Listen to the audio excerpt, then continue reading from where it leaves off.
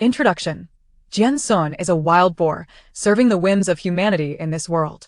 Confronted with an alcoholic father, a biased mother, a tumultuous life, and a shattered home, the little wild boar scoffs. You think you can save yourselves? I see you are beyond redemption. Faced with a stepmother who favors sons, she suggests with a smile, why not marry your son directly?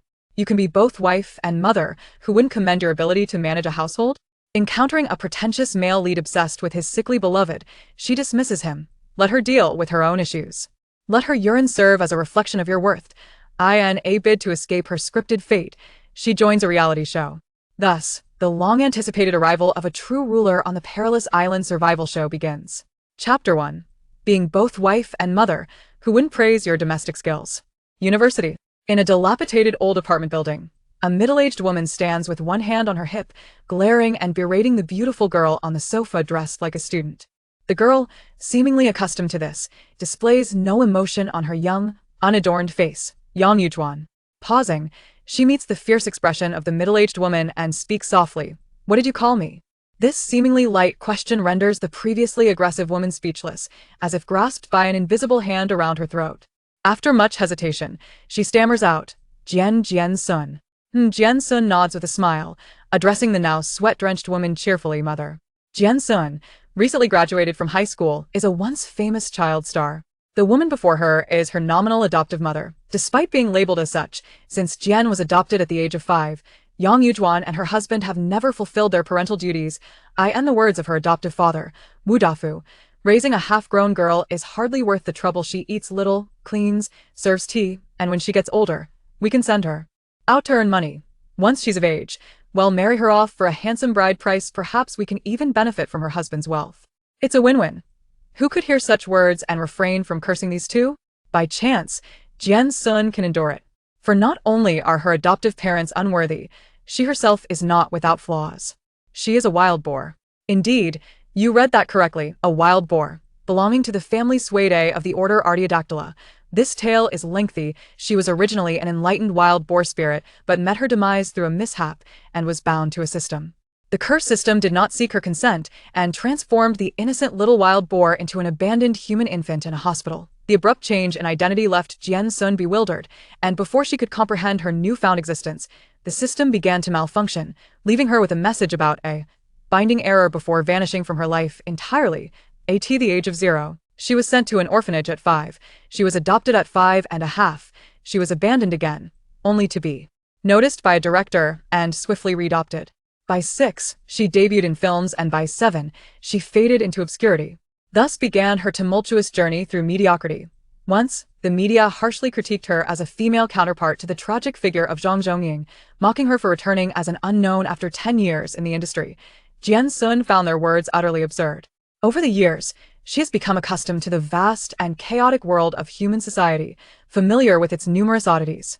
She learned her first Chinese character in the orphanage. Person, merely 2 strokes. She grew accustomed to it. Having faced a tumultuous fate, she has encountered more hardships than most have tasted salt. In just 18 short years, it would not be an exaggeration to say she has bravely traversed into the valley of evil. Yet, fortunately, she is not a virtuous soul herself. She is aptly suited for this world. When her adoptive parents mistreat her, she retaliates fiercely. When relatives mock her, she defiantly digs at their ancestral graves. When classmates bully her, she knocks out their teeth with a single punch. When teachers ostracize her, she reports them to the education authorities. Even when executives at her entertainment agency attempt to exploit her, she chases them down with a knife from the 18th floor to the ground level. Thus, she has endured until her 18th birthday and high school graduation. Jian Xun. I warn you. You are now an adult. Yang Yujuan, trembling before her adoptive daughter, delivers a stern ultimatum. We are under no obligation to support you financially. You can be detained for violence now. Abruptly interrupted, Jian Xun rolls her eyes in annoyance, scoffing. So knowledgeable about the law, are you planning to enter politics? Her retort calms Yang Yujuan, who realizes that a hard approach won't work on this stubborn girl, and she awkwardly chuckles, softening her tone. Well, you know, our family isn't wealthy. Indeed, it is not. Jian Xun's voice is cold and devoid of emotion. You squandered my earnings from childhood while Wu Dafu spends his days drinking and gambling, and you constantly send money to your impoverished brother.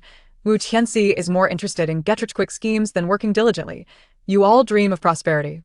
She pauses, glancing around at the chaotic environment of the Wu household, her tone mockingly light. Too bad you didn't manage to sell me to a second-hand old man for a bride price, you little wretch. Recalling that incident, Yang Yujuan nearly chokes, catching her breath before responding irritably. What kind of talk is that? We raised you, your brother is at the age to save for a bride price. What's wrong with you helping the family? Moreover, what do you mean by a second-hand old man? He's older, yes, but we are doing this for your benefit. What do you know, you little brat? Pfft. Jian Xun bursts into laughter, gazing at her adoptive mother with a glint of mischief in her eyes. If older men don't need a bride price, why not marry Wu Tianxi directly? You can be both wife and mother who wouldn't praise your domestic skills. You insolent girl. I understand you're angry, but please hold your temper. Jian Xun raises her hand to interrupt her tirade. I'm not here to ask you for money today. No money? Upon hearing this, Yang Yujuan, initially twisted with anger, suddenly freezes, quickly regaining her composure.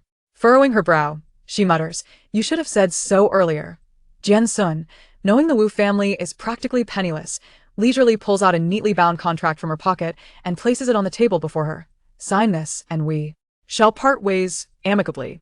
Yang Yujuan, skeptical, approaches and flips through the contract, finding it incomprehensible, and then narrows her eyes at Jian Xun. You're not tricking me into signing a loan agreement, are you? In response, Jian Xun nearly bursts into laughter. A loan isn't charity. What do you have to offer as collateral? Without waiting for her adoptive mother to retort, she bluntly states, the relationship between adoptive parents and children has deteriorated to the point where cohabitation is impossible. Let us sign a termination of the adoption agreement. Yang Yujuan, upon hearing this, adopts a smug expression. You little brat, now you're the one begging me. But before she can finish her thought, Jian Xun coolly interjects. Refuse to sign. Isn't your savings account hidden? This time, Yang Yujuan doesn't let her finish, quickly suppressing her earlier smugness and grabbing a pen. Where should I sign? Introduction. Jian Xun is a wild boar, serving in this world under the yoke of humanity, faced with an alcoholic father and a biased mother, a tumultuous life and a shattered home. The little wild boar sneers. You give me face, yet I see you are beyond redemption.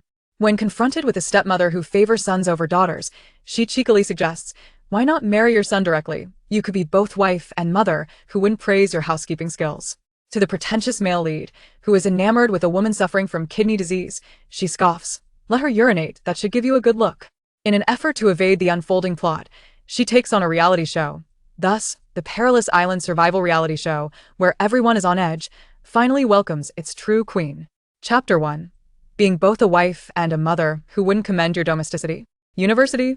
In a dilapidated, old-fashioned residential building, a middle-aged woman stands with her hands on her hips, glaring at the beautifully dressed girl lounging on the sofa.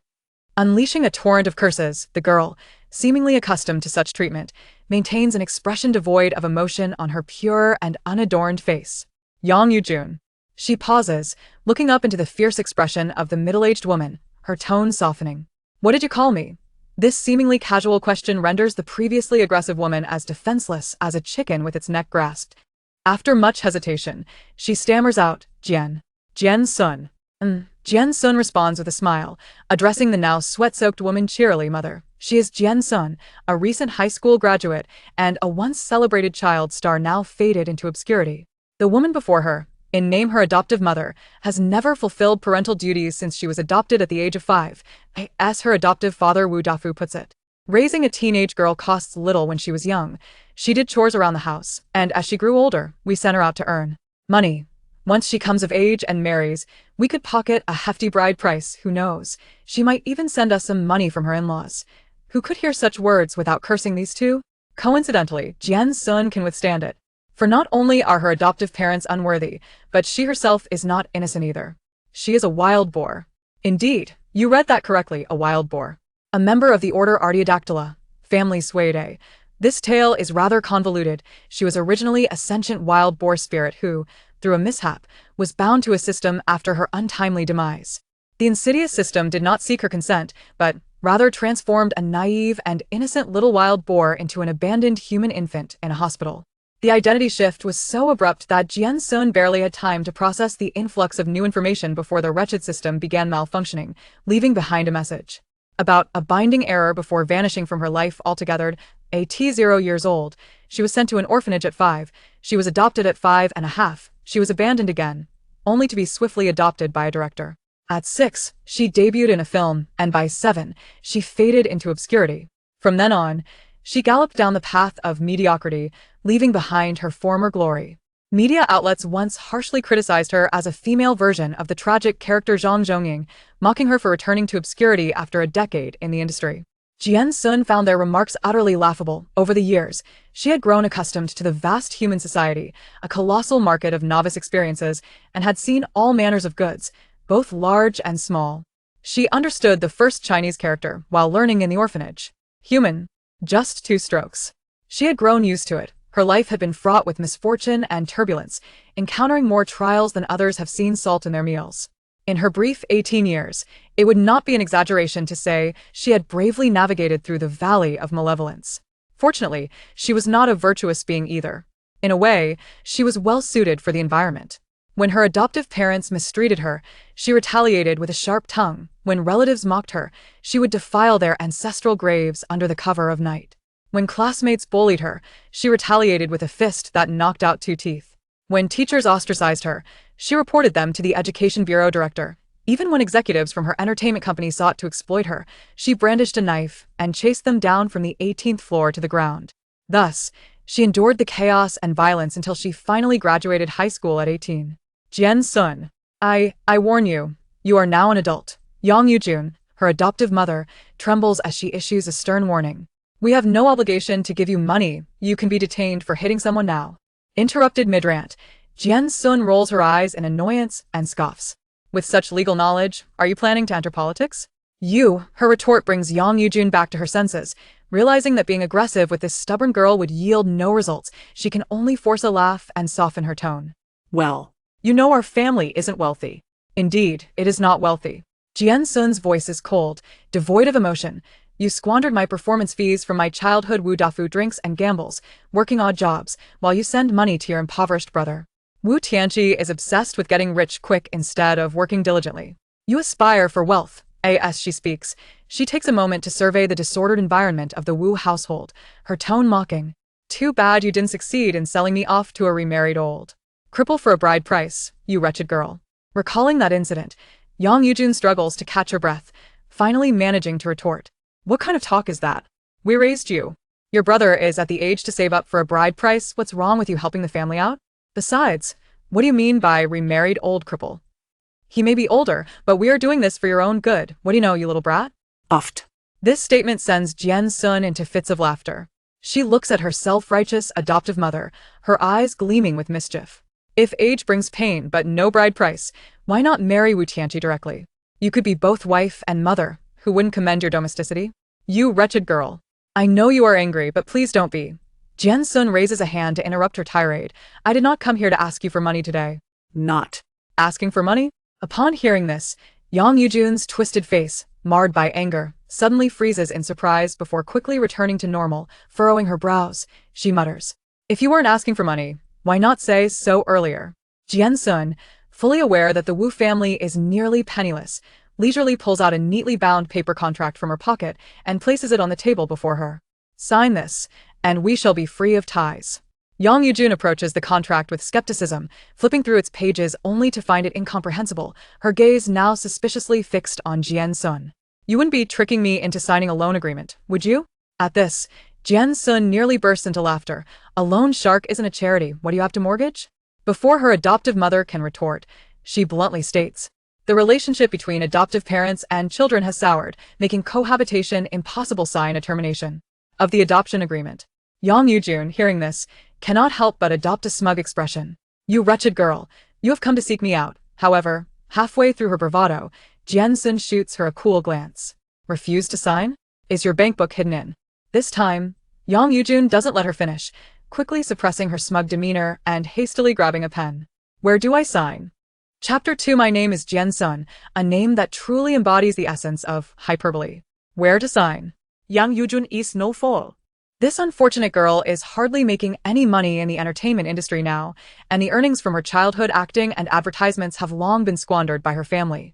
Unable to beat or scold her into submission, and with attempts to barter her as a bride causing chaos in the household, it would be far better to seize an opportunity to expel her rather than allow this financial burden to linger at home, always referencing that money. Having secured the termination agreement signed by Yang Yujun, Jian Xun felt no attachment to this nominal family and turned to leave. Were it not for the regulation that prevents adoptive parents from dissolving the adoption until the adoptee reaches adulthood, she would not have delayed this long. Although she often engaged in a battle of wits with the couple and occasionally vented her frustrations by beating Wu Tianxi, life was quite exhilarating. However, Jian Xun could no longer tolerate the agency that Yang Yujun had unilaterally assigned her to. 3 months prior, her original agent had resigned, and the company had transferred her to the current agent, Zhou Sheng. Zhou Sheng immediately began to inundate her with invitations to dubious social gatherings, persistently hinting and pressing for her to lower her expectations and consider compromising her integrity for gain. Yet in this industry, her peers were predominantly music students, performing arts students, or, at the very least, dancers. Jian Xun stood out as an anomaly, a true beast amidst them. Resisting the urge to subject Zhou Sheng and his so-called investors and producers to a meat grinder had already drained her of all her strength. She could no longer muster the energy to struggle in this murky world of entertainment. Thus, she resolved to pack her belongings and exit the industry as soon as her contract expired.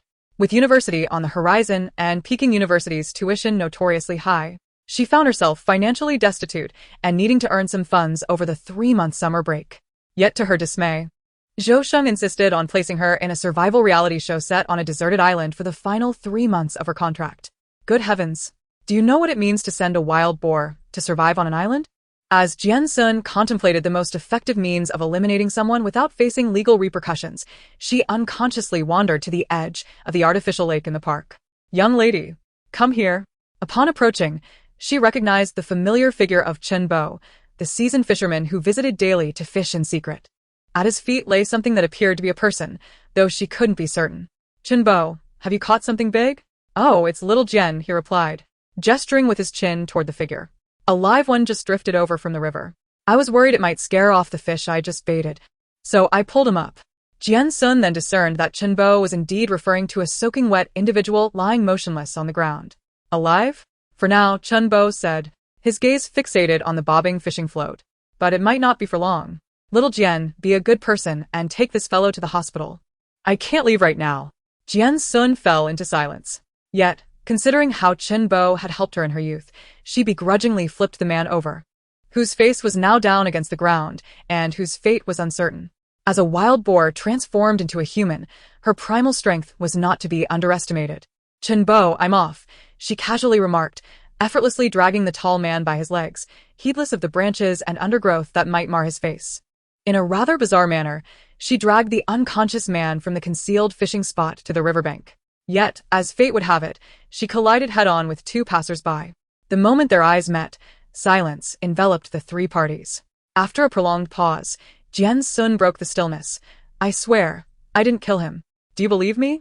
The 2 young men, having never witnessed such a scene, reacted immediately. One, eyes glazed over, continued to grope forward, muttering, "I can't see anything." The other dropped to his knees, wringing his hands. "Sister, just spare my life. I'll say I did it." Just then, unbeknownst to her, one of the young men had discreetly called for help. The police and medical team arrived with astonishing speed, more rapid than one could have anticipated. A squad of heavily armed officers descended from their vehicles, surrounding Jian Xun, who was compliant and raised her hands. Upon confirming the man was still breathing, they hastily called for an ambulance and assigned 2 officers to reassure the startled witnesses. By the time everything was resolved and she was released from the police station, it was well past midnight. Throughout the ordeal, Jian Xun maintained a calm demeanor, but within, her emotions teetered on the brink of collapse. And standing before her now was the very embodiment of that threshold. The man's face was entirely bandaged, and he sat upright in a wheelchair, his eyes casting a sidelong glance at Jian Xun. "Did you save me?" "No," she retorted. "If you're bored, perhaps you could throw some gold coins my way. I have no fondness for materialistic women. What you like is of no concern to me," she shot back, her tone indifferent. The man, undeterred, succinctly stated his intentions. "Then name your price. $1 million is enough to keep you by my side." Chapter 3. It felt as though the true culprits were yet to be revealed. Only then did Jian Xun grasp the meaning behind his words, nearly bursting into laughter. She folded her arms and began negotiating. A flurry of professional jargon flowed from her lips, effectively controlling the situation for 3 long minutes. Yet, before she could fully unleash her smile, the man, Gu Xiuqi relentlessly exacerbated the situation. I just think you resemble her. You need money, I happen to have it. Name your price, and I will keep you by my side instead. Upon hearing this, Jian Xun, who had been maintaining her composure, suddenly froze. Could you repeat that? Puzzled by her request. Gu Xiuqi seemed to believe she hadn't heard him clearly and reiterated, You resemble her. Name your price, and I will keep you by my side. I resemble your father's red long johns. I'll send your mother's crematorium up in flames. Frustration surged within her, but as they stood outside the police station, words of fury bubbled up, only to be stifled. Clenching her fists until they creaked, she managed to suppress her impulse, forcing out between gritted teeth, I resemble your sixth uncle. Generally, as a wild boar, Jian Xun maintained a stable demeanor. After all, having lived among humans for so long, her heart had grown as cold as a butcher's knife. 18 years ago, when that system cast her into this world, it left behind a vague narrative in her mind. The man's words echoed the dialogue of the male lead from the very plot that had ensnared her. What followed in the storyline? The female lead, wishing to pursue an education, did not seek student loans but instead became a canary, falling madly in love with the male lead, only to be heartbroken by his deceitful words. Despite having a wealthy benefactor in the background, she labored in the entertainment industry, continuously drained by her adoptive parents, while also donating a kidney to the male lead's childhood friend, who suffered from renal failure. Ultimately, she succumbed to fate, burdened with illness and one remaining kidney, dying far from home. And then, the more absurd events unfolded. After her death, those who had wronged her began to reveal their true colors, setting up residence atop a grave to brew tea from ashes, spiraling into madness, leaping off cliffs, and committing arson to escape life. Such narratives lack both the lean and the lavish. Thus, Jian Xun decided to offer a middle finger in response. Initially, she merely perceived the inhabitants of this world as somewhat eccentric, yet who could have anticipated that the eccentric one would be herself? Who could remain sane in such circumstances? Contemplating the pure, divine gold that these gold miners might toil for a lifetime without ever encountering, Jian Xun felt an overwhelming urge to confront this pretentious man before her, only to surrender herself to confinement as a means of evading torment. However, this notion was swiftly extinguished. No, she wished for death, but it seemed that another was destined for it. She could not die.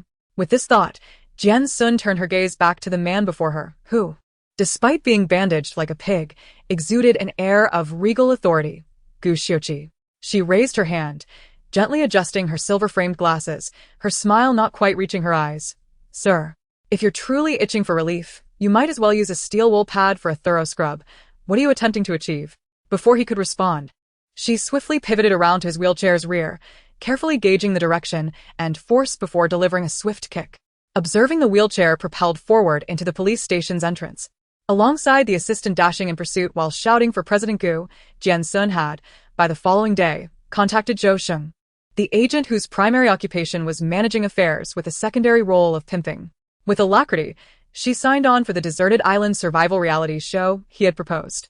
The reality show, Survival on a Deserted Island, was one that industry insiders typically avoided, given its grueling, laborious, and perilous nature, where injuries were commonplace.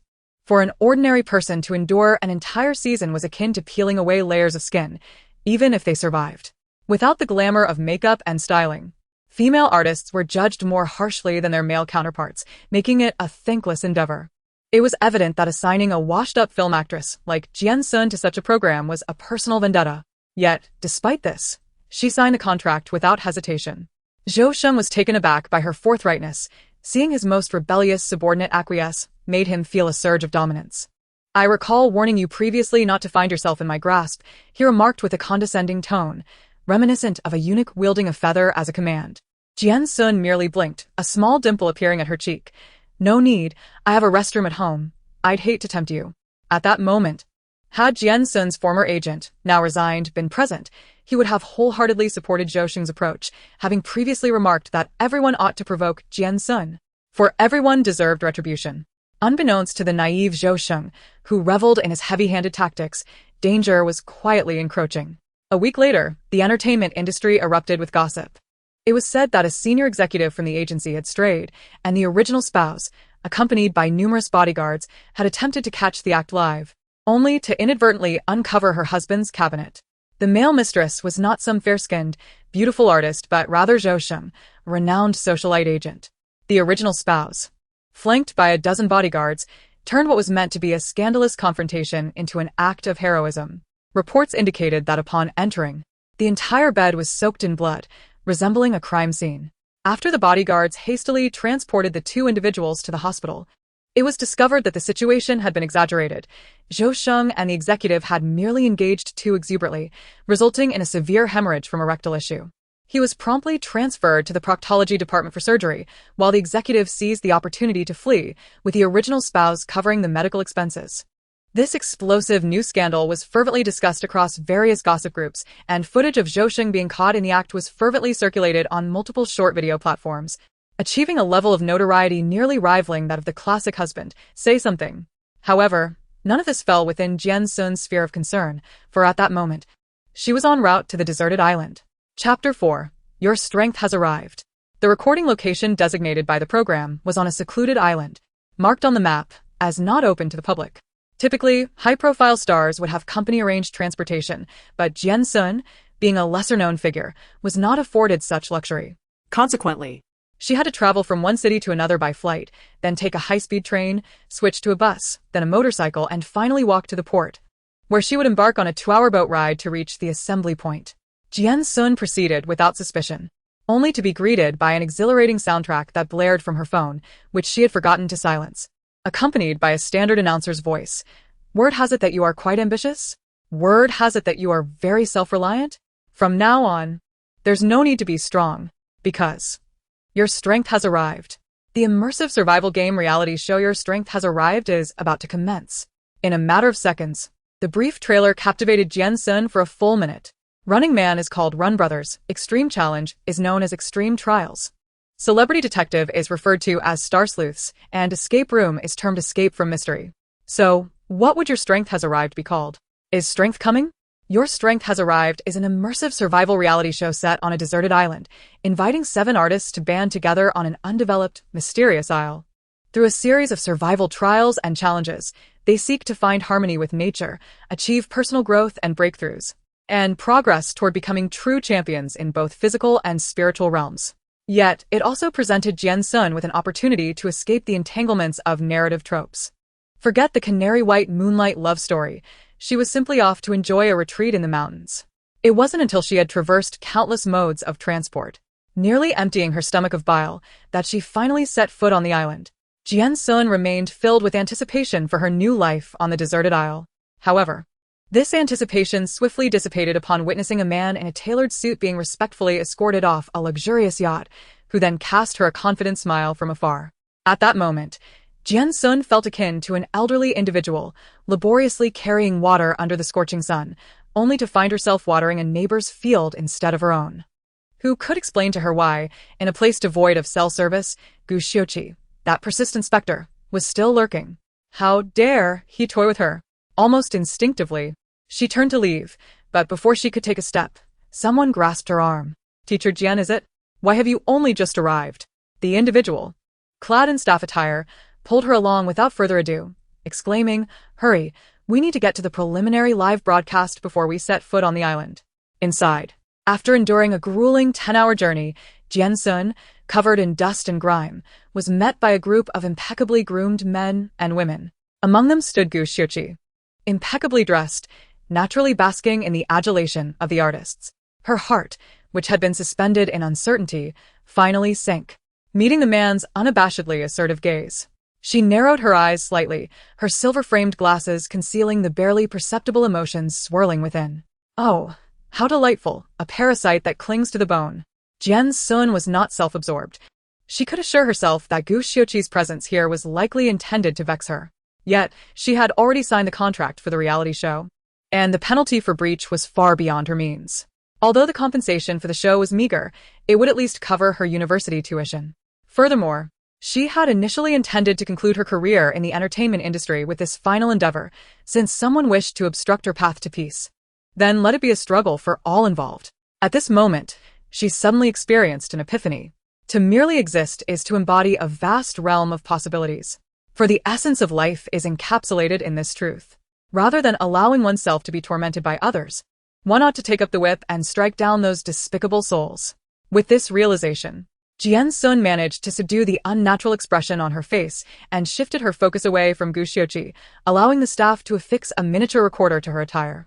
As Jian Xun felt a gentle pat on her shoulder, she turned to behold a refined and delicate visage, likely another guest artist for this event. What was her name again? Hello, Jian Xun greeted with a smile and a nod. After a decade of anonymity in the entertainment industry, she had learned the art of politeness, to nod and smile in silence. I am Zhou. The girl introduced herself, then, with a familiar ease, raised her phone to show Jian Xun. I have actually been following you for quite some time. Jian Xun glanced at the screen, bewildered to find a series of images from her recent appearance at a brand event. There were 9 photographs, captured from unconventional angles that indicated a considerable distance. Yet the photographer's exceptional composition and post-production skills, combined with high-end equipment, rendered these images superior in quality to those from official sources. The wide aperture beautifully accentuated her features, while the exquisite color palette imbued the entire series with a palpable atmosphere. Though taken from afar, the photographs remained high definition, even revealing a faint mole on her earlobe. Her beauty was akin to a flawless jade, captivating in its purity. Even an untrained eye could discern that these images were crafted by a master. Zhou scrutinized the photos on her phone before turning her envious gaze towards Jian Xun. Teacher Jian, where did you find this photographer? Was it expensive? Can you recommend them? The photographer Zhou, when referred to as fan station manager, was essentially the individual responsible for managing and operating fan support stations for idols or celebrities. They would photograph and disseminate images during public events, often organizing fan activities to support their idols. The relationship between artists and their dedicated fans was intricate. A capable fan station manager could provide significant support. Jian Xun had scarcely engaged in any substantial work over the years. Yet a single viral photograph from a few years prior had secured her a spot in various rankings of the top beauties in the industry. This iconic image, along with Zhou Wen's recent snapshots, all originated from the same talented individual. Teacher Jian? Zhou Wen's impatience grew as she observed Jian Xun's silence. She reached out, wrapping her arm around Jian Xun's and whispered, "How much did you pay for this photographer? Their work is simply phenomenal. Can you please recommend them? I can pay more." In truth, most fan station managers were fans themselves. They incurred all expenses out of pocket, with no salary, driven solely by their passion. However, there existed a rare breed of professional fan station managers, hired by artists or their teams specifically for the purpose of capturing images. Given Jian Xun's semi-retired status, Zhou Wen assumed that the master behind her stunning photographs was not a devoted fan but rather someone she had hired at great expense. Haha. Jian Xun chuckled awkwardly, feeling a pang of guilt. If only she had the means to hire a fan station manager, she wouldn't be fretting over tuition fees. The truth was, she knew little about the person Zhou Wen was so curious about, only that they went by the online moniker Shuiyuan. They were her sole supporter, the only fan station still actively promoting her since her debut. This individual had never appeared before her, merely standing at a distance with a high-definition camera, never affording her the chance to express her gratitude or even sign an autograph. Yet, through a series of striking images, they had managed to elevate her reputation in the industry. To put it plainly, this was a dedicated fan station solely focused on Jian Xun, boasting even more followers on Weibo than Jian Xun herself. Hey, Jian Xun, look. Zhou Wen's sudden exclamation snapped Jian Xun from her reverie. Your fan station just posted new pictures. Upon hearing this, Jian Xun retrieved her phone and opened the notification with keen interest. A fresh Weibo post showcased her in unpretentious attire, struggling to lower her suitcase from a modest fishing boat, gazing dreamily at the harbor, and caught in a moment where the sea breeze tousled her hair. Interspersed were images of the boat against the sunlit seascape. Though these actions were mundane to her, the photographer had transformed them into evocative, cinematic snapshots. As always, the images were presented in a 9-grid format, showcasing impeccable quality that left her in silence, contemplating the elegant, fragmented, and profound representation of herself. This was a remote, uninhabited island. She had barely navigated her way there with the staff's guidance. Sister, how did you find this place? The comment section beneath the Weibo post was flooded with praises. Incredible. The composition of the sea is breathtaking. A god of photography from ancient Greece. Next time, just post the scenery. For the first time, Jian Xun felt a profound curiosity towards this enigmatic supporter. As the artists took their places, the staff beckoned them to the central round table of the studio. Teacher Jian, Let us sit together, Zhou suggested, unwilling to concede defeat. She resolved to establish a rapport with Jian Xun before gradually inquiring about the photographer's identity. After a brief exchange of pleasantries, everyone settled in, and the already bustling studio lit up with activity. The dynamic director Li, brimming with enthusiasm, took the microphone and boomed, "I hear you are quite strong? I hear you are quite self-reliant. From now on, there is no need to be strong, because your strength has arrived. Welcome to our immersive survival show. Your strength has arrived. Please, let the guests introduce themselves briefly." The atmosphere was charged as the 7 invited guests, all seasoned individuals, presented their best selves before the cameras. Among them were esteemed actress Jian Xun, the multi-talented singer Lu Junming, popular idol Yi Nanxing, rising star Su Miaomiao, and the lesser-known Zhou Wen, who ranked just above Jian Xun. Initially, there was to be a renowned veteran actor present, but director Li expressed regret that the esteemed individual could not attend due to health issues. He then turned the camera towards the man seated in the center, his tone eager. As Li introduced him, the audience, already curious about the seated figure, erupted in excitement. Is this the domineering CEO? So charismatic, I adore it. Under the guidance of director Li, the crowd enthusiastically applauded and cheered, only to receive a solitary, aloof nod from Gu Xiuqi. The smiles of the others turned somewhat stiff, but only Jian Xun, standing off to the side as mere decoration, could not help but mutter under her breath, "What a facade." Unbeknownst to her, the microphone at her collar captured her words, which resonated clearly in everyone's ears. Oh. Gu Xiuqi did not display anger at her remark. Instead, he regarded her with a leisurely gaze, his eyes predatory, as if observing an amusing quarry. Does Miss Jian have an issue with me? No issues at all. Adopting a philosophy of avoiding unnecessary trouble, Jian Xun earnestly clarified, I merely find you to be quite formidable, brother. The round table fell into an oppressive silence following her statement. Suddenly, a single person could not contain their laughter, breaking the tension. In the face of Gu Xiuqi's piercing gaze, the quick-witted idol Yi Nanxing, with his charming peach blossom eyes, waved his hands in denial, exclaiming, Brother Gu, I wasn't laughing at you. This time, it was Jian Xun who succumbed to laughter. Chapter 6. Immersive Island Survival Game. Although the atmosphere had begun awkwardly, fortunately, these individuals were seasoned, and soon someone stepped forward to ease the tension. Gu Xiuqi remained silent, his gaze fixed on Jian Xun with a complex expression. Feeling uneasy under his scrutiny, Jian Xun seized the opportunity during the live broadcast to switch places with Zhou Wen, effectively blocking the man's penetrating stare. At this moment, the group was engaged in ice-breaking games before boarding the island, and only Yi Nanxing, seated beside her, noticed her actions. He glanced at Gu Xiuqi, then turned to Jian Xun, his eyes narrowing playfully as he leaned closer and whispered, Is teacher Jian avoiding Brother Gu? Recalling the earlier awkwardness, Yi Nanxing had turned off his communication device before speaking. He assumed Jian Xun was shy and hesitant to face Gu Xiuqi due to her earlier slip of the tongue. Just as he intended to offer some words of comfort, Jian Xun, seemingly timid, casually remarked, No, I just think he is unworthy of my attention. Then, Director Li wore a mysterious and sinister smile as he formally began explaining the rules of the upcoming survival reality show. First, this is an immersive survival game. It is not merely about surviving on a deserted island.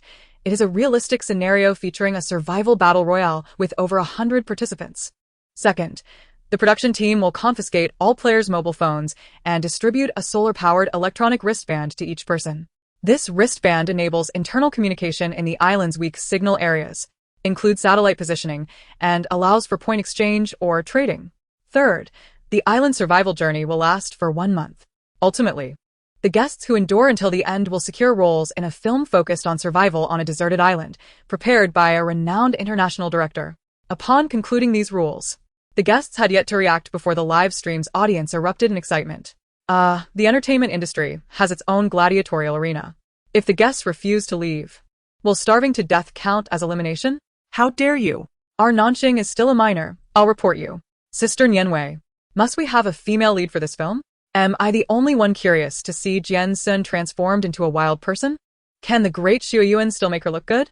Regardless of the chaos in the comments, Director Li cheerfully suggested that everyone share their initial impressions of the island before officially embarking. The female idol Zhou Wen held her phone up to the camera, showcasing the coastal scenery she had just captured. Nature is truly beautiful. Yi Nanxing squinted at Jian Xun, implying, I really like it here. Everyone is talented and speaks so beautifully. Nearby, the popular young actress, Su Miao Miao sweetly joked, "It feels like a revealing of artists' bare faces. I look forward to seeing the true selves of everyone." Gu Xiuqi merely curled his lips into a smirk, exuding an air of superiority throughout. "Quite interesting, isn't it?" The calm and composed actress Ji Nianwei finally spoke. "I enjoy watching the sea. It brings me peace." After she spoke, Jian Xun nodded in agreement and, inspired by the slightly nervous gaze of the assistant director, added, "The sea is a wonderful thing. One can gaze at it when feeling good and leap into it when feeling down. If one runs out of money, they can still dive in." Of course, she only managed to utter half of this before the backstage director swiftly muted her. However, the audience recognized her lip movements. "You may mute her, but we know she said she wanted to dive into the sea. She is so bold. Does she plan to retire after this?" There's a certain nonchalance reminiscent of someone whose household registration book contains only their name and who suffers from a terminal illness. Wait, why does she look somewhat familiar? What has she acted in? Perhaps you know the illustrious Xue Yuan, the master of photography in the fandom? The Great One is pursuing this down-to-earth sister. As the seven stood shoulder to shoulder, a drone camera captured the scene from above, documenting it clearly.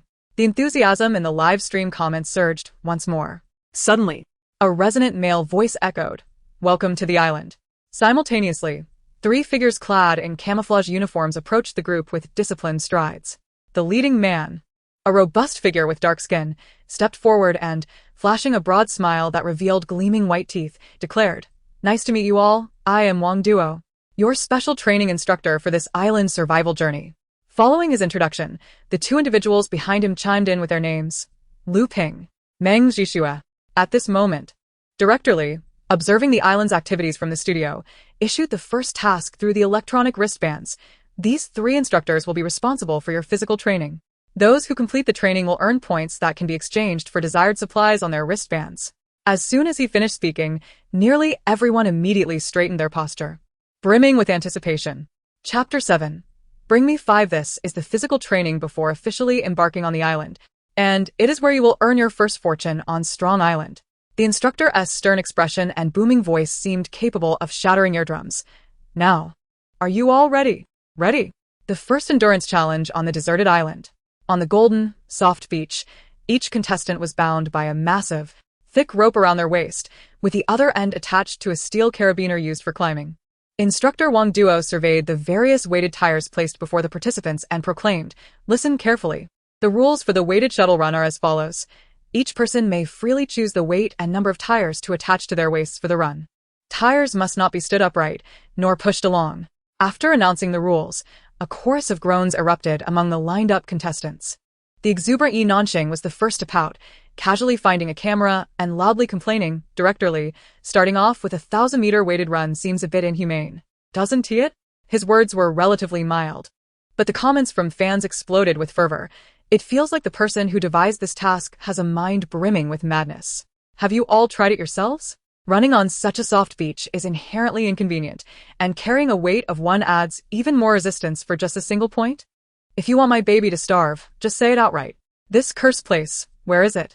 I want to sneak onto the island with the great snowfield, and bring me some supplies." Despite the fervent outcry in the comments, the tasks at hand must still be accomplished. In this situation, even a single point is of paramount importance to them.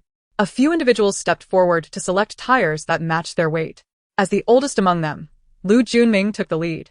He picked up several tires of varying weights and ultimately chose the most reliable one, a standard 15. Ji Nianwei turned to Gu Xiuqi, noticing his lack of action, and stepped forward to select a 10. Although Yi Nanxing was complaining vocally, he rolled up his sleeves and opted for a large 20-kilogram explosion-proof tire, which sent the comments into a frenzy. A weight of 20 translates to 40 Jin. Coupled with the resistance posed by the sandy terrain while dragging the tire, the actual load could be even heavier. Transporting such a weight back and forth over 1,000 meters is nearly impossible for an average person. Zhou initially intended to grab a small 5-kilogram tire, but seeing that the others had opted for 10, she reluctantly followed suit. After making her selection, she called out to Jian Xun, "Jian Xun, come over. There's still a 10 available." With a click, she secured the lock. Su Miao Miao wore her trademark smile, but when she locked eyes with Jian Xun, her gaze bore a hint of provocation and arrogance. "First come, First served, hope you don't mind, teacher Jian. With only 3 10-kilogram tires available after she claimed one, Jian Xun was left with the choice of either a more challenging 15 or a 5 to earn just 5 points. Either option would prove to be an unfavorable start to their island life. Jian Xun, momentarily taken aback, found herself at a loss. Having offended many over the years, she struggled to recall specifics. However, she brushed off Su Miao's challenging gaze and simply gestured to the group. Feel free. 7 individuals had now selected their tires, leaving only Jian Xun and Gu Xiuqi. Not sensing any conflict with her choice, Gu Xiuqi casually approached the pile of tires with the rope in hand. As he passed by Jian Xun, he turned off his receiver and spoke in a tone only they could hear. If you ask nicely, I might just feel generous and give you some points. Jian Xun, annoyed by his incessant teasing, responded nonchalantly without turning off her receiver. Maybe you should be the one to plead. I might just let you off the hook. This was not their first encounter, and Gu Xiuqi had not expected any kind words from her. Her dismissive attitude only intensified his desire to conquer her. He smirked, his eyes glinting with undisguised interest. Then let us await the outcome. I shall witness your defeat, she retorted, feeling a chill run down her spine. She stepped back several paces to shake off the discomfort. Frowning, she glanced at the smug man. You give off the impression of someone who had a high fever at 5. Ignoring her disdainful gaze, Gu Xiuqi confidently approached the heavy tires, surveying the 15, 20, and 25-kilogram options. Ultimately, he fixed his gaze on the heaviest tire, weighing a formidable 25. The moment he disregarded the instructor's warning and secured the lock around the tire, everyone felt a jolt of surprise. If he can actually drag 50 Jean in the sand, this guy is something else. Goodness, young, wealthy, handsome, and bursting with charm, I've never met such a desirable benefactor before. Don't boast too much. If you trip up, the fall will be painful. Guzong, make your debut, and I will be your first fan. His choice even left the instructor in a dilemma. If he couldn't handle it, he needed to speak up quickly to avoid injury. I will take responsibility for my choice. Perhaps you should worry about her instead. Once again ignored, Jian Xun did not engage him, merely extending 5 fingers toward Coach Wong. Coach Wong nodded. You want 5? No. Jian Xun shook her head dismissively. I want 5 of them. Huh. Chapter 8. 1000. Let's see her finish. You want 5? Do you think this is a game? Coach Wong warned her sternly. Taken aback by his authoritative tone, Jian Xun frowned. How do you know I'm just fooling around? 25 each. 5 would mean 250 Jean. Though it was a stretch, she believed these difficulties could be overcome to ensure a more comfortable island getaway. Yet, for an ordinary person, a seemingly frail girl demanding a 125-kilogram load was rather shocking. What is this woman babbling about again? 5? Why not just fly to the moon? Sister? I understand you want to reinvent yourself through this outrageous persona, but we can't have you going off the deep end. That will only make everyone dislike you more. I think she's truly remarkable. Her antics make my grueling workday bearable. Most assumed her dissatisfaction stemmed from losing the 10-kilogram tire, and many offered their advice. Yet, Jian Xun remained stubborn, determined to drag 5 tires on her own. After some back and forth, the instructor decided to have the remaining 2 25-kilogram tires chained together. Faced with the audacity of this young girl, Coach Wong pointed at the combined 50-kilogram tire on the ground. Jian Xun looked down at the 2 tires, thinking it was a good idea to save some effort, and nodded in agreement. However, she suddenly remembered something and glanced at Coach Wong with suspicion. Coach, I'm not doubting you, but do you have the authority? Coach Wong almost laughed in exasperation, scoffing as he replied through gritted teeth. Fine. Relieved by his response, Jian Xun swiftly went to secure the 2 tires that weighed more than she did, smiling at everyone. Let us begin. The 7 lined up, standing firmly at the starting point, with a rope secured around their waists, waiting for the coach's command to dash towards the finish line. They aimed to make a splendid start to their island adventure. Nanxing, go for it. We will always support you. Miao Miao is so beautiful. My girl is the best in the world. Nianwei, show your prowess. Sister, slay me. Oh my, Guzong has taken off his jacket. That arm's definition. That chest muscle. I'm dead. Of course, it wasn't just fans cheering. There were also those mocking someone who overestimated their abilities. I bet Jian Xun won't even move an inch. Does she really think the loudest yells win? Jian Xun's psychological resilience is extraordinary. Even now, she is still pretending. Isn't she afraid of being humiliated later? Mixue flagship store. Did she freeze her brain with ice cubes from erasing? Jian Xun, go for it. I support you. Don't mind the naysayers. In truth, not only the audience present but also those watching the live broadcast were closely monitoring the situation. Most of them are fitness and sports enthusiasts, their physical abilities surpassing those of the average person. Even they would not dare to claim they could perform a weighted 50-meter shuttle run on such soft sand, naturally scoffing at Jian Xun's approach. Some, out of boredom, even engaged in small betting games, wagering on how far Jian Xun could drag a 50-kilogram weight. Some bet on 1 meter, others on 3 meters, and there were those foolhardy enough to bet on 10 meters. Of course, most conservative and rational individuals placed their bets on 0. The modest stakes quickly attracted a dozen participants. Amidst the raucous laughter and excited betting, a discordant voice suddenly broke through. 10,000. The man's voice was clear and crisp, reminiscent of icy waters flowing gently, mingling with shards of ice. His tone was not loud, yet it carried an undeniable conviction. Bet on her finishing. Unlike the lively atmosphere elsewhere, the 7 individuals present at the competition site simultaneously quelled their playful attitudes, each preparing for action. Even Jian Xun, who no one expected to succeed and who merely seemed to be seeking attention, adopted a serious demeanor. If anyone feels unwell at any point, they can withdraw. As he spoke, Instructor Wang's gaze remained fixed on Jian Xun.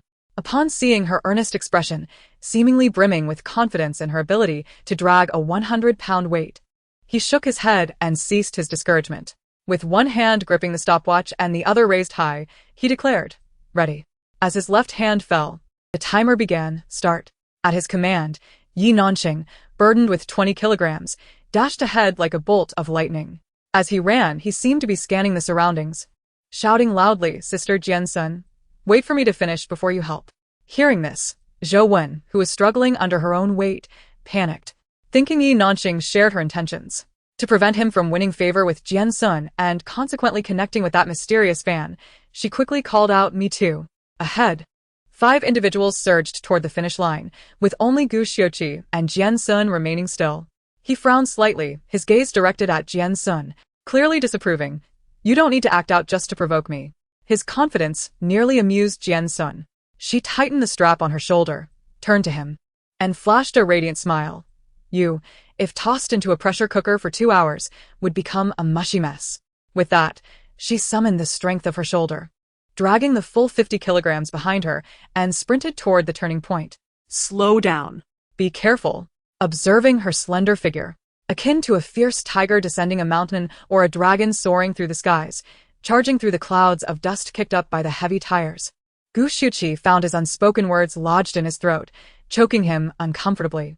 For the first time in front of others, he felt flustered, rubbing his eyes mechanically before turning to the 3 instructors beside him, who looked as if they had seen a ghost in broad daylight. "Did I just see that? What just happened? Was that Jian Xun?" Chapter 9. The Stubborn Girl with Indomitable Strength. As the competition commenced, the live stream naturally focused on those who surged to the front. Dust filled the air, and the barrage of comments was filled with fans cheering for their idols. Yet a small portion of viewers remained fixated on Jian Xun, noting her stationary start and eagerly crafting jokes, standing still like a turtle. Boasting leads to humiliation. I speak for Jian Xun. Ha ha ha. She's not ill, just walking 2 steps. Look, the boastful sister has struck a pose. I'm recording. Not only were commenters mocking Jian Xun, but those ahead, straining under their weights, never considered that her slender frame could drag a full 50 kilograms, let alone keep pace with them. Thus, when Jian Xun dashed past Zhou Wen, greeting her, Zhou Wen stood dumbfounded. Soon after, Su Miaomiao, Lu Junming, and Jin Yanwei were equally astonished. They halted, entirely oblivious to the ongoing competition. Good heavens! Who could remain indifferent upon witnessing Lin Daiyu charging with her rake through a sea of soldiers, fighting her way through? That slender figure, dragging 2 enormous tires behind her, appeared utterly unfazed by the resistance. Clouds of dust swirled around her as she closed in on the determined Yi Nanqing ahead. This all transpired in the blink of an eye. The earlier mocking comments faded, replaced by a stunned silence. The viewers, who had been reveling in schadenfreude, now forgot to type, their expressions frozen in disbelief as they beheld the sudden appearance of a fierce beast on screen. Finally, the first comment broke the silence, which just rushed past. This query ignited a deluge of comments. No joke, a wild boar just ran by. Is that a prehistoric wild bull? Whoever you are, get off Jian Xun immediately. Darling, you're a T-Rex. The absurdity of the scene left not just the commenters in shock. Su Junming nearly collapsed onto the sand, exclaiming uncontrollably in his dialect, "Oh my god!" Even Jian Xun, accustomed to grand spectacles, lost her composure, wide-eyed as she tried to comprehend the unfolding scene. How can she? Zhou Wen stood in a daze, before murmuring to herself, the snowfield might not withstand her violent onslaught. Would it? Su Miao, nearest to Jian Xun, was met with a mouthful of dust. Her smile vanishing. Cough, cough, spit, spit. Meanwhile, Gu Xiuqi, who had deliberately remained behind to show off, felt the veins on his forehead pop, gritting his teeth at the instructors who were bickering. Are you sure the weight is correct? Jian Xun paid no mind to any of this. Her eyes fixed on the turning point just ahead. Only Yi Nanqing, resembling a sluggish mule, was slowly decelerating, dragging his heavy tires. To avoid losing balance while turning, he had to navigate a wide arc around the flag. However, Jian Xun's boar-like charge showed no signs of slowing as she approached the turning point. Everyone was apprehensive, worried she might be flung off by the sudden turn with 50 kilograms of weight. Get out of the way. Gripping the rope with both hands, she twisted her waist, propelling her upper body with a powerful swing. Bam! Did I just see her swing the tires like a meteor hammer? What on earth are you trying to do? Jian Xun. My goodness. My coat. My jacket. My aunt and grandmother. I'm so scared I'm limping. My father. My grandfather. My socks. My shoes. My uncle. I nearly wet my pants. Hail to the wild boar. Watching a slender girl effortlessly swing 50 kilograms of weight in front of him, Yi Nanqing lost his composure.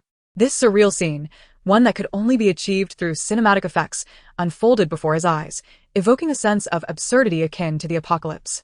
Almost instinctively, he propelled himself forward, disregarding the dust he kicked up in Jian Xun's wake, exhilarated as if he had stumbled upon a feast. Teacher, Jian Xun. How are you doing this?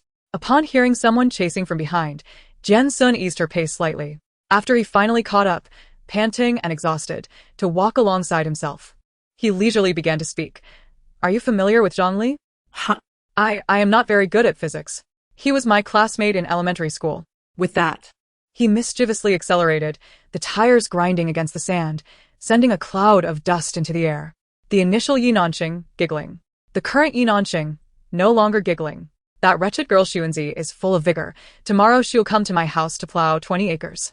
Help, I suddenly think Xuanzi is quite handsome. What should I do? Someone come and wake me up with a scolding. Haha, there are indeed people who believe it. This is all scripted, meant to deceive you girls who know nothing about fitness. The excitement stirred by Jian Xun extended beyond the live broadcast room. The onlookers hiding in the nearby woods also began to murmur. Some voiced their skepticism. Isn't such an exaggerated performance rather dull? Can these two tires actually weigh 50? I don't believe it. It's just a 50 kilograms training run. I practiced this often in the army, but she shows no signs of having trained at all. It's ridiculous. Others countered rationally. But look at that scene of flying sand and stones. Doesn't it seem rather extraordinary? When she swung that tire earlier, I genuinely feared she might hurl it like a discus and injure someone. Suddenly, the person who had organized the betting recalled something and turned to look for the young man who had been mocked for his earlier boast. Yet, the man who had been leaning against the tree watching the competition had vanished without a trace. A wave of fear washed over him. Thankfully, he had not rashly taken up the bet. Otherwise, he would have ended up working part-time without earning a dime, and instead, would have lost a fortune. After the fright, a hint of confusion arose in his heart. How did this guy know? Chapter 10, Survival on the Deserted Island. No wild boars allowed in the competition. Half an hour later, the 7 guests stood in perfect alignment before the instructor. The expressions varied across their faces, but their gazes were more or less fixed on an initially inconspicuous figure. Jian Yanwei, Su Miao, stepped forward. Here, 30 minutes for a 1,000-meter shuttle run with a 10 kilograms load, each earning 10 points. As soon as Instructor Wang finished speaking, Jian Yanwei and Su Miao's electronic wristbands beeped twice in unison. They looked at their wristbands, which indeed displayed an increase from 0 to 10 points. Just as Zhou Wen, filled with envy, was about to raise her hand to signal that she too had completed the 10 points, she heard her name called. Zhou Wen stepped forward. Zhou Wen, here. 30 minutes for a 1,000-meter shuttle run with a 10 kilograms load. Time taken 32 minutes. Exceeded time limit. No points awarded. Zhou Wen, no longer giggling, Upon hearing this news, her vision darkened, and she nearly fainted. Fortunately, Jian Xun, quick on her feet, reached out to steady her, and didn't he forget to remind her, "You can't sleep here." The instructor, preoccupied with the need to complete the process, was not concerned about Zhou at all. His mind was set on trying out Jian Xun's training standards. Su Junming, 30 minutes for a 1,000 meter shuttle run with a 15 kilograms load, earning 15 points. Yi Nanqing, 30 minutes for a 1,000 meter shuttle run with a 20 kilograms load, earning 20 points. Gu Xiuqi, 30 minutes for a 1,000 meter shuttle run with a 25 kilograms load, earning 25 points. Finally, all eyes converged on the slender figure. Jian Xun.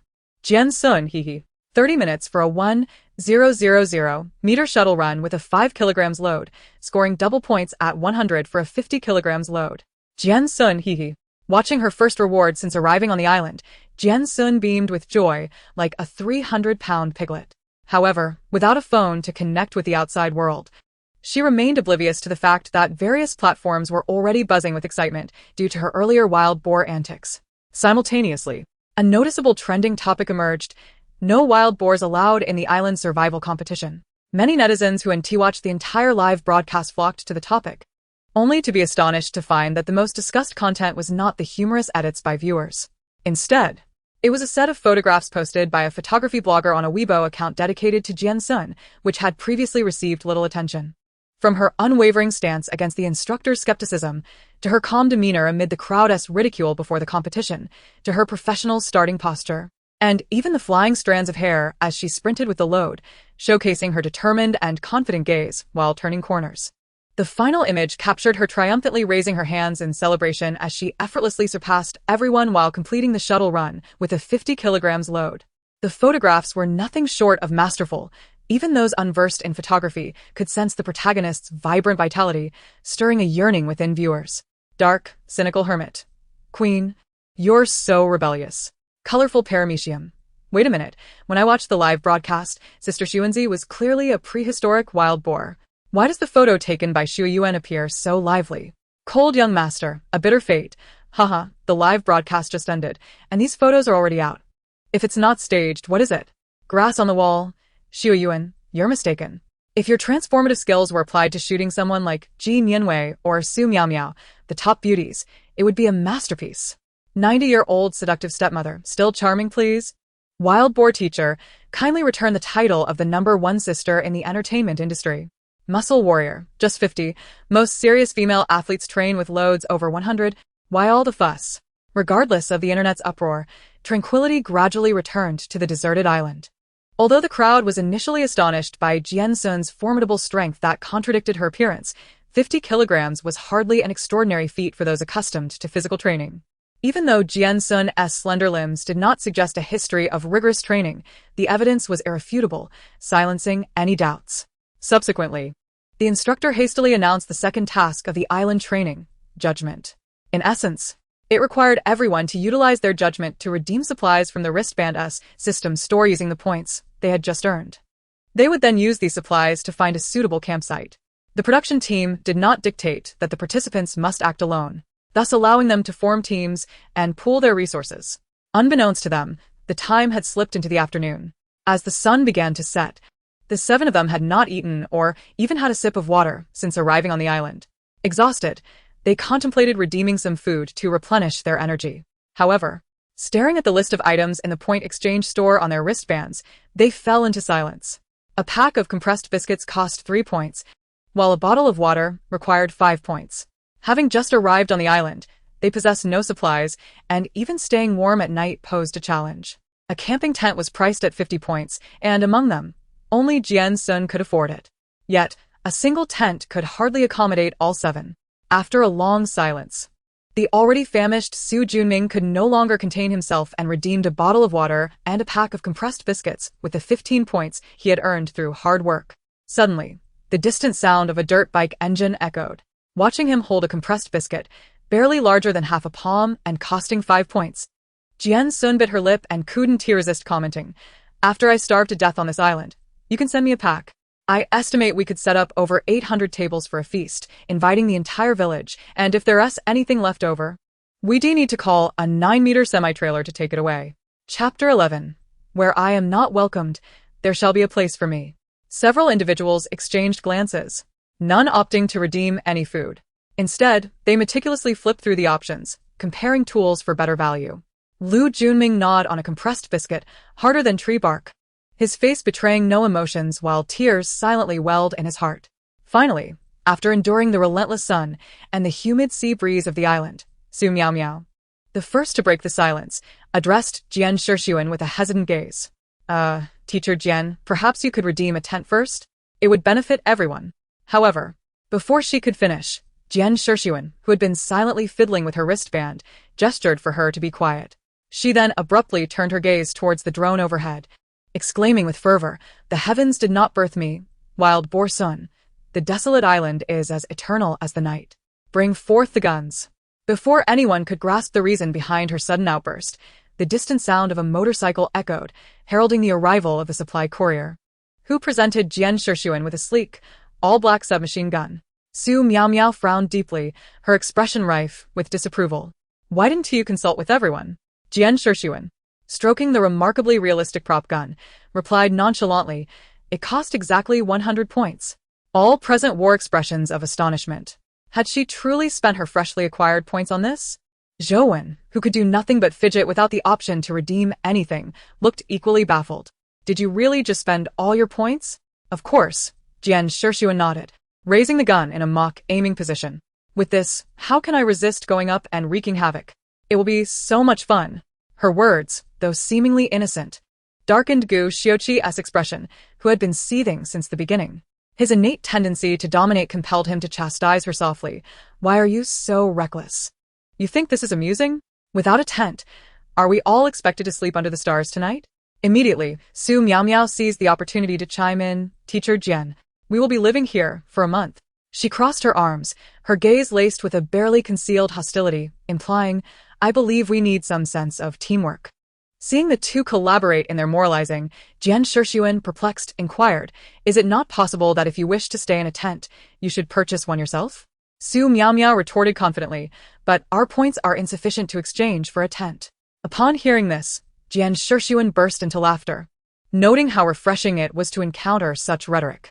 As she approached the two, gun in hand and a smile on her face, she remarked casually, "Such thoughts devoid of reason, all stemming from humanity's insatiable greed. It's a textbook display of begging, Teacher Su." Su Miao Miao was momentarily speechless.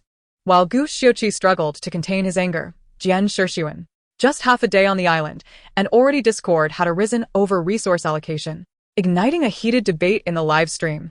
"This Jian Xun is quite mad, isn't she? A mere 100 points could have secured essential supplies. Yet she squandered it on a gun. Does she think her strength grants her immunity to the challenges of the island? My buddy was selected by the Director's team. A 2-time county champion.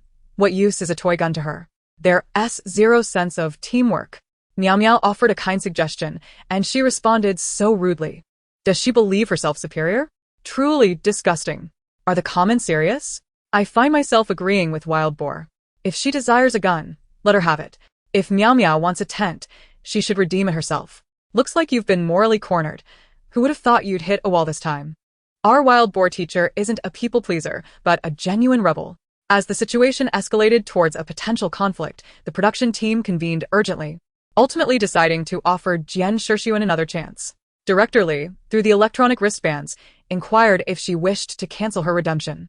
Lu Junming, who had been quietly nibbling on his biscuit, awkwardly suggested, "Perhaps we should first redeem some supplies to survive the night." Though Ji Nianwei maintained a detached demeanor, she too disapproved of Jian Xun's gun. Yi Nanqing appeared conflicted, glancing around without voicing his stance. Faced with the subtle pressure from her peers, the resolute Wild Boar, reluctant to yield, simply shook her head in refusal. She calmly surveyed the group and stated, "Heavenly Lord, can anyone distinguish you from leeches?" With that, she turned away, leaving behind a solitary and cold silhouette. "Very well, if I am not welcome here, I shall carve my own path." Thus, the disagreement over resource allocation concluded in discontent. The incident trended on social media, with most condemning Jian Xun for her selfishness, lack of foresight, and fixation on immediate gratification. Only a small faction defended her. arguing that her points were her own, and how she chose to utilize them was her prerogative. This ongoing debate regarding collective versus individual interests raged on, while Jian Xun, oblivious to the turmoil, ventured deeper into the lush jungle. How amusing! If not for provoking that gooffellow, I would have struggled to find a reason to distance myself from them. She had come to the island for leisure, not to endure the scowls of pretentious individuals.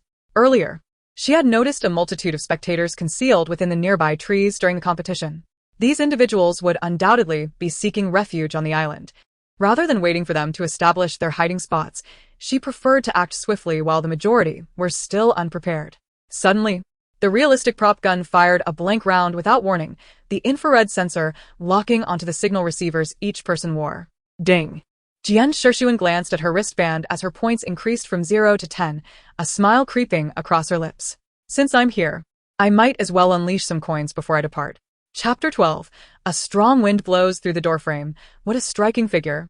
The entire sequence unfolded in an instant. By the time the unfortunate souls realized what had transpired, their wristbands blinked with the ominous red light of elimination.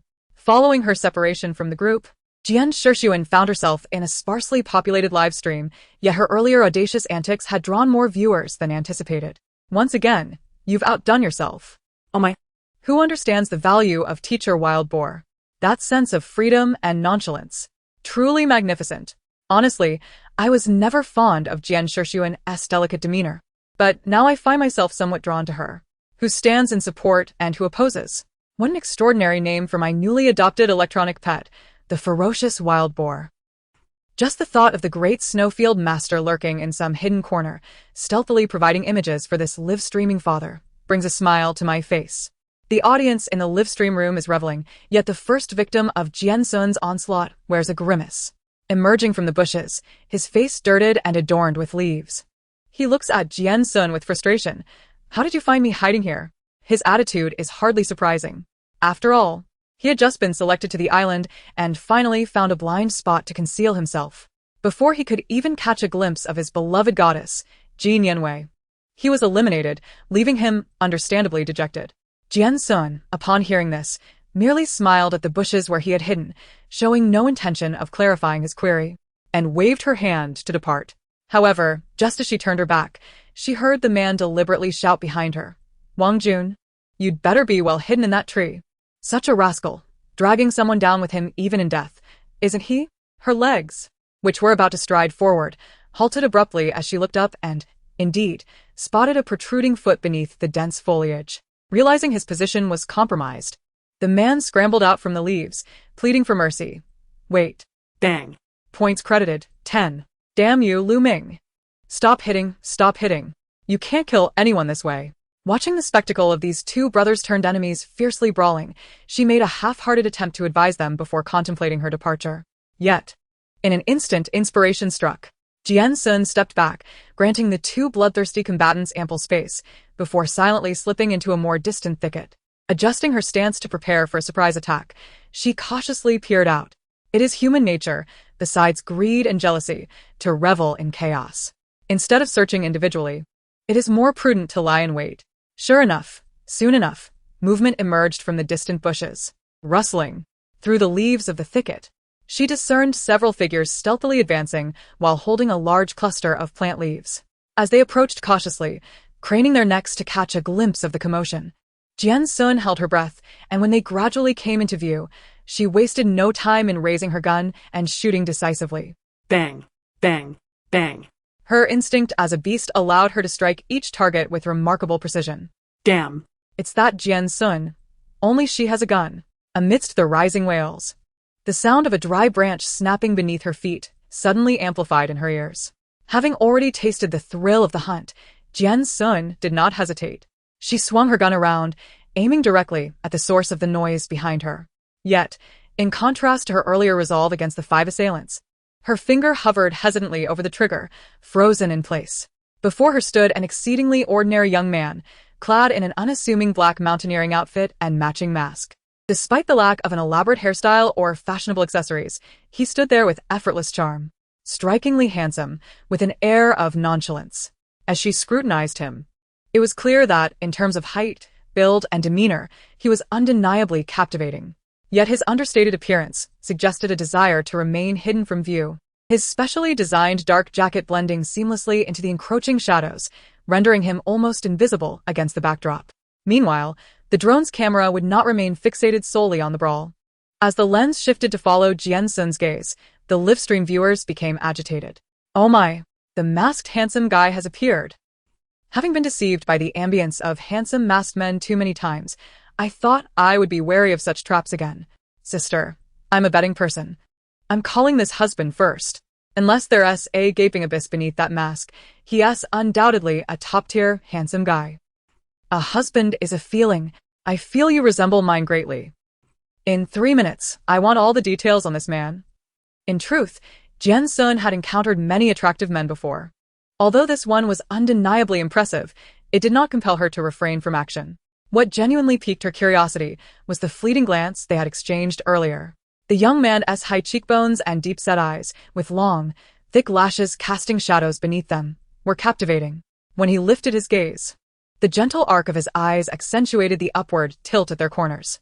His distinct eye shape bore a youthful pride and sharpness, yet during their brief exchange, Jian Xun had not missed the flicker of panic that crossed his gaze. Surprised by her ability to discern a different emotion in those eyes, she pondered how she, a wild boar, could recognize such subtleties. Despite her partial face blindness, when it came to the few humans she had encountered, this young man felt strangely familiar, as though she had seen him somewhere before.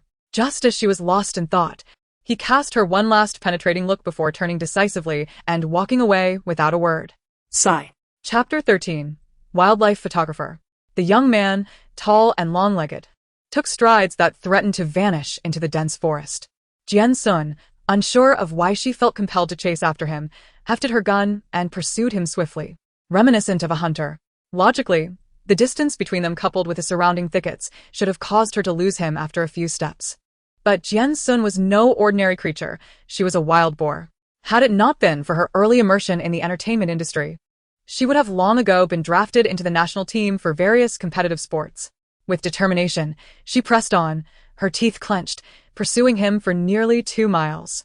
When she finally caught up to the young man, panting heavily, she leaned against her waist, breathlessly stammering, "Why did you stop running?" If she weren't so out of breath, she would have demanded answers. After all, the gun she held was not real. Even if it were to hit him, it would merely cut short her island adventure, not take his life.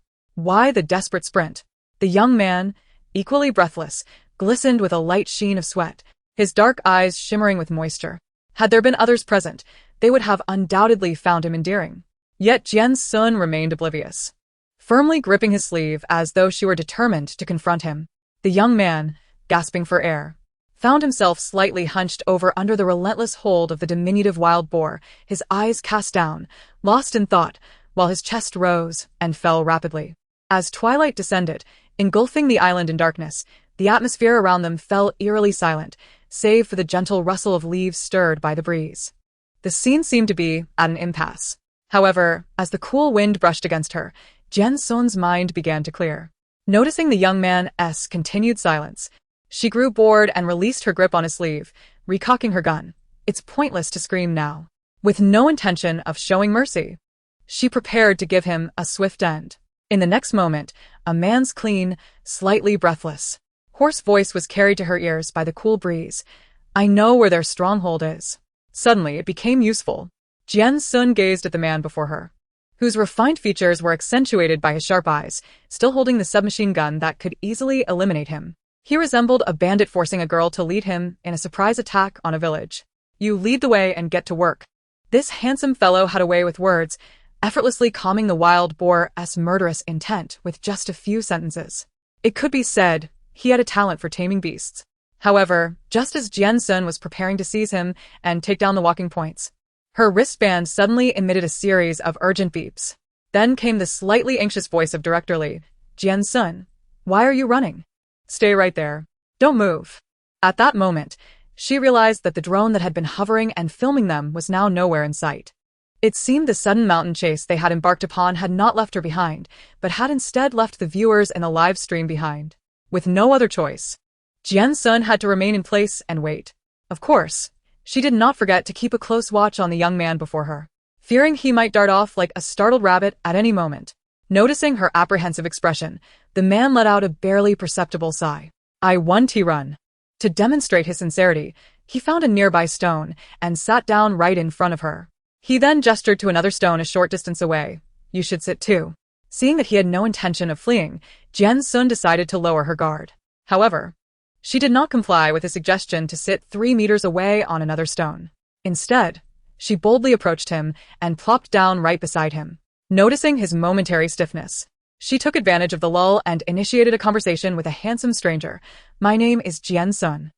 Hearing her attempt at small talk, the young man responded coolly, but then seemed to reconsider his aloofness and added, I know. If he were an ordinary person, such a response would likely deter further conversation. But Jian Xun was different. The more reticent he was, the more she was drawn in. So, what did you do before coming here? At her question, the man's gaze flickered, and after a long silence, he finally replied, photographer. Photographer? Hearing this, Jian Xun unexpectedly thought of her station sister, who was still struggling to survive on the island. After a moment of contemplation, she continued, what do you usually photograph? Landscapes, nature, and wild animals. Upon hearing wild animals, Jian Xun felt a surge of excitement, inching closer to him. When did you arrive on the island? What's the ecological situation like? Are there any wild animals like pheasants, wild ducks, or mountain goats? In truth, she was primarily concerned about whether any non-protected wild animals were wandering the island. She had a kind heart and couldn't bear to see animals in distress. Within her capacity, she would save any creature she could. Just then, sensing someone approaching, Jian Xun momentarily set aside her inquiries about wildlife. In a bid to accumulate more points and ensure a good night's sleep, ideas were racing through her mind like a wild boar. She suddenly leaned in closer. Whispering directly into the young man's ear, the mantis stalks the cicada, while the oriole waits behind. Do you understand? Seeing him stiffen slightly and nod, Jian Xun assumed it was his first time playing the role of a double agent, and she kindly patted his shoulder, offering reassurance. Don't worry.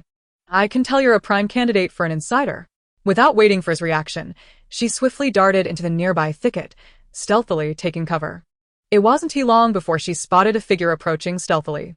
Jian Xun's eyesight wasn't the best, but as the individual crept closer, she recognized it was Yi Nanxing, who had been anxiously looking around since the afternoon. Feeling a wave of disappointment, she was about to stand when she heard Yi Nanxing's familiar voice, tinged with excitement. Bro, what are you doing here? I've been looking for you all afternoon. Chapter 14, she now felt utterly exhausted. Bro, what are you doing here? What's with that look? Have you found your goddess? Huh? Behind? What do you mean? Ah! A scream erupted, startling several birds hiding in the trees. Moments later, beneath the canopy, Jian Xun looked skeptically at the two individuals before her, both wearing different expressions. Do you know each other? Upon hearing her question, they simultaneously replied, no. Yes. Jian Xun, cradling her submachine gun, regarded them with a pair of beautifully shaped eyes, now clouded with scrutiny. Do you, or do you not know each other? Realizing he had misspoken, Yi Nanxing nearly bit his tongue in frustration. However, with no way out, he awkwardly clarified, actually, he is my. In a moment of panic, as sweat poured down his back, a flash of inspiration struck him. Employee. Yes. He's the photographer for my studio. He's here to follow me around for a shoot. As he spoke, he lightly nudged the young man's arm, masking his embarrassment with laughter. Right, brother E? The man, referred to as Ego, merely nodded in acknowledgement, tacitly agreeing with the explanation. Upon hearing this, Jian Xun's expression shifted from scrutiny to confusion as she pointed at the tall, lanky young man, but he just said he specializes in photographing wild animals. Yi Nanxing. Flustered, instinctively turned to seek help from the young man beside him. Upon receiving the unspoken plea, the latter merely cast him a disinterested glance before employing a casual smile to deflect the situation. He's a little wildcat. Yi Nanxing se simile instanti vanished. And the next moment, it transferred to Jian Xun's face. Haha, you're a little wildcat, aren't you? Ha ha ha. Yi Hanhen. I'm going to get you for this. 10 minutes later, having deftly calmed and enraged Yi Nanxing, Jian Xun learned a more comprehensive version of events. The undercover, who had voluntarily defected from the islanders, without any coercion, was named Yi Hansheng. It was said that he was the designated photographer for Yi Nanxing's studio. He had come to the island primarily to capture some untouched natural landscapes for inspiration. Considering the high-end camera in his backpack, which was worth at least 6 figures, this explanation seemed plausible. However, you just mentioned a goddess. Suddenly, as if deliberately, I han siya interrupta Jian Xun esa questioning. he looked up at the darkening sky and casually remarked, "Aren't you hungry?" Gulch. His words caught Jian Xun off guard, reminding her of her own hunger. Having not eaten all day, the little wild boar decided to set aside everything else. When it comes to food, nothing else matters. With 50 points earned, she should be able to redeem something. Gazing at the food available for exchange on her wristband, Jian Xun fell into deep thought. Compressed biscuits, small. Compressed biscuits, medium. Compressed biscuits, large. She felt utterly drained. Especially drained. It was akin to raising 3 sons with great difficulty, only to realize that just when she thought she could enjoy her twilight years, her eldest had a child, and she would have to start babysitting again. Come on. Why not throw up some Russian rye bread to complete your inventory? All compressed biscuits? What does that mean? Sponsored? Sister Jian, don't struggle anymore. Yi Nanqing shrugged. Utterly unfazed by the situation. They have already set up tents, and are munching on compressed biscuits. Jian Xun raised an eyebrow at him. And you? I made an excuse to slip away to the restroom. Kid, you're invincible. She gave a thumbs up to the grinning Yi Nanqing, and then turned to the young man quietly observing the surroundings. Yi Nanqing, right? Come with me.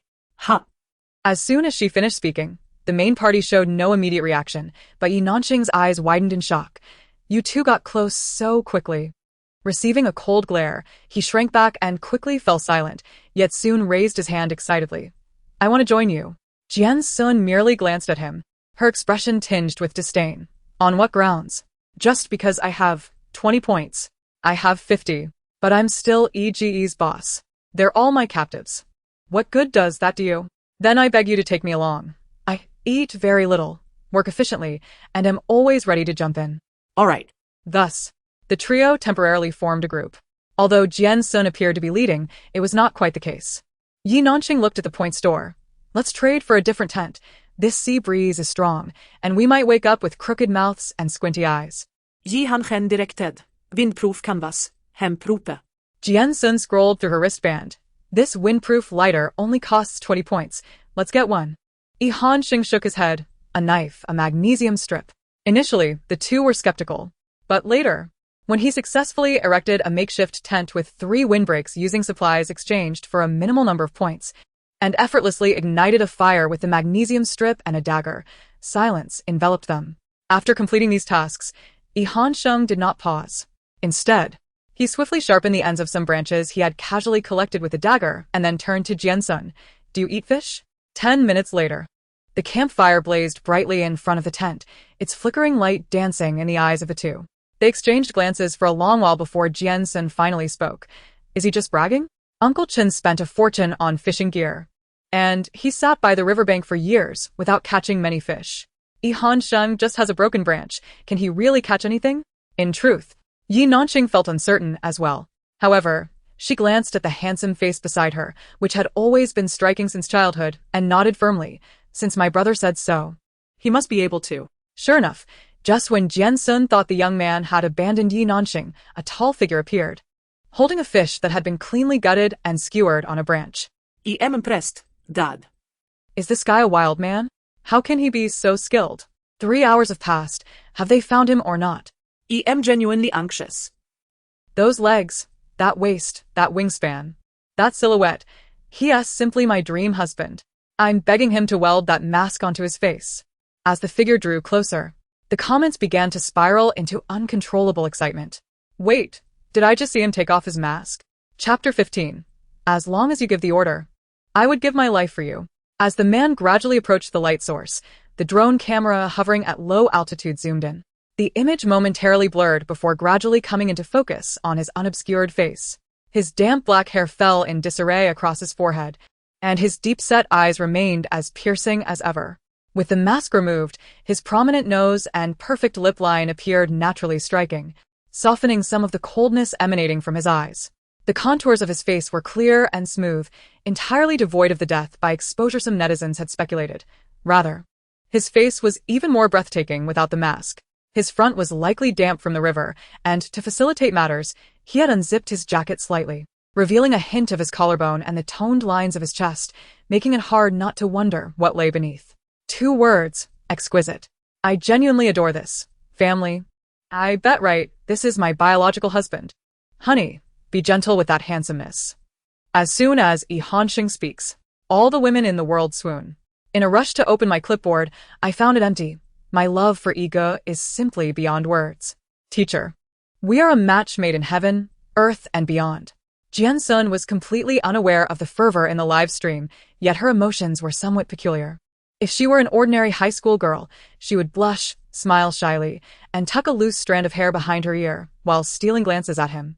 If she were a popular celebrity, she would nonchalantly declare her financial prowess. Unfortunately, Jian Xun was merely an oblivious little wild boar. So, as she watched the extraordinarily handsome man sit beside her, skillfully roasting the already gutted fish over the fire, she blurted out without thinking, "Where's your mask?" Upon hearing this, Hansheng paused momentarily, muttering a low response about it being wet, and fell silent again. However, the other person was not pleased. Nanqing widened her eyes slightly, pointing at Hansheng's expressionless face and exaggerating her tone. "Do you have any criticism for this magnificent face?" Jian Xun frowned slightly, looking somewhat troubled. "It's too handsome. I'm afraid I won't be able to act against him later." As soon as she finished speaking, the fish, which had just begun to emit an appetizing aroma, nearly fell into the fire. Hansheng tightened his grip on the branch, maintaining his indifferent demeanor.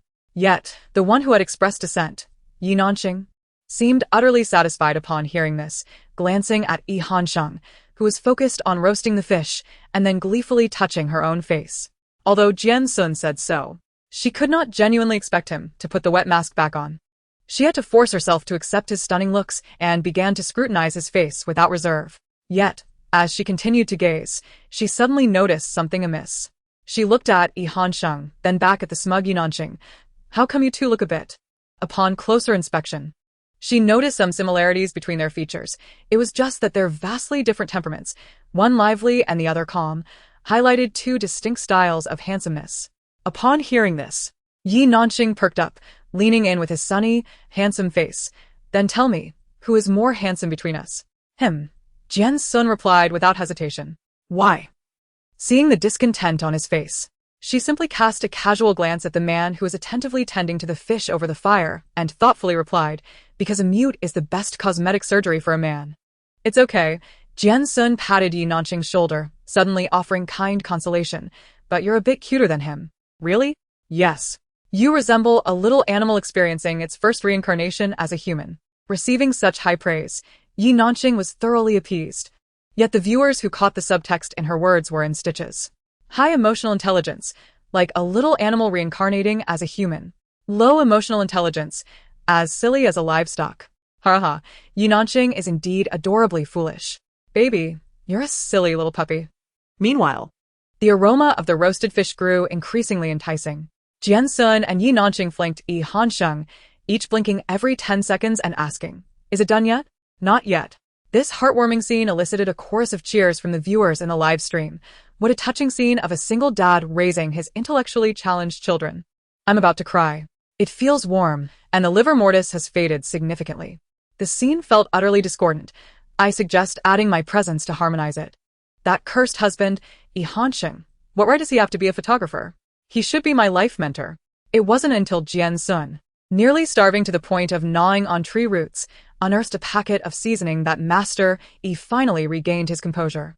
The 3 of them shared an entire fish, with 2 eager souls practically licking all 10 fingers clean.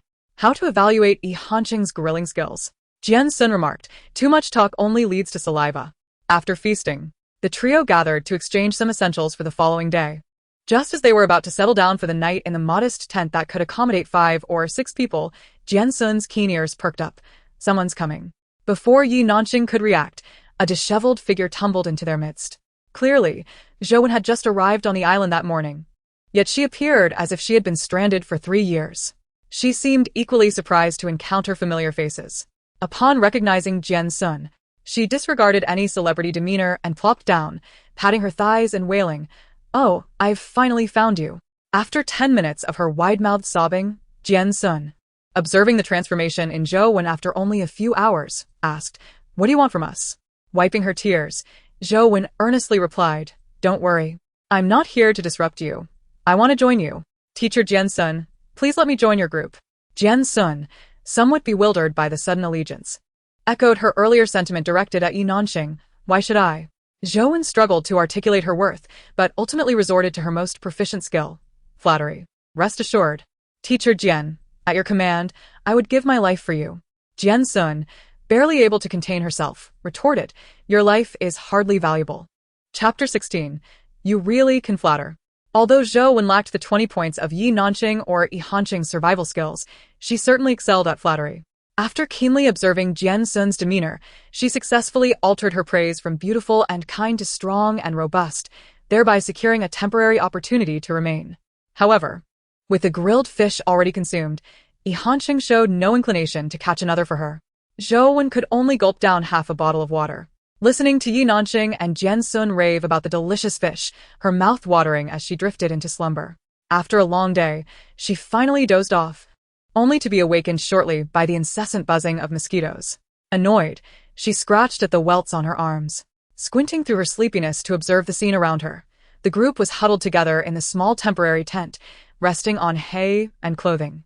Only Jian Xun, having splurged on a sleeping bag, lay comfortably within it. To ward off the mosquitoes, she had wrapped herself tightly, resembling a silkworm, with only her face exposed for breathing. Not far from her, a tall figure leaned casually against a pile of hay, effectively blocking much of the breeze, allowing no salty sea air to disturb her. This figure was fanning himself with a large leaf plucked from an unknown tree, the movement seemingly awkward, yet inadvertently directing a gentle breeze towards the cocooned Jian Xun. Zhou squinted and exchanged a glance with Yi Nanxing, who was equally disturbed by the mosquitoes. After receiving his nonchalant acknowledgement, she silently gave Yi Hanqing a thumbs up, thinking, "Brother, you really know how to flatter." The following morning, after a restful sleep, the ever-prepared Jian Xun gathered her 3 companions, whose sleep quality varied, and prepared to head to the islanders' main camp as directed by Yi Hanqing. Just then, their wristbands chimed with a new message. The production team had issued a second task, chopping wood. As they had split into 2 teams on the first day, this challenge would pit team against team. The tools for cutting wood were hidden on the island, requiring the participants to find them. Once located, teams were to chop wood within a day, and the team that gathered the most firewood before sunset would emerge victorious. The reward was not just points. The winning team would have the privilege of leaving the island that night to enjoy a hot shower and a meal. Upon seeing this enticing reward, everyone's eyes sparkled with anticipation. After a grueling day and night on the island, the prospect of a hot shower ranked as the most appealing luxury. Thus, Jian Xun, initially intent on launching a full-scale assault on the islanders, suddenly altered her plan. "Let us go chop wood." However, she soon found that her desire to complete the task was thwarted by others. Within 5 minutes of the task's announcement, Jian Xun's wristband chimed with a communication request. To her surprise, it was Gu Xiuqi, who had been silent for a day and a night. Without hesitation, she declined the call. Unfortunately, this was a communication wristband, not a phone number, otherwise, she would have blacklisted him without a second thought. The mere sound of Gu Xiuqi's voice irked her, perhaps due to her allergy to foolishness. After hanging up, the wristband chimed again, this time with Yi Nanxing's call. Not wanting to dismiss him outright, he answered. As soon as the connection was made, a low, somewhat irritated voice emerged from the other end. "Is Jian Xun with you?" Yi Nanxing, though perplexed, responded, "Yeah, so what?" Gu Xiuqi showed no politeness. Assuming Jian Xun could hear him, and directly addressed her through the connection with Yi Nanxing, "Jian Xun, have you had enough of your tantrums?" When silence ensued, he continued condescendingly, "The silence from the 4 of you is deafening." Jian Xun found his presumptuous tone amusing, retorting, "You should be grateful for the existence of terms like tyrant, coercion, and madness. Otherwise, the only word to describe you would be scoundrel." This left Gu Xiuqi momentarily speechless. However, someone else was unwilling to remain silent. The next moment, another voice chimed in. A low gasp, "Xiuqi is only looking out for you. Teacher Jian Xun, how can you resort to insults?" Faced with Su Miao Miao's meddlesome comments, Jian Xun surprisingly admitted, "It was wrong of me to insult." After a brief pause, she pivoted her response. "But is it right for him to be a scoundrel? By the way, you are too." Su Miao Miao, taken aback by Jian Xun's indiscriminate attacks, could only mumble in a small voice, attempting to establish her own persona. "Even if I'm angry, I would never insult someone like that." Before Jian Xun could reply, Zhou Wen, who had not intended to join the fray, suddenly interjected. I understand you, sister. Her tone was sincere and devoid of pretense, because I used to be a green tea. The long-suppressed Yi Nanqing finally broke down due to a single remark. He chuckled, his laughter vibrant, glancing at the slightly pursed lips of Yi Hansheng, implying, has she always been like this? Yi Hansheng remained silent, merely casting a fleeting glance at the communication device on Yi Nanqing's wrist, and spoke a rare truth. It is wrong to curse. Jian Xun frowned, but the next moment, she heard his clear voice, tinged with a gentle smile. However, if the cursing is directed at the right person, it can be seen as compensating for one's faults. Chapter 17.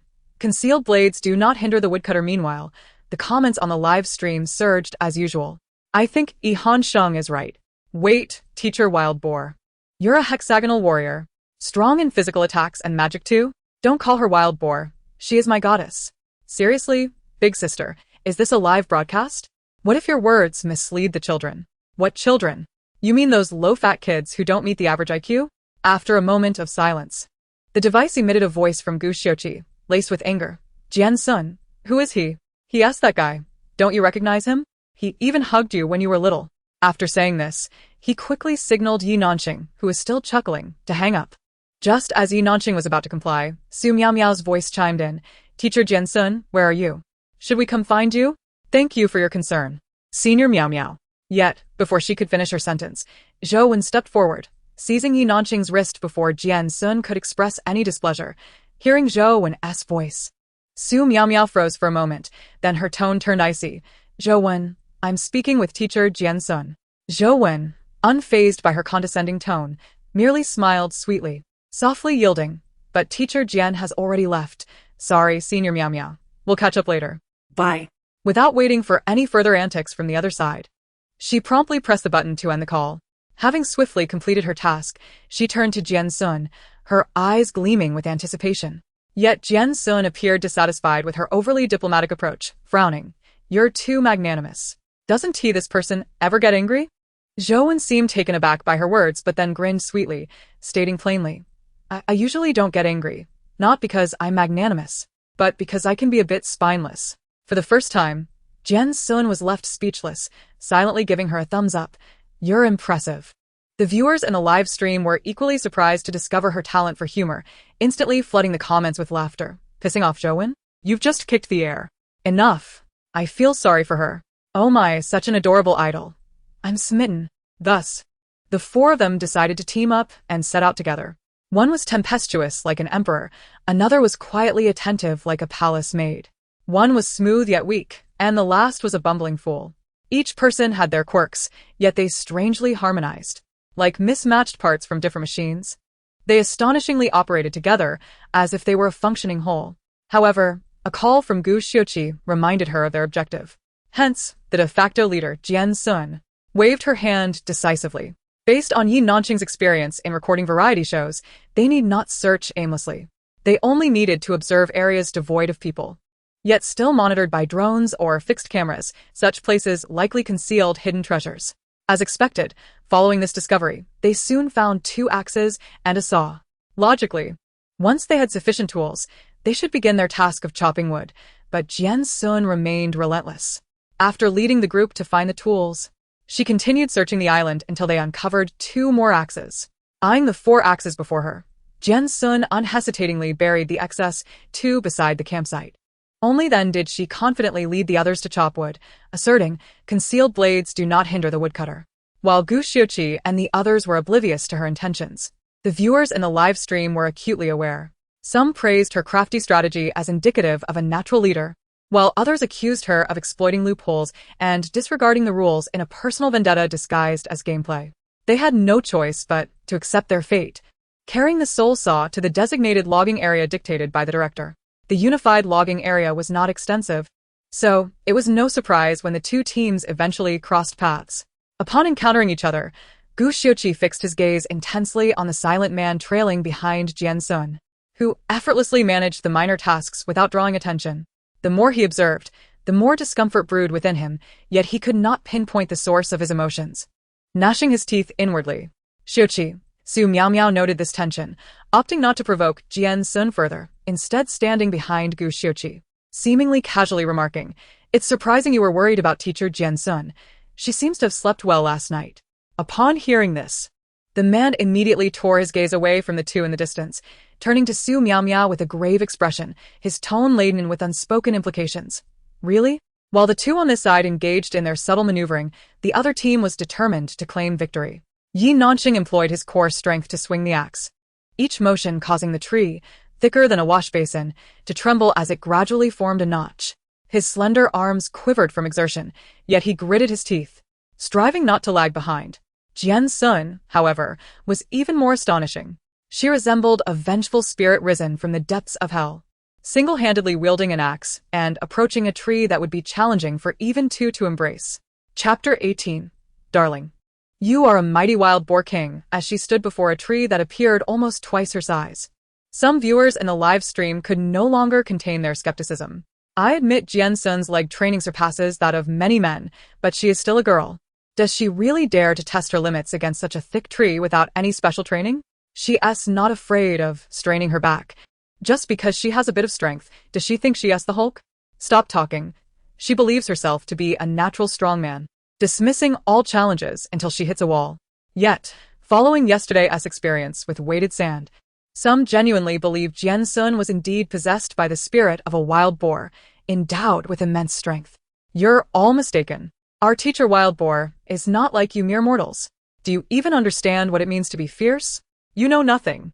Go, Wild Boar King. Pure bystanders will always support you. Don't let anyone diminish your brilliance. If you ever falter, I wouldn't mind destroying the world. Even if the entire world stands against you, I'll be by your side. Stars, as your loyal subject, vow to die for the Wild Boar King. Cover your ears and boldly move forward. Let the flowers rain down. This sister looks like two auxiliary police officers just got promoted. As the live stream buzzed with excitement, the atmosphere in the logging area on the deserted island was equally charged. Under the watchful eyes of all, Jian Xun confidently lifted her axe, ready to grip it with both hands and prepare for the swing. Just then, a deliberately slowed voice resonated from behind her. Chopping down a tree necessitates a deft touch.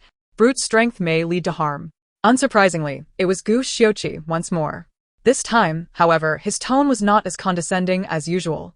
Instead, it bore a surprising gentleness, laced with an almost imperceptible concern. Shall I teach you how to exert your strength? Yet whether it was due to his innate domineering aura or something else, even his softened tone struck Jian Xun's ears like a half-hearted jab. She remained silent, merely casting a sidelong glance at Gu Xiuqi.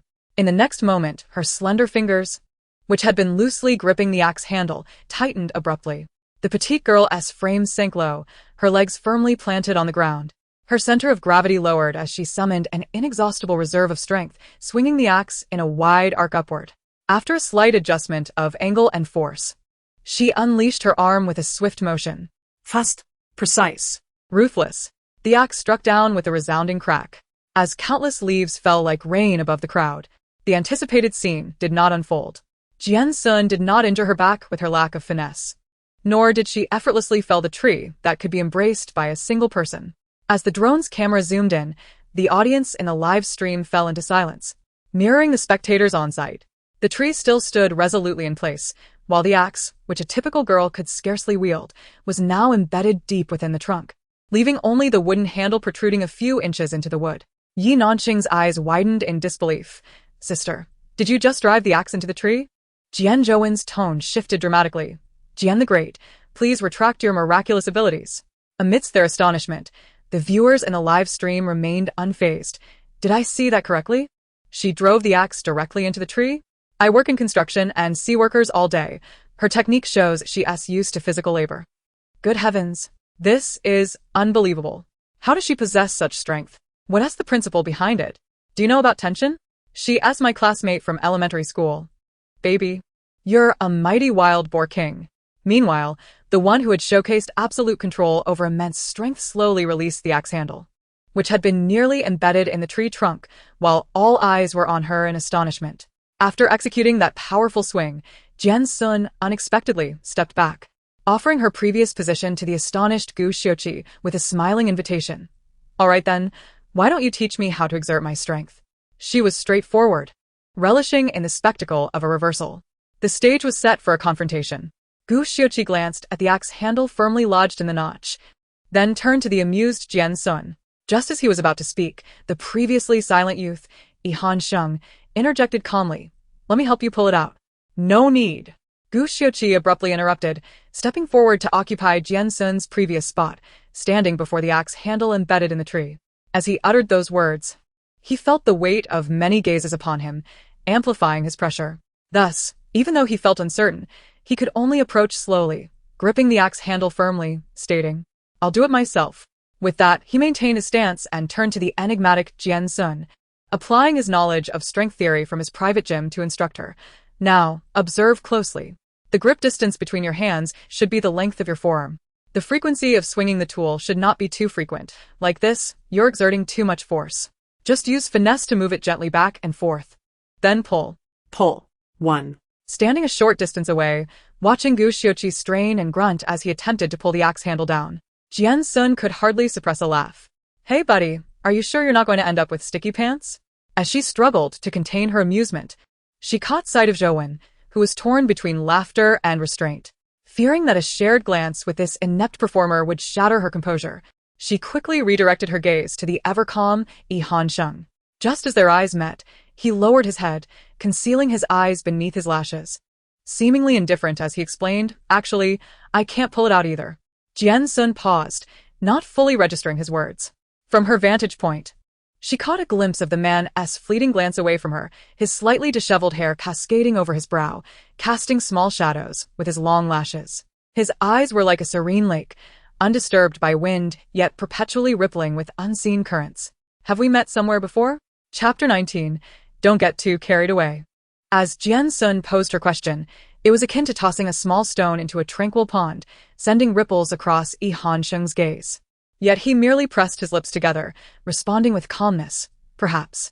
Receiving an ambiguous answer, Jian Xun refrained from pressing further and nodded, turning her attention back to Gu Xiuqi, who was still laboriously trying to extract the axe. You're almost there, she encouraged, stepping closer to pat Gu Xiuqi on the shoulder. How's it going? Come on, you're close to pulling it out. In her usual bold manner, she leaned forward, peering down to see that the axe she had lodged into the trunk was indeed loosening under Gu Xiuqi's persistent efforts, having been pulled out by a third. Observing this, she frowned slightly, muttering a silent reprimand in her mind, then looked up at the brilliant sky, suggesting, maybe I should give it a try. No need. Gu Xiuqi rejected the idea without a second thought, his gaze fixed on the axe handle, his determination unwavering as he gritted his teeth. I'm just about to pull it out. With an impatient click of her tongue, Jian Xun did not indulge him, casually shoving him aside. And facing his astonished yet slightly indignant expression, she remarked, Do you know the difference between you and a tissue in a washing machine? Wow, what difference? There's no difference. In a standard posture, her seemingly delicate hands, which concealed a terrifying strength, yanked back with force. Crack. The trunk emitted a faint sound of splintering as the axe, deeply embedded in the robust bark, which Gu Xiuqi had struggled to move for so long, was suddenly dislodged by her single motion. Although she possessed extraordinary core strength, the scene still sent shockwaves through the viewers and the live stream. Is this truly the embodiment of a wild boar? Is there a mad scientist ready to dissect her for research? If they develop a new drug, I won't have to toil so hard for strength every day. Heavens, I can tell she's my wife. Return my husband, or I'll report you.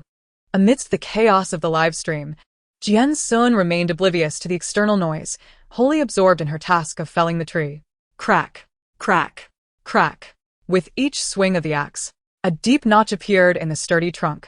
The tree trembled violently, shedding a cascade of leaves, as the sharp axe collided with the wood, sending splinters flying. A scene of indescribable intensity, where wood chips and fallen leaves danced in the air, resonating with the rhythmic strikes of the axe against the tree. The most astonishing aspect of this entire scenario is the individual responsible for it, an 18-year-old girl whose physique lacks any notable muscular definition. In no time, a term dubbed refer to Lord Wild Boar ascended the entertainment charts at an astonishing pace. Comment section, artiste. Wait, did I just miss a moment? Did Teacher Wild Boar strike again? Rebirth as a sexy cockroach. This sister's destructive power rivals that of an adult hyena. Only changing my name after lifting 80 kilograms. Truly an exhilarating dimensional blow.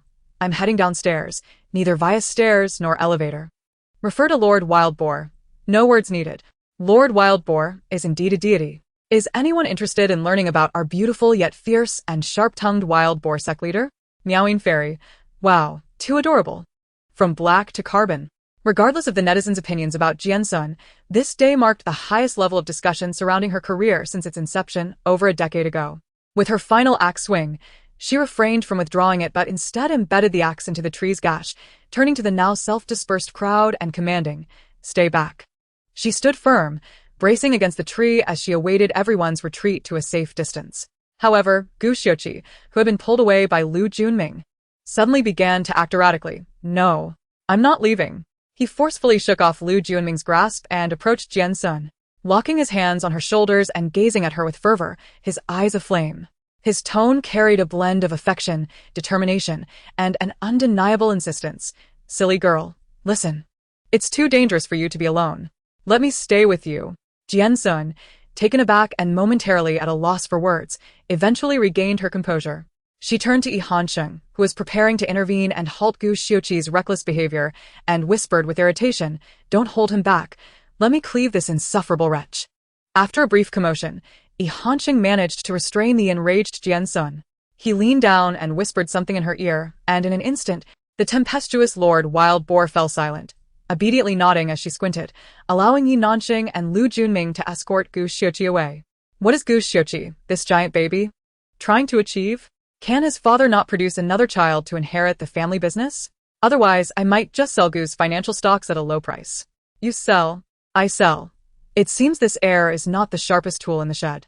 Ego, did you allocate all your gifts to looks and beast mastery at birth? Why is Lord Wild Boar so obedient? Help, Mama's wild boar baby is too adorable. I might just burrow into the pigsty. Once at a safe distance, Gu Xiuqi forcefully broke free from their hold. Turning to Yihansheng, who was calmly trailing behind, he scoffed, his expression darkening. Why did Jian Xun speak so sharply to him while being so amiable with this inexplicable man? What was he, to dare compete for her attention? As these thoughts consumed him, his expression grew even more sullen, his gaze toward Yihansheng laced with venom, his tone distinctly unfriendly. "You? What did you just say to her?" The addressed individual displayed no sign of distress, merely casting a nonchalant glance at the imposing Gu Xiao, the corners of his lips curving into a subtle smirk. "I advised her not to strike you. Don't let her hit you." Chapter 20, because I've been watching. While the competition between the two men heated up, Jian Xun's lumberjack efforts reached their climax. Though her axe swings appear devoid of technique, the truth was quite the opposite. While felling trees may lack finesse, the challenge lies in toppling them. Despite her strength far exceeding that of an average person, she was still merely a wild boar, not a dinosaur. If that massive tree were to crash down, it would spell doom for her. Jian Xun surveyed the gash in the trunk, which had been nearly 3/4 cleaved, along with the axe wedged within it. Rather than act rashly, she circled around to the back of the tree, retrieving another axe left by Yihansheng. Gripping it firmly, she steadied her breath and swung with all her might. Crack! The backside of the trunk's gash was once again cleaved open. Without pausing, she swung 3 more times and, without hesitation, kicked the wedged axe handle, sending it flying. Jian Xun raised her axe, preparing for one final assault on the teetering tree. Snap! The sound of splintering would crescendoed, as a drone hovering above captured the breathtaking scene from a macro perspective. The tree, large enough for a person to barely embrace, began to tilt slowly. Accompanied by a heart-stopping cacophony, it soon lost its balance and crashed to the ground with a thunderous roar. The trunk hit the earth with a violent impact, sending clouds of dust into the air, while the enormous canopy fell heavily, scattering leaves and branches like a grand curtain of green rain. Nama. I feel as though I've been mercilessly beaten through the screen. This must be what online violence feels like. Refer to Lord Wild Boar, Lord Wild Boar. Year after year. Simultaneously, all present gazed in astonishment at the unfolding spectacle, rendered speechless. Lu Junming found himself at a loss for words. While Ji Nianwei brushed leaves from her hair, her gaze fixed on the fallen trunk. Su Miao Miao was so startled that her pupils trembled in resonance with the ground. Who on earth is she? Zhou spat out dust, her tone a mix of amazement and pride. She is my goddess. Yihansheng, meanwhile, coughed up leaves that had blown into her mouth, silently watching Jian Xun, who had already stepped past the crowd, murmuring to herself. While it is said that humans are inherently drawn to strength, that presupposes they are indeed human. In the distance, while several remained astonished by the scene, the two men advanced toward the base of the fallen tree. Initially, Yi Hansheng was at the forefront, but Gu Xiuqi, lagging a step behind, seemed to have lost his senses, akin to a parent who had misplaced their child. He called out Jian Xun's name, sprinting toward the direction of the fallen trunk. Though he stumbled over broken branches and leaves underfoot, he persisted, employing dramatic gestures reminiscent of a melodramatic tale. Jian Xun. Jian Xun, where are you? Don't frighten me. Seeing him so agitated, Yi Hansheng refrained from rushing to join his frenzy, opting instead to observe his turmoil from a distance. Gu Xiuqi's emotions shifted from concern to panic, culminating in a desperate kneel as he frantically clawed at the thick layer of leaves covering the ground. Woman, I will not allow anything to happen to you. If someone were to interview Yi Hansheng at that moment, he would undoubtedly comment without hesitation, a performance-driven personality. Hearing her voice, Yi Hansheng showed no sign of surprise, calmly turning his gaze toward her. What do you think? Jian Xun stroked her chin and offered a fair assessment. Dubon rating, 0.8. How long have you known Gu Xiuqi? Not long enough to be considered acquaintances. Is this love at first sight? How absurd. She tilted her head, her gaze resting on Yi Hansheng, whose life plan seemed clearer than her own, and inquired with genuine curiosity. How did you know I had circled around to this side? During the brief moments while the tree was collapsing, she had swiftly maneuvered to the side, concealed by the flurry of falling leaves, successfully avoiding the dust cloud that could have engulfed her face. Yet, her actions were remarkably swift, and the situation was undeniably chaotic. Gu Xiuqi believed that the severed branch lay buried beneath, so how did he know that he had safely circumvented it? His deep eyes, reminiscent of exquisite amber, rippled with a calm expression as he spoke, his voice barely audible, almost swept away by the gentle breeze. Because I've been watching. Always. You. Jian Xun was momentarily taken aback, seemingly wanting to say more, but was interrupted by the approach of others behind her. Captain. Jian Dewang, Yi Nanxing and Zhou Wen, the lively duo, hurried over, chattering excitedly around the two.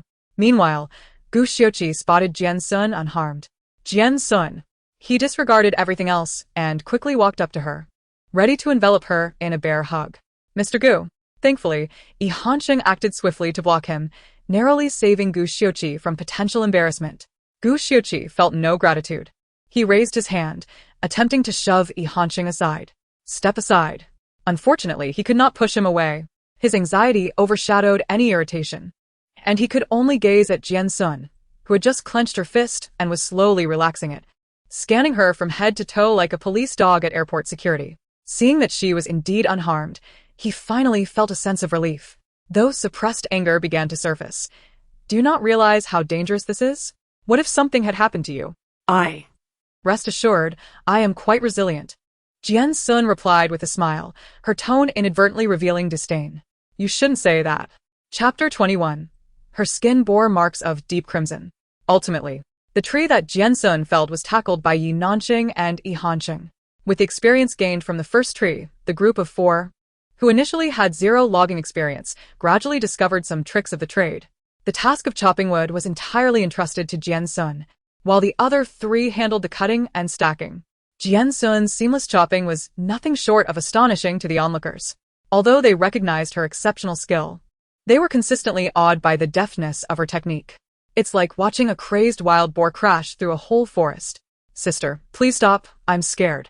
Wild Boar King, I have 20 acres of rice at home. I decree you as the Wild Boar Queen, commanding you to bear me a child. While the four were engrossed in their work, their designated area soon resembled a small mountain of logs. In contrast, another team was at a disadvantage, having lost two of their most effective axes and with Gu Xiuqi distracted while sawing trees. Unsurprisingly, Jian Xun's team emerged victorious. Just as Director Li was about to announce through the electronic wristbands that they each would receive 50 points and the right to rest off the island that night, an unexpected turn of events occurred. No. I oppose. Gu Xiuqi exchanged a surprised glance with Su Miao, disregarding her reasons for dissent. He stepped out of the team, pointing unceremoniously at the silent man in Jian Xun's group, raising his voice. He is not a guest. Why should he be allowed to leave the island with us? Su Miao explosively followed suit, echoing Gu Xiuqi's sentiments. As she spoke, her gaze aligned with his, landing on the indifferent, detached eyes of the man, causing her heart to skip a beat. Nevertheless, she managed to maintain a polite yet resolute smile. Upon hearing this, the directing team backstage was left dumbfounded. It seemed they had unwittingly offended both sides. Su Miaomiao's fans supported her stance, claiming that Jian Xun's team should forfeit their awards for employing outside help. Meanwhile, Jian Xun's group retaliated, accusing Su Miaomiao of lacking integrity, arguing that their team was already short one member and adding another was merely fair. They questioned why this issue was only raised after the competition concluded, clearly perceiving it as a deliberate provocation. After much deliberation, unwilling to alienate anyone, Director Li ultimately proposed a compromise. Fearing backlash, he abruptly cut off communication. Confused and feeling manipulated, Yi Nanqing exchanged glances with Zhou Wen, each recognizing a shared frustration. In contrast, Jian Xun met Su Miaomiao's blatant provocation with a calm demeanor. Observing the less-than-friendly smile on the latter's face, she raised an eyebrow, her lips curving into an alluring smile. So, Su Miaomiao, is it? Very well. The four exchanged glances, none daring to speak first. After a lengthy pause, Jian Xun, seemingly magnanimous, patted the dejected Zhou Wen and spoke with an air of enlightenment. Look on the bright side. At least we've turned misfortune into gain, acquiring 300 points. Captain, are you out of your mind? Zhou Wen and Yi Nanqing were perplexed by Jian Xun's unusual composure. Only Yi Nanqing, silently observing, regarded her with a profound gaze. That evening, utilizing his extensive knowledge of wilderness survival, he spent their 300 points to construct a remarkably perfect campsite. No, it was no longer merely a campsite. It should be referred to as a modest guest house. He used the wood chopped during the day to create a framework, exchanging points for materials and comprehensive tools. After some planning, they toiled through the night, ultimately erecting a spacious tent exceeding 50 square meters, equipped with multifunctional features for wind, cold, rain, humidity, pests, and flooding. The interior boasted a solar-powered generator for lighting and was partitioned by thick tarps into several small rooms. It not only provided sleeping quarters but also allowed for simple washing and grooming. At Jian Xun's request, a square table was even constructed for mahjong. A canopy was set up at the tent entrance, with a fire pit continuously burning, and all necessary cooking utensils were at hand, alongside a pile of firewood from earlier efforts. Having completed all this, the night had slipped into the early hours. Before long, the sound of snoring emanated from Yi Nanqing's direction, clearly indicating that the child was utterly worn out. However, that night was destined for someone to be restless. Jian Xun lay in bed, waiting. She remained alert until the drone's faint hum outside faded away before quietly rising from her makeshift cot. After washing up and donning a pure black windbreaker, she seized the opportunity presented by the dark, windy night. Stealthily, she gathered some flowers and herbs from the rear of the campsite and spent a considerable time tinkering. Once prepared, she slipped away into the thick darkness. The following morning, two piercing screams pierced the air. A just-awakened Gu Xiuqi and Su Miaomiao exchanged bewildered glances, simultaneously pointing at each other's faces. Your face. What happened to your face? Upon seeing them, both were equally astonished, dropping the sour fruits they held. Inside the cramped tent, Gu Xiuqi and Su Miaomiao were disheveled, their bodies and faces covered in vivid purple marks. Upon closer inspection, each mark bore the words, "Quarantine qualified." Chapter 22, Is Your Temper Not Quite Right? Meanwhile, Gu Xiuqi and his companions were in disarray due to the sudden appearance of these bizarre, indelible tattoos on their bodies. Jian Xun's group was equally flustered. Your Highness. Captain, wake up. Zhou Wen burst through the curtain into Jian Xun's room, shaking her awake, exclaiming, Yi Nanqing is missing. So, what if he is missing? Jian Xun's sleepy eyes widened in an instant, furrowing her brow at Zhou Wen's anxious face. What do you mean he is missing? Unbeknownst to her, Zhou Wen's face was crumpled like a dumpling, and upon waking, she had vanished without a trace from the camp. Yi Nanqing had already ventured out in search of her. Upon hearing this, Jian Xun sprang from her bed in a flurry, muttering anxiously, This is bad, this is terrible, as she hurriedly made her way outside. Sister Sun? What is going on? Before he could finish his question, Jian Xun grasped his arm tightly, exclaiming, Did that eager run away? I was just about to tell you that. Yi Nanqing shrugged nonchalantly. I reckon he felt guilty for causing our inability to rest on the island yesterday and fled in the dead of night. She tilted her head, wearing an expression of exasperation. Honestly, he was so eager yesterday, exerting all his strength to complete the camp. Jian Xun, however, merely regarded her with a solemn expression. After a prolonged silence, during which Yi Nanqing felt a chill creeping down her spine, Jian Xun finally spoke, her tone somber. "He has gone. Who will take me to the lair?" The news of Yi Nanqing's guilt-ridden departure struck not only the well-cared-for wild boar team, but also the electronic wild boar team in the live stream, who found it hard to accept. "What? Our caretaker left? Curse you, Su Miao Miao. You heartless wretch. Return my husband. I'll report you. Help. Beastmaster. I'm truly at my wit's end." You decide to leave, but still set up a magical castle for our wild boar team before departing. The ancient Greek god of architecture. Ultimately, after Yi Nanqing repeatedly assured Jian Xun that she would find a suitable stronghold to replace Yi Nanqing, a reluctant Jian Xun conceded. The group washed up with the fresh water they had exchanged for and sat around a four-sided table, sharing a few fruits that Yi Nanqing had left behind. Jian Xun was quietly munching on a piece of fruit when suddenly, a furious shout echoed from the distance. "Jian Xun, come out here." Recognizing the voice, she paid no heed, finishing the unknown sweet fruit in a few bites while remaining composed. After a moment, Zhou Wen tentatively inquired, "Did you hear someone calling your name?" Jian Xun nodded, then shook her head, indicating it was unnecessary to respond. Yi Nanqing and Zhou Wen exchanged glances, both puzzled yet obediently remaining seated with their fruits. Jian Xun calmly finished her fruit, leisurely sipping water. After quite some time, the agitated newcomer finally found the vast tent camp hidden deep within the dense forest. Gu Xiuqi and his three companions were initially taken aback by the luxurious, oversized multifunctional camping tent that greeted them. It's like a resort built on a deserted island. However, the other two were not as tranquil. Fueled by rage, Gu Xiuqi and Su Miaomiao rushed forward. Jian Xun. Upon seeing Jian Xun seated with an air of tranquility, Su Miaomiao's fury reignited. Ignoring everything, she stormed up to Jian Xun, seizing her wrist and shouting, "Jian Xun, this is all you're doing." To this, Jian Xun showed no signs of panic but merely turned to Su Miaomiao with a calm demeanor. A soft chuckle escaped her lips, despite her attempts at restraint.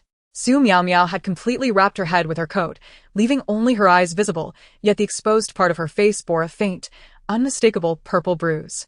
Squinting, Jian Xun examined her face with an air of genuine curiosity, her voice laced with confusion. "What is that on your face?" "Ah?"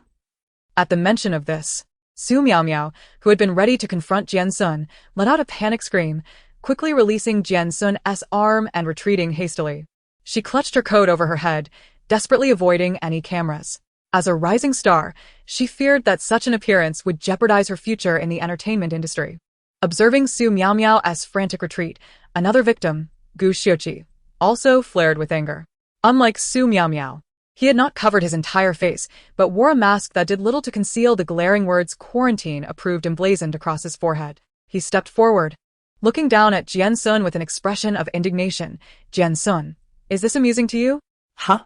Jian Xun feigned innocence. "What have I done?" Rising slowly, she pointed at the still visible words on Gu Xiuqi's forehead and remarked, "I didn't realize you two were so romantic." Then, turning her gaze toward the now cowering Su Miaomiao, she sincerely asked, "Couple tattoos, perhaps?" Laughter erupted, and it became evident to Yi Nanqing and Zhou Wen that Jian Xun had indeed taken advantage of their slumber the previous night. They felt an overwhelming urge to kneel in reverence to her cleverness. As the two groups converged, their respective live streams merged, with fans passionately defending their favorites. Some accused Jian Xun of being malicious, asserting that as a woman, she should not ruin another's appearance. Others argued that without evidence, one should not cast aspersions, suggesting that perhaps it was Yi Nanqing who had caused the chaos the day before. Additionally, some fans expressed newfound admiration for the wild boar cult leader, having felt a sudden release of pent-up frustration. Of course, a significant number of comments were filled with vitriol, including from the victims themselves. Gu Xiuqi, lacking any proof of Jian Xun's involvement, could only vent his frustration through furious shouts, "Jian Xun." Yet, throughout it all, Jian Xun maintained her composure, gently massaging her slightly numb ear while smiling patiently at Gu Xiuqi. "Is your temper not too good? It's quite common in breeding farms, generally. A little castration does the trick." In Chapter 23, as Su Miaomiao lamented her ruined beauty, Gu Xiuqi insisted that Jian Xun confess to the quarantine stamp intended for livestock. However, Jian Xun remained steadfast, arms crossed and adamantly denying, "It wasn't me. I was busy building a house yesterday." Upon hearing this, Yi Nanqing and Zhou Wen quickly shook their heads in denial. "It wasn't me. I was busy gluing canvas." "Not me.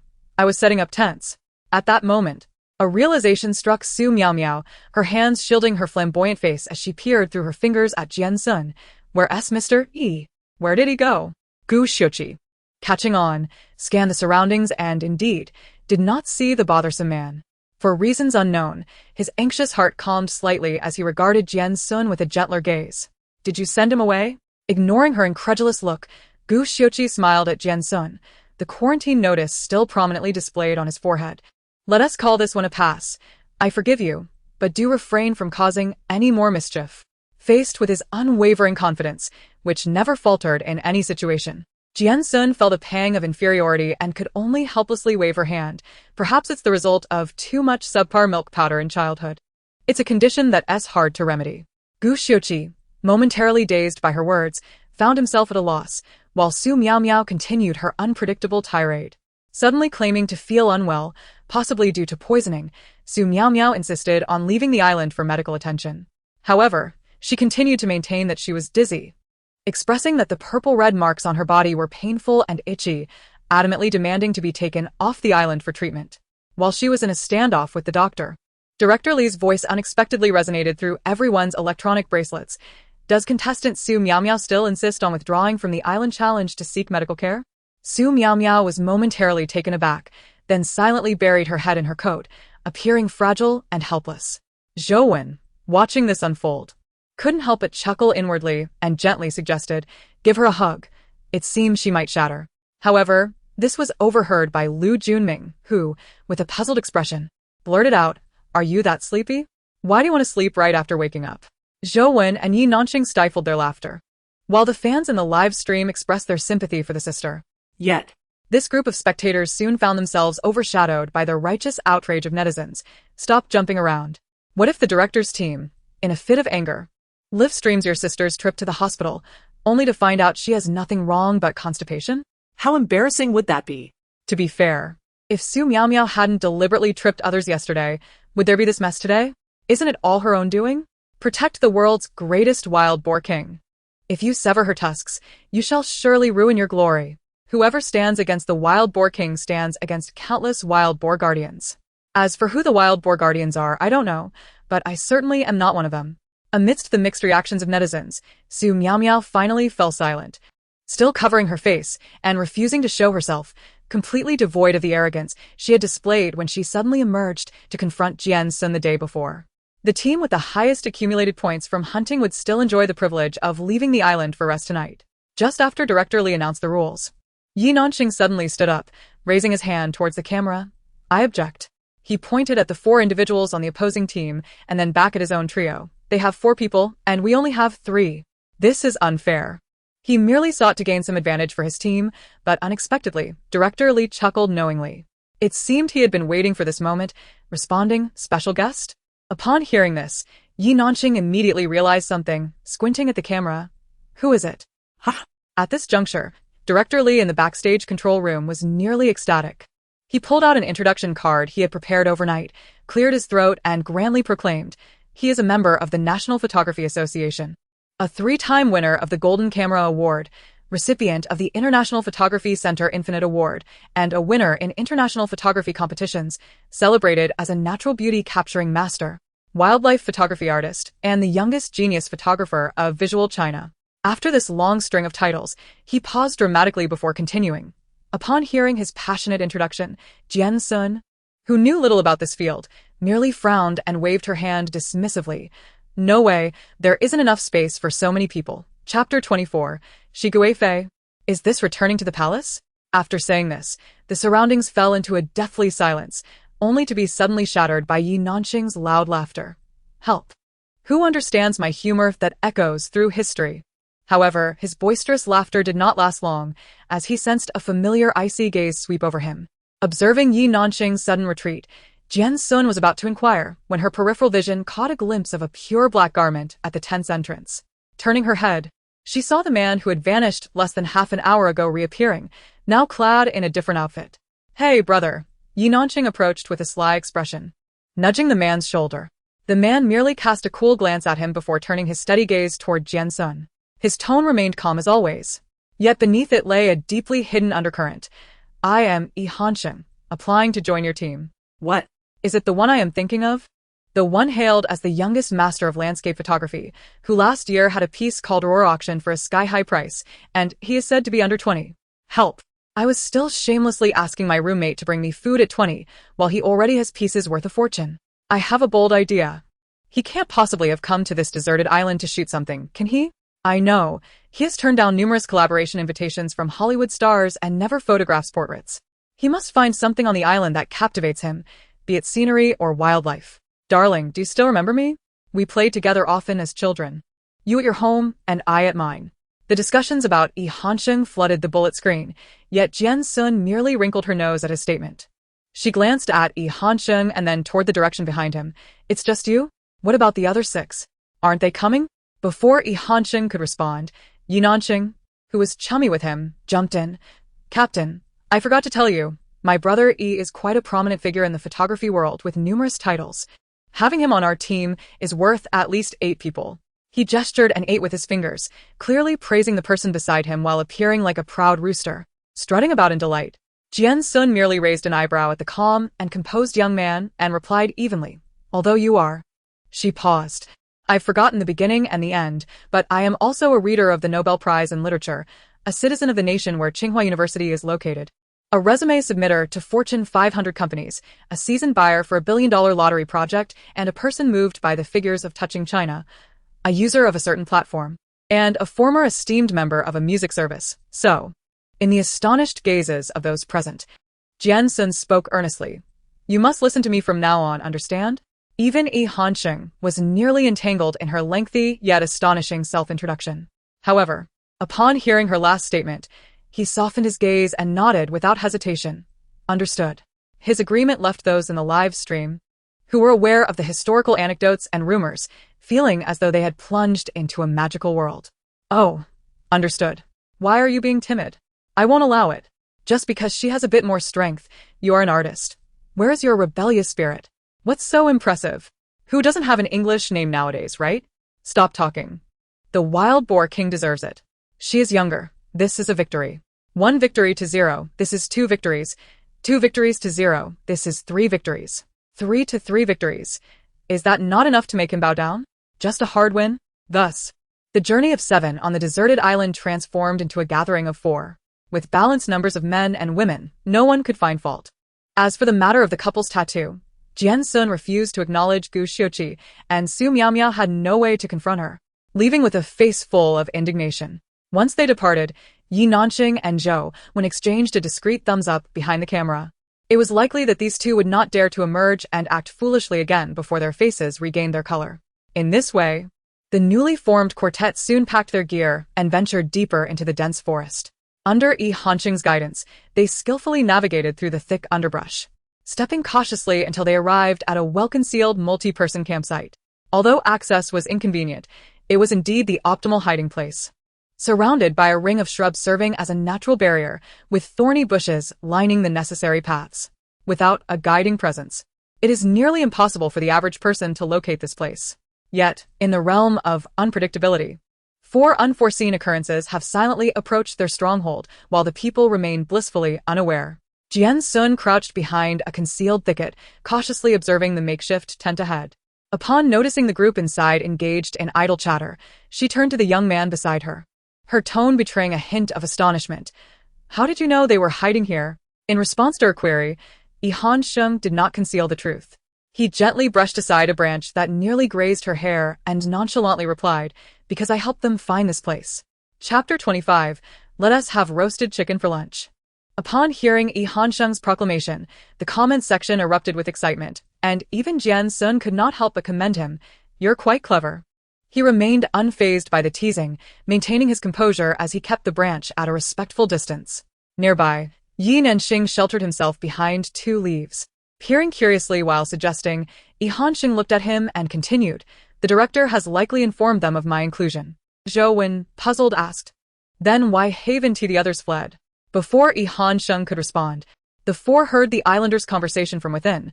The guy with the camera has even mingled with the guests. Zhang and the others have already fled. Should we change our location? Change to what? Haven't you heard that the stars are out and about catching chickens and ducks today? What does that have to do with us changing locations? Are you foolish? They are too busy catching chickens, just like yesterday, to pay us any mind. Staying here is just right. If we wander about like Zhang and encounter that armed violent woman, we'll be done for. Indeed, several individuals leisurely sipped tea and chatted, while three others gathered to play cards, creating a harmonious and relaxed atmosphere. Suddenly, a dull sound pierced the tranquility, shattering the serenity of the moment. The overly confident one who had just been analyzing the situation was the first to meet his demise. His wristband emitted a buzzing vibration, followed by the ominous red light indicating elimination. Before anyone could react, another sound echoed, and yet another individual's wristband lit up red, with two eliminated in quick succession. The remaining dozen or so realized the gravity of the situation, and panic ensued. Murder! Run, the violent woman is coming. In the midst of the chaos, Jian Xun revealed herself, leaping from her hiding spot, brandishing her prop submachine gun, and began to fire relentlessly. Like a protagonist clad in a dramatic aura, she infiltrated the enemy territory, dispatching foes with ease. The others, though unarmed, joined in the fray, blocking the escape routes like hawks capturing chicks. Captain! Over here! Report! My lord! There's another one this way! As the exhilarating slaughter reached its climax, just as Jian Xun prepared to claim her final two victims, one of them suddenly shouted, "Dare you accept my challenge?" As the director's team had previously stated, there were two ways to earn points. One was through sheer force, as Jian Xun had demonstrated, and the other was by challenging the guests. This could involve physical or intellectual contests. Winning would also lead to elimination and point acquisition. Gu Xiuqi and his team had tirelessly sought 5 fans to exchange for an additional tent without any attacking gear. Faced with the challenge posed by the two, Jian Xun, feeling satisfied and in high spirits, slowly lowered her gun amidst the astonished gazes of her companions and asked with genuine interest, "What challenge?" Upon hearing this, the two exchanged glances, feeling a surge of hope, and promptly presented their carefully devised challenge. One of us always lies, and the other always tells the truth. If you can discern who speaks the truth and who lies, you'll have completed our challenge. Upon hearing this, Yin Xing's spirits lifted. He confidently stepped forward. Got it, a classic riddle. We just need to ask. But before he could finish, Jian Xun swiftly raised her gun and eliminated the one on the left. Zhou Wen gasped in shock at her sudden action.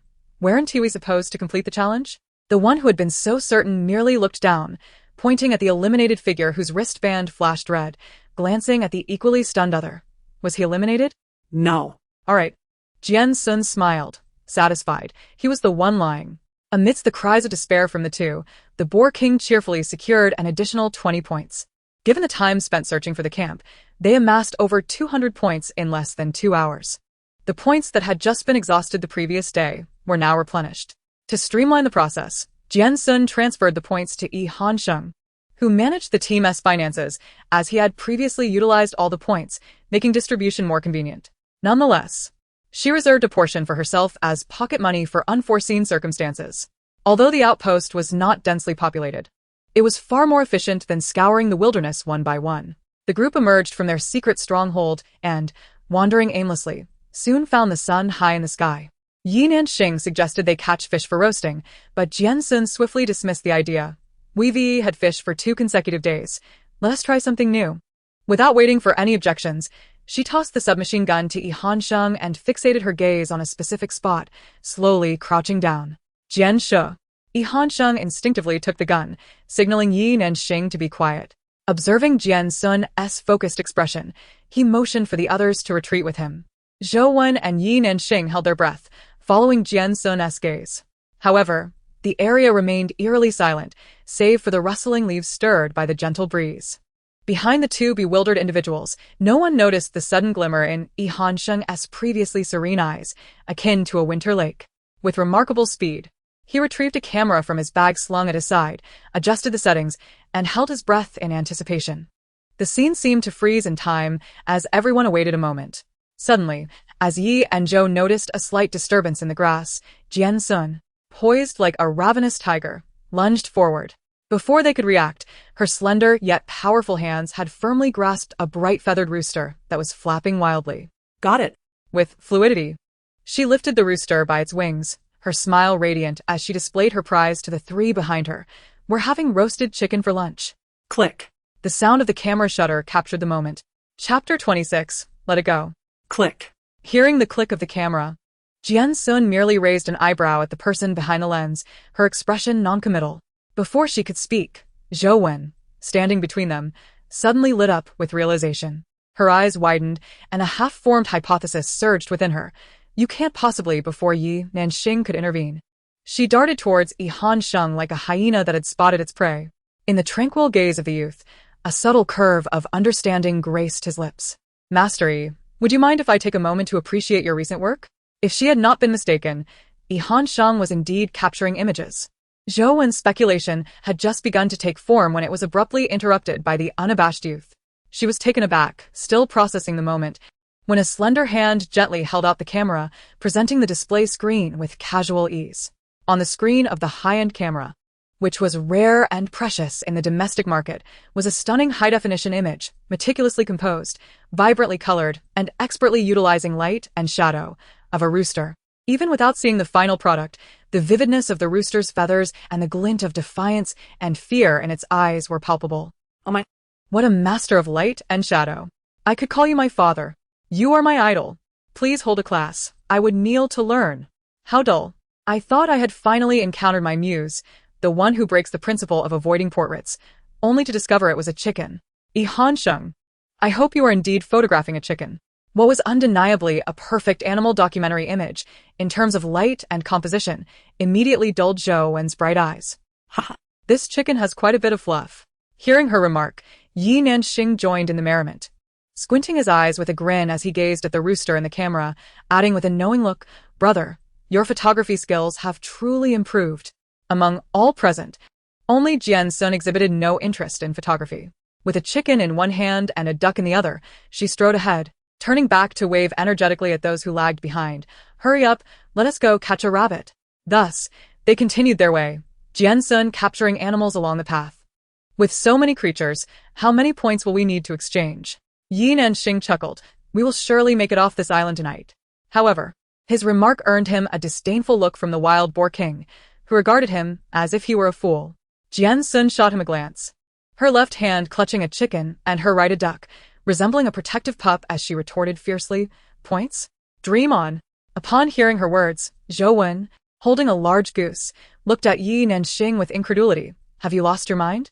Who would trade a roast chicken, a pot-roasted goose, or a honey-glazed duck for compressed biscuits?" At her explanation, Yi Nanxing appeared enlightened, his perspective shifting. "Oh right, I can't believe I didn't realize that earlier." Laughter erupted. Who would trade a grand feast for compressed biscuits? Indeed, their tent setup resembles a resort. There's really no need to venture out for a break. They fashioned a simple enclosure with the firewood they had prepared earlier, releasing their spoils into the pen. Watching the chickens, ducks, geese, and rabbits meandering about, Zhou Wen discreetly glanced at the drone hovering low above. She leaned closer to Jian Xun, her voice tinged with uncertainty. "Are we?" Jian Xun, holding the vibrant rooster, looked puzzled. "Are we what?" With a snap, she lovingly set down the rooster and discreetly tucked a leg band into her pocket. "Do I really need to teach you?" she asked, revealing a smile amidst Zhou Wen's alarmed expression. "He doesn't ask, you don't say. When he does ask, you're astonished. These are the gifts of nature." Soon, the viewers in the live stream watched as the four busily set up a large pot over the fire. Before long, the aroma of pot-roasted goose wafted through the air, earning Yi Hansheng accolades once more as the all-encompassing chef. Hailed by netizens as the most desirable man on the deserted island, Yi Nanxing followed closely in popularity, primarily due to his remarkable ability to provide emotional support. "Captain, your knife skills are phenomenal. You could take down 3 cows in a slaughterhouse with one stroke. Brother, you are the god of food on this island. Sister Wen, your plating of this hedgehog is exquisite. I was plating a wild boar." As they playfully bantered, the first bounteous meal on the deserted island was nearly ready. However, before they could fully relish nature's bounty, uninvited guests made their entrance once more. Su Miao Miao, wearing a mask, strode forward with an air of confrontation. The flower pattern tattoo on her forehead slightly faded. Approaching Jian Xun, she unceremoniously slapped a strip of fabric onto the table. Her tone, though still melodic, carried an unmistakable edge of accusation. "Have you seen an injured rabbit?" Jian Xun merely lifted her gaze lazily, twirling the skewered meat in her hand. "It's been released." Su Miao Miao was momentarily speechless. "Released?" "Yes," Jian Xun replied softly, sprinkling some seasoning onto the meat. "I released the cumin." Chapter 27. Is she a beast lover? A piercing scream erupted, nearly causing Jian Xun to misplace the cumin. "Who is wailing?" she inquired, turning to the source of the shriek, only to find Su Miao Miao, her face drained of color, pointing at the charred meat in Jian Xun's hand. You actually cooked it." The aroma was intoxicatingly crispy and fragrant. Jian Xun, having added a pinch of chili, waved the delectable skewer in front of her. "Don't say I'm stingy. Just take in the aroma." Jian Xun. Su Miao Miao's vision darkened as she lunged to snatch it away. Yet, she was no match for Jian Xun, who deftly evaded her grasp, nearly sending Su Miao Miao into the flames. Clutching a singed strand of hair, tears streamed down her cheeks as she wept. "I was so close to getting it back." Hearing this, Jian Xun raised the skewer toward the dramatically sobbing starlet, frowning. Such a greedy girl. Their contrasting postures, one standing tall, the other crouched in despair, created a striking tableau. An onlooker, unaware of the context, might have thought Jian Xun was bullying a fellow contestant. Moreover, with Su Miao Miao being a rising star, her legions of fans quickly rallied to her defense. Is Jian Xun suffering from superhuman syndrome? Why does she want to kill a rabbit that others saved? Is she really so desperate for a bite of meat? How shameless. Jian Xun, go away. My heart aches for Miao Miao. Jian Xun, you should accompany the little rabbit in death. Occasionally, a comment attempting to clarify the situation was swiftly silenced by the outraged fans. The screen was flooded with condemnations and vitriol directed at Jian Xun. Meanwhile, the contestants remained oblivious to the brewing storm. At that moment, Zhou Wen, sensing the tension, rose to mediate, squatting down as if to help Su Miao Miao up. "Miao Miao, our captain has made a delicious roast pig, and it has moved you to tears." Upon hearing this, Su Miao Miao's hand froze mid-motion as she wiped her tears. "A little roast pig?" Noticing her calm demeanor, Jian Xun repositioned the roasted pig above the flames, casting a cool glance at her. "Greedy girl, I won't even let you smell it." Just as the atmosphere hung in an awkward silence, Gu Xiuqi, who had followed Su Miao Miao, turned to Jian Xun, seemingly ready to intercede. "Return the rabbit to her. If you desire, I can catch another one for you." Upon hearing this, Jian Xun narrowed her eyes slightly, peering through the smoke at the high and mighty expression on his face. "Do you know? Sometimes I truly wish to reduce a person to the state of a thin sanitary napkin." Once again, being verbally assaulted by her sharp tongue, Gu Xiuqi clenched his teeth and murmured, "Jian Xun." Here, they were at an impasse due to a missing rabbit. Nearby, Yi Hansheng, who had just emerged from the tent, overheard and, clutching several bowls, attempted to approach. However, just as he took a step, he heard a gentle female voice beside him. "I think those two are quite a match." At this, Yi Hansheng abruptly halted, his amber eyes narrowing as he turned to face the speaker. In response to his indifferent gaze, Ji Nianwei merely brushed her hair back behind her ear with a casual gesture. "A delightful pair," she remarked, glancing at the two individuals engaged in a heated exchange not far away, a meaningful smile gracing her lips. "Don't you think so?" As these words left her lips, the man, who had been lightly gripping the rim of his bowl, suddenly tightened his fingers. Yi Hansheng's gaze fell upon the person opposite Gu Xiuqi, who perpetually seemed to be in a state of agitation. Although his tone remained unaffected, a layer of impenetrable ice lurked within, chilling to the bone. "What do you want to say?" Ji Nianwei's smile widened, still seemingly nonchalant. "Oh, nothing much. Just wanted to let you know that it's quite obvious Gu Xiuqi is interested in her now, isn't it?" He turned to Ji Nianwei, who was watching the scene unfold with keen interest, his brow slightly furrowed. "That has nothing to do with me." After speaking, he took a step away before she could utter another word, leaving behind a cold retort. "Mind your own business." Yi Hansheng, observing his resolute departure, found amusement in Ji Nianwei's intrigued smile as she murmured to herself, "How interesting. As a human, you really are quite pathetic."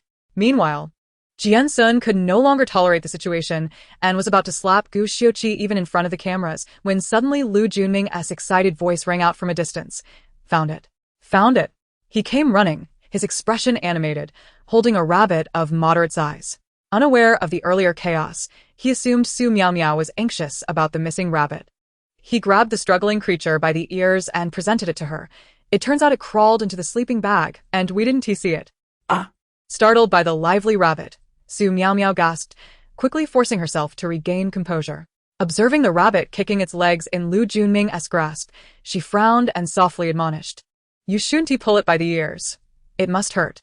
After that, she tenderly took the rabbit, which had a makeshift binding around its foot.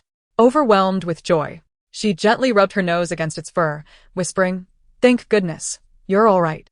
Witnessing her affection for the rabbit, the fans in the comments section were utterly charmed, showering praises upon Su Miao Miao for her beauty and kindness towards animals. In stark contrast, Jian Xun sat on a stool, meticulously flipping over a suckling pig, occasionally glancing at Su Miao Miao and the rabbit in harmonious delight, commenting dully, Is she a beast lover? One would think this gluttonous girl found her long-lost lover rather than just a meat rabbit. Not a big deal. Don't mind her. I used to be like that when I was a green tea type. Zhou squatted beside her, her gaze fixated on the enticingly roasted suckling pig. Meanwhile, Yi Nanxing quietly squatted on her other side, swallowing hard. Captain, just let me have a bite. I'm about to collapse. I feel ants crawling all over me. And I'm trembling. I can hardly breathe. Please, just one bite. I have a craving for meat. Then go eat somewhere else. Jian Xun didn't even glance at him, instead signaling to Yi Nanxing, who was approaching with a bowl. Why are you dawdling? Soon. The first feast of fresh meat after arriving on the island was laid out on the table. Jian Xun and her companions did not hesitate to sit down and indulge, devouring their food with great gusto, treating the awkwardly lingering Gu Xiuqi and his group as mere decorations, showing no intention of being courteous. Ultimately, Lu Junming suggested exchanging some food for points from their team. Looking at the table laden with a variety of roasted suckling pigs, stewed geese, and roasted chickens, Jian Xun adhered to the principle of not wasting food and exchanged a portion of what they couldn't finish for points. Su Miao Miao. Clutching the squirming rabbit in her arms, gazed longingly at the feast before her, but ultimately succumbed to the temptation of the aromatic goose, shedding tears as she devoured several large pieces. Isn't she the one who was concerned about the rabbit? Why, isn't she worried about the goose? She is reluctant to see the rabbit eaten but can tearfully consume 5 pieces of goose. Dear girl, be careful of your teeth. Don't be unfair. Our Miao Miao just can't bear to see the cute little rabbit hurt. Is that a fault? She is not at fault. The goose is, that greedy girl. Stop fixating on the beautiful lady. If you're so interested, remember to catch Su Miao Miao as upcoming idol drama. Wait, who asked you? What I mean is, who allowed you to promote? Let me tell you, no one asked you. Among us, 0 people asked you. I'll gather everyone who asked you for meeting, and the attendance will be 0. Who asked you? Who inquired? Regardless of the uproar in the comments, at least everyone enjoyed the meal. Especially Jian Xun. The wild boar king is served, dives into the bowl, devours ferociously, spins while eating, wipes her mouth with a napkin, dives back into the bowl, devours with abandon. I'm just eating and eating and eating and eating. As she savored the succulent chicken wings, she couldn't help but exchange a glance with Yi Nanxing, who was busy munching on the pig's nose, softly sighing. What a thoroughly satisfying feast. Little did she know, the pig in question heard her. She quickly swallowed the meat in her mouth, wiped her mouth with a napkin, and grinned. Do you know why we don't let the deadweight come to the table?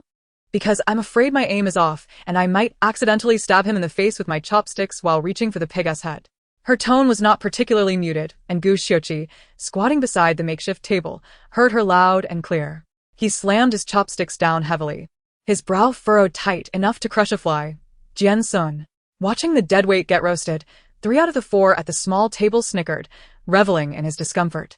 Only one remained unresponsive. Yi Nanxing, keenly aware of this, assumed he was dissatisfied with something and immediately approached to inquire. Bro, why aren't you laughing? Upon hearing this, Zhou turned to look as well. Yeah, are you not happy? Jian Xun raised her brows in confusion. That shouldn't be the case. She had merely intended to lighten the mood with a harmless joke, having noticed him looking like a little wife who had been wronged. Yet, to her dismay, the joke seemed to have backfired. Yi Nanxing, enveloped in an even lower pressure, appeared to be displeased. Did he not enjoy hearing others make fun of Gu Xiuqi?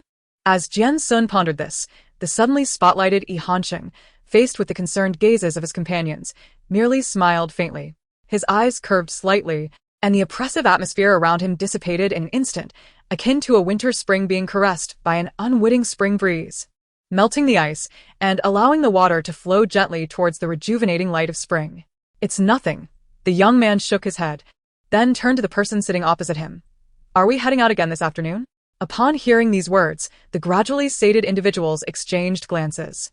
They then turned their attention to the stockpiled provisions within the enclosure, which had begun to acclimatize and were now leisurely at ease. In unison, they declared, "Let us go."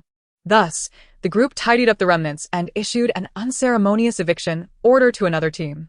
After a brief respite, they shouldered their burdens once more and set off. Throughout the entire afternoon, these 4 individuals seemed to be endowed with an unseen system, shedding their usual lethargy and embracing an extraordinary zeal. Viewers in the live broadcast marveled at the ever-expanding farming team, exclaiming, "How does she know there is something hidden in the hole?" To be honest, I'm a fan of Jian Xun. I initially thought she was a beauty, only to realize she is a beast. Wild Boar King's unparalleled hunting skills. Wild Boar King's extraordinary telepathy. Wild Boar King's unmatched reflexes. Trust in Wild Boar King and savor a life of indulgence. As a black belt in karate, what are my chances of winning against Jian Xun in an unarmed duel? I can't say for certain, but you'd likely end up with quite a few bruises. I believe you'd end up with a missing chunk at the very least. I bet you'd be sporting a few injuries all over. As the sun began to set, Jian Xun finally withdrew her prowess with contentment. She gazed at the spoils strung up by ropes in the hands of her companions, swallowing hard in satisfaction. Collectively, these provisions were sufficient for the 4 of them to feast on lavish meals for at least half a month. While scouring the mountains for animals, they did not neglect to harvest points. Whenever they encountered unwitting islanders, Jian Xun would raise her gun without mercy. In an instant, the desolate island was thrown into chaos and fear. Whether human or beast, the most dreaded sight was Jian Xun's radiant smile. Only one person approached her without retreating, exuding a fearless heroism as he swaggered closer. This individual was an imposing figure, resembling a wall of flesh, with fists the size of sandbags that radiated strength. At last, a courageous soul dared to stand against the ferocious Wild Boar King. The valiant warrior strode forward, unfazed even when confronted by the menacing barrel of the gun. Bang! The sound of a blink shot rang out, but there were no miraculous feats of catching bullets with bare hands or any expected flips. The noble warrior fell victim to the Wild Boar King's wrath. Only when he raised his vibrating wrist device to scrutinize it did the onlookers realize he might not be a warrior after all, merely myopic. Chapter 29. You are a fan of Jian Xun. Thus, the afternoon continued, with the ecosystem surrounding the island nearly exhausted by their exploits. At last, the sun dipped below the horizon. The production team dispatched personnel to collect the animals for point exchange at their respective camps. However, both teams coincidentally reported nothing. When Jian Xun and her team feasted on their lavish banquet at noon, Director Li had anticipated this outcome. Consequently, the reward for this hunting mission would go unclaimed once again. Neither team would depart the island. As night fell and the drone broadcast ceased, life on the island continued for both teams.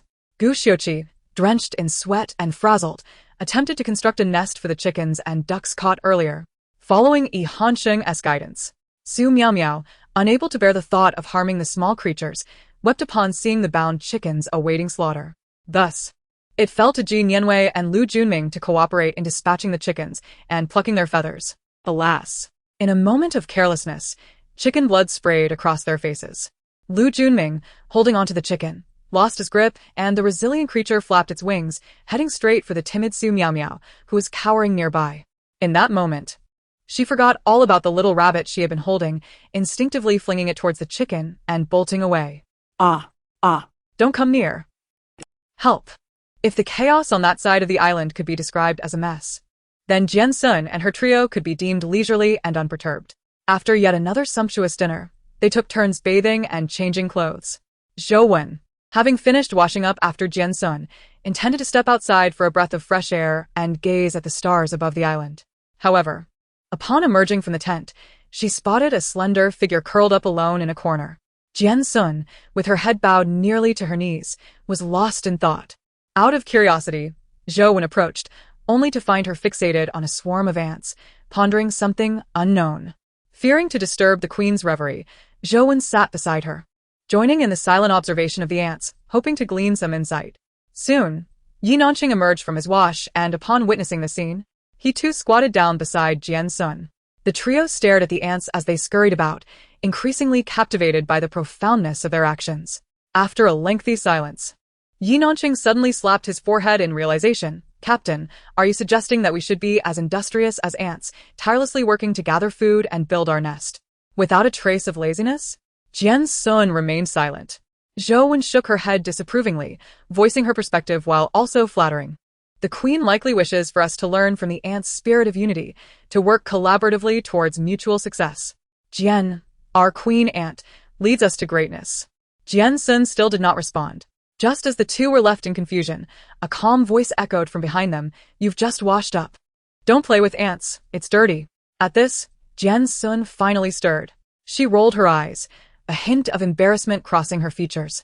"I was watching the ants fight, and you two just had to come over and disrupt." She had discovered two types of ants on the ground, one larger and lighter in color, the other smaller and pitch black. Luring out the smaller ants with food, she then placed a few larger ants beside the food. The smaller ants mistook the larger ones for intruders, igniting a fierce battle between the two colonies. Just as she was engrossed in the spectacle of this ant war, the two oblivious individuals had intruded. Jian Xun glanced at the petrified expressions on their faces and rolled her eyes unabashedly. "With such insight, you two should ascend to immortality." Just as she was about to rise and wash off the dirt from her hands, she noticed a warm, damp towel extending toward her. Jian, glancing down at the food being contested by the two groups of ants, said nonchalantly, "Wipe your hands."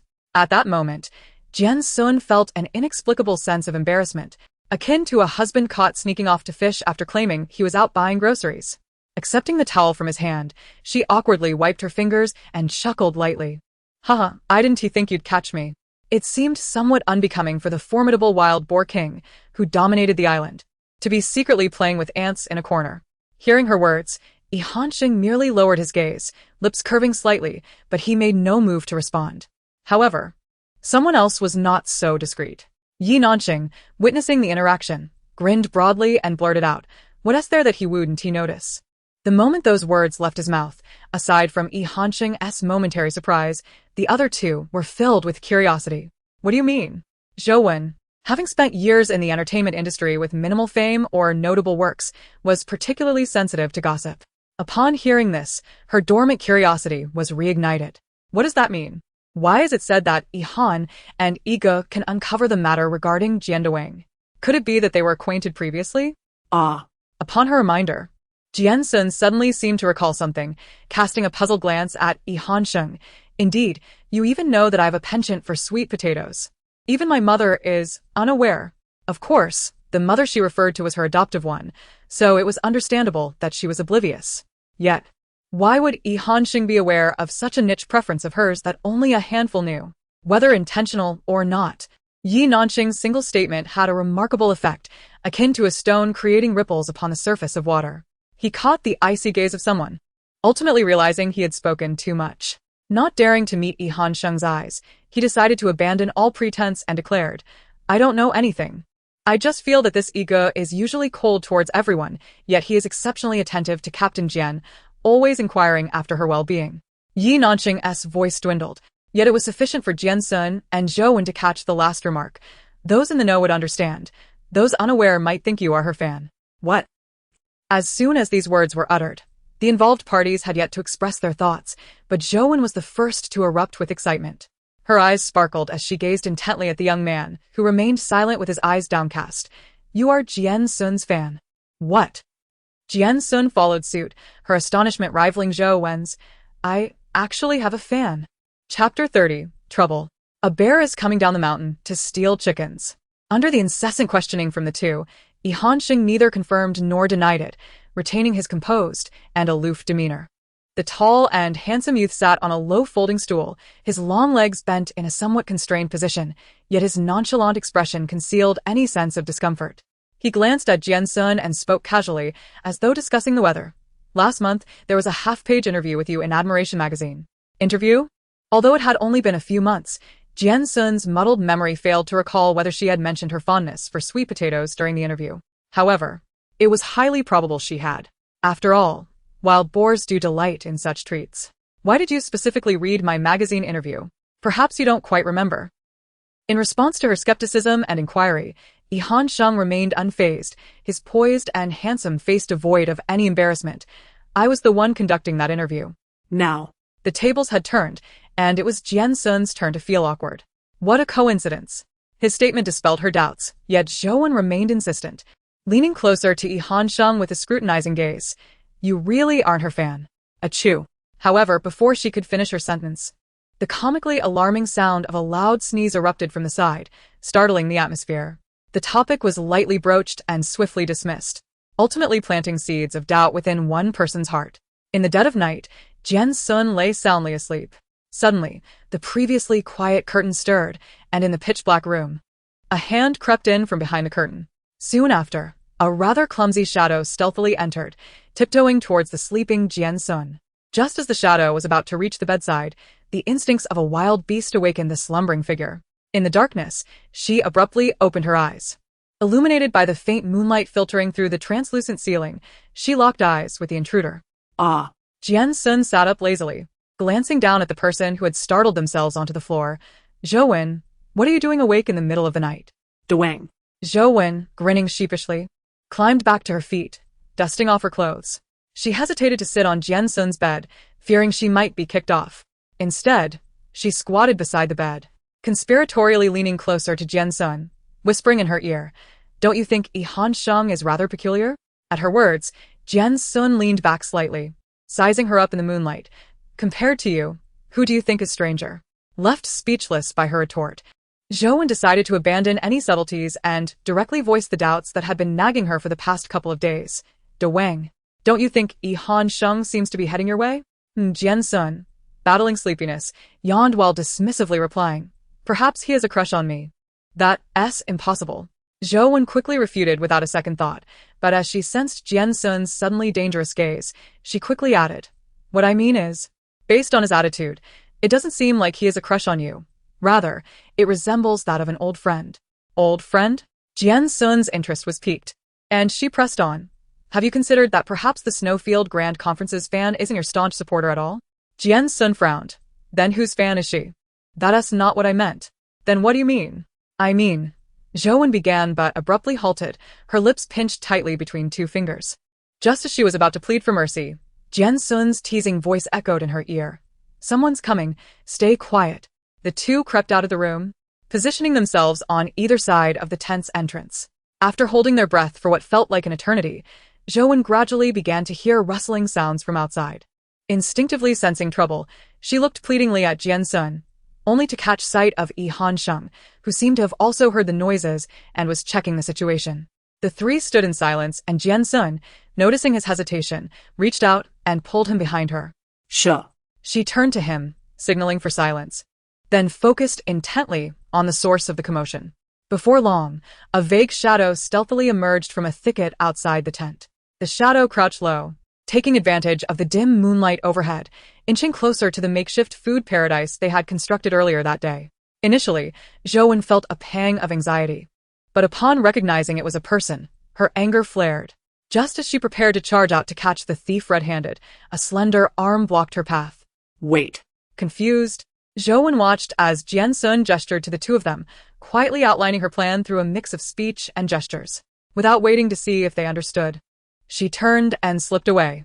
Zhou, unable to decipher her haphazard motions, stood frozen, casting a desperate glance at Yi Hansheng. However, in the darkness, his features were obscured, and all she could discern was a signal for patience. Yet, what was with his flushed ears? Strange. Yi Hansheng was indeed quite peculiar. As the two harbored their own thoughts at the tent entrance, Jian Xun had already nimbly climbed out through the window, deftly carrying a large black woven bag, circling around to approach the shadow from behind. Before she could make her move, she overheard the figure muttering to themselves, "System. Are you sure this will help the male and female leads? Indeed, now that the plot has veered off course. If I don't prevent the female leads team from losing their food, when will these two make any progress? I'm exhausted from playing the mindless, malicious supporting character." Why does the script differ so greatly from what was promised? What is your management bureau even doing? And that second male lead, don't get me started. Hearing the murmurs, Jian Xun paused, her grip on the bag faltering momentarily. However, a sweet smile soon graced her lips. She raised the bag high, and at that moment, a calm, deep male voice suddenly resonated from the tent. Oh no, there's a bear coming down the mountain to steal chickens. Upon hearing this, the shadow turned to flee. But the next moment, darkness engulfed him. Ah. Chapter 31. Should you encounter difficulties, seek my assistance. Jian Xun feared that she might inadvertently hurt someone. So she grasped the woven bag tightly, ensuring the bear had no escape. All the assaults it endured came from the usually meek but now unexpectedly exhilarated Zhou. I'll teach you to steal chickens. Take that. As Yi Nanxing, roused by her shouts, stumbled out of the tent with a stool in hand, he found the bear, once intent on thievery, now dazed and retreating in disarray after being struck by several people. Where was the bear?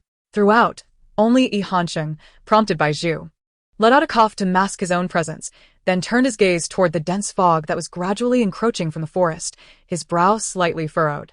So much has transpired today, yet it is her time for rest. Any matters can wait until tomorrow.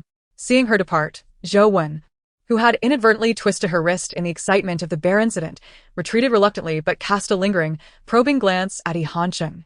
Brother. Yi Nanxing was about to inquire about the bear's appearance when he was interrupted by a voice devoid of emotional fluctuation beside him. I told you so. He stiffened, rendered speechless. What? In stark contrast to Yi Nanxing's tension, the young man standing with his back turned exuded a relaxed demeanor, gazing distantly at the swirling fog that perpetually eluded the tent's vicinity. Nanxing. His voice was soft, more a reminder to himself than a warning to Yi Nanxing. Do not disturb her. At this, Yi Nanxing merely opened his mouth but ultimately said nothing. Tsh. Frustrated by his brother's inaction, he turned away, leaving behind a sarcastic remark. Yi Nanxing stood alone beneath the canopy, a tall figure amidst the gathering fog, lingering until he was nearly consumed by the encroaching mist. The following day, Jian Xun awoke to the sound of drizzling rain mingled with chaotic chatter. As she groggily rose and pulled aside the tent flap, a sudden chill hit her, jolting her fully awake. Upon looking up, she noticed 4 disheveled individuals conversing with Yi Nanxing beneath the canopy. The rain obscured their words, but she sensed their presence was not a harbinger of good fortune. Stealthily, she approached, peeking from behind Yi Nanxing with a cheerful demeanor. Jian Xun. Upon seeing her, Gu Xiuji's usual haughty demeanor faded as he greeted her with an unexpected smile. Good morning. Did you sleep well last night? This question brought back memories of the previous night, prompting Jian Xun to glance at Su Miao, who remained silent behind Lu Junming, her mask concealing her expressions. Not particularly. I encountered a robust bear attempting to pilfer our chickens. The mention of the bear caused Su Miao to stiffen momentarily before regaining her composure. Gu Xiuji, unaware of the previous night's events, expressed concern. How could there be a bear? Are you unharmed? What could happen to me? Jian Xun didn't spare him a glance, instead directing her gaze meaningfully at Su Miao. By the way, Miao, what happened to your face? Nothing. Su Miao hesitated before explaining. I went to the restroom last night. Took too long, and ended up falling and injuring my face. Really? Jian Xun feigned innocence. I thought perhaps the bear had scratched you. Su Miao, biting her lip, forced a smile despite harboring doubts about Jian Xun's intentions. Is that so? Jian Xun merely smiled ambiguously, turning her attention back to Gu Xiuji. So, what brings you here today? Are you shamelessly seeking something from us? Faced with her direct question, Gu Xiuji felt momentarily flustered, but maintained his composure. Jian Xun, we. However, before he could finish, Yi Nanxing interjected. This morning, rain unexpectedly fell, flooding their low-lying campsite. They wish to temporarily take shelter here until they find a suitable site. Gu Xiuji's change in demeanor did not reflect a character of humility. He frowned, his tone icy. Mr. Yi, we are currently speaking. Yi Nanxing regarded his provocation as the bluster of a foolish donkey, silently awaiting Jian Xun's decision. Coincidentally, Jian Xun was equally protective of her territory. She did not indulge Gu Xiuji's arrogance, fixing her gaze on Yi Nanxing with an unexpectedly gentle tone. Yi Nanxing. Please inform them that the flooding situation is easily remedied with a bit of white vinegar, which can be exchanged for 3 points at the Points Mall. Yi Nanxing, well acquainted with her intentions, suppressed a smile while responding. White vinegar. Yes, they should dab some on their tongues. While it won't resolve their predicament, it will be quite amusing. Upon hearing this, it was clear Jian Xun had no intention of allowing them to stay. Before Gu Xiuji could speak, Su Miao, who had been silent, piped up with a somewhat urgent tone through her mask. Sister Jian Xun, though we are rivals, we are on the same deserted island. We should assist each other in times of need. As soon as she finished, Jian Xun raised a finger. Firstly, you are older than me. She added another finger. Secondly, if you encounter difficulties, of course, you may seek my help. However, I will provide you with the final challenge. Chapter 32. Truth or Dare. Regardless of Su Miao's protests, Jian Xun remained resolute, refusing to permit them to stay. Despite the barrage of insults from Su Miao's fans, the fervor of Yi Nanxing's supporters was equally fierce. With a group of zealous photographers and a few formidable bodyguards, both sides engaged in a fierce verbal battle that nearly overwhelmed the server. As the situation spiraled out of control, the director's team discreetly communicated with Jian Xun via their wristbands. Director Li, let them stay. Jian Xun, no. Director Li, once the rain stops, let them leave. Jian Xun, no. Director Li, consider the harsh conditions outside. They lack points and provisions. What harm is there in helping them? Jian Xun, I never complain about the environment. Director Li, because you are the one who made it harsh. We bought dozens of chickens, ducks, geese, and rabbits for you to exchange for points, not to hoard as a farm owner on this island. Jian Xun, hee. Jian Xun, if you had said that earlier, it would have sufficed. Director Li. Ultimately, for the sake of the director's team, Jian Xun reluctantly agreed to allow Gu Xiuji and his companions to temporarily set up tents under the canopy. She proposed they engage in simple games. Much to Zhou Wen's excitement. How about we compete in taking pictures of each other? With a glance at Zhou Wen, whose eyes brimmed with shallow, yet irritatingly simplistic thoughts, Yi Han spoke in a calm tone. I might be a bit more expensive. By how much? Zhou Wen inquired. Last time, someone offered my brother this amount. Came the reply. Beside them, Yi Nanxing smugly gestured an 8. The wild boar king, astonished, exclaimed, 8 million. Is it 8 digits? With a smirk, Nanxing feigned regret, saying, unfortunately, my brother doesn't teach sheep portraits, so he turned it down. The wild boar king, envious, retorted, you really are something. Seeing the harmonious atmosphere among the four, Xian Miao, who had been silent, eagerly suggested, how about we pair up and play a game? What kind of game? Nanxing frowned. How about a flower rope game? She began, but her words were cut short as everyone's wristbands connected to the director's backstage communication. They decided on a hand wrestling duel, with the loser facing a truth or dare challenge, though this was met with nearly unanimous disapproval. However, dissent proved ineffective. Haha, Director Li knows what's up. You can't please everyone, so let everyone be displeased. Who says everyone is unhappy? The wild boar king seems to be enjoying himself. You really know how to deliver the final blow, don't you? You're quite decisive. Director Li, just indulge her. The game adopted a solo combat format, with pairs competing in hand wrestling based on a draw. Each round awarded a point. This challenge was trivial for Jian Xun and her companions, but for Gu Xiuji, who was already facing difficulties, it felt like a timely reprieve. Thus, both teams found satisfaction, and the barrage of comments from viewers temporarily ceased, praising Director Li as a master of balance. After the card draw, the first round unfolded dramatically. Jian Xun raised an eyebrow at the hearts Gu Xiuji drew, while she displayed her spade card with poise. Gu Xiuji, noticing her card, smiled. It seems we are a pair. Disturbed by his subtly flirtatious remark, Jian Xun frowned deeply, regarding him with the disdain reserved for cockroaches. How about you pay me 200 yuan? They sat opposite each other, extending their right hands. As Gu Xiuji grasped her hand in preparation for the match, he barely had time to convey his fervent intent before Director Li's voice resonated from their wristbands. Ready. Go. As the word go echoed, the thrilling hand wrestling match concluded almost instantaneously. Observing Jian Xun swiftly withdraw her hand and Gu Xiuji, who was left floundering like a discarded rag, the group fell silent. Did Jian Xun just steal the shot? Wild boar king. You really gave Gu Xiao no face at all? Does Gu Xiuji have feelings for Jian Xun? Did he let her win? We know Jian Xun is strong, but this was too quick. As everyone remained stunned, Director Li hesitated before speaking. Jian Xun, it's fine, she interrupted. Gu Xiuji, whose hand had just been struck, preempted the conversation, gazing at Jian Xun with a look of indulgence. I'll consider this round a loss. Not bro. Jian Xun nearly laughed in frustration, opting not to argue and simply nodding along. Then you can dare to eat a mouthful of chicken droppings. Gu Xiuqi replied.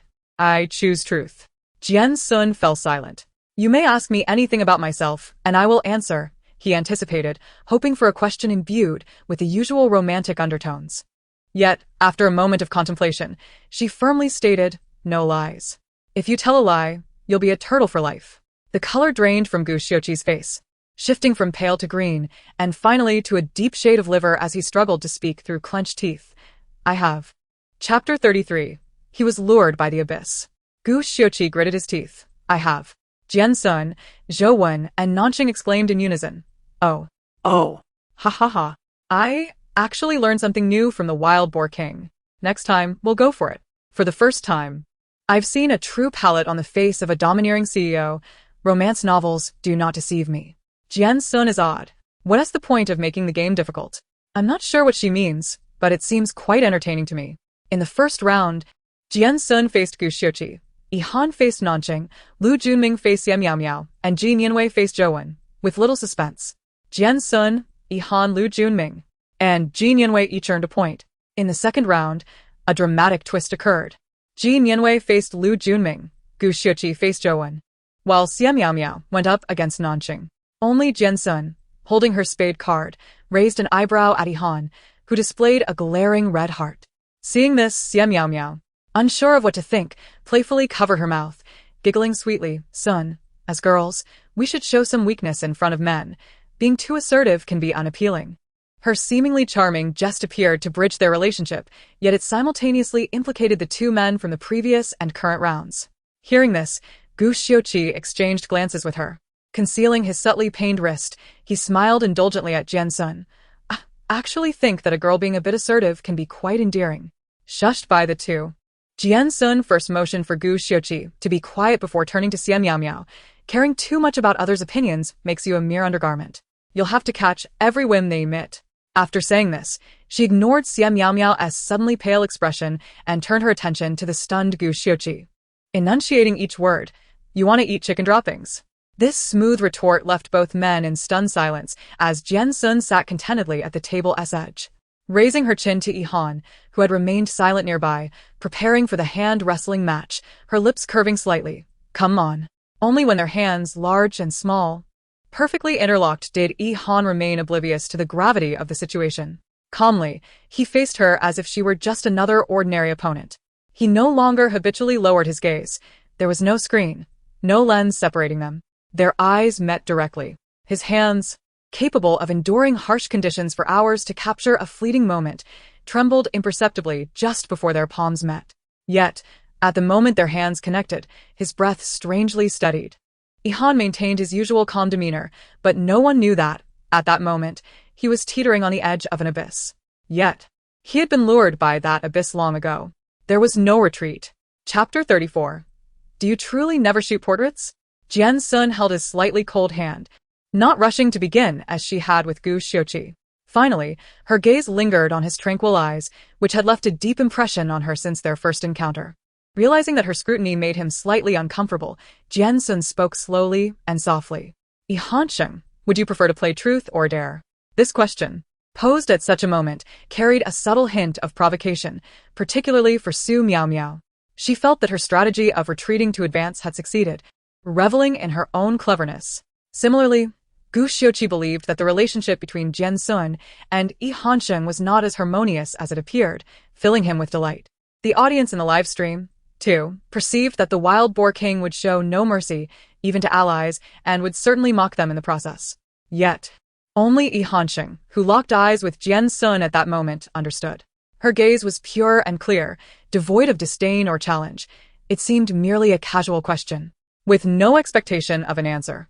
Nevertheless, he replied, gently grasping the soft hand before him, and said in a low voice, truth. Instantly regretting his choice, he could only stare in a daze as the person before him smiled faintly.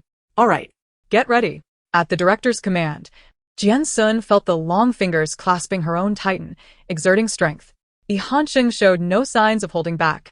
Perhaps he knew that Jian Xun would not care whether he did or not, but he was determined to fight back fiercely. Just like himself. Even if his strength seemed insignificant to her, like a speck of dust, he would strive to reach the limits of his abilities. Jian Xun could feel the tremors in that hand, and her gaze fell upon the once hidden, twisting veins that now bulged as its owner exerted force. The veins extended from the back of the hand to the firm muscles of the forearm, disappearing beneath the rolled-up sleeve.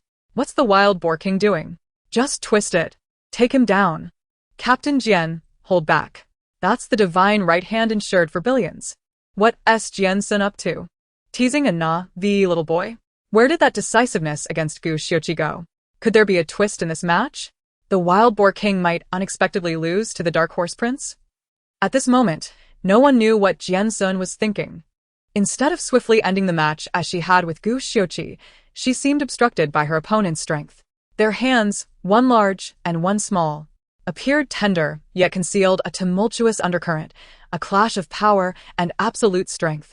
Sparks flew. Just as everyone anticipated a reversal in the contest. A dull thud resonated as their hands collided with the table. The drone camera zoomed out from the intense close-up of their hands, revealing the outcome. Jian Xun leaned forward, her slender right arm pressing Yi Hanqing's still slightly pulsing arm down.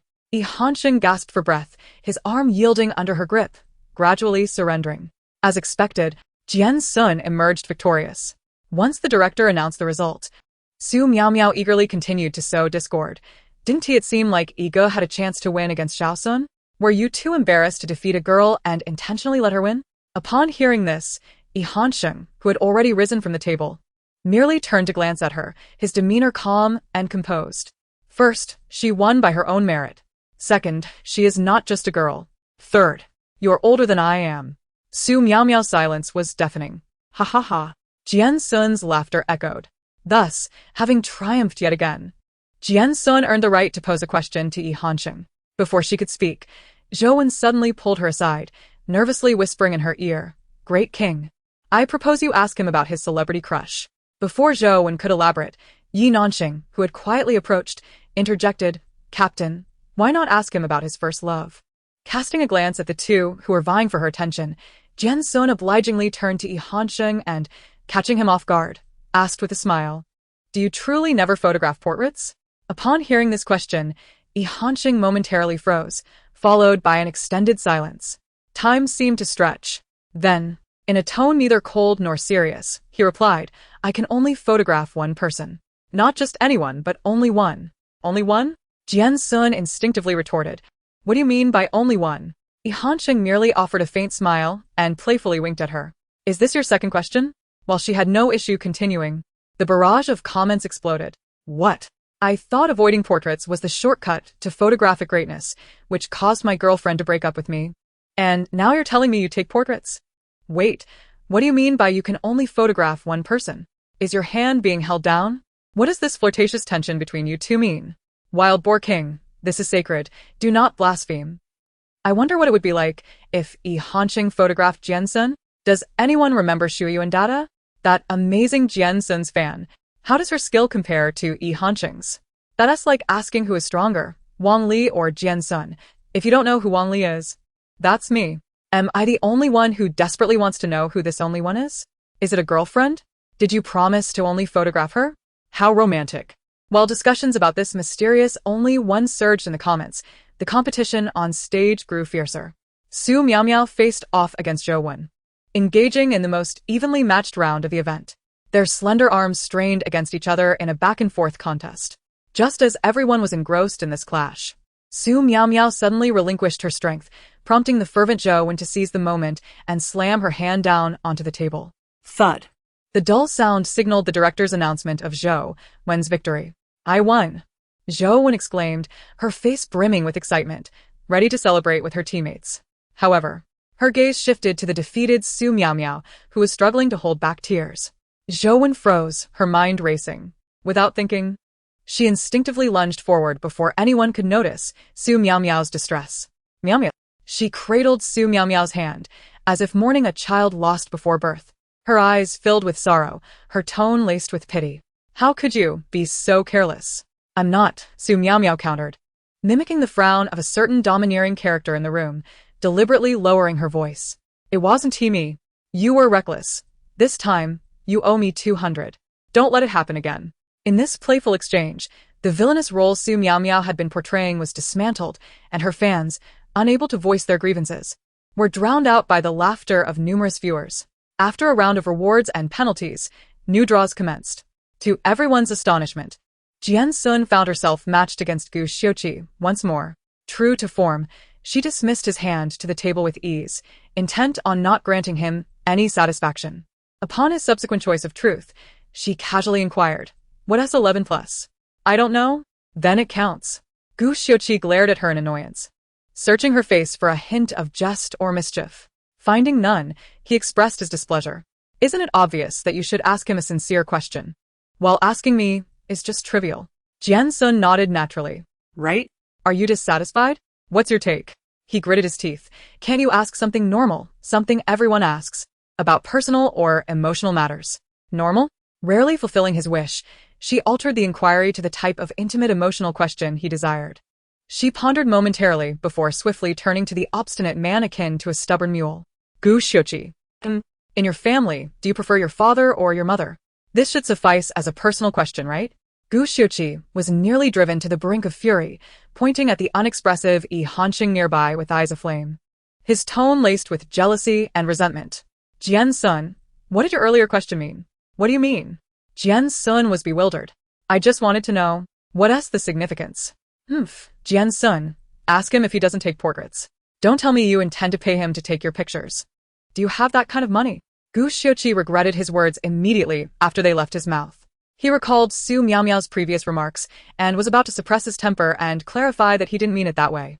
Before he could speak, Jian Xun lightly remarked, "No, I don't intend to take pictures. It's more that I find him quite intriguing and wish to learn more about him." Her gaze was calm, and she spoke such thought-provoking words before the audience without a hint of shyness. She looked at the stunned Gu Xiuqi with conviction. In the end, Gu Xiuqi's expression was entirely darkened. After he departed, the game could not continue due to the uneven distribution of players. Fortunately, the heavy rain had begun to abate, and Su Miao, Jin Yanwei, and Lu Junming could only pack their belongings and leave in disappointment. However, this turn of events allowed Jian Xun and her companions to enjoy an unexpected reprieve, granting them a substantial period of rest. The four leisurely tidied their things and gathered to watch Yi Hanxing intricately carving wooden plaques with his 8-figure valued hands, producing dozens of plaques over a single afternoon. As afternoon unfolded, the cheerful sounds of mahjong filled the camp. The rain persisted intermittently for 2 days, finally ceasing on the third afternoon. Once the skies cleared and the ground dried, the group was greeted with the next task of their island adventure. "What? We're going up the mountain." Upon hearing Director Li's announcement, Yi Nanqing and Zhou Wen were taken aback. It is known that although this place is dubbed an undeveloped, uninhabited island, the mountain at its center is quite different. This time, however, they were directly tasked with ascending the mountain, which was utterly perplexing. In response to their doubts, Director Li seemed to have anticipated their reactions and calmly continued, "Yes, up the mountain. This task is time-limited to 3 days. At the same time 3 days from now, please present the animal photos you have captured and introduce the animals to everyone. As long as the name of the animal you know matches the one you photographed, it will be considered successful. Each wildlife photo can earn you 10 points. Be mindful that throughout this process, there will be drones live streaming. No one is permitted to harm or disturb the wildlife. Otherwise, all points earned from this task will be forfeited." Once the task was announced, it was not long before a delivery rider on a mountain bike arrived with 4 cameras. However, concerning his request for 6 cameras, the production team expressed their limitations. After a thorough analysis of various camera models within his expertise, though Director Li remained baffled, he successfully secured the right for his team to use their own cameras. Half an hour later, at the seaside port, a man wearing gold-rimmed glasses arrived on a powerful speedboat, magically delivering 4 cameras. The 3 of them held the weighty camera equipment and simultaneously looked at Yi Hanxing with starry eyes, giving him a thumbs up. Yi Hanxing merely pursed his lips, remaining silent as he gazed at them. Just as he was about to speak, the trio chorused, "How do we use this?" Meanwhile, Gu Xiuqi and his group had already set off towards the mountain at the island center. In contrast, Jian Xun and her friends were still sitting attentively, earnestly listening to the 8-figure photography master explain the most fundamental camera usage tutorials. Help! When did this self-important guy become so serious about teaching such basic concepts? Was he always this patient? Does he really need to explain how to remove the lens cap? Who takes photos without removing the lens cap? Using different cameras for different landscapes? The only difference is that I can't afford so many cameras. If you give me one, I'll stand on my head and eat something if you capture a piece as stunning as the auction Rora. As the only Chinese photographer widely recognized internationally, do not underestimate his prowess. He is so handsome. What is he mumbling about? I can't understand, but he is so handsome. After another half hour, once everything was prepared, they finally set off on their journey with their backpacks.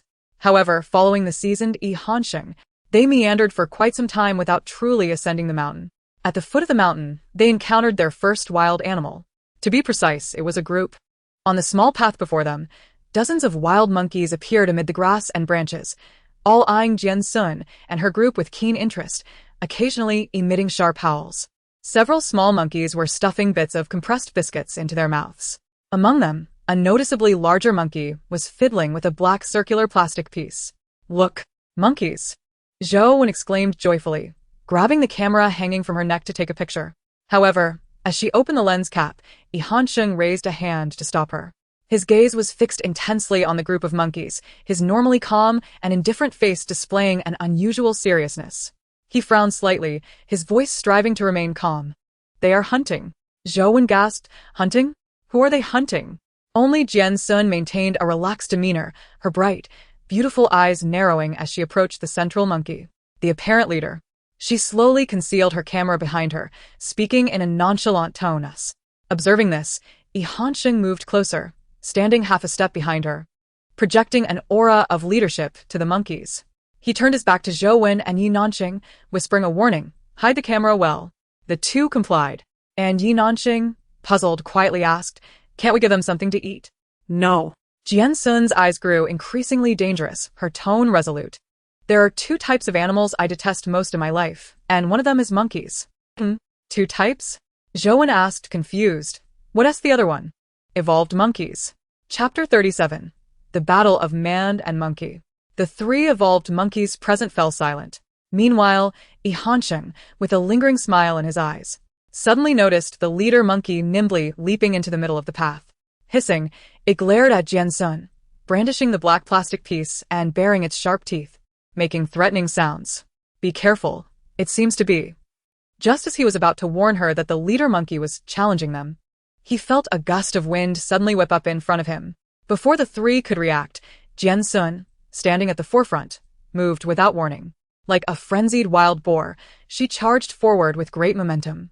Perhaps taken aback by the audacity of the seemingly frail human, the previously provocative Monkey King was suddenly startled.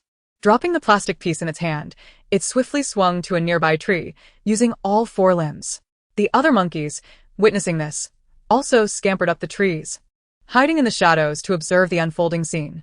Naturally, the wild boar's movements were no match for the monkey's speed. It missed its charge and simply stood in the middle of the path where the Monkey King had been squatting.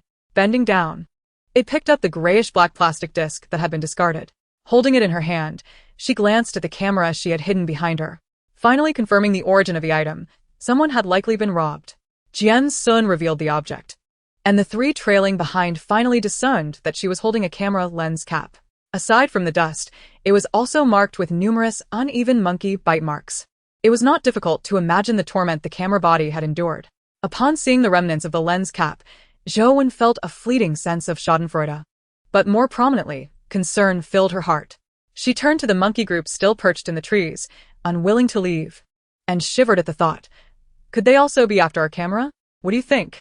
Jian Xun tossed the lens cap to her, then raised her gaze to meet the watchful eyes of the Monkey King.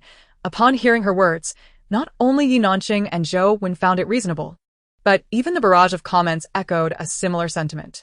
Jian, feeling somewhat anxious, glanced at the dozen monkeys in the trees and cautiously inquired, "What should we do now? Even if we understand the monkey's intent to block our path, this is the most convenient route to ascend the mountain. Must we circumvent these monkeys and take a longer path?" He contemplated the possibility of retreating and finding an alternative route, but before arriving at a conclusion, he noticed the largest monkey, which had been obstructing their path, suddenly swing from one tree to another. Accompanied by a series of piercing shrieks, it began to vault and leap above their heads. It was evident that it was preparing to launch an attack. There was no time to flee now. They could only make a stand. Jian Xun tightened her fists, ready to deliver a blow to the provocateur. However, Yi Nanqing hesitated, recalling Director Li's earlier admonition.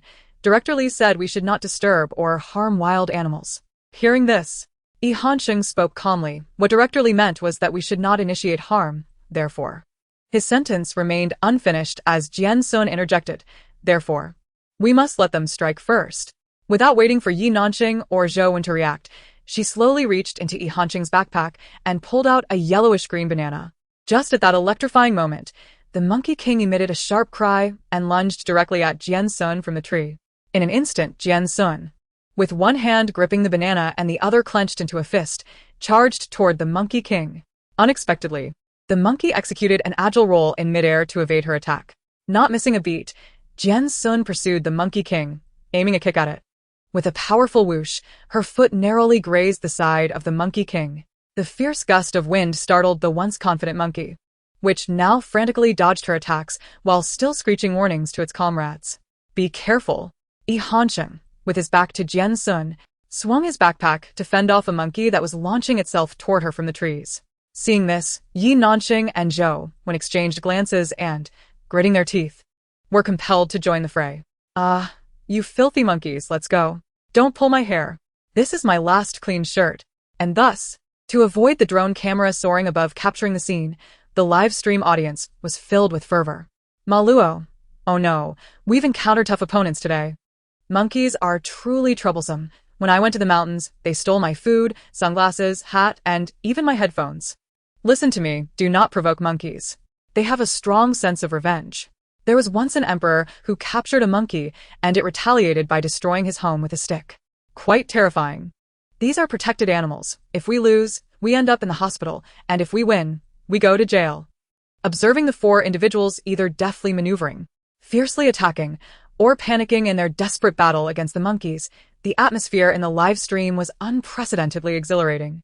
Most supported their efforts to discipline these unruly monkeys, though a small fraction condemned them for harming wild animals. Regardless of the audience's opinions, the four individuals on site were genuinely caught in a fervor. Hair and monkey fur flew. Shouts and shrieks resonated. It was a rare spectacle of a human-monkey showdown. The battle raged on for over 10 minutes. With a long exhale, Jian Xun finally subdued the struggling Monkey King, swiftly opening her camera and snapping a few shots of its head. Observing her vigorous actions, Zhou Wen, with her hair in disarray from monkey scratches, was momentarily stunned. After a moment of contemplation, she recalled a professional term Yi Nanqing had mentioned. So this is what it means to capture a moment. You truly grasp the essence. Hearing this, Yi Nanqing, whose clothes were in tatters, was equally taken aback. So it really is about capturing moments. Chapter 38. So what now? After a fierce battle filled with monkeys leaping and swinging, the conflict concluded with the wild boar king triumphing over the monkey king. Jian Xun, pressing down on the relentlessly struggling Monkey King, flicked its head several times with her middle finger. The other monkeys, agitated, scurried around but dared not approach to rescue their leader from this fierce human's grasp. Jian Xun, however, was in no rush to leave. She pulled out the banana she had hastily pocketed and offered it to Yi Nanqing. The Monkey King, infuriated by the tantalizing banana swaying before it, almost kicked its legs in frustration. Yet, it lacked the strength to free itself. No matter how it struggled, the hand controlling it remained steadfast. Ultimately, it resigned, exhaling in defeat, chattering to the surrounding monkeys. Soon, several nimble monkeys approached with various packages in their mouths or clutched in their paws. They chattered at the Monkey King.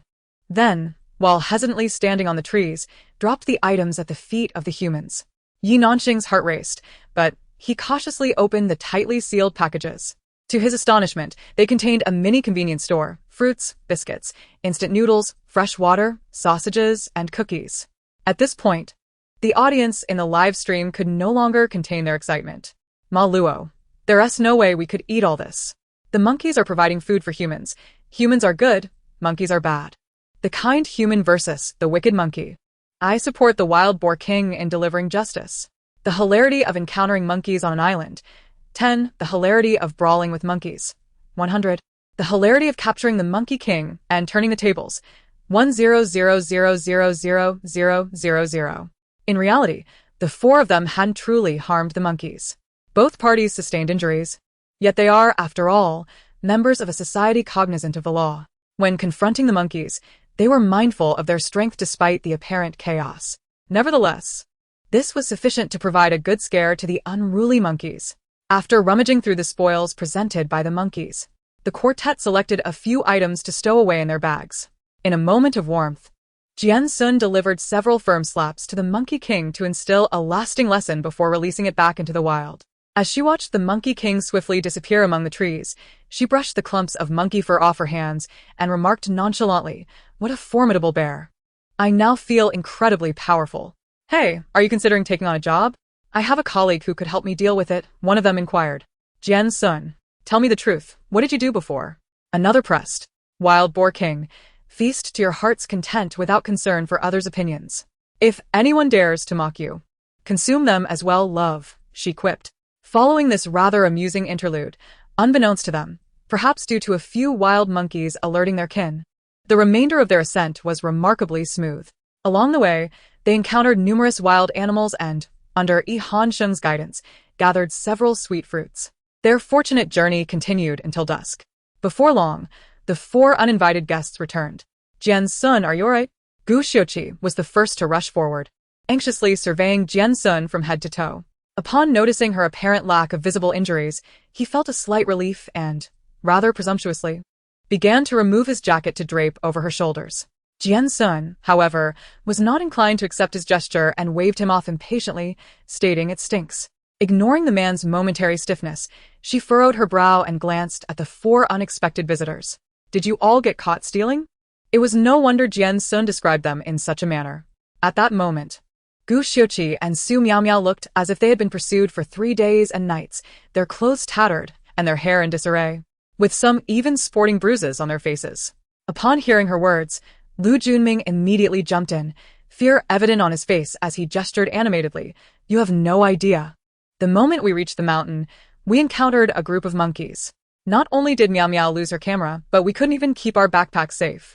He paused, glancing at their well-equipped state with envy. "You all are so lucky not to have run into those crazy monkeys." In response, Jian Xun turned her camera screen towards him with a smile. "Is this the kind of monkey you're talking about?" Lu Junming squinted and leaned in to discern the image. And upon recognizing the monkeys for color, he gasped in horror. "You all encountered them?" Zhou grinned and chimed in.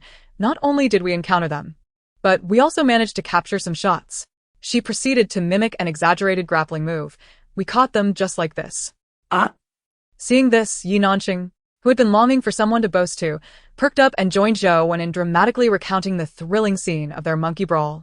Lu Junming, Su Miao, and Gu Xiuqi stood there, stunned, occasionally taken aback by their exaggerated descriptions.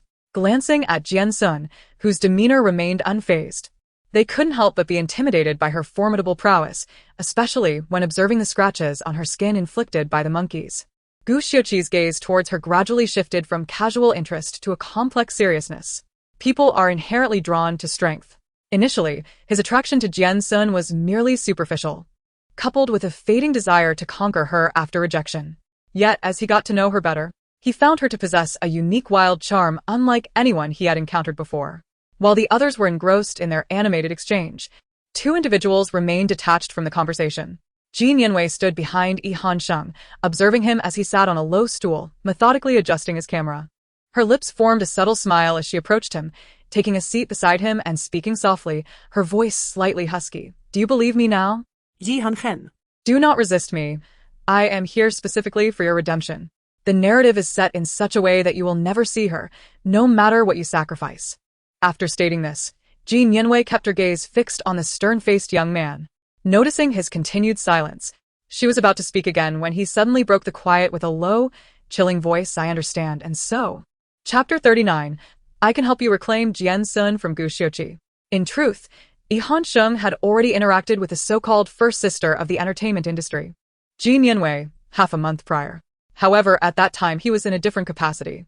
At a private banquet hosted by a mogul in the film industry, Jian Yanwei had approached him with a glass in hand, her first words being, "Finally, we meet." Not as Han Sheng, but as the product of a fleeting impulse, carefully nurtured over the past decade through a Weibo account named Snowfield.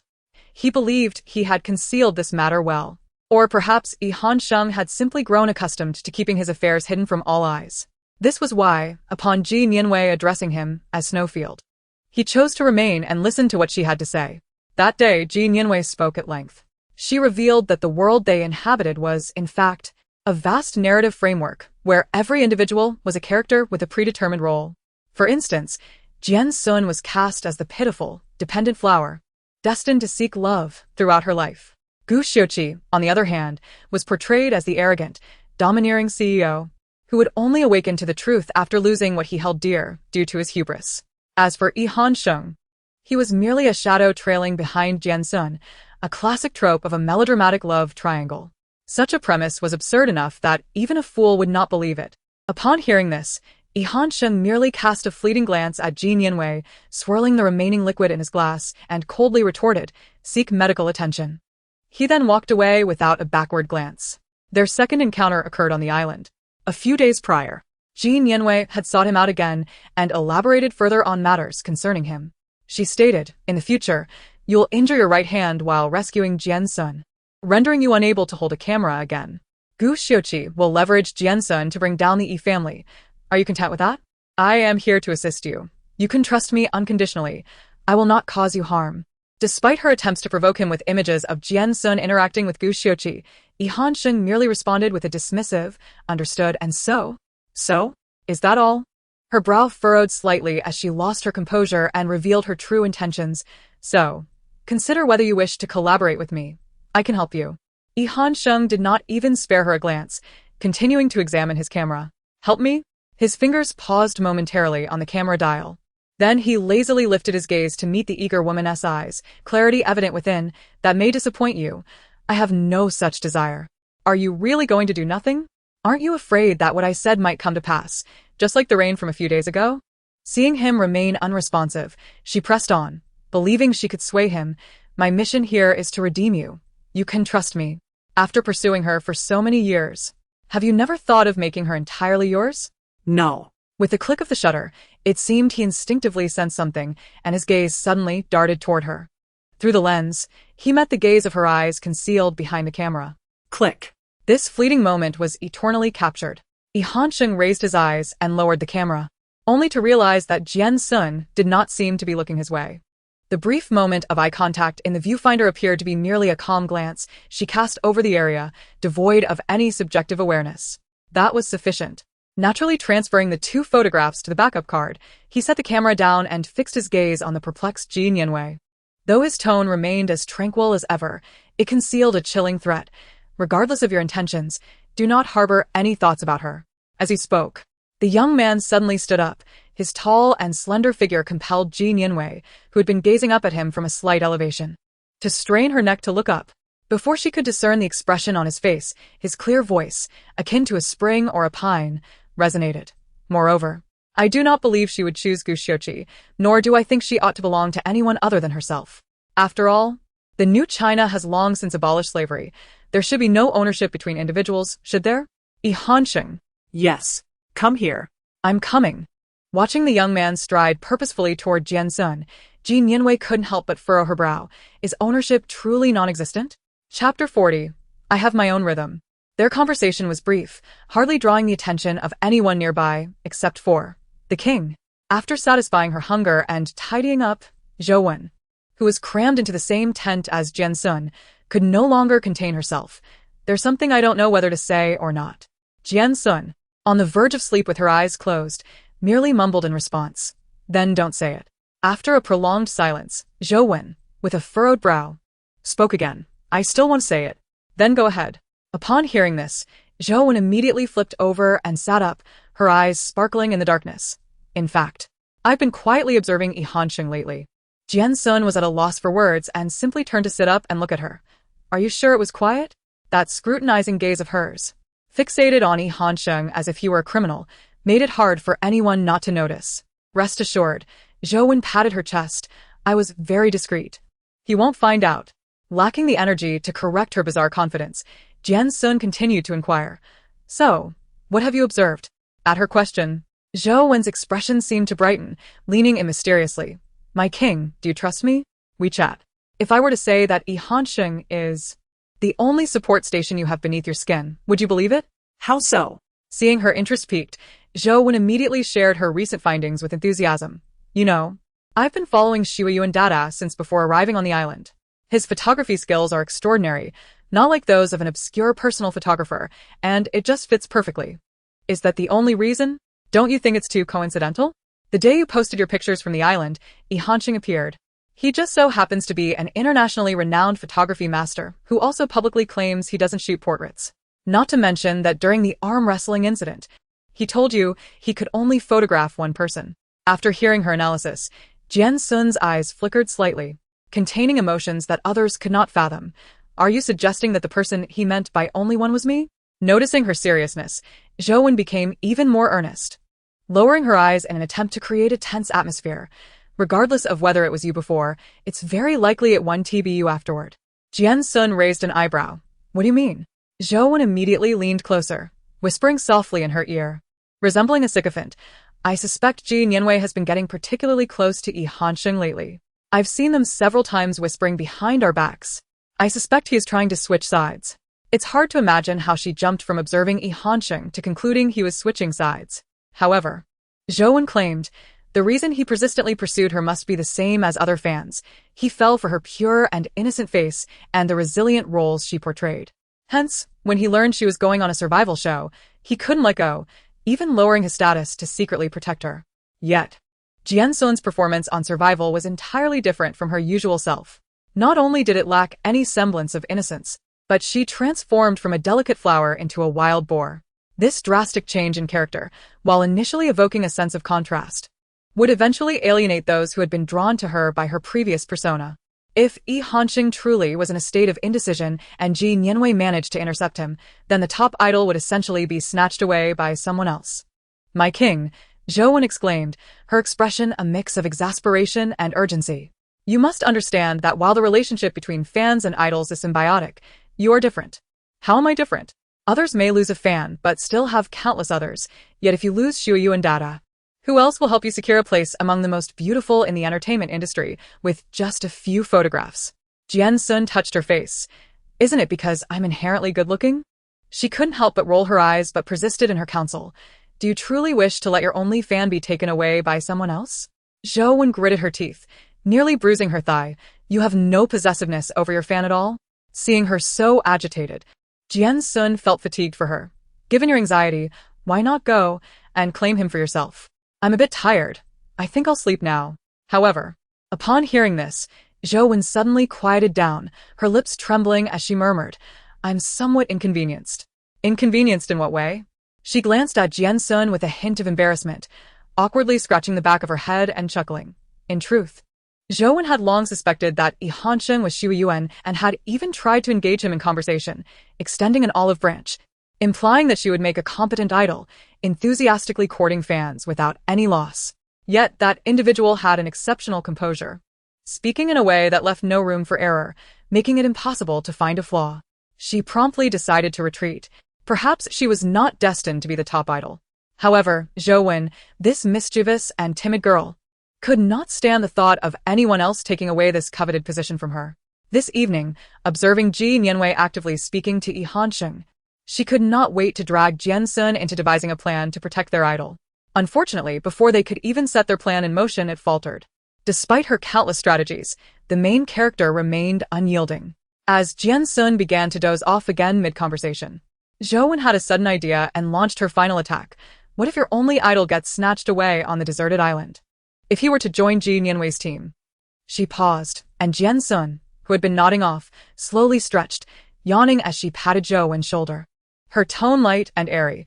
Chapter 41. When, while climbing, she effortlessly carried Yihanqing's gear, moving like a tireless young calf, leaving everyone far behind, unable to catch up. While setting up the tent, she seized the stakes from Yihanqing's hands, driving them deep into the ground with decisive force. Only Leaf remained silent, holding the hammer. As they exchanged glances, upon encountering more formidable wildlife, Su Miao Miao, Ji Nianwei, and Zhou Wen all expressed varying degrees of fear, retreating swiftly. Only she resembled a supreme predator, driving away creatures such as snakes, insects, mice, ants, gorillas, and bats, animals that most would avoid like the plague. During mealtime, The one who had previously appeared as a ravenous wild boar astonishingly shook her head in refusal when offered the first bite of roasted meat by Jian. This genuinely startled everyone. Jian, with a face full of shock, asked, "Captain, do you have something on your mind?" She shook her head, replying, "Not at all." Gu Xiuqi, who had sidled up to the campfire, wore a worried expression and queried, "Is it that you don't like the meat he roasted?" She shook her head again, affirming, "I like it very much." Zhou Wen, who had been frowning, cautiously ventured, "Do you want him to eat first?" Jian Xun glanced at her, then frowned in return. "Is it not obvious?" "It is too obvious, sister." "It's almost confusing," Zhou Wen replied. Even the most obtuse individual could now discern Jian Xun's distinct feelings toward Jian, especially in light of her earlier indifference towards Gu Xiuqi. The viewers in the live stream quickly pieced together a narrative of unrequited love, a love triangle where he adored her. But she only had eyes for him. The spectators present grasped the situation with clarity. Jin Yanwei, bewildered, decided to observe the unfolding drama. Gu Xiuqi, consumed by jealousy, struggled to contain his anger. Yet, Xian Miao, who seemed unaffected, grew anxious.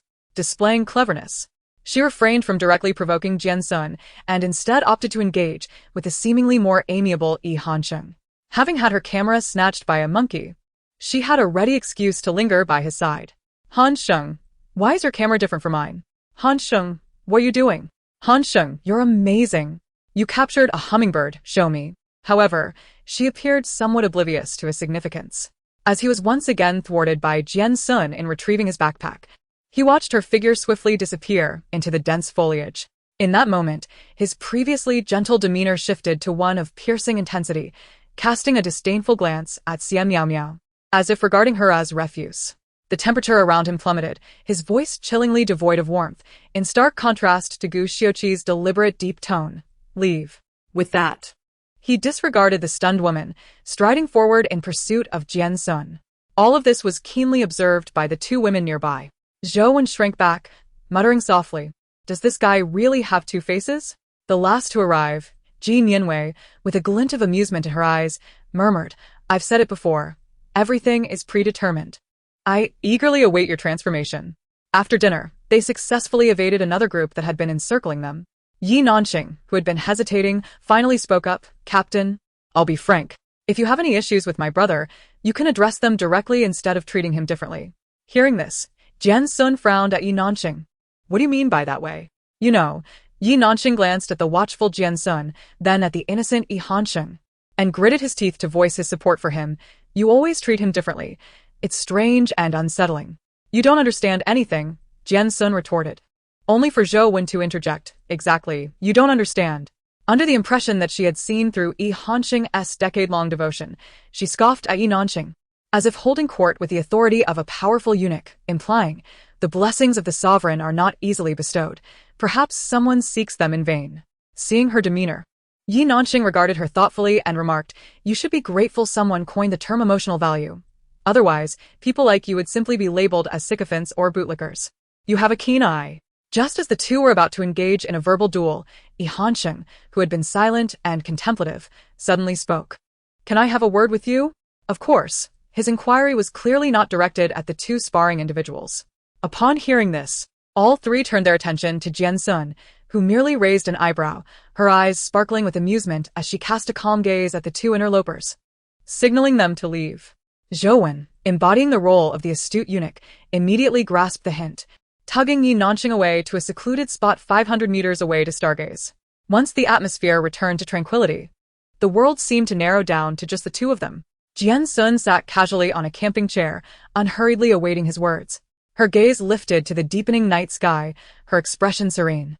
Yi Hanqing followed her gaze, and from the clear night sky, he quickly identified the brightest star. His dark eyes reflected the night and the flickering campfire, his voice barely above a whisper, as if speaking to himself. "You know, don't you?" "Yes," Jian Xun replied, unusually refraining from banter, quietly admiring the infinite night sky. "Since when?" Despite her instinct as a wild creature alerting her to the subtly intense gaze upon her, she feigned ignorance, just as she had countless times before, focused solely on the celestial display, softly replying, "From the very beginning." Chapter 42, Deception. Wild beasts. Referring to mammalian wildlife, dwell in perilous primal mountains, relying on their far superior sensory perception and unique instincts for survival. This ability is an innate survival skill. Even when removed from their natural habitat, it clings to their souls like a natural superpower, functioning as a passive skill. No one understands the art of lurking and observing better than wild beasts. Naturally, no one comprehends the veiled glances of Jian Xun, which he mistakenly believes are subtle and restrained, better than she does. To her, the flaws in his effort are glaringly apparent. Just as she had mentioned to Zhou at the outset, Jian Xun genuinely did not know who he was. Although her sharp instincts allowed her to sense the presence of that gaze, she had never truly delved into it. It can be said that she had always been aware of someone quietly watching over her. However, this individual only appeared in appropriate public settings, those occasions she, as an actress and star, was obligated to attend. It was only then that she would feel that gaze upon her. Moreover, she sensed no hostility. The observer merely watched silently. In fact, that gaze had transitioned from burning intensity to a tranquil calmness, akin to admiring a painting or a flower, devoid of any emotional turbulence. Thus, Jian Xun paid it no mind and never thought to investigate further. It was not until a set of behind-the-scenes photos, still somewhat raw yet beginning to exhibit style, came into her view that she connected that prying gaze to a fan. Later, as the account gained popularity, she thought he would fade into obscurity like countless other fans who had once been fervent only to dissipate into the background. But he did not. He even managed to learn about her participation in a desert island reality show before she did, quietly making his way onto the island. When she sensed that familiar gaze once more, Jian Xun, for the first time, chose not to pretend as if nothing had happened. Instead, she unexpectedly confronted the individual who had always fled at the sight of her. She refrained from immediately exposing Yi Nanqing's clumsy lies, as she found herself increasingly intrigued by him. The youth, appearing to be around 20, mentioned that Su Miao Miao is older than him, suggesting he cannot be more than 22. Recalling the first appearance of the snowfield, which occurred approximately 11 years ago, he would have been about 10 years old at that time. It is perplexing how he could have conceived the idea of establishing a fan support station for her at such a young age and diligently maintained it until now. The more Jian Xun delved into his story, the more intrigued she became. It felt like she was ensnared in an emotional whirlwind, yet she found it exhilarating. During their 3 minutes and 27 seconds of silence, Jian Xun's breath nearly ceased. His mind was a vast expanse of emptiness, akin to a balloon punctured by tape, not bursting immediately, but losing warmth rapidly from within. At that moment, the only phrase he could muster was, "I'm sorry." Jian Xun raised an eyebrow, questioning, "What are you apologizing for?" Indeed, what was he apologizing for? He was uncertain, hence the silence continued. After a prolonged pause, Jian Xun finally broke the stillness. Her tone light. "Did you know me before? You know what I mean by no. It's hard to explain otherwise. 11 years is a long time, long enough to erase any trace of events in anyone's heart. Why should Jian Xun be an exception?" Another prolonged silence ensued. "I'm sorry if it bothers you. And what if I am bothered?" Jian Xun interrupted, turning her gaze from the star-speckled night sky to his ethereal profile. Her expression focused. "If I said I was bothered, what would you do?" In a flash, Jian Xun swiftly grasped the youth's wrist, halting his hand from pressing the exit button on the device. Jian Xun did not resist. Instead, he looked at her calmly, his eyes as clean and clear as ever. "I am merely an ordinary fan who admires your work and character, treating you as an idol to follow and admire, with no ulterior motives. If my presence here disturbs you, I can leave immediately. If anything else bothers you, I can delete my account and vanish before you, or fulfill any request you have." Tightly gripping the man's wrist, Jian Xun suddenly smiled at him, her tone lighthearted. "I was just joking." Simultaneously, she noted the fleeting shadow of despair in his eyes and the sudden spike in his heart rate. Thus, her smile broadened. "Jian Xun, you are lying." It was as if they were long-lost friends, conversing under the night sky about the past. In truth, saying this is an understatement. Yet Jian Xun did not perceive it that way. She never sought faults within herself, but chose to cast them onto others. "Once we leave the island, add me on WeChat." "All right. And one more thing, since you are a true fan, why not leverage your connections to introduce me to some work?" Last month's interview with Admiration magazine, the month before that in Fashion Figures Weekly, and the one before that. "All right, I understand." Both Jian Xun, who had never seized opportunities, and Jian Xun, who was well-connected in photography but unappreciated in the film industry due to his personality, fell silent. They sat side by side like old friends reunited, oblivious to the two individuals 500 meters away, tormented by mosquitoes. Achoo! Bang! I want these mosquitoes dead. Chapter 43. Self-inflicted consequences. Su Miao Miao. On the last day in the mountains, after having expressed their thoughts openly, their interactions became significantly more normal. Yi Hansheng remained the versatile super dad, while Jian Xun was still the superstar. The other two unfortunate souls, laden with red envelopes, could only play supportive roles. However, following Jian Xun's deliberately erratic behavior the previous day, the chemistry between her and Yi Hansheng began to manifest in the eyes of most observers. Did you all notice? I feel like there's something between Wild Boar King and them. Honestly, I didn't think so before, but now it seems quite evident that they're trying to conceal something. Seriously, what are you all looking at? Gu Xiao's gaze is practically glued to Jian Xun. Can't you see? Stop. Are we here for survival or some outdoor dating show? Can't we focus on actual competition? Forget it. I just don't enjoy the saccharine nature of dating shows. I prefer to indulge in this unrelated reality show. Not only did online spectators begin to gossip about them, but even the other team members were like ants on a hot stove, craning their necks to eavesdrop. That morning, the other team unintentionally crossed paths with them several times. On Su Miao Miao's 12th attempt to feign a lack of a camera, curious to see how Yi Hansheng operated his, she tried to separate him from Jian Xun. Yi Hansheng maintained his calm demeanor, deftly removing the card from the camera. He then handed the expensive camera, valued in the 5 figures, to Su Miao Miao. Stepping back and speaking in a polite yet detached manner, I will have someone send the invoice to your studio. She was so disdainfully dismissed by Yi Hansheng that her cheeks hadn't even begun to redden when the onlooking Zhou Yi duo immediately chimed in with sarcastic remarks. Yi Nanqing, is beauty the only prerequisite for love?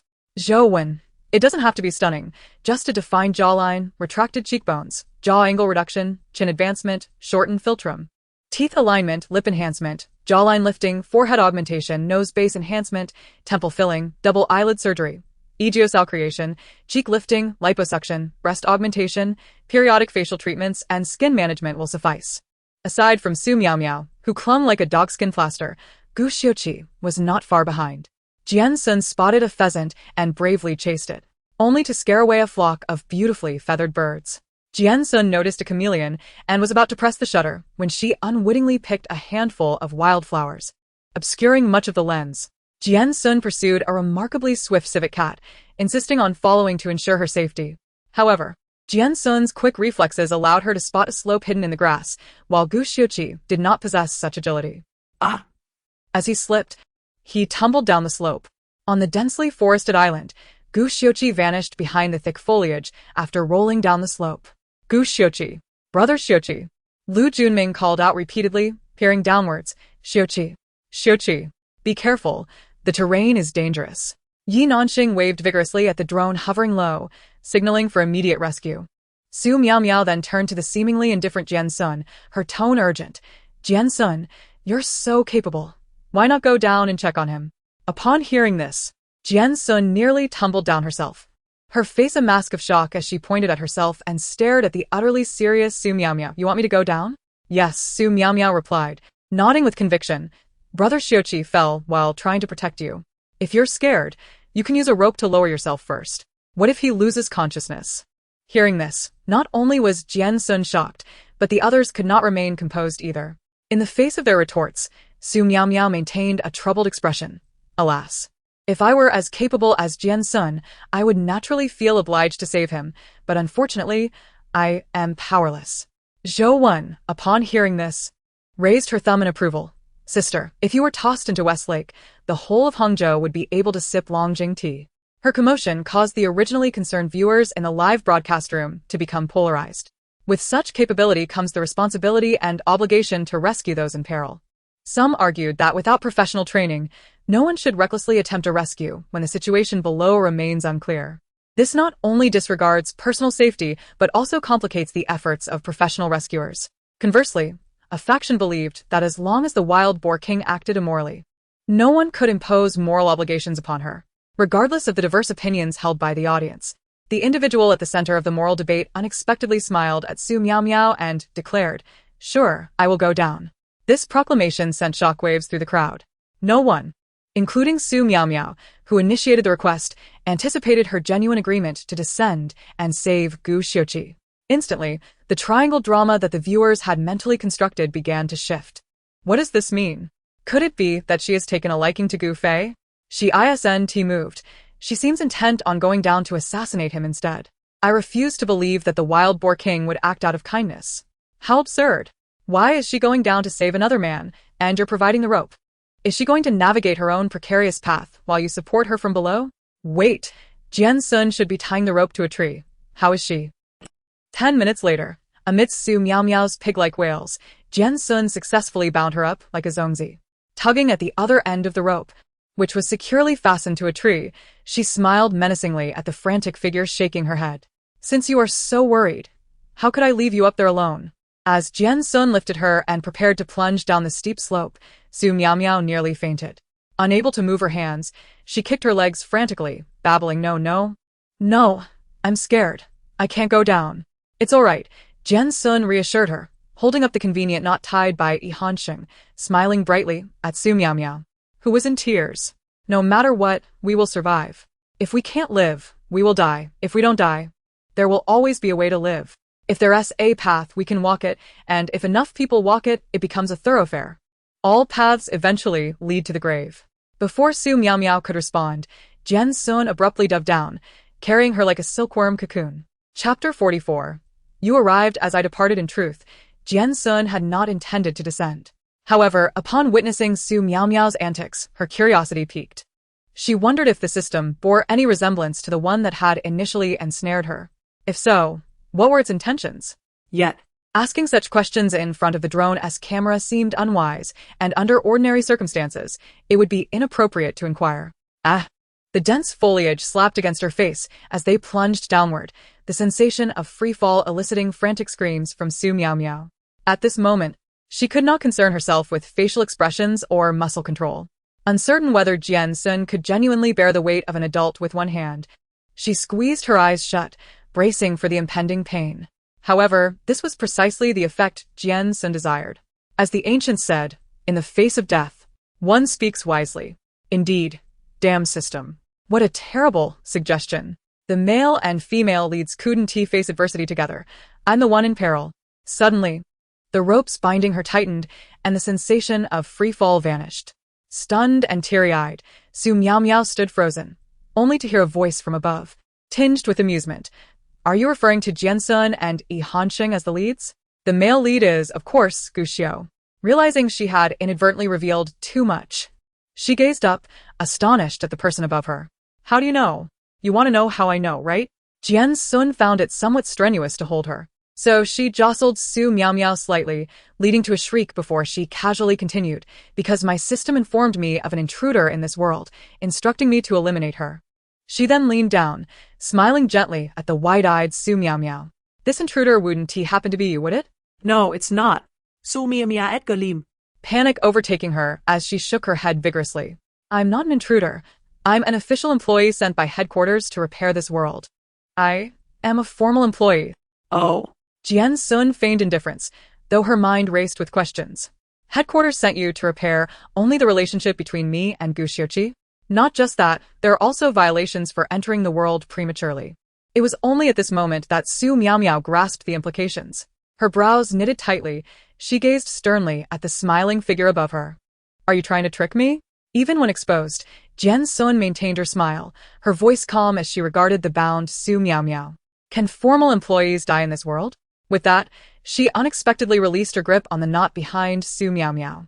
Thud. Dust erupted as Su Miao landed face down on the ground, writhing. Realizing she had only tasted a mouthful of fresh dirt and felt no other pain, she burst with joy. As she struggled to flip over, a dull thud echoed behind her. Jian Xun had landed. Su Miao, too preoccupied to spit out the dirt, instinctively sought to crawl away from this terrifying woman. However, she had scarcely moved when a trembling male voice called out nearby, Jian Xun. Both figures, one prone and one standing, turned their gazes toward the source of the voice. Beneath a lush tree, a disheveled man leaned against the trunk. His face bore scratches from his fall, yet his handsome features were filled with emotion and disbelief. His eyes reddened as he spoke, his voice hoarse. You actually came down to find me.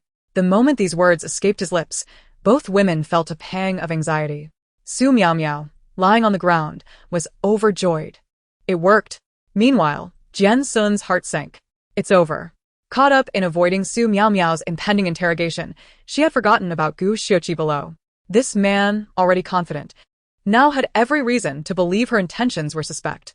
As Jian Xun contemplated how to clarify that she hadn't descended solely to save him, she watched as the man, who had moments ago been unable to stand, suddenly seemed invigorated, pushing himself upright and limping toward her with red-rimmed eyes. You came. Just as he stumbled toward her, arms outstretched, Jian Xun deftly sidestepped to evade him. She immediately turned and began to climb, treating the situation as a life-or-death escape from a ravenous zombie. However, as her hands gripped the slope, poised to retreat from this chaotic scene, a rustling sound from above caught her attention. It seemed someone was cautiously descending along the path she had taken. Is the rescue team from the production crew this swift? Just as Jian Xun marveled at the speed of the Chinese rescue efforts, the branches above shifted. In the next moment, a pair of extraordinarily long legs parted the dense foliage, and Yi Hansheng descended with the grace of a seasoned outdoor athlete, sliding down the steep slope alongside the rock wall. At this moment, Jian Xun, who yearned to escape, stood precisely at the point where he was originally destined to land. Had he followed his intended trajectory, he would undoubtedly have crashed into the individuals below. In a flash, his instinct was to reach out, seeking leverage to alter his descending path. His slender fingers, exerting too much force, were grazed by the sharp stone wall, yet he seemed oblivious to the pain. Still striving to find a means to redirect his fall, just as the situation teetered on the brink, Jian Xun below suddenly sprang into action. With her legs slightly bent to gather strength, she aimed for a point above and leapt upwards. In Chapter 45, Where are the photos? As Yi Hansheng risked injury to adjust his landing, Jian Xun raised an eyebrow, targeting a protruding stone above that could support her grip. With all her might, she propelled herself upwards. To the astonishment of the three onlookers, she soared over a person-s height, akin to a mountain goat adept at scaling steep cliffs. As her right hand secured the stone with precision, her left hand reached downwards. Feeling the immense grip at her wrist, Yi Hansheng, without hesitation, tightened his hold. A dull thud resonated as he used his arm to stabilize his descending body. Though this sequence of events seemed intricate, it transpired in mere moments. Once he steadied himself, Yi Hansheng looked up at the figure that had suddenly appeared above him, his typically calm and composed features betraying a flicker of emotion. You. As he hesitated, Jian Xun found amusement, glancing at their hands tightly intertwined, her gaze glinting. Let us go. Though puzzled by the urgency to leave immediately after arriving, Yi Hansheng nodded slightly. Pulling the lightweight Su Miao Miao downwards was a stark contrast to dragging a nearly 2-meter-tall, fit adult man upwards. Even the wild boar king found it somewhat taxing. Gritting her teeth, she managed to pull Yi Hansheng to her level. Surveying the area and confirming there were no more points of leverage, she cast a glance at his slightly disheveled hair and the bloodstains he left on the rock wall. Are you all right? Should I carry you up? Upon hearing this, the previously dazed man suddenly became alert. His grip on her wrist tightened, and Yi Hansheng frowned slightly, expressing his displeasure for the first time. I can manage. Without waiting for Jian Xun's response, he stepped onto a section of dead tree clinging to the cliff. With no support for his left hand, he stretched his long arm to grasp a rope tied to Su Miao Miao, which extended upwards to a tree. The man wrapped the rope around his hand twice and grasped her slender wrist, determination etched across his brow. I'll pull you up. It was the first time Jian Xun witnessed such a side of Yi Hansheng, finding it both amusing and refreshing. As their positions shifted, she transitioned from looking down at him to looking up. Her calm gaze traced from his tightly pressed lips to his taut jawline, from the broad shoulders hidden beneath his clothing to the bulging veins on his forearm from exertion. Suddenly, she chuckled softly, easing her grip and allowing most of her weight to rest on their clasped hands. All right then, you pull me up. As they continued to ascend, the rope swayed perilously.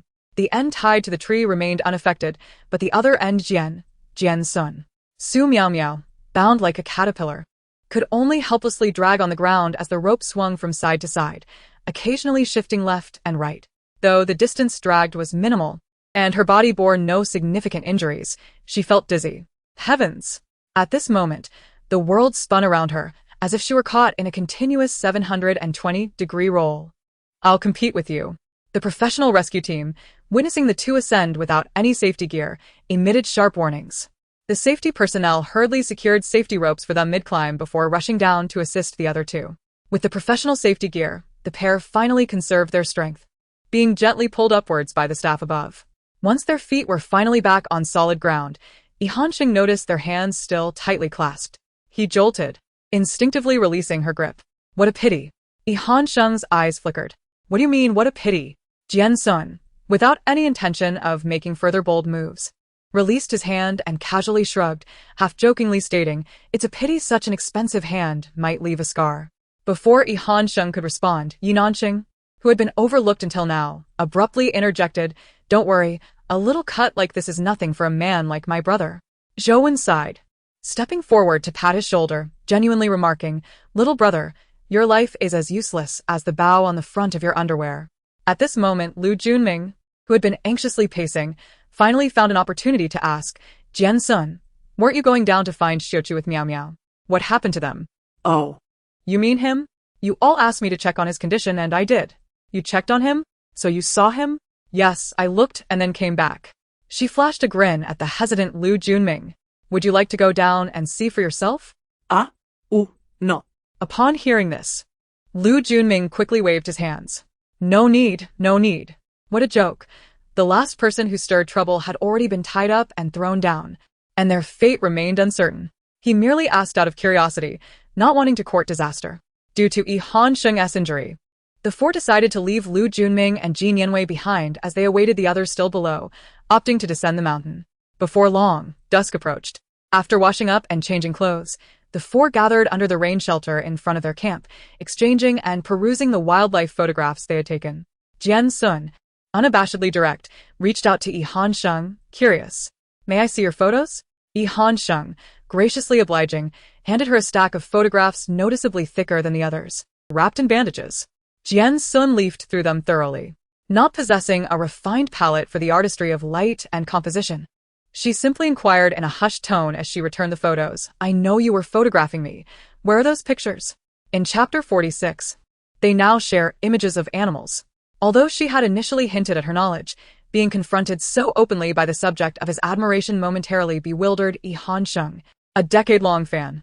He began to ponder whether she had been aware of his silent observations from afar all along.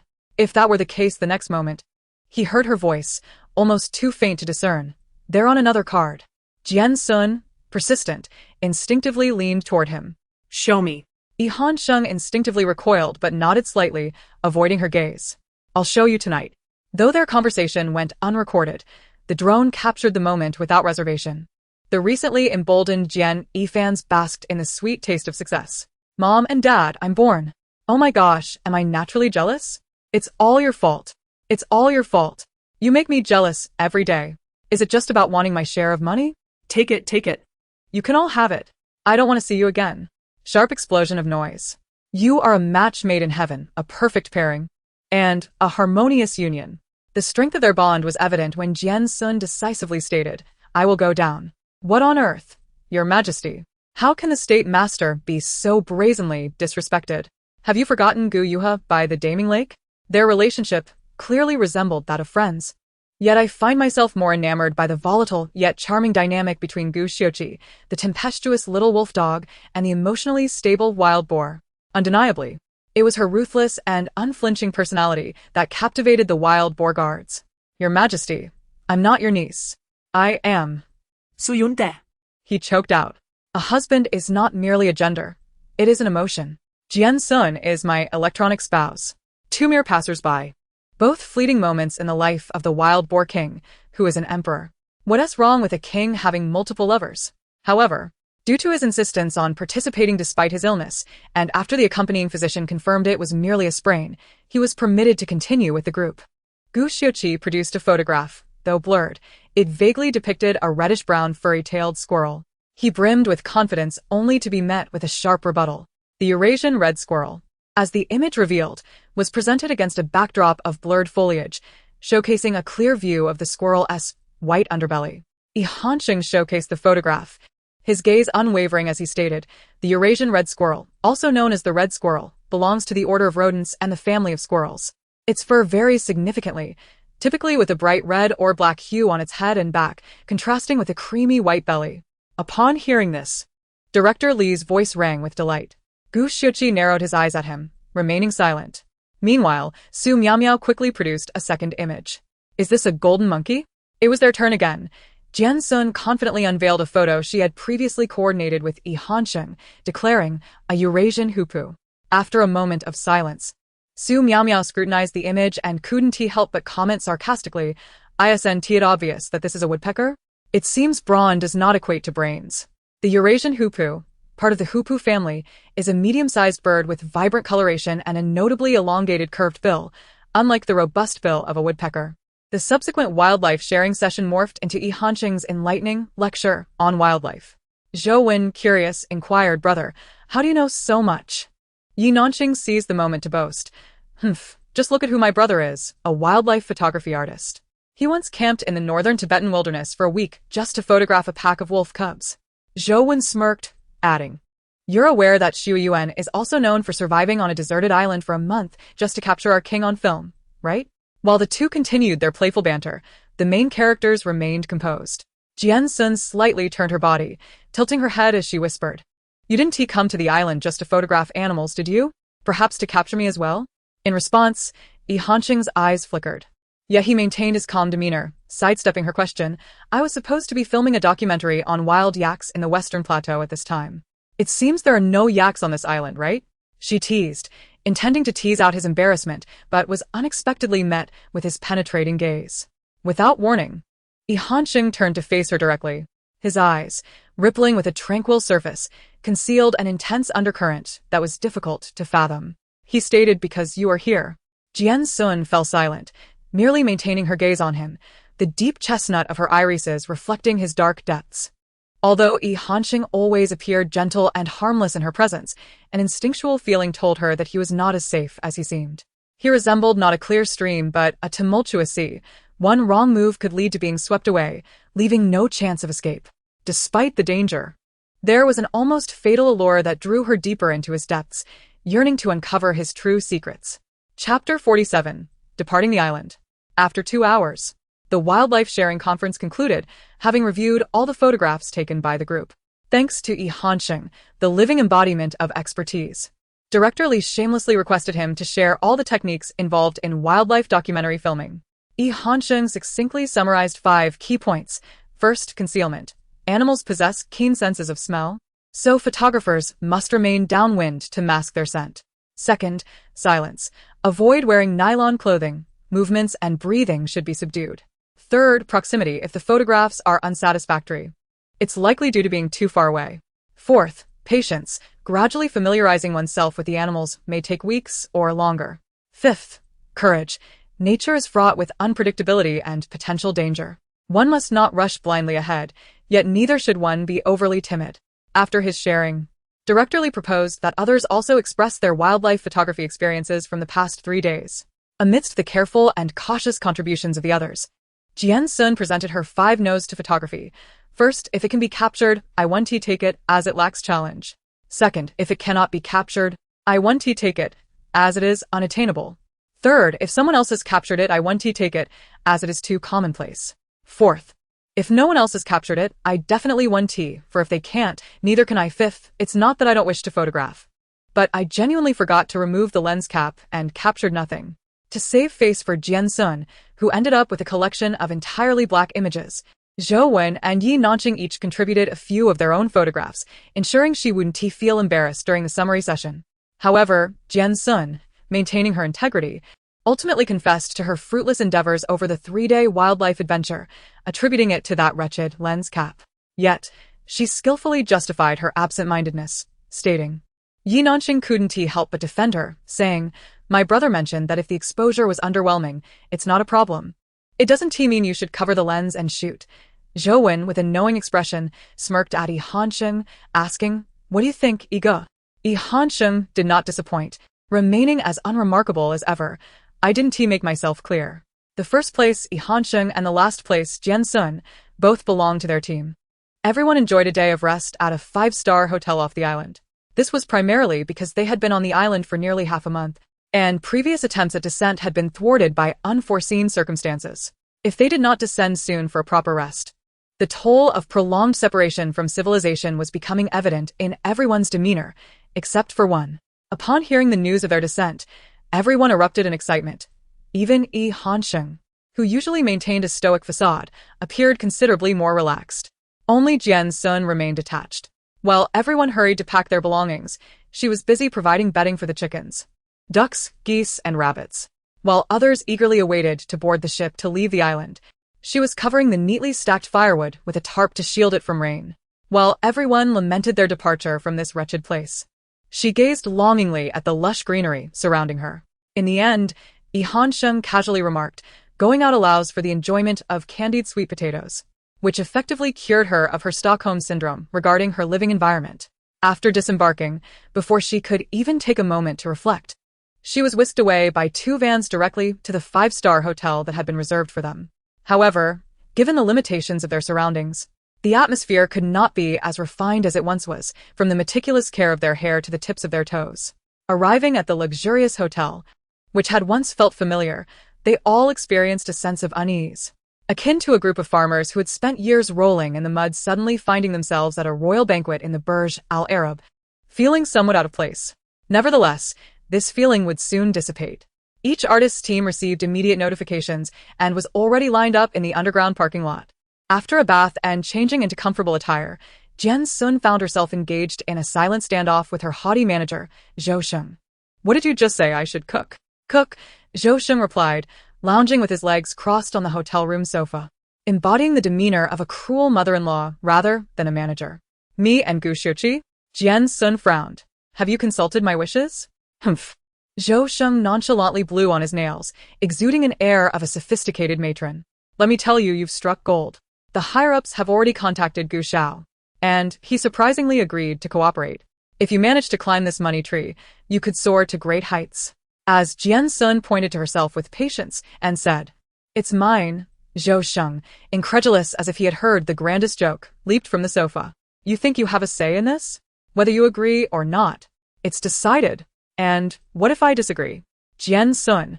He gritted his teeth, his glittery finger nearly poking her nose. "Don't think just because you've gained a bit of fame that you can act recklessly. Don't forget, your contract is with the company, and we can freeze you at any time." Seeing him enraged, Jian Xun remained unfazed, leisurely pouring herself a glass of water before looking at Zhou Sheng with a calm demeanor. "Zhou Sheng, are you threatening me?" Chapter 48. Are you willing to stand against the world to protect me? Stunned by her seemingly light-hearted remark, Zhou Sheng's anger flared. He pointed at Jian Xun, ultimately leaving her with one line, "You have no choice. It's settled." He then turned sharply and stormed out, leaving Jian Xun, who merely took a sip of water, with an unrestrained smile. "So you want me to cook?" Fine. After half a month on a deserted island, lying on the long-awaited soft bed in the hotel, the once delicate artists were reluctant to move. The entire floor quieted down, and a nimble figure slipped out of the room, illuminated by the soft glow of the wall lamps. Jian Xun was preparing to engage in some clandestine activities when she was unexpectedly caught in the act as she turned around to close the door. She nearly collided with the man standing behind her, steadied only by his outstretched hand. In front of her was a delicately arranged food box, and upon meeting his slightly questioning gaze, she asked, "Jian Xun?" Unfazed by being caught, she retorted, "What are you sneaking around for?" Jian Xun. Having silently accepted her accusation, gently shook the food box in his hand. Candied sweet potatoes. Surprised that he remembered, Jian Xun paused before her nose twitched, catching the scent of more than just one dish emanating from the box. Initially eager for vengeance, the prospect of delicious food shifted her resolve. Naturally, she took the food box from his hands and re-entered her room. Noticing that he showed no inclination to follow, she turned to him, grasping the door handle. "Have you eaten?" No. "Then hurry inside." Although it was a time for rest without cameras, they were all on the same floor. If someone were to see, her plans for the night might be compromised. With a soft thud, the door closed behind them, and the man's robust figure subtly trembled. I'll go first." Jian Xun dared not linger in her room. Just as he was about to leave, he heard her ominous voice, accompanied by the sound of a packaging bag being torn open. "Jian Xun, is that you?" Yes. The sound of porcelain clinking followed. "If I remember correctly, you've liked me for 11 years. Haven to you?" Uncertain of her intent with the question, Jian Xun hesitated to respond. Simply watching her as she stood by the dining table, using chopsticks to lift the freshly made candied sweet potatoes to her mouth while ambiguously continuing, "So, are you willing to stand against the world to protect me? Are you willing?" Though he was already aware of the leverage she had over him, Jian Xun refused to admit such an embarrassing truth, stubbornly replying, "It depends on the situation." Jian Xun winced from the heat of the candied sweet potato but swallowed the sweet taste. After finishing one piece, she lifted another, glancing at the man standing a distance away with an inscrutable expression. "What if I said my agency forced me to cook with Gu Xiuqi? And now I want to do something unscrupulous?" Upon hearing the latter part, the tension in Jian Xun's expression eased slightly. He lowered his gaze, tapped his phone a few times, and then looked back at her, his tone calm, as if discussing the weather. "Your manager, Zhou Sheng, is in room 1603. Having tested each other, the two found common ground in Jian Xun's mention of something unscrupulous. After satisfying their hunger, they quietly made their way downstairs. Thus, the surveillance cameras from the 16th to the 18th floors were conveniently turned off, facilitating the plans of the two conspirators. Once they stood at the door of room 1603, Jian Xun suddenly remembered to ask, "What are you planning to do?" Jian Xun, standing at the door, merely smirked coldly and casually replied, "Doesn't he enjoy cooking with Gu Xiuqi?" With that, she decisively pressed the doorbell, and upon hearing Zhou Sheng's impatient voice from within, she squeaked, "Room service." After executing her plan, Jian Xun lowered her gaze and shared a mysterious smile with her accomplice, Jian Xun. "Have you heard of a rear naked choke?" "A rear naked choke?" Jian Xun frowned, immediately sensing trouble. Before he could press further, the door swung open from the inside. At that moment, Zhou Sheng's distinctive, somewhat discomforting voice rang out. "Who's there? Room service at this hour?" Accompanied by a short, sharp scream, Zhou Sheng, unable to see who it was, suddenly found himself engulfed in darkness, collapsing to the floor. "Let us go." Jian Xun, dragging the unconscious Zhou Sheng like a limp ragdoll, resembled a character from a horror anime, meticulously making her way towards the escape route. She personally took it upon herself to drag Zhou Sheng from the 16th floor to the 18th, disregarding the bruises forming on his body as she forcefully knocked on Gu Xiuqi's door. In this manner, Jian Xun merely served as a passive observer, as Jian Xun independently executed all the unscrupulous deeds. The door to the room was firmly closed. Jian's gaze fell upon the slovenly figure sprawled on the sofa. Unable to refrain from speaking, "Are you hoping I will provide you with an alibi?" Aside from investigating Zhou Sheng's room, there was no need for him to assist with anything else. Thus, the intention of dragging him into the fray was quite apparent, to ensnare him.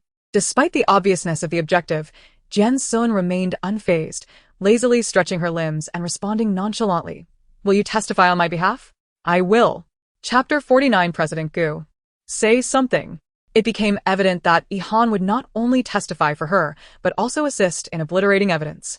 That night, all surveillance cameras in the hotel were rendered inoperative, with no footage recoverable, including that from the elevator. The following day, Jian Xun, feeling invigorated, arose early. Just as she opened the hotel door, she encountered a photographer already poised with a camera, ready to commence the day's live broadcast. Seizing the opportunity, she brightened at the prospect and enlisted the photographer to help knock on every guest's door. After a night of rest, the guests emerged in radiant spirits, delighting fans who had been eagerly awaiting in the live stream. As Jian Xun led the expanding group of guests towards Gu Xiuqi's door, before she could knock, a dull thud resonated from within. Thump. Following that, a piercing scream erupted, akin to a rooster's crow. Naturally, this voice was unmistakably not Gu Xiuqi's. The perpetrator and the accomplice exchanged furtive glances, and the primary instigator commenced their performance. Drawing upon over a decade of acting prowess, Jian Xun first offered a puzzled look to the camera, then feigned concern as she approached the door. "Is everything all right in there?" After a brief commotion inside, Gu Xiuqi's feigned calm voice emerged. "Cough, it's nothing. I just accidentally fell out of bed." Hearing this, Lu Junming, who had just been roused by the others, joined in to knock on the door. "I didn't expect your sleeping posture to be so uninhibited. Hurry up and open the door. Everyone is awake. Let us go for a morning workout." However, as soon as he finished speaking, another short, urgent cry emanated from inside. This time, everyone distinctly heard a slightly shrill male voice, clearly not belonging to Gu Xiuqi himself. Yi Nanxing, still young and relatively new to the industry, failed to notice the sudden change in expressions of those around him and directly asked, Guga, do you have someone else in your room? Upon his query, the previously closed door began to stir, slowly swinging open. Gu Xiuqi appeared, his hair disheveled, and his shirt fastened incorrectly, clearly just awakened from slumber. He paused at the sight of the gathering crowd outside, a hint of unease creeping into his voice. Why are all of you here? Gu Go. Why did you wake up so late? Yi Nanqing brushed aside the earlier question and, speaking jovially, moved closer as if to enter. Don't mention it. They dragged me out of bed, and I didn't even have time to visit the restroom. Mind if I borrow yours? The throng, chattering and laughing, surged past him, denying him the chance to refuse. Restroom, restroom, restroom. Without waiting for Gu Xiuqi to protest, Yi Nanqing dashed into the bathroom. Mere seconds later, the air was pierced by two shrill screams that nearly sent the roof soaring. The oblivious crowd turned to the restroom door, witnessing Yi Nanqing emerging with his pants in one hand, trembling as he pointed inside. He simultaneously, Zhou Wen, sensing the scent of gossip, could no longer remain seated and dashed forward, akin to a frenzied shopper snatching eggs at the supermarket. She yanked out the individual inside, clad in a nightgown, with visible bruises on his body. Upon recognizing the person, the crowd gasped in shock. One exclaimed, "Aren't you Zhou?" Oh my god! At that moment, Jian Xun forcefully pushed past Lu Junming, exposing Zhou Sheng, who was desperately trying to conceal himself, to the live camera, covering her mouth with her hand. She feigned shock, her expression betraying her delight at the unfolding drama, articulating with precision, "Isn't this Zhou Sheng, the top agent of Dingxing Media? What do you have going on with young Master Gu?" As her words nearly spilled out every detail of his identity, Zhou Sheng ceased hiding his face. Glancing at the darkly silent Gu Xiuqi behind the crowd, and in a moment of desperation, he exclaimed, "President Gu, say something." Gu Xiuqi promptly contacted the authorities. But due to the absence of surveillance footage and no tangible loss of property or person, he found himself in a precarious position. As he was escorted past Jian Xun by the unyielding police while clad in a thin silk nightgown, he caught a faint whisper. "You seem to enjoy stirring things up. Now you've really stepped into it." Zhou Sheng, however, could not linger, as he was forcibly taken away by the unyielding officers. Yet the viewers had witnessed everything, and halting the live stream only provided the online community with a fertile ground for speculation. "President Gu, say something." As viewers could no longer revel in the live broadcast, they flocked to trending topics on Weibo. Sheep Village's lazy brother. Why do I feel like this flamboyant man wanted to call not President Gu but rather hubby? Midnight melancholy pure-hearted president. I tend to speak harshly. I'll take my leave. Desperate housewife cockroach sauce. TSK. It seems President Gu is suffering from island fever. A brief separation feels like a new marriage. Just look at the marks on him. He must have been drained dry. Shy elementary student. Isn't he the heir to Gu Financial? Shouldn't he have seen countless people? Eat something better, bro. Despite Gu Financial's swift attempt to suppress the trending topic with monetary influence, the sheer number of gossiping netizens proved formidable. To prevent the situation from escalating further, Gu Xiuqi, who had feigned ignorance all morning, was compelled to publicly clarify. Gu Xiuqi, the rumors are unfounded. The other party trespassed illegally. Subsequently, Gu Financial issued 2 legal notices, one warning social media accounts and netizens against defamation, and another accusing Zhou Sheng of illegal entry, reserving the right to pursue legal action. Yet, even this damage control seemed trivial in the entertainment-centric realm of the internet. For netizens, the thrill lay in crafting memes and jokes. The more Gu Xiuqi attempted to suppress the situation, the more the rebellious online community reveled in the chaos. The spectacle of Zhou Sheng and Gu Xiuqi became a source of endless amusement, spawning countless memes that circulated wildly across the internet. Of course, the repercussions of this incident swiftly extinguished the budding romance. Jian Xun distanced herself completely from Gu Xiuqi, while Zhou Sheng found himself entangled in a far more dire predicament at the police station. Chapter 50, Let Us Test You. What is your WeChat ID? In the cold, dimly lit interrogation room, stern-faced officers conducted their inquiries while Zhou Sheng sat uncomfortably on a hard chair. The most humiliating aspect of his ordeal was that he wore no underwear beneath his luxurious silk nightgown. In this state of exposure, he endured hours of questioning, and when the police finally released him, he felt utterly drained. The sense of humiliation he experienced was even more acute than when he had been caught in bed. Huddled at the police station entrance, he wrapped his arms around his broken spirit, tears mingling with the remnants of his dignity, streaming down his face. Perhaps the tears had drained him of all composure. In a moment of clarity amid his sorrow, Zhou Sheng recalled Jian Xun's malicious glee as he was taken away by the police. Although the details of how he found himself in the room of Gu Xiao on the 18th floor remained murky, a profound intuition suggested that it was undeniably linked to that wretched girl, Jian Xun. As thoughts whirled in his mind, his expression gradually morphed from sorrow to an intense fury. Consequently, at the bustling entrance of the police station, passers-by witnessed a disheveled man, clad in an indecently thin silk nightgown, suddenly clench his fists and, gritting his teeth, bellow, "Jian Xun, I will kill you." After this outburst, he abruptly stood up and, heedless of the chilly breeze, hastily staggered away. Of course, Jian Xun remained blissfully unaware of these events. She was preoccupied with an unexpected yet somehow anticipated phone call. "Jian Xun, I see you've become quite popular online lately." Her adoptive mother, Yang Yujuan, who had signed the agreement to terminate their adoption just 2 weeks prior, remarked with a forced and awkward laugh. "Are you going to make a lot of money this time?" "None of your business," Jian Xun retorted. It was hardly surprising that Yang Yujuan had initiated this call. Their family had long been without legitimate employment, relying heavily on Jian Xun's earnings. With her income dwindling in recent years, the family's financial situation had become increasingly precarious. Seeing her resurgence in popularity, it was only natural for Yang Yujuan to seize this rare opportunity. "Don't think I'm oblivious to your intentions, Yang Yujuan. I have no money to give you. But if you wish, I could easily take your son's life," Jian Xun threatened. How dare you?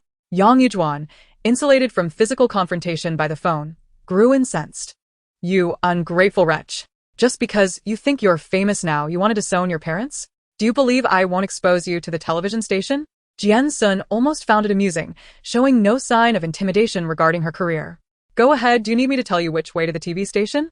Without waiting for further unwelcome remarks, she hung up the phone, even taking the liberty to send the local station's mediation hotline to Yang Yujuan's phone. With just over 2 months remaining on her management contract, she was indifferent to the threats from Zhou Sheng or the potential exposure from Yang Yujuan. After all, the directors in the entertainment industry were often inept, hardly worth lamenting. Following her recent isolation, she had even contemplated retreating to the mountains to escape the daily encounters with foolish individuals.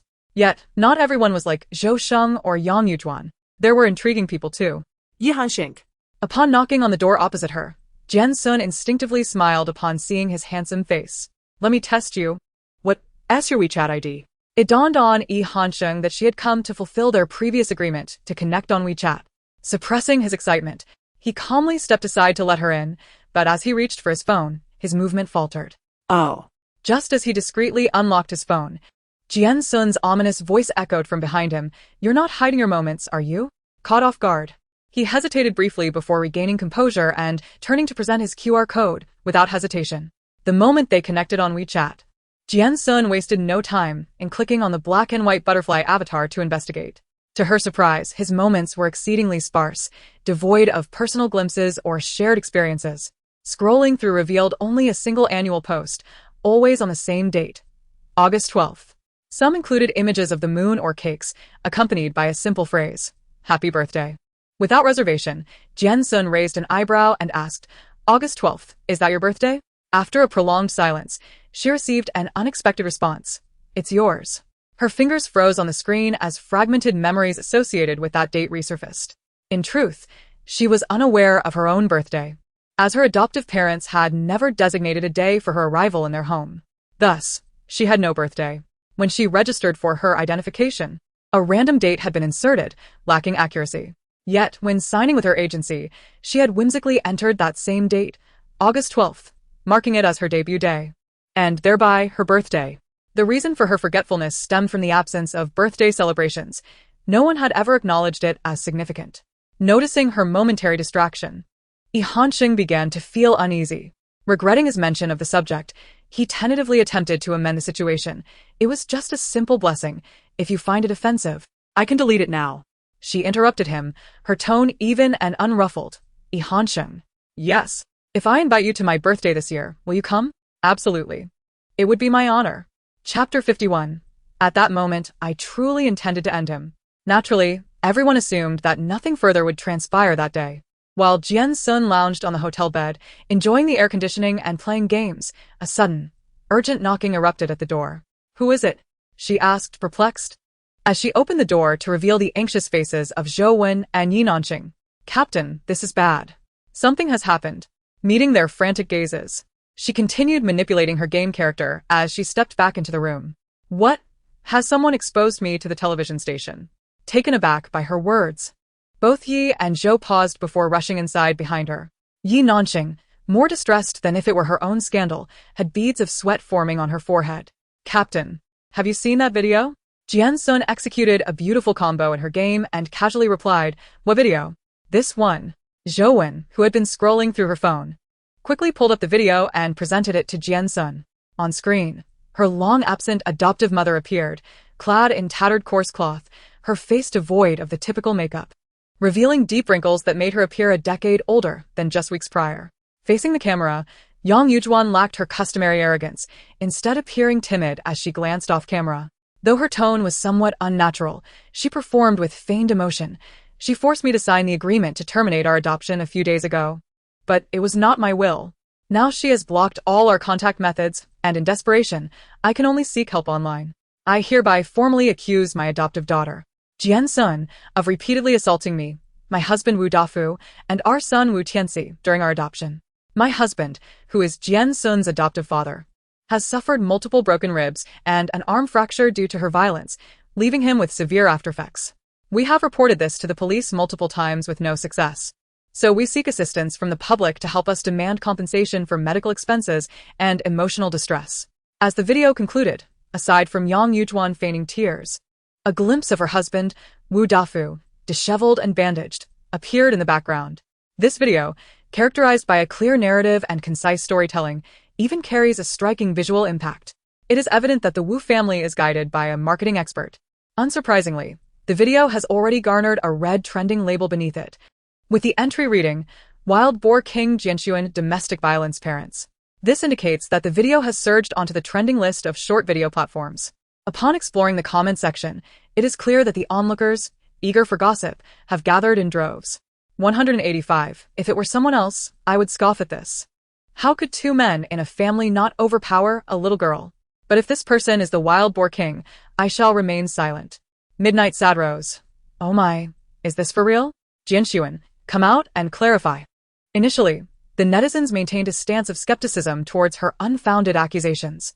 After all, in recent years, such incidents have been rife with both truth and falsehood. Having been deceived many times, people have naturally grown cautious. However, the user who posted the video soon released a set of photographic evidence that nearly cemented the case. It consisted of a police report and a hospitalization record from 13 years ago. The documents clearly detailed Yang Yujun's report to the police, who intervened to stop Jian from violently assaulting the victim and took the then 5-year-old suspect in for questioning. The hospitalization record belonged to Wu Dafu, confirming his injuries as he had described: 2 broken ribs, a fractured arm, and multiple soft tissue bruises. With this evidence, the previously wavering netizens quickly became convinced. First, handsome. Falsifying a police report is illegal. This is quite credible. Unbelievable. She was only 5 at the time. Ancient sinner. Is this not a case of superhuman syndrome? Terrifying a natural-born demon, a potential violent criminal. Liang Xiao is lavish. Goodness. I just felt a bit of sympathy for her, and now it's all come crashing down? The entertainment industry cannot keep pace with the unfolding drama. Sitting on the couch, Jian Xun silently scrolled through the comments on her phone. After a long pause, she finally spoke. Things have truly become a chaotic mess. We might as well drink it while it's hot. How can you still joke at a time like this? Zhou Wen, deeply aware of the gravity of the situation, rushed over to her. Let us go find your manager to discuss crisis management. Jian Xun gently twirled her around, smiling as she reminded her. My manager was taken away by the police this morning. Seeing this, Yi Nanqing also offered suggestions. How about I reach out to my contacts and spend some money to lower the trending searches? Jian Xun waved her hand, showcasing the steadfast trending entry still among the top 5. Mr. Gu, why don't you say something?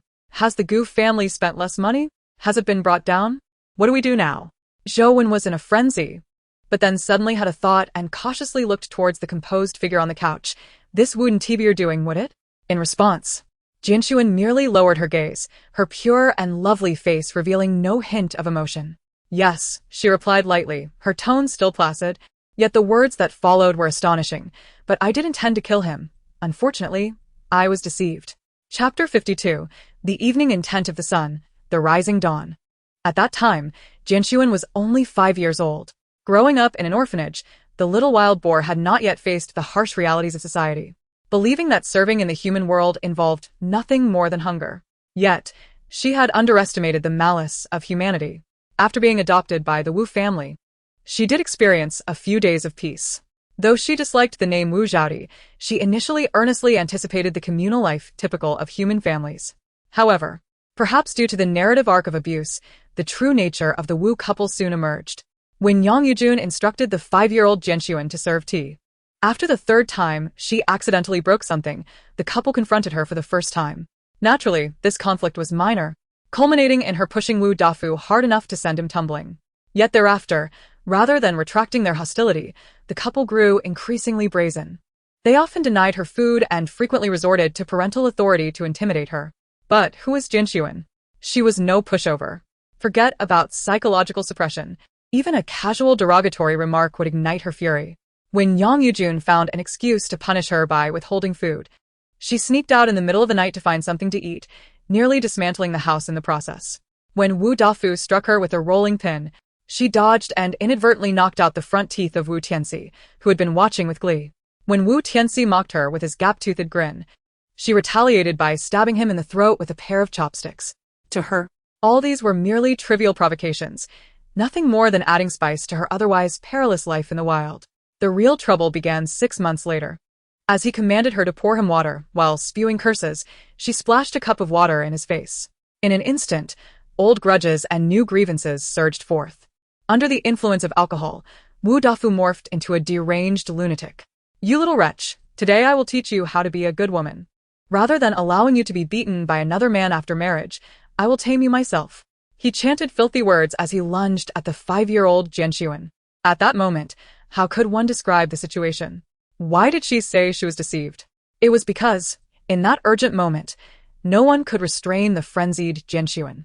While all the police officers shouted threats and warnings for her to stop or face forceful measures, only one female intern officer disregarded her own safety, rushing to embrace Jian Xun's small yet powerful body, soothing her with gentle words in her ear. "Don't be afraid. I will protect you." It was this phrase that calmed Jian Xun, who had been attacking out of fear in an effort to protect herself. As for the concept of protection, in the end, it was merely due to others' intervention that her adoption rights were relinquished. Thus, in Jian Xun's eyes, it would have been better to simply eliminate Wu Dafu. After all, serving in the military and serving a prison sentence were essentially not much different. Yi Nanxing and Zhou Wen, however, were unaware of her past experiences. Clearly, they were taken aback by her casual remark about wanting to kill him, staring at each other in silence for a long time.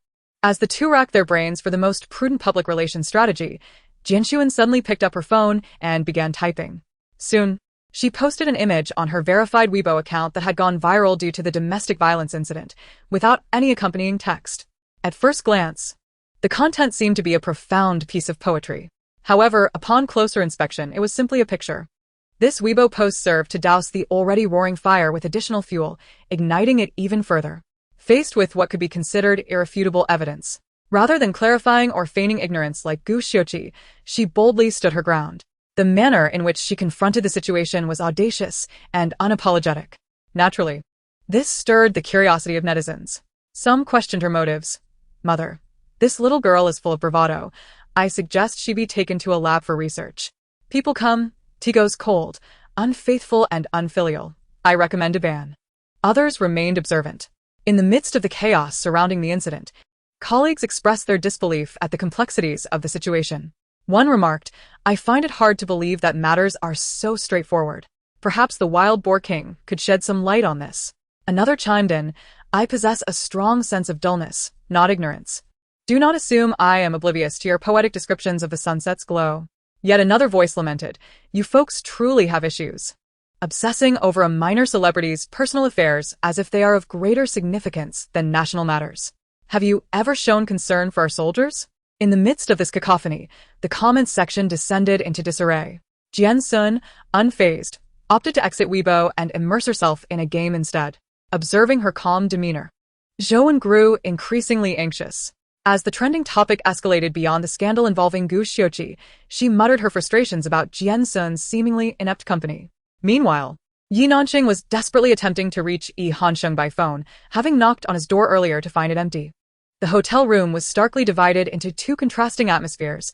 The subject of the scandal remained composed, while the others were fraught with worry. Despite the mounting pressure, Jian Xun resisted the urge to spend 199 yuan to expedite her download, choosing instead to engage in another game to stave off the tedium of waiting. Just then, the hotel room door swung open with a thud, revealing a serious Gu Xiuqi, who bypassed the other two and addressed Jian Xun directly. "Delete your Weibo post immediately and publicly apologize for this incident. I will handle the rest." As she regarded him, Jian Xun's previously serene expression began to darken. Strangely, she found herself unfazed by the blatant malice of Yang Yujun and Zhou Sheng. But Gu Xiuqi's self-righteous demeanor stirred her ire. Lazily casting him a sidelong glance, she retorted, "Are you performing for an audience?" Though Zhou Wen hesitated to confront him directly, she muttered, "Isn't that a terrible idea? Apologizing only serves to admit guilt. Can you honestly say the police report and hospital records are fabricated?" Gu Xiuqi frowned, clearly irritated, and focused solely on Jian Xun. "Since you are the one responsible, the most effective course of action is to apologize and soothe the other party's emotions. I may forgive you repeatedly, but the public will not. Do you wish to be completely blacklisted?" After his stern reprimand, he softened his tone, attempting to reassure her. "This is not the time for you to act recklessly. Don't worry, I will assist you with any compensation matters. I will take care of everything, all right?" Jian Xun closed her eyes and inhaled deeply, responding to his duality with a sharp remark, a masterclass in shamelessness.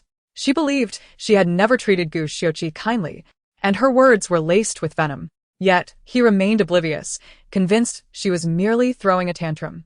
She thought, what a ridiculous situation. As Gu Xiuqi prepared to speak again, she swiftly rose from the sofa, glancing at her phone displaying an 80 download progress. She then turned to face him, her tone impatient. "Did you publicly apologize when handling your own same-sex scandal this morning?" Taken aback by her words, Gu Xiuqi faltered momentarily before defending himself. "That incident was not true. I need not apologize for something I did not do." Her amusement at his double standards faded, and she rolled her eyes, ready to dismiss him, when a familiar calm voice interjected, accompanied by the faint sound of a phone call. She need not apologize for something she has not done wrong.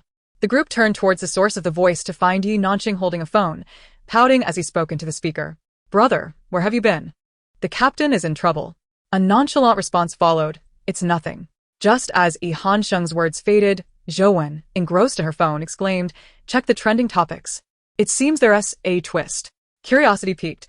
They all pulled out their phones to refresh the trending list, where a new entry surged to prominence.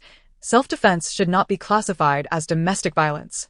Jian Xun, puzzled, clicked on the link, only to be met with the image of a face she had once memorized but had since faded from her recollection.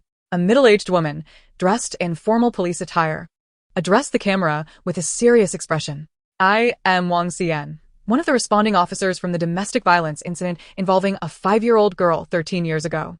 Here, I solemnly declare that the following statements are factual, and I accept full legal responsibility for my forthcoming remarks. Our team did indeed receive a call from Ms. Yang reporting that her husband was abusing his 5-year-old adopted daughter. Upon arrival, we found a man in his 30s injured and requiring medical attention. On that day, the commotion escalated, and due to the poor soundproofing of the residence, neighbors clearly heard Mr. Wu attempting to inflict harm on his adoptive daughter. Thus, not only do we possess the police report released by Ms. Yang, but we also have a non-filing record that confirms the child's actions were entirely defensive. Although excessive, her response was justified given the malicious intent of the assailant. I am stepping forward not to advocate for anyone but to restore justice for that 5-year-old girl. I deeply regret my lack of courage at that time, which prevented me from upholding my promise to her. She, even as a child, displayed courage beyond that of many adults, and I hope she continues to embody that strength in the future." As she concluded, the woman's eyes glistened with unshed tears. Yet she held her composure, delivering her final words with unwavering clarity. Her credibility far surpassed that of Yang Yujun, who had clearly read from a script. The video concluded with a simple caption, "Protecting oneself is not a crime." The release of this video ignited a fervor akin to a nuclear explosion, overwhelming the prior condemnation of Jian Xun. "Enough. My heart aches for her. One commenter expressed. An abusive father and an accusing mother, the painful childhood she endured, it's tragic. Lamented another. My goodness, if it weren't for the wild boar king, I shudder to think how much worse it could have been for an ordinary girl. Another remarked. Indeed. How could protecting oneself be wrong? If it were me, I would have wanted to eliminate that old scoundrel. Certainly, the rapid turn of events has elicited a chorus of skepticism. Some accuse her of mere theatrics, while others question the veracity of Officer Wong's statements, especially since she presents only her word, whereas the opposing party has disclosed the incident report as evidence. However, such dissenting voices were swiftly silenced. The protagonist of the incident, once scorned across the internet as the super boar, has now transformed into a pitiable figure drawing sympathy from thousands. This time, she accompanied her statement with a screenshot of an electronic document indicating the case was not filed. The clearly articulated text corroborated Officer Wong's claims entirely. Yet, her accompanying text seemed to starkly contrast her seemingly tragic background. It was like this. I hit him because I was young and naive. If it were now, I would drive a fully insured 9-meter trailer and run him over with a smile. Chapter 54. Darling, you are but a pitiable little pig. Although Jian Xun did not harbor intentions to linger long in the entertainment industry, her extensive understanding of Yang Yujun had prepared her for various contingencies. This document was originally procured from the police station shortly after she turned 18 to prevent her adoptive mother from reneging on their agreement. Initially intended as evidence of abuse during her time under guardianship, it fortuitously served a different purpose. The swindler she had harbored resentment against for so long. The interned policewoman who had vowed to protect her unexpectedly emerged to publicly support her in this turbulent situation. The tangible evidence she possessed, combined with Officer Wong's testimonial, undoubtedly wielded considerable influence against public opinion. This uproar not only clarified the farce from 13 years prior, but also lent a tragic filter to her once boisterous boar persona. Though she herself found little to lament, as she was never the one truly injured. The online community seemed resolute in portraying her as the one who had suffered the greatest injustice. Is this serious? The police are involved? Just make her eat 2 more bowls of rice. What? The boar king is abusive? Just give me a favor and silence her for 10 minutes. How about this? I will apologize on her behalf, and we can consider the matter resolved. Let us do this. From now on, make her drink Luckin coffee without ice and only give her an empty cup. Darling, you are but a pitiable little pig. You no longer need to be strong alone. Your strength has arrived. On the internet, users devised myriad ways to comfort her over her troubled childhood. Yet, in stark contrast, reality found some feeling quite awkward. Gu Xiuqi had clearly watched Officer Wong's clarification video, which, while never mentioning Jian Xun, spoke in her defense throughout. His self-proclaimed savior demeanor gradually morphed into one of discomfort. After much hesitation, he finally uttered, I don't know. Upon hearing this, Jian Xun had yet to respond, but the other two were already expressing their discontent. Zhou muttered under her breath, if you don't know, why not ask? Yen Anjing, equally displeased. Directed an annoyed look at him. You can't just let her take the fall without questioning the facts. Gu Xiuqi gazed at Jian Xun with a mixture of concern and regret, his voice hoarse. Jian Xun, I was merely too eager to assist you. You know how I feel about you. Just as he appeared poised to bare his soul, the phone call that had remained silent suddenly rang again. As if to deliberately interrupt him. Jian Xun. At the sound, Jian Xun, who had initially contemplated delivering a sharp retort, turned her attention to Yi Nanxing, whose phone was ringing. Yes, she replied. I'm at the airport, and I have some matters to attend to. Humph. Is he a 3-year-old? Must he report every step he takes? As his words hung unfinished, he sensed something amiss, as if a sudden realization had struck him, sending alarms ringing in his mind. Simultaneously, Jian Xun, who typically met his brusque demeanor with equal fervor, seemed utterly oblivious to the advances of Yi Hanxing, falling under his spell. Yi Hanxing, she said, yes. All right. Meanwhile, at the Longqing airport corridor, after ending the call, Yi Hanxing swiftly entered the waiting back seat of a Maybach. Had Jian Xun been present, she would have recognized the man in the black suit seated in the front passenger seat, the same individual who had delivered cameras to them previously. At this moment, the man had shed the amicable demeanor he had worn on the deserted island, his expression now cold and devoid of warmth. He glanced down at the tablet in his hand, his voice as frigid as ice. Young master, the groundwork in Longqing is nearly complete. We are gradually beginning to tighten the net. Additionally, the inquiry requested has yielded results. The mastermind is a manager named Jian Xun, who has connections with some marketing firms. Wu Dafu has been apprehended. Upon hearing this, the man in the back seat, who had been resting with his eyes closed, slowly opened his dark eyes. Unlike the clear, serene gaze he had displayed during the live broadcast from the island, his eyes now held an unfathomable depth, with a hint of an unsettling chill detectable to those who knew him well. Their gazes met in the rearview mirror, and the man's voice resonated within the confines of the vehicle. Proceed. In a desolate factory, Wu Dafu, blindfolded and pressed to the gritty cement floor, gasped for breath as dust invaded his lungs. Yet he had no time to concern himself with the dust. He was preoccupied with pleading for mercy. Just give me a little more time. I swear, I will repay you quickly.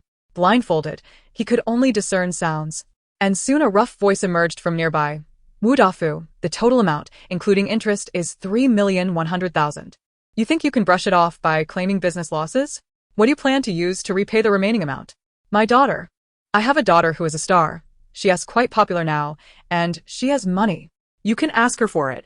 A cold snort echoed from another direction, and he felt himself being yanked by the hair from behind. Just as he was about to scream, the voice continued. Wu Dafu, did you think we hadn't looked for her? Unfortunately, all her earnings have been withheld by her management company. How about we disassemble you and see if that amounts to 3 million? Please no. I'm not worth anything. He cried in desperation. That's fine. You're not valuable, but you have a wife and, if necessary, a son. Please, don't touch my son. Hearing this, Wu Dafu's defenses crumbled entirely, and he wept profusely while clasping his hands in supplication. He is our only son. Please don't harm him. I will repay you. I swear. At that moment, he heard a calm, indifferent voice from directly in front of him. So, how do you intend to repay? In the face of impending doom, his usually dull mind suddenly sparked with an idea. I have a plan, he exclaimed, attempting to crawl forward but was yanked back by the grip on his hair. Tumbling to the ground, no longer struggling, he repeatedly bowed his head towards where he sensed the voice came from. I'll go find that Joe fellow. He claims to be my daughter's manager. He withheld my daughter's earnings, and I will demand the money from him. The one tugging at his hair pressed his head back down. That sounds nice, but what if he refuses? I'll find a way. I'll steal. I'll rob. I will definitely repay you. Just don't harm me or my son. Wu Dafu lay on the ground, only able to hear the sound of his own labored breaths and the frantic pounding of his heart, akin to the beating of a drum due to fear. Soft and measured footsteps approached him, and before he could utter another plea for mercy, a shoe came down hard upon his head. Above him, a distinctive male voice spoke. You struck her. Who is it? Amidst the pig-like howls beneath his feet, Jian Xun pulled out his vibrating phone. After glancing at the contents, the chilling aura surrounding him diminished sharply. Message sent. Are you there? Message sent. What are you doing? With his foot still pressing down with force on Wu Dafu's head, he typed swiftly. Message sent. I was about to sleep. Chapter 55. Their concern may not be genuine. Jian Xun, oblivious to the activities of the person on the other end, lay on her bed after a shower, idly scrolling through her phone. Message sent. Don't sleep yet. I need to ask you something. Message sent. Okay. Message sent. Why are you so quick to act? Even if Officer Wong had a personal inclination to help her clarify matters, the speed at which she issued the statement and the fierce rise in video popularity indicated that someone was undoubtedly stirring the pot behind the scenes. However, after considering, the only person likely to invest the time and energy for this was her devoted supporter. With this thought, Jian Xun felt an indescribable sensation in her heart. While it was true that she would not claim to be overwhelmed with gratitude, as she had sufficient evidence on her own even without his testimony, the outcome would not have been as favorable without his intervention. Yet, to say she felt no impact at all would be untrue. Knowing someone has silently supported you is one thing. Having that person manifest before you is quite another. Regarding Officer Wong, Jian Xun did not seek to take credit beforehand, nor did he feign modesty when Jian Xun figured it out afterward. Instead, he straightforwardly acknowledged it, as if it were of no great significance. Message sent. I simply sent someone to the police station to inquire about the case from years ago. It was Officer Wong who reached out to me. Message sent. She asked me to tell you that she hopes you can forgive her for her cowardice back then. After a prolonged silence, Jian Xun sighed softly and typed on her phone. Message sent. There's nothing to forgive. Message sent. But she really is a good person. This statement came from the heart. Although Officer Wang had once promised to adopt the 5-year-old wild boar but failed to fulfill that promise due to various circumstances, she had indeed upheld her vow to protect her 13 years later. Message sent. Please thank her for me. Message sent. I already did. At this point, their conversation should have reached a natural conclusion, especially since she had just indicated her intent to sleep. However, Jian Xun clearly lacked a sense of boundaries and abruptly shifted the topic. Message sent. By the way, I think they're introducing a new guest tomorrow. Message sent, yes. Message sent. What do you mean by yes? Message sent. If you have something to do, go ahead. Message sent. Not busy. Withdrawing his foot, Jian Xun glanced at the man beneath him, writhing in agony, with a look of disdain. His voice, cold and piercing, echoed chillingly. 1 week. Without waiting for Wu Dafu to respond, he turned and left, holding his phone. If anyone dared to approach for a closer look, they would see the text he was composing on his screen, message being typed. If you want to talk to me. Midway through typing, his slender fingers paused. Then he deleted everything and rewrote a few words. Message sent. I'm not busy. In contrast to Jian Xun's caution, Jian Xun exited WeChat and swiftly launched into an exhilarating game. The following day, the production team summoned all the guests early.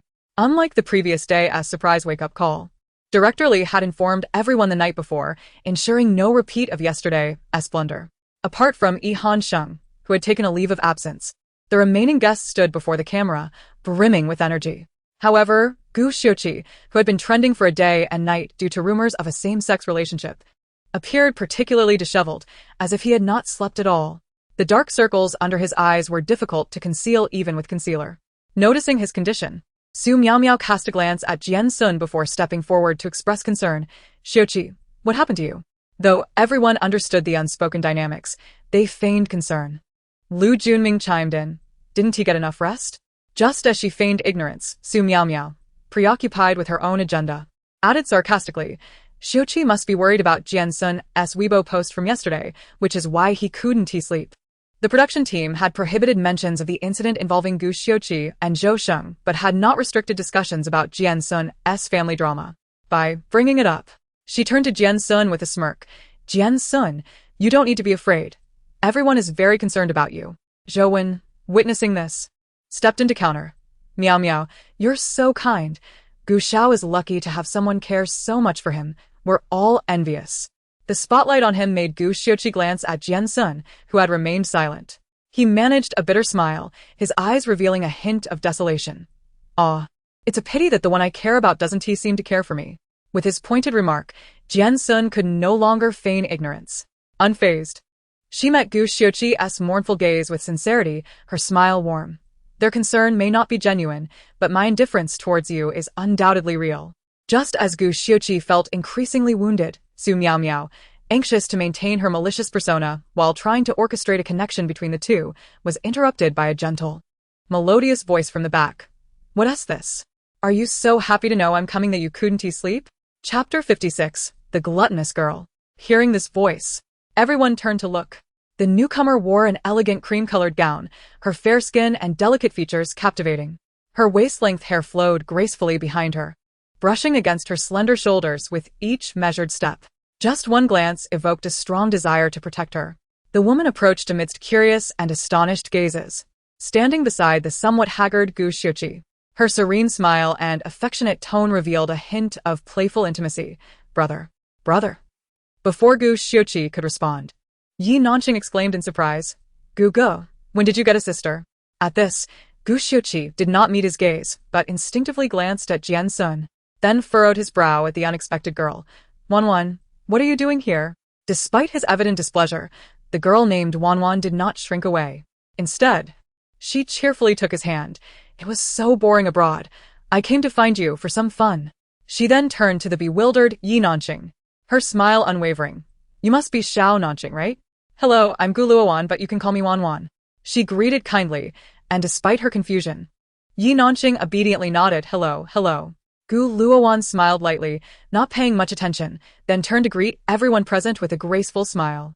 Naturally, her demeanor earned her respect, and everyone responded warmly with their greetings.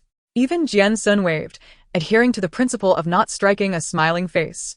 Meanwhile, the gossip-hungry Zhou Wen could hardly contain herself. her bright eyes sparkling as she stepped forward. Hello, Wanwan. Are you siblings with young Master Gu? It could be said that, apart from the absent Jian Xun, nearly everyone welcomed this new guest with open arms. In the entire gathering, only Su Miao, who usually greeted everyone with a smile, suddenly changed her demeanor when Gu Luowan first called out brother. She wore a sullen expression, as if someone owed her a fortune.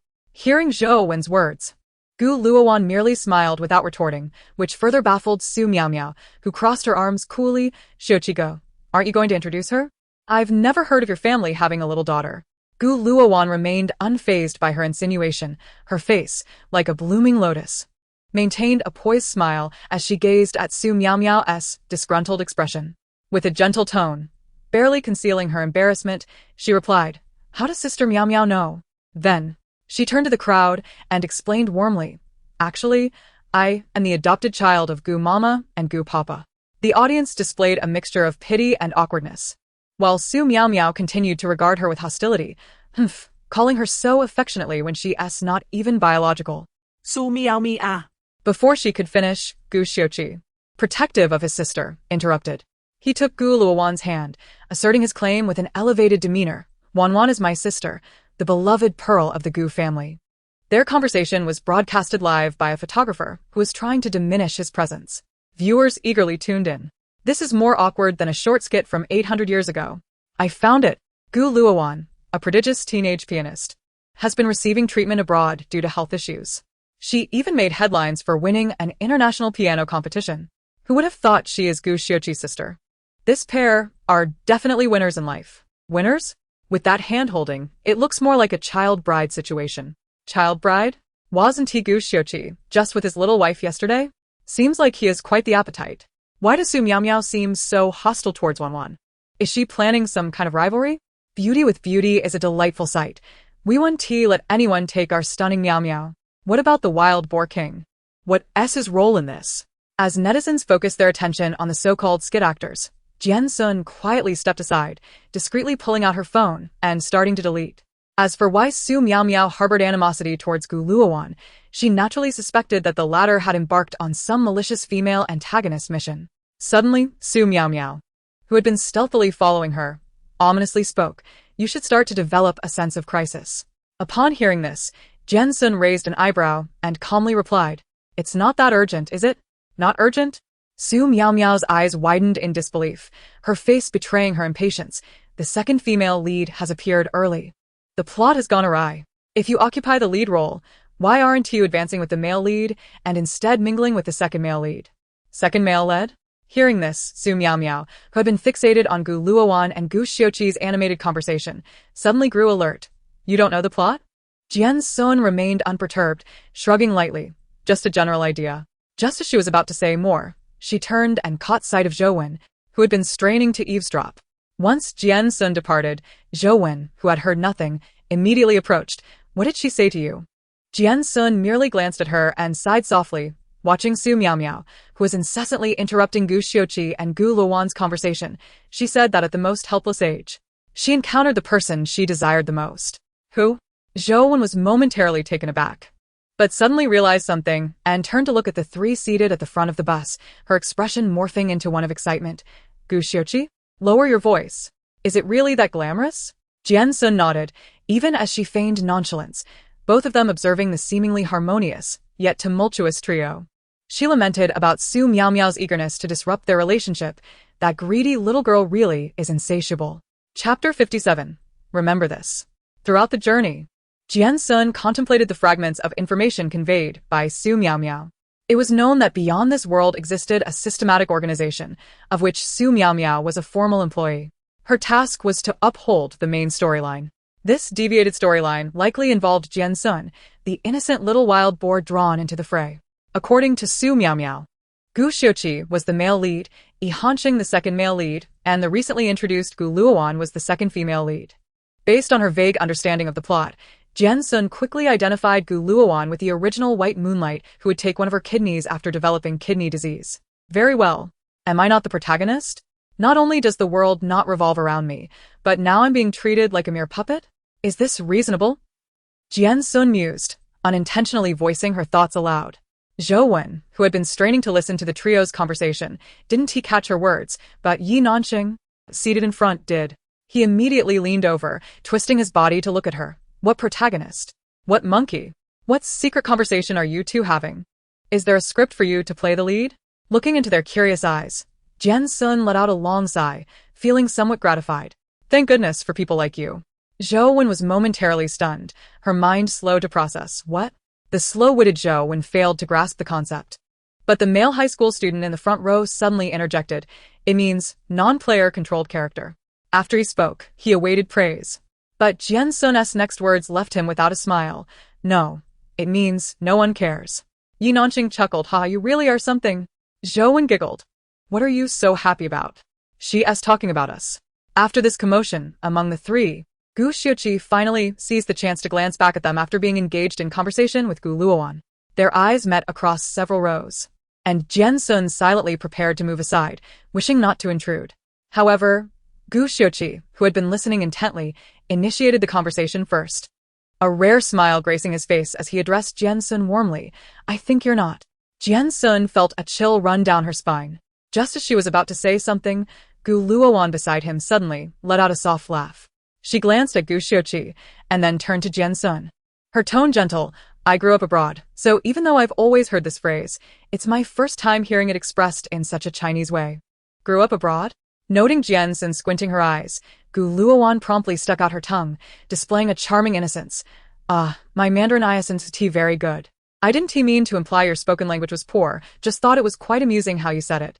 Jian Xun nodded, gazing at her mischievous smile, and offered her friendly advice in Mandarin regarding overseas Chinese. Remember, sashimi is merely dead fish. Waiting at a red light is akin to waiting for a green light. Caffeine comes from coffee berries. Firefighting means extinguishing fires. Being alive precedes being dead. To mind or not to mind is irrelevant.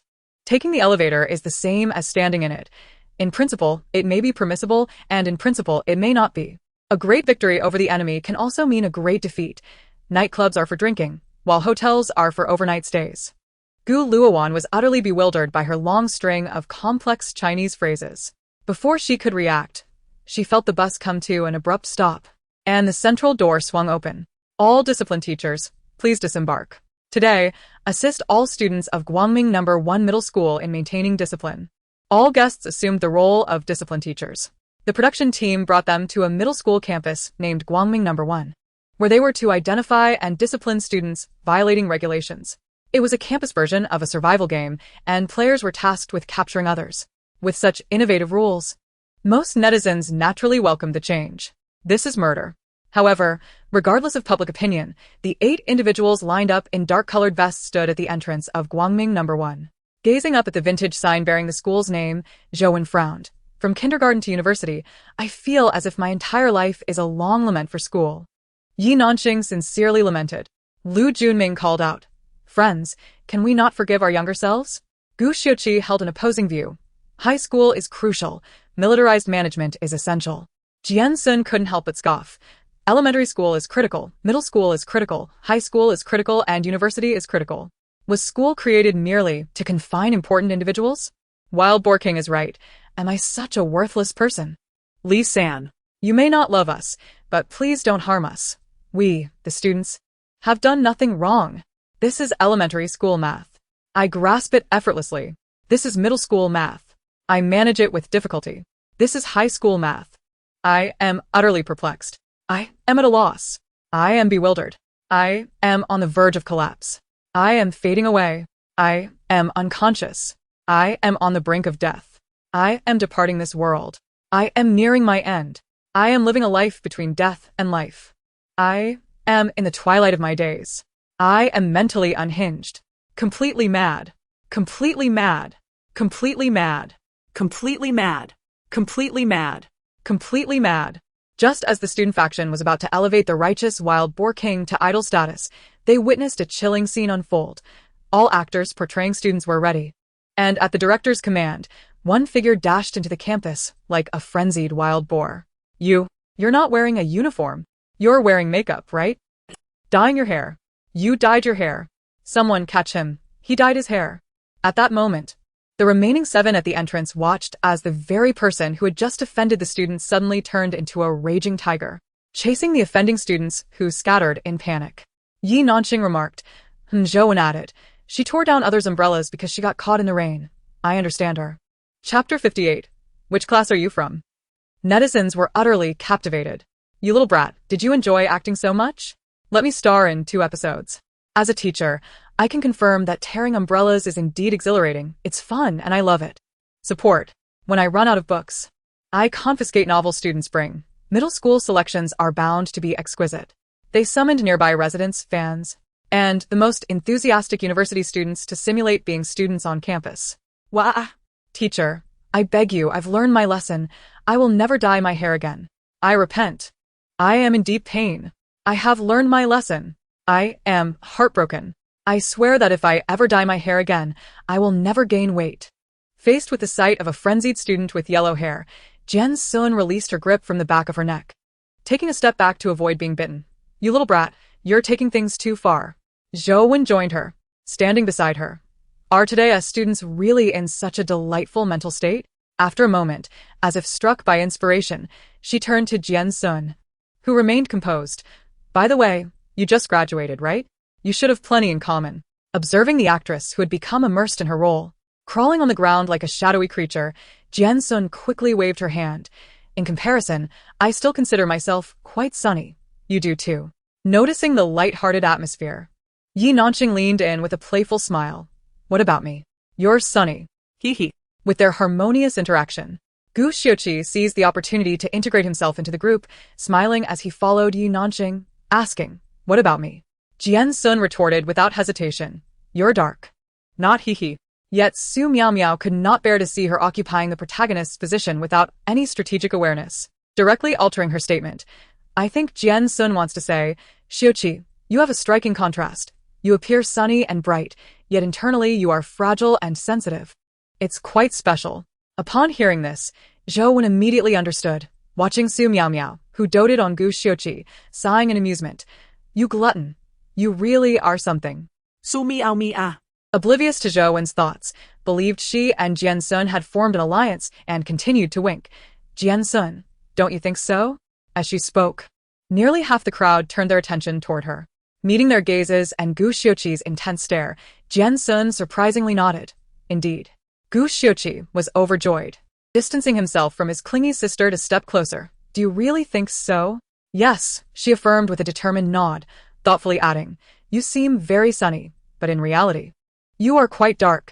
Your sunshine is merely a facade. Thus you are sunny. Facade?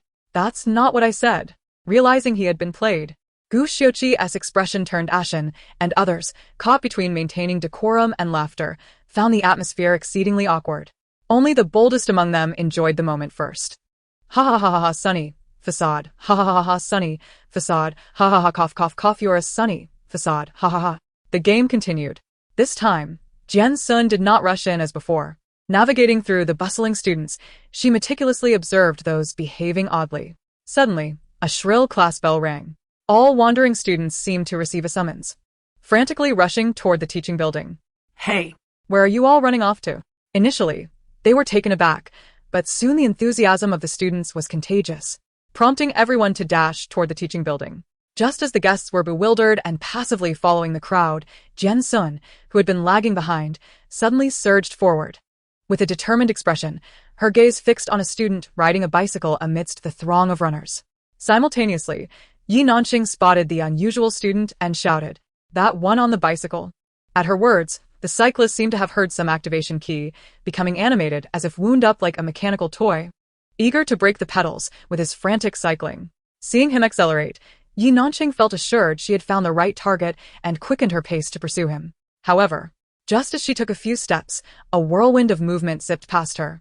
A human-shaped wild boar charged through, accompanied by a thunderous roar. You on the bicycle. Which class are you from? Gazing at the figure of the boar king, now lost amidst the throng, Yi Nanqing seethed. Why should the latecomers prevail? His pace slowed, allowing the athletically challenged Zhou Wen to catch up. Gasping for breath, she chuckled and retorted, because the former is uncompetitive. Without waiting for Yi Nanqing's retort, she gritted her teeth and continued to chase the crowd. At that moment, Others began to notice the rule-breaking students hidden among the ordinary crowd. Some were on skateboards. Others donned roller shoes, while a few were even sporting inline skates, items explicitly prohibited on school grounds.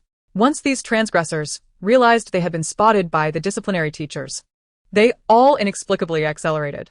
Thus, an exhilarating chase ensued.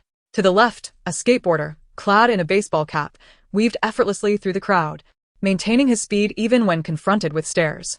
In pursuit were Gu Xiuqi, Lu Junming, and the pale-faced Gu Luowan, who was calling out for her brother.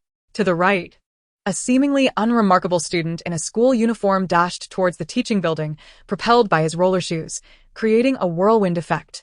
Behind him, Jin Yanwei and Su Miaomiao struggled to keep pace, nearly gasping for air, while the student appeared to be teasing them, neither vanishing from sight nor allowing them to grab even a corner of his clothing. Yi Nanxing and Zhou Wen set their sights on the skating girl, gritting their teeth and straining to catch up, as if driven by a personal vendetta. Only Jian Xun pursued a rule-breaking student riding a flamboyant mountain bike. As if showcasing his skills, the rider executed a 360-degree spin amid the gasps of the onlookers. In the next moment, he halted abruptly, realizing the source of their astonishment. Chapter 59. Love Letters. To everyone's surprise, Jian Xun, who had been trailing behind, suddenly emerged from the crowd, smiling at him with a tilted head. Witnessing this, the boy, who had been instructed by the director to give his all, refrained from showing off any further and hastily pedaled to create distance. I pedal, but it moves not. I pedal, yet it remains still. Desperation washed over him as he stood up and pedaled vigorously, but the bike remained obstinately stationary. Looking down, he noticed a slender hand, seemingly effortlessly gripping the bike frame. Each time he attempted to push forward, that hand subtly resisted, thwarting his every effort. After a futile struggle, he was ultimately apprehended by the disciplinary teacher. In a moment of frustration, he shouted at Jian Xun, "Boar King, I despise you. Disliking me is inconsequential. There are plenty who don't like me."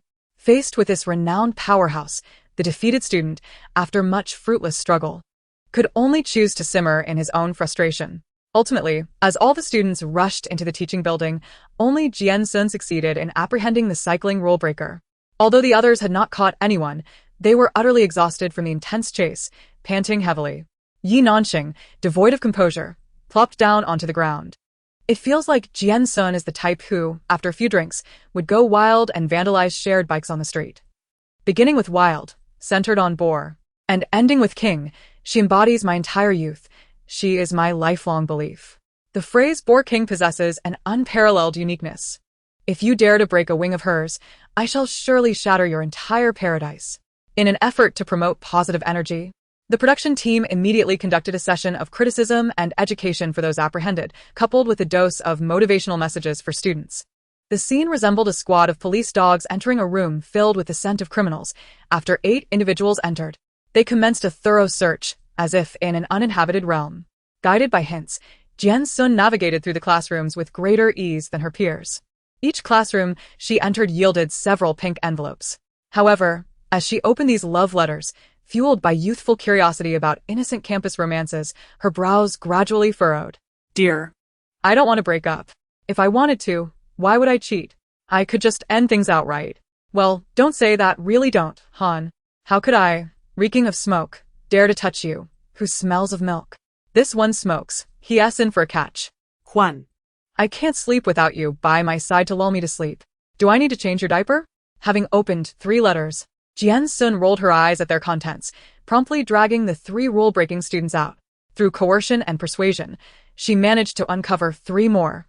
Among them, the smoke-scented boy initially refused to divulge the identity of the milk-scented Han. I won't tell. She's my rose, nurtured by my own hands. Yet, upon witnessing Jian Xun snap 2 ballpoint pens in front of him, he promptly divulged her identity. Over the course of the morning, while others engaged in a battle of wits with students who were secretly using their phones, sleeping in class, or hoarding novels, Jian Xun had already identified over a dozen pairs of love-struck students. All were apprehended and sent to the academic office for reform. As she put it, "Now I understand why there's a thousand-handed Avalokiteshvara, because 2 hands simply can't suffice." When it came time to tally the results, the others were astounded by Jian Xun's efficient method of apprehending 2 at once. Yi Nanxing exclaimed in amazement, "Captain, Are you the reincarnation of the Queen Mother of the West? Zhou chuckled. I want to engage. Everyone else who is dating early should be caught. Meanwhile, Gu Luowan, who had nearly come up empty-handed, chimed in with a smile. So, is there really a concept of early dating in our country? I don't understand why it should be resisted. Zhou retorted with righteous indignation. Early dating has 4 major hazards. First, it affects studies. Second, it impacts the other studies. Third, it disrupts classmates' studies. Fourth, their happiness disturbs my solitude. Seeing her unwavering stance, Gu Luowan persisted. Just think about it. Transitioning from middle school to university, from school uniforms to wedding gowns, building a beautiful family together is so romantic. She then turned to Jian Xun with a face full of longing. Sun, you can understand me, right? Understand you? Jian Xun frowned. Are you involved in early dating? Then you must accompany me to the academic office. Realizing his precious sister was cornered into silence, Gu Xiuqi stepped forward, protectively shielding her and frowning in discontent.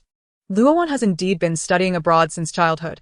Her environment differs from ours, so there's no need to target her like that. Upon hearing this, Jian Xun looked at the protective brother. You should accompany me as well. As the atmosphere grew tense, Lu Junming, the peacekeeper, stepped in. It's all a misunderstanding. At that moment, everyone stood at the entrance of the academic office, which faced the staircase. Just as Jian Xun hesitated over whether to physically usher the Gu siblings into the office, a familiar voice echoed from the staircase below, carrying a subtle resonance.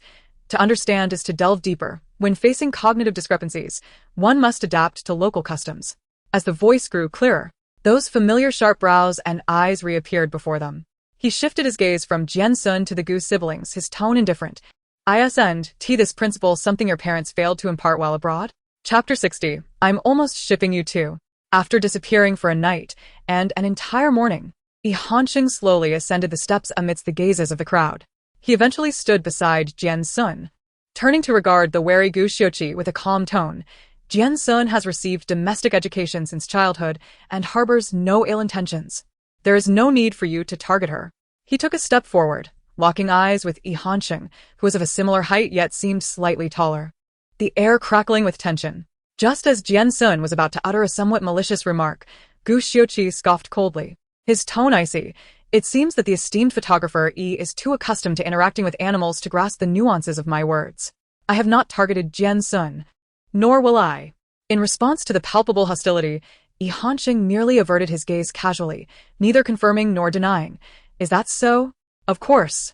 A hint of bitterness surged within him, and he squinted, suddenly smiling. It was merely a misunderstanding in Wanwan's words, and as her brother, I naturally must clarify. Though I wonder how Yi Laosher became involved. His statement, half completed, was transparent to all present, indicating a veiled jab at Yihanqing.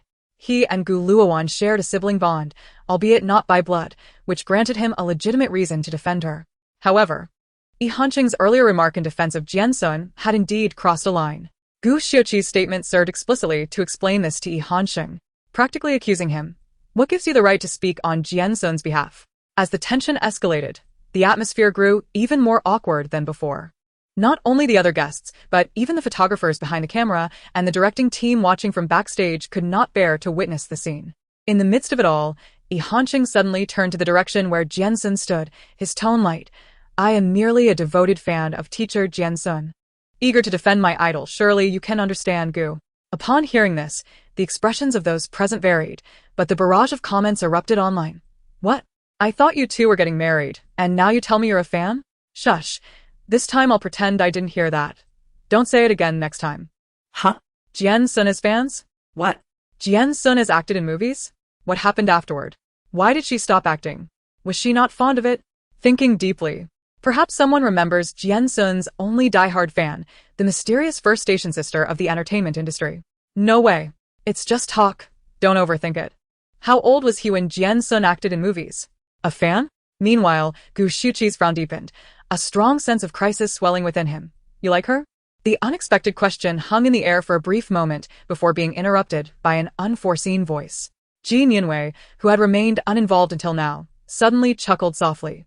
With a gentle smile that lit up her features, she addressed the crowd. Gu Xiao, you truly are humorous. If everyone liked the same idol, wouldn't that create chaos? Speaking of which, our relationship as actors and fans is more akin to friendship. Seeing the atmosphere ease slightly, Lu Junming, part of the atmosphere team, stepped in to mediate. I never expected that the renowned figure in photography would actually be a fan of Jian Xun. Han Sheng, you've truly succeeded in your pursuit of stardom. At this, laughter broke out among the group, and Han Sheng merely cast a mild glance at Jin Yinwei, choosing to remain silent. Are you, Han Sheng? Gu Luowan exclaimed, her large eyes bright, as she stepped out from behind Gu Xiuqi. Her gaze unabashedly fixed on Han Sheng's face, her tone contemplative. Haven't we met somewhere before? Han Sheng, upon hearing this, glanced at her indifferently. Before he could respond, she suddenly seemed to recall something, her face lighting up with delight. I remember you. We used to play together all the time when we were little. When we were little? Zhou Wen questioned, confused. Aren't you an orphan? Yi Nanqing echoed her confusion. You can't remember the domestic school rules. Yet you recall playing with my brother? I do. Gu Luowan insisted, growing increasingly animated as she took a few steps closer, attempting to grasp Han Sheng's hand as she had with Gu Xiuqi. However, just as she reached out, he anticipated her movement and evaded her grasp. Unfazed, she stood tall, gazing upwards at the significantly taller youth. I truly remember you. Back then, you couldn't even speak like you do now. As she spoke with growing excitement, her previously pale face flushed slightly, adding to her charm. Do you remember me? I'm Wanwan Luowan. I didn't know your name back then, so I always called you Little One. I used to. In the face of the youth's indifferent demeanor, the girl felt a pang of hurt and looked at him, still stubbornly smiling but with a note of resignation in her voice. Little One, you don't remember me, do you? Indeed, she reassured herself internally. With this thought, she quickly brightened up again, preparing to introduce herself as a new friend. However, the next moment, she heard the unforgettable young man, whose appearance was still strikingly memorable, speak slowly, his tone even. I remember. The air froze instantly, resembling a dark crow gliding ominously across the scene. Ha ha ha you. Han Sheng is so cold. He doesn't even spare the girl a shred of dignity. I previously thought he was a warm-hearted gentleman. What a fall from grace. What did you say?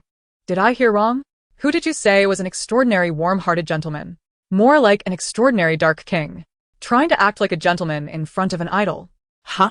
Why don't you give it another try, see how that works out for you? Standing nearby, Jian Xun, who had been observing with her arms crossed, couldn't help but notice the slight twitch of Gu Luowan's facial muscles. Unable to bear the scene before her, she said nothing to anyone and simply turned away, arms still crossed. You all continue. I need to go to work now. Observing this, the wild boar squad naturally would not linger, promptly trailing after their leader. This included Han Sheng, who had just returned. Jian Xun did not wait for anyone, her pace unwavering as she walked far ahead. Yet, once the familiar rhythm of footsteps caught up behind her, she slowed her pace. Casting a subtle glance at the youth beside her, who appeared unchanged, she casually remarked, as if in idle conversation, childhood sweethearts. Huh? Not quite. I might be shipping you too. Chapter 61. Could it really be an open window? After several hours of mental dueling, the daytime's disciplinary search had concluded. Everyone lined up as Director Lee stood behind the camera, raising a megaphone. Next. You have a limited time of 2 hours to fully utilize your points to exchange for the most advantageous means of transportation for the search efforts. Transportation? I'll just buy a bulldozer and clear everything in sight. Damn it, teacher, we're short on members. What do we do if his points aren't enough? I feel for him. The wild boar king has so many points. Can he buy an electric bike? During the day, Jian Xun had been like a frenzied wild boar, tirelessly traversing the teaching building, capturing over 40 students with ruthless efficiency. She had amassed an abundance of points, free to spend as she pleased. However, others lacked such resources. Su Miao Miao gazed at the pitiful 2 points displayed on her wristband, falling into deep contemplation. Zhou Wen, having achieved a big fat 0 herself, couldn't resist mocking others. Miao Miao. Why not exchange for a pancake to nibble on? At this, Su Miao Miao shot her a glare, fully aware that Zhou had no points to exchange. Yet she retorted provocatively, and what about you? What can you exchange? Zhou Wen grinned mischievously. I awakened the dormant potential within me. Just as she was prepared to rely on her own 2 legs in a moment of despair, Director Lee interjected once more. Every teacher must possess their own mode of transportation, otherwise, participation in the pursuit is not permitted. Having successfully accrued 10 points due to her familiarity with the students' various tactics, Yi Nanqing, with a sense of schadenfreude, remarked, Sister Wen, perhaps you should consider changing jobs. I object. This is unjust. Zhou raised her hand, but before she could complete her thought, Director Li spoke again. Of course, for teachers without points, our Academic Affairs Department will provide corresponding resources free of charge for selection. I trust that all teachers will be satisfied. Teacher Zhou, do you wish to say something? I assure you, I will uphold fairness and ensure that students amend their ways. Thus, everyone's concerns were addressed. To heighten the suspense, the production team deliberately paused the live broadcast for 2 hours, allowing guests ample time to rest and prepare for the exchange. Esteemed teachers, the school gates will officially close at 7:30 p.m. Latecomers will be unable to participate in this pursuit competition, so please plan your time accordingly. As dusk settled, Guangming No. 1 High School officially welcomed its night. At 7:20 p.m., the special campus episode of Your Strength Has Arrived commenced its live broadcast. Hundreds of thousands of viewers awaited in the live room, and the opening scene was a majestic aerial shot of the school's gates captured by a drone. Accompanied by the sweeping view of the expansive campus, the voiceover began its introduction. Guangming No. 1 High School boasts the highest admission rates in Chunglai City. Yet within this institution, there exist numerous students who disregard school rules and discipline. These students often engage in defiance, adeptly evading the watchful eyes of the disciplined teachers. Their skills in escape and concealment refined to an art. The teachers of this school are beleaguered. Thus, we have invited the most professional academic team in the city, high achievers, exceptional mentors. Today, the disciplined teachers will face a true test in their careers as they engage in a battle of endurance and intellect against these challenging students. The live chat exploded with excitement as viewers anticipated the performances of their favored guests. As time progressed, the first to appear were Jian Xun and Su Miao, who, with little to no points, supported each other, wobbling into view. Is it the disciplined teachers apprehending students, or is Lingrong performing for the emperor? Go, Goddess Weiwei. I believe you can do it. As they shakily entered the school gates, Lu Junming and Gu Xiuqi followed. Their points were just right to exchange for 2 somewhat decent balanced scooters, though neither seemed experienced in riding them, swaying as they progressed much like their predecessors. Both possessed striking looks and charisma, resembling protagonists from a campus romance film as they glided in on bicycles. However, the bicycles were children's bicycles? I fell countless times when I was young, yet I couldn't learn to ride. How can you two ride so well? Ladies in front, please refrain from taking both food and goods. After them came 2 competitors, Zhou Wen and Gu Luowan, who gradually emerged on screen, panting heavily. The reason for the gradual entrance became evident as they were seen awkwardly seated on 2 children's ride-on toys. I initially thought roller skates were outrageous, but children's ride-on cars? Clearly, nothing free is of good quality. No worries, although your speed is lacking, sitting must be uncomfortable. Wenzi, keep going. I believe you shall forever be the least skilled. As more participants appeared with their respective modes of transport, the viewers' laughter grew ever louder. As the clock approached 7:28 p.m., anticipation surged. No way. I was most looking forward to the Wild Boar King. She can't possibly be late and miss entry. What is taking her so long? Does she really think she's that important arriving last? It's over, just 1 minute left. Wild Boar King, danger. Not only were the viewers puzzled, but the director's team backstage also felt anxious. Jian Xun had long since exchanged her mode of transport and left, having requested a toolbox from the props team for unknown purposes. Where could she be? Surely, she wouldn't miss her entrance? Director Li's expression darkened as he prepared to discuss contingency plans for a potential delay. The next moment, however, he caught sight of a rapidly approaching black in the drone's viewfinder, speeding toward the school gates. Apart from the staff and extras, no outsiders were allowed inside. The director, along with the vigilant viewers, soon recognized the figure. Is that Speed? Who ordered takeout? No, it's not takeout. It's the Wild Boar King. What is she riding? How can it be so fast? An electric bike? A motorcycle? A shared bicycle? None of those seem right. Emerging from the dust, the figure became clearer in the fixed shot. The Wild Boar King has arrived. Everyone, step aside. Wait. What is she riding? No, what is she driving? A wheelchair. Jian Xun sat composedly upon her chosen mode of transport, deftly navigating a high-speed electric wheelchair, her right hand firmly gripping the throttle as she maneuvered it with remarkable skill. Resembling a racing car, she surged toward the school gates with the momentum of a torpedo, leaving the viewers in stunned silence. All eyes glued to her every move as she elegantly turned and seamlessly entered through the gates just as they began to close, leaving behind only a graceful silhouette. In mere moments, she appeared on screen and vanished, her actions fluid and devoid of any hesitation. After a brief silence, the live chat erupted. Ah. The Chinese have their own Flash. Is she registering as a delivery rider? When the dust clouded the view, I genuinely thought a crazed wild boar was charging at me. Who taught her how to operate an electric wheelchair? Where is the decorum? Where is the morality? Where is the manufacturer? Where are the discount coupons? Wild Boar King, I am your fan. I suggest you gift me that electric wheelchair and throw in 200 yuan. Thank you. In truth, her speed was not as exaggerated as the viewers claimed, but in comparison to those trudging along, Jian Xun truly resembled a superhero. Moreover, her racing wheelchair's rapid pace and cunning trajectory made it difficult for the static cameras to keep up. The directors backstage scrambled for some time before finally refocusing the drone camera on her.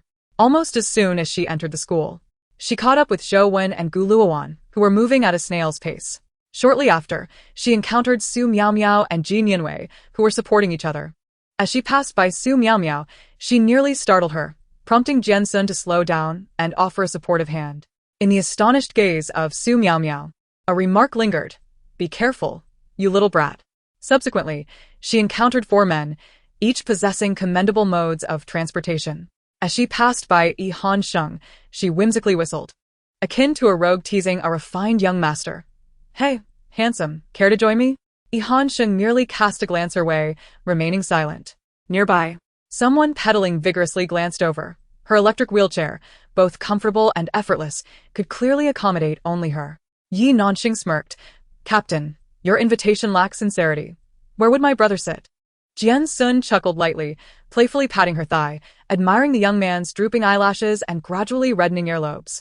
In a moment, she noticed a wobbling balance, scooter slowing ahead. Gu Xiuqi matched the pace of the group, first observing Jian Xun's electric wheelchair, then smiling indulgently, resting his hand on his forehead. You really are something. Ignoring Jian Xun's eye roll, he maneuvered his balance scooter to her left, a sly smile curling at the corners of his lips as he attempted to join in her jest. Why not invite me to sit? Jian Xun, bemused by his unexpected banter, scrutinized him disdainfully. Are you even comparable to him? Gu Xiuqi turned to glance at Yi Han Sheng, who, despite being perched on a children's bicycle, maintained an upright and proud demeanor, then looked down at himself, equally tall. Where's the difference? At that moment, Lu Junming, drawn by the commotion, slowed to join in, unabashedly chiming in. Right, Jian Xun, this seems a bit hypocritical. Teacher Yi is indeed handsome, but we aren't lacking either. Why the double standard? Observing their expressions, akin to children from homes too impoverished to afford mirrors, Jian Xun kindly clarified. Well, here's the thing. She pointed first at the grinning Yi Nanxing. He's a little cutie. Then, her delicate finger shifted direction, finally resting on Yi Han Sheng's striking visage, which had miraculously cured her face blindness. He's exceptionally handsome. Continuing, she redirected her finger toward the older, somewhat softening Lu Junming. You are moderately handsome. Before he could retort, she pointed at the stoic Gu Xiuqi, striving to display a sharply defined jawline. You are ruggedly handsome. This remark incited Lu Junming's displeasure, as he touched his face and protested loudly. Why am I the only one with a questionable appearance? Gu Xiuqi's face brightened with hope as he looked at Jian Xun. Do you truly think I am ruggedly handsome? Indeed, Jian Xun nodded, gesturing towards the crestfallen Lu Junming to Gu Xiuqi. You are not merely lacking in looks, but also possess a few quirks. With that, she grasped the joystick of her electric wheelchair and, leaving the others behind, sped away. Thus, Jian Xun surged ahead, leaving a trail of exhaust and a stylish silhouette in her wake. She maneuvered through the school's obscure and narrow corners, exercising her right to justice. Coupled with her modified electric wheelchair, which had reached a speed of 20-30 after an hour of enhancements, she embodied an indomitable spirit dedicated to the noble cause of education. Of course, one could hardly ignore her resounding shouts echoing throughout the campus. Hey, someone is climbing over the wall. Second-class merit, don't run away. You two are measuring in the woods at night? No need to measure, you both are. Run. Why aren't you running? You certainly have an escape route. Unfortunately, you also have a dead end. Cry out. Even if you scream your throat raw, you must accompany me to the academic affairs office. Does it not seem like she is less about rescuing troubled students and more about liberating her own nature? She is the most feared assassin of the Qing dynasty, rumored to be unmatchable in a 3-second stare down. In my years of teaching, I rarely stood with the problem students. Xuanzi's endless exuberance could replace me for a couple of days. While she traversed the grounds with audacity, the others found themselves in a state of despair. Despite donning protective gear, Su Miao Miao and Ji Nianwei, clad in roller skates, were left sore and exhausted, not to mention their efforts to catch anyone. Zhou Wen, not daring to seek Jian Xun for fear of being toppled, clung to Yi Nanqing. The poor child, already struggling to pedal a children's bicycle, faced even greater challenges with the added weight of a wheeled toy. Gu Xiuqi, true to his protagonist's nature, possessed a modicum of adaptability. Yet it was only a modicum. Together with the disheartened Lu Junming, who questioned his own appearance, they attempted to apprehend two students intent on escaping to the internet. In the process, Lu Junming had an unfortunate fall. Having already been labeled unattractive, this incident only compounded his woes. Coincidentally, Jian Xun, piloting her powerful steed nearby, offered a casual consolation. Don't worry about your appearance. You aren't that ugly, just a bit of a clown. With that, she left Lu Junming in a state of shock, disbelief, and a hint of horror. By this time, the competition had reached its midpoint. Unquestionably, with her superior mode of transportation, Jian Xun led the scores by a considerable margin. The remaining troubled students, either sprinters cast by the director or professionals in parkour and extreme sports, posed significant challenges. Thus, with her lead, she opted not to rush into capturing anyone, instead leisurely exploring in her beloved wheelchair. Recently graduated from high school, Jian Xun was well acquainted with every hidden nook and cranny of the school campus, even those corners so obscure that drones would struggle to capture them. Therefore, as she stealthily approached the narrow gap between the rear wall of the cafeteria, her keen senses detected hushed voices. A thrill of excitement surged within her. She had stumbled upon a few elusive fish that had slipped through the net. She waved to the drone hovering above, unable to enter. Gripping the joystick of her electric wheelchair, she held her breath, inching closer. Just as she prepared to surprise the voices within, she distinctly recognized the voice of Gu Xiuqi's good sister, Gu Luoan. Upon catching wind of a juicy secret, she refrained from barging in. Instead, she deftly halted her wheelchair and quietly dismounted, stealthily inching towards the source of the voices. As she drew nearer, she could discern their conversation. Regrettably, she only caught Gu Luoan's slightly agitated utterance. You can't really be falling for her, can you? Don't forget who she is. Suddenly, her words were cut short, as if gripped by an unseen force, leaving her breathless. Jian Xun's heart raced. She was about to step closer to discern the identity of the speaker when, unexpectedly, her abandoned wheelchair emitted a dazzling light, accompanied by a piercing announcement, reminiscent of a spirited commercial for a 2-yuan supermarket sale. It blared. In the realm of education, we are not just teacher and student. We are rulers and subjects, enemies and rivals, brothers and friends. Only when students receive their diplomas does the true bond of teacher and student emerge. Teachers embody the courage of students, while students uphold the authority of teachers. Fear not, for your teacher has arrived. As a student, I have never had the courage to sit with my teacher to discuss a problem. I dread meeting my teacher's profound gaze. For that look is what students crave most in life. The praise from a teacher is the most coveted accolade for a student. In this awkward space filled with garish flashing lights and the toe-curling literary exchanges between rulers and subjects, 3 phrases unexpectedly resonated simultaneously. Upon being discovered eavesdropping, Jian Xun paid no heed to anything else and swiftly leaped into action, akin to an eagle soaring into the skies. Amidst the lingering echoes, a profound truth emerged. The greatest aspiration for a student is not to attain fame and fortune, but rather to earn a word of praise and recognition from their teacher. Even now, as the class monitor, I find myself unable to shoulder the burdens carried by my teacher. I felt as if I were a wild boar racing away, vanishing into the depths of the scene. In a concealed corner, unnoticed by her, Gu Luoan sat on the ground like a leaf caught in the wind, one hand clutching her delicate neck as she coughed incessantly, tears cascading like pearls strung on a broken thread. Before her stood a tall and graceful young man, leisurely wiping his fingers with a damp tissue.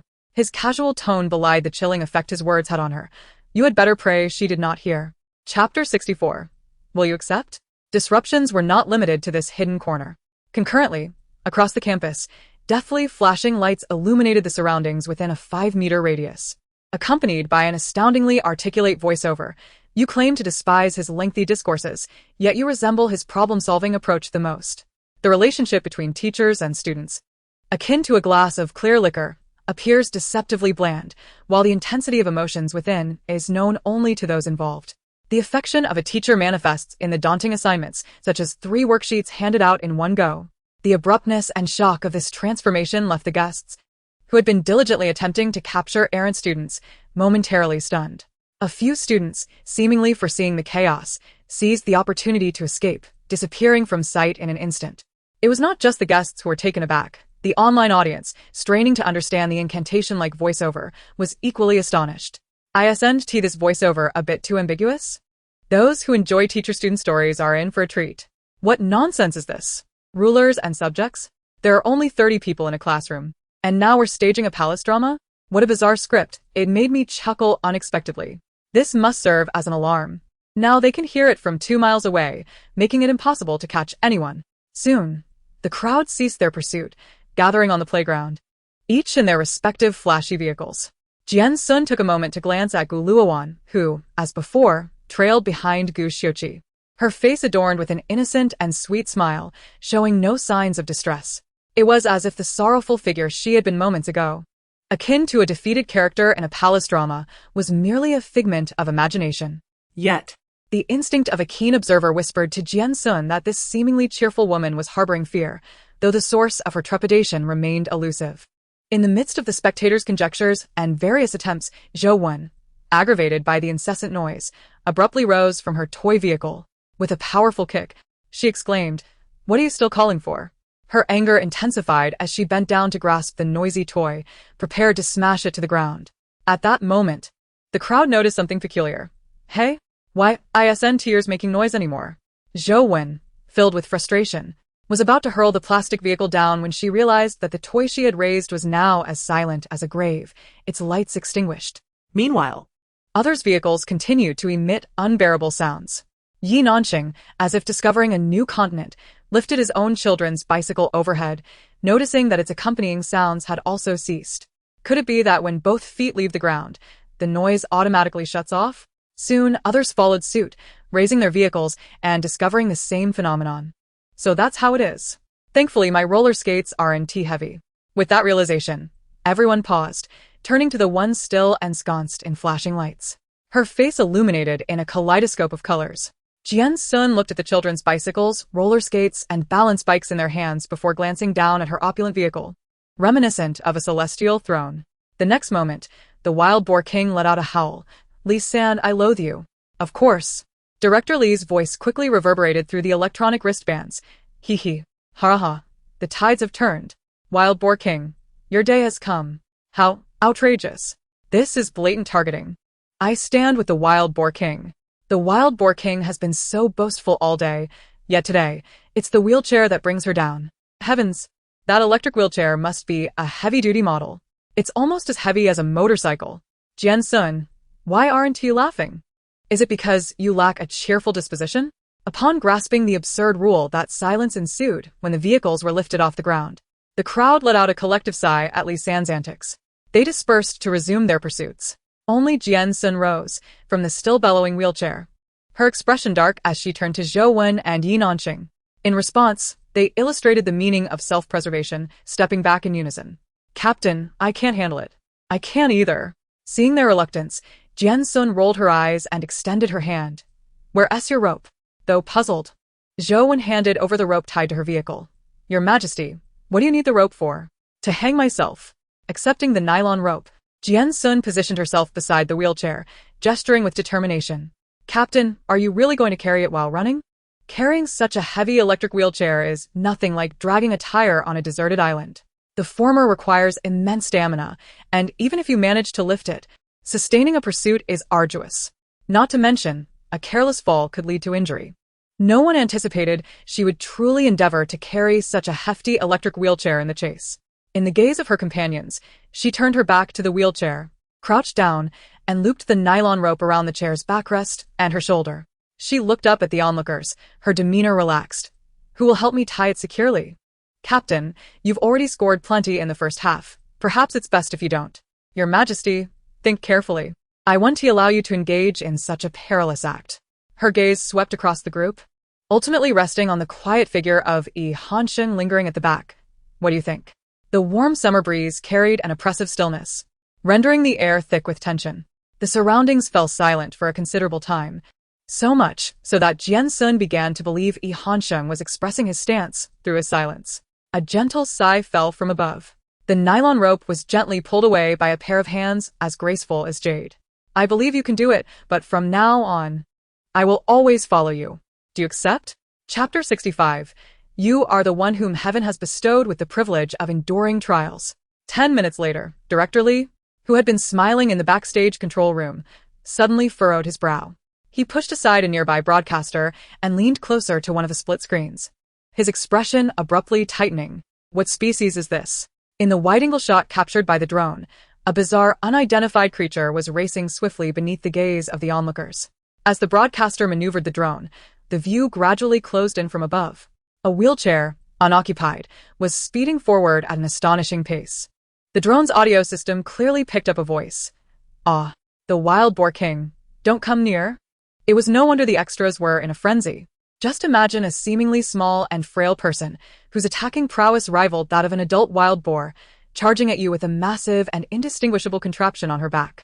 Who wouldn't be terrified? Even if one knew deep down she probably wouldn't actually kill you, who would dare gamble their life on tomorrow? Thus, the screen displayed this surreal scene. Several individuals in school uniforms were desperately fleeing, while a creature resembling a transformed Megatron pursued them with wild abandon. Of course, 3 men were trailing behind, poised to rush in for protection. Han, who had agreed to accompany Jian Xun, Nanqing, drawn by Jian Xun's commanding presence, and Gu Xiuqi, who had shamelessly joined in. As for Zhou, she was absent because she couldn't keep up. The director's team noticed this spectacle, and the viewers in the live stream were undoubtedly aware of it as well. On Strong Island, who hasn't offered a cigarette to the Boar King? What a thrilling documentary on wild boar hunting. Why film yaks when wild boars are just as good? Jian Xun, remember, murder is a most uncouth act. No joke, with Thanos here. Even he can't open the glove. Meanwhile, the assistant director in the backstage control room glanced at the now grim-faced Director Lee and tentatively spoke. "It should be Jian Xun, right? How could I not know it's Jian Xun?" Director Lee's laughter had truly vanished. He fixated on the scene of Jian Xun sprinting across the campus, his tone uncertain. "You all think she won to find the control room, right?" Ultimately, this heart-stopping chase concluded with Jian Xun exerting her full strength, capturing all the problematic students with the swiftness of autumn leaves falling, thereby allowing for an early end to the day's events. She was permitted to take them to Strong Island. After a day of fierce struggle, all the guests were nearly exhausted to the point of fainting. Even Jian Xun, who had won the grand prize, was drenched in sweat and trembling. Perhaps it was a sudden pang of conscience, or perhaps she was intimidated by someone's reckless fervor. The production team, unusually considerate, arranged for everyone to have a relaxing spa experience that evening. Naturally, such scenes were not fit for continued live streaming. However, the original Director Lee Sirui, nicknamed Lee Three Dogs, could hardly bear to part with the tens of thousands of viewers in the live room. Thus, the special episode of Your Strong Arrival featuring hidden recordings commenced. In the private hot spring, there were no issues. Just when everyone thought nothing could be heard during the guest spa time, a melodious voice, imbued with skill and emotion, suddenly resonated from Lu Juanming's solo live stream. As fans praised the professional singer, another solo stream gradually began to emit a faint and intermittent hum of a tune. Although the lyrics sounded somewhat familiar, the melody felt strikingly novel. Who is singing this? It evokes a sense of futility in the future of the Chinese music scene. Jian Xun and Zhou can both hear it. Their rooms must be adjacent. I suspect it's the Wild Boar King. You don't understand. Singing requires copyright fees, but with her performance, even Jay Cho himself wouldn't distinguish between rice aroma and incense. Though I hate to admit it, I'm a fan of one. She used to sing like this. Zhou, truly a professional idol, her singing resembles a ritual at an ancestral hall. Is she primarily a demon exorcist in the girl group? Due to the mediocre soundproofing between the hot springs, the viewers heard everything, and how could Jian Xun, next door to Zhou, not hear it? She endured until one song ended, only to realize another was about to begin. Unable to withstand it any longer, she shouted over, "Master, stop chanting. I'm about to be exorcised." As soon as her words fell, the humming from next door ceased abruptly. After a long silence, Zhou finally lowered her hand from her mouth, looking over with a forced chuckle. "Hee hee, I couldn't help it. She then pouted with dissatisfaction, muttering to herself. Thinking she was unheard, "You're the only one who gets to criticize me. Didn't Brother Junming sing just now?" What began as mere grievances turned out to be overheard by the wild boar king next door, who possessed notably sharp hearing. Not the same, they are favored by heaven. What am I lacking? In this exchange, the two engaged in a playful back and forth, their interaction devoid of any distinction between their private selves and their on-screen personas, prompting viewers to exclaim that the lilies of their hometown had bloomed anew. No one noticed that two of the solo live streams had remained remarkably quiet, as if no one were inside. After a while, it was the woman who first broke the silence. "Ihan, aren't you tired of pretending?" Chapter 66. Let us secure the person first. The woman's red lips curled slightly, confident in her unique status and knowledge of everything. She boldly revealed her cards. "There's no need for you to feign gentleness and humility in front of me. If it weren't for," she paused, covering her lips with a mysterious smile as she approached him slowly. "I truly wouldn't have guessed you were so adept at concealing yourself." In response to her cryptic remarks, Ihan displayed no reaction, as if anticipating her approach. He spoke calmly just before her delicate fingers nearly grazed his body. "If it weren't for your acquisition of my dark value data, right?" With this single, nonchalant remark, Jian Xun, who had believed she held the upper hand, was momentarily stunned. Instantly, her gaze shifted from condescension to tension and scrutiny. "How did you know?" Despite her anxious expression, Ihan remained relaxed and unperturbed, stepping back to create distance between them. Confirming he could no longer detect the unpleasant scent of her perfume, he extended his long fingers, gesturing towards her from afar, a player. Then he turned to himself, target character. His demeanor was calm, yet he concealed the dangerous glint in his eyes behind long lashes. "Now, do you have anything else to say?" His face, gentle yet devoid of aggression, now exuded a chilling malice and mockery, sending a shiver down one's spine. Jian Xun could not help but retreat a couple of steps. Yet she maintained her composure. "Though I don't know how you came by this information, since you know this much, you should trust me. I can help you obtain everything you desire." She believed she had thoroughly understood the plot and Ihan's character before entering this world, and when he remained silent, she continued to raise the stakes. "I merely seek your fulfillment in life, harboring no ulterior motives. If you cooperate with me, I shall assist you in securing Jian Xun's affections. You surely do not wish for her heart to gravitate towards Gu Xiuqi, only to meet a tragic end on the operating table, do you?" A profound silence ensued. It lingered so long that Jian Xun thought the young man across from her was entirely oblivious to her words. "You," she could not help but remind him. Yet before the words escaped her lips, she heard him emit a sigh tinged with exasperation. His voice so low it was nearly inaudible even at such proximity. "I was initially disinclined to engage with you." The moment the words left his mouth, the atmosphere around the youth shifted dramatically, the previously evident malice in his gaze morphing into a blend of resistance and confusion. Like an innocent young man harassed by an unhinged individual, his tone was gentle yet firm. "Miss G, what exactly are you referring to?" "I fail to comprehend. Should the need arise, I can recommend an overseas psychiatrist." Having delivered his statement, Ihan turned on his heel and departed before Jian Xun could respond to the abrupt shift in conversation. Perplexed, Jian Xun was about to reach out to stop him when a head suddenly peeked around the door. Without a hint of embarrassment for eavesdropping, Jian Xun beamed at the duo. "Busy, are we?" The exhausting 2 days and nights off the island were swiftly concluding. Upon returning, the number of individuals remained unchanged from 2 days prior, yet there had been a slight alteration in the personnel. The two teams still comprised a total of 44 members. Jian Xun, who had acquired a complete set of solar charging equipment, which would enable her to unlock the electronic device exchange shop, should have been the happiest little pig on the island. Alas, she now lay in the most comfortable chair outside the camp, releasing a long sigh, her tone laced with a hint of melancholy. Noticing this, Zhou Wen, the devoted aide to the king, rushed over at the sound of her sigh, plopping down beside her. Zhou Wen feigned a concerned expression. "Your Majesty, what troubles you so?"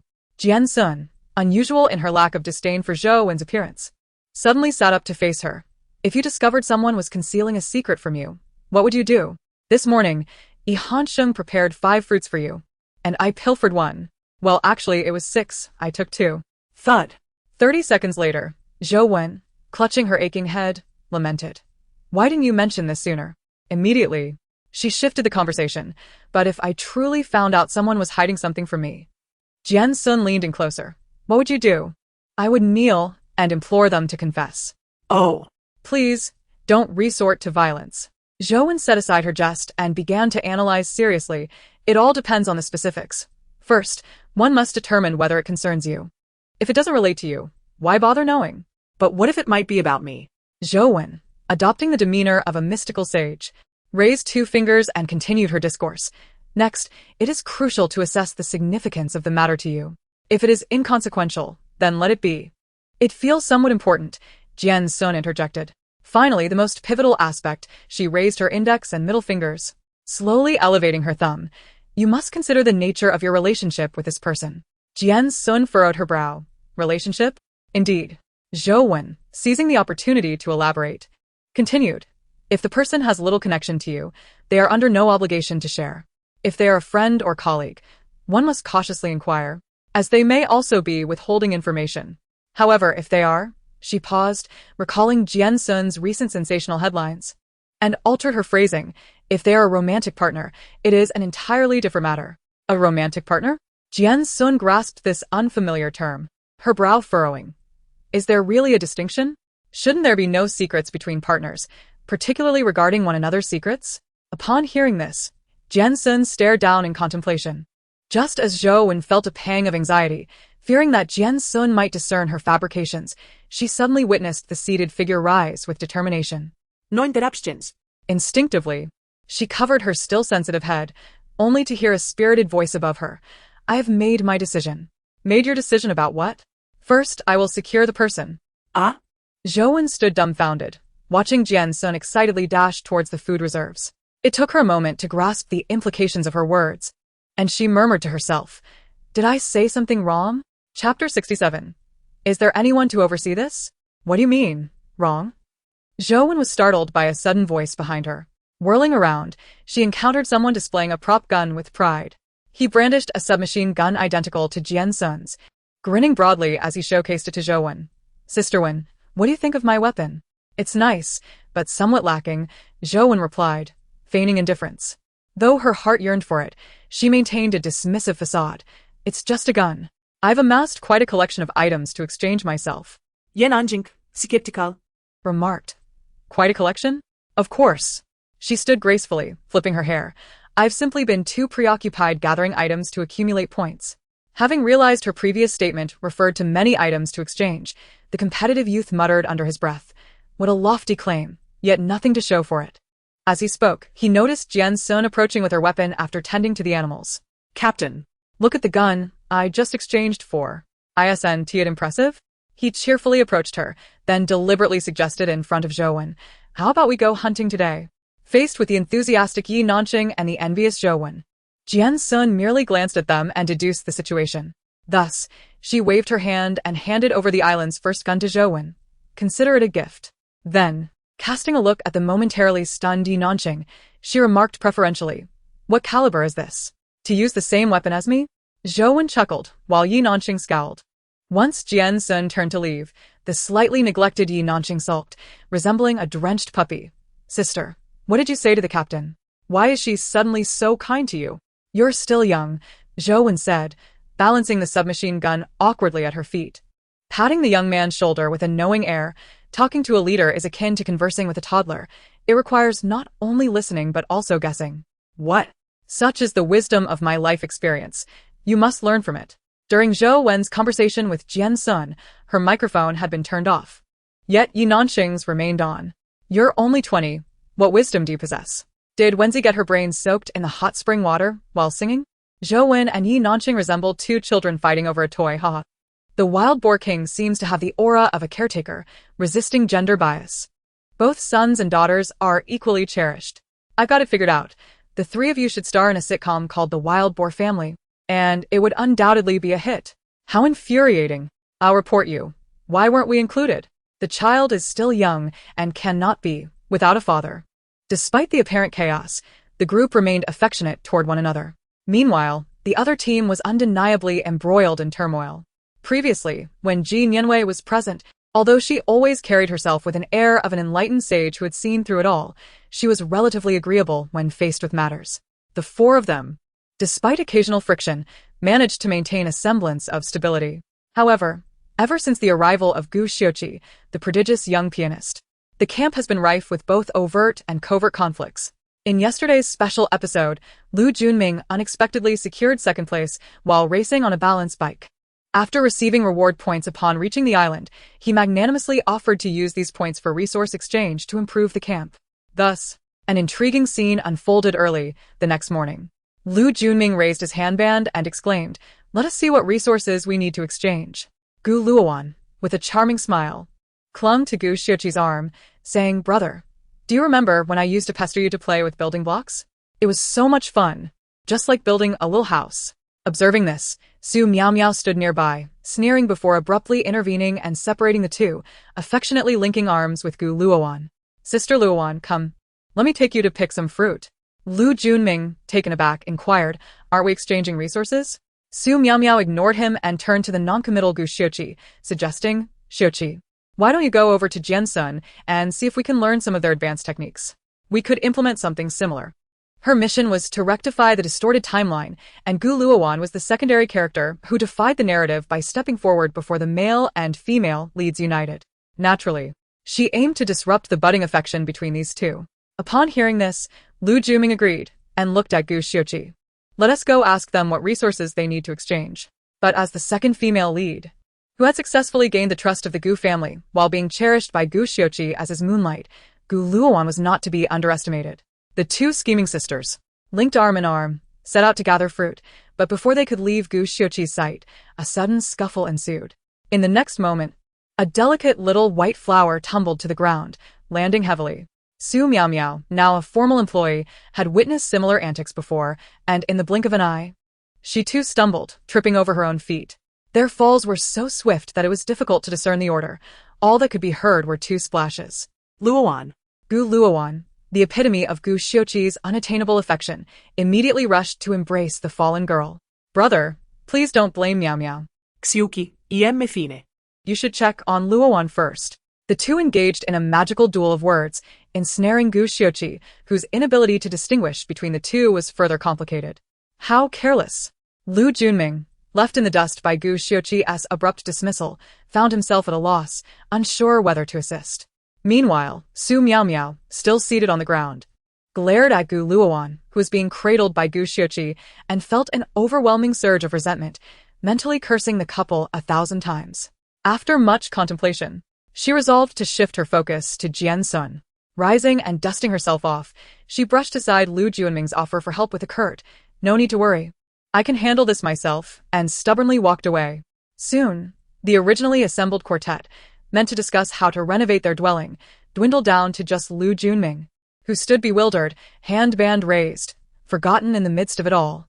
He glanced at the Gu siblings inside the tent exchanging pleasantries, and then at Su Miao Miao, who had walked quite a distance, her only injury being a layer of dust, yet she insisted on managing something unknown. Finally, he could only tilt his head skyward at a 45-degree angle and wonder aloud, "Is there no one to intervene?" Chapter 68. Can you not keep up? Su Miao Miao. Unable to lure Gu Xiuqi over, decided to approach Jian Xun instead, hoping to persuade her to take action against Gu Luowan, the insufferable little White Lotus. However, as she gingerly made her way to the entrance of the other team's camp, she found Jian Xun and the others preparing to depart. Just as Jian Xun hefted an even more extravagant prop gun, Su Miao Miao rushed forward, calling out, "Jian Xun! Jian Xun!" Upon hearing her voice, the group turned, spotting the somewhat disheveled Su Miao Miao approaching. Waving her arms in a frantic manner, she declared, "Jian Xun, Gu Xiuqi is doing this for Gu Luowan." What? However, before she could finish her thought, Jian Xun, already aware of her intentions, interrupted her. The latter reacted as if she had received shocking news, calling out across the distance, "He actually dared to do that." Almost immediately, the ever-perceptive Zhou Wen grasped the situation. She adjusted the reward on her back and chimed in just before Su Miao Miao could speak again. "If he dares to do this today, he will dare to do that tomorrow." Not to mention, Yi Nanqing echoed, "If he has done this, why aren't you taking action right away?" Just as she arrived, panting heavily, she locked eyes with Yi Hansheng, who observed the commotion with a calm demeanor.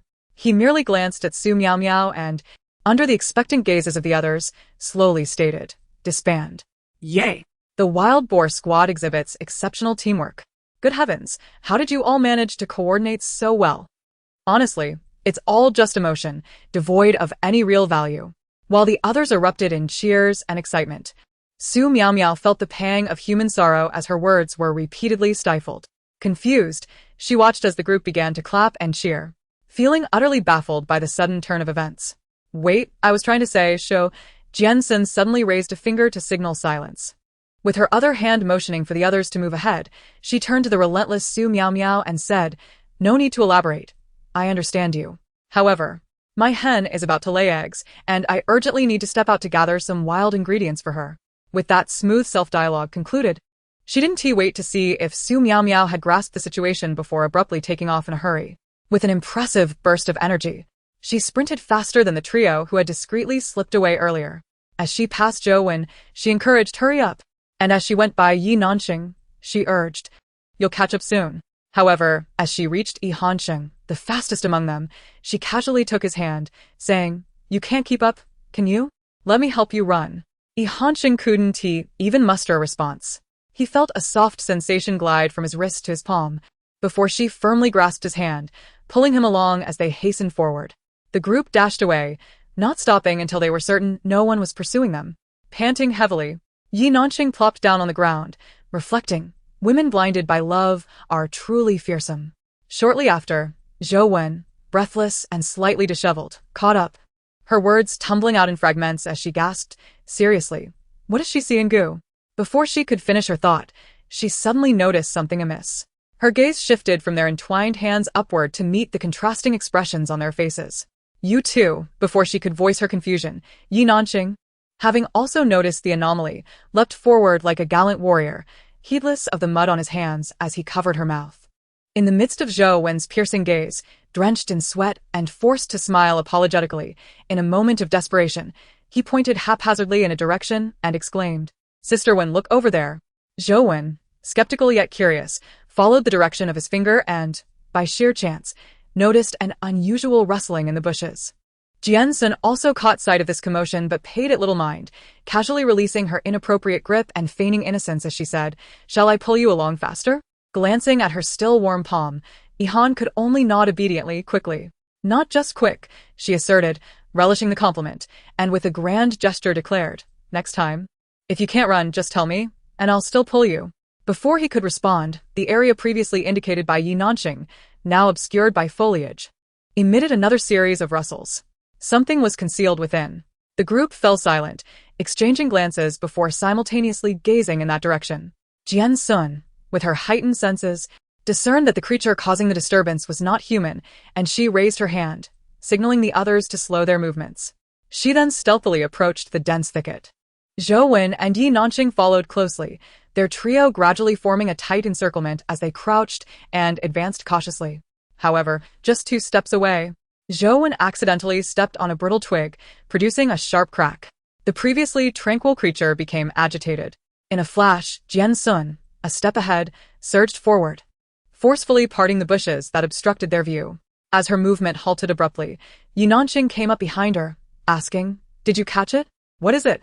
The clumsy Zhou Wen also rushed to join them, exclaiming, "Let me see." Thus, Jian Xun slightly shifted to allow them a better view of what lay hidden within. Silence enveloped them. Yi Nanxing stroked his chin, pondering, "This is a..." Zhou Wen furrowed her brow. "A backside?" Chapter 69. Trouble awaits. A backside? They beheld a large, round hole in the fertile soil, obscured by dense foliage. At the entrance of this gaping hole, a small, gray, furry creature was nestled. However, this little creature seemed rather dim-witted, frightened into hiding its head while its plump, round rear remained exposed. The 3 stood together, and with a slight bend, they could easily reach out and touch it. This was Yi Nanxing's thought, and he acted accordingly. He crouched down, cautiously extending a finger to poke the creature's ample behind. Feeling the touch, the unknown animal shivered, trying to retreat further into the hole. "Hey, it's quite timid," he mused, finding the situation amusing and emboldening himself to observe closely. Zhou Wen joined him, crouching beside him. Although hesitant to touch it, she was eager to see the face of this adorably foolish creature, coaxing, "It can't stay like this. What if it suffocates? Shouldn't we pull it out? Is that all right?" Though she hesitated verbally, Yi Nanxing, by nature a curious enthusiast, could not resist. After all, he had abandoned a popular variety show to join this survival adventure upon discovering his brother's mysterious goddess identity. All right. With that, he swiftly donned gloves from his backpack, preparing to reach into the gap above the creature's backside, where it was not obstructed. One could say he lacked common sense. He understood that capturing an animal should involve seizing the nape. Yet, he did possess some awareness, daring to stretch his hand towards an unfamiliar creature in the wild. Thus, with a deep curiosity, Yi Nanqing's hand inched into the narrow space between the creature's posterior and the cave's upper wall. The animal's size was slightly larger than that of a hefty cat, and he successfully grasped its nape through the opening. "I've got it," he rejoiced internally, ready to slowly extract it from its lair, ensuring both their safety. But just then, an unexpected turn of events occurred. The seemingly harmless little beast suddenly sprang into action. "Be careful." Jian Xun recognized its intent, but her warning came too late. The creature lowered its rear slightly and, with a powerful thrust, launched itself upwards. With a thud, a heavy sound resonated, followed by Yi Nanqing's piercing scream. "Ah!" As his shriek subsided, Yihan's bewildered voice chimed in. "That's a wombat. It feigns vulnerability. Using its backside as bait to lure predators into the hole, then it strikes with its muscular rear. It is generally inadvisable to attempt to catch it barehanded when it assumes an attack stance." In response, Yi Nanqing, struggling to withdraw his hand while grimacing in pain, shouted back, "Why didn't you say so before I reached in?" Yihan retorted logically, "I wasn't sure then." Huh. "And now you are?" I dislike you. Still firmly ensnared by the wombat's ironclad rear, Yi Nanqing, tears brimming in his eyes, looked pleadingly at Jian Xun, captain. Meeting his gaze, Jian Xun waved dismissively, "I did warn you. This is not my fault." Zhou, who had initially encouraged him, was equally culpable, scratching her head as she proposed a rather dubious idea. "Why not try poking it with your other hand?" Yi Nanqing, as if encountering a divine being, looked at her with red eyes while supporting his trapped hand. "Sister Wenyu." Upon witnessing this spectacle, Zhou leaned back, her face contorted in refusal. "I have a phobia of that. I can't poke it." The boy, experiencing the harshness of human nature for the first time, slowly extended his left index finger. Still managing to howl at the heavens in despair, "I detest all of you." 10 minutes later, Yi Nanqing held up his right hand, meticulously bandaged by Yihan, and pointed furiously at the wombat that had ambushed him and attempted to flee, only to be caught by Jian Xun. He quietly wiped away the tears from his eyes and, choking back sobs, exclaimed, "Curse it. I'm going to report you." Seeing this, Jian Xun sighed and pulled a tissue from Yihan's bag, placing it in his hand. "Use this, your hands are dirty." Yi Nanqing, still processing the situation, was interrupted by Yihan, who had been cautiously observing the wombat. "It's all right. Wombats are herbivores, and their waste contains a substantial amount of plant fiber. They sometimes even feed it to their young." Zhou chuckled, patting the petrified boy on the shoulder. "Child, you should be grateful this wombat didn't have diarrhea." Ah. "Oh, what an adorable little wombat. Is it the only creature on Earth that can produce square droppings?" Its rear is impressive. Not only can it produce square droppings, but it can also deliver a powerful rear attack. Wait, isn't anyone curious? How did a wild wombat end up here? As the online community engaged in fervent discussions about this seemingly foolish, yet surprisingly formidable little wombat, the communication devices of the 8 guests on the deserted island simultaneously lit up. "Everyone, do you recall what I mentioned before we embarked on this journey? The last guest standing on this deserted island will secure a role in a fantasy film being produced by a renowned international director. During the past 2 days of your absence, we have invited the preliminary cast for this grand cinematic venture. They are scattered across the corners of a deserted island, waiting for you to discover, explore, and approach them. A team has already encountered the first group of protagonists, and it is hoped that everyone can coexist amicably and peacefully with them in the time to come." As the communication indicator light turned off, Zhou almost immediately gasped in surprise. "Oh my goodness.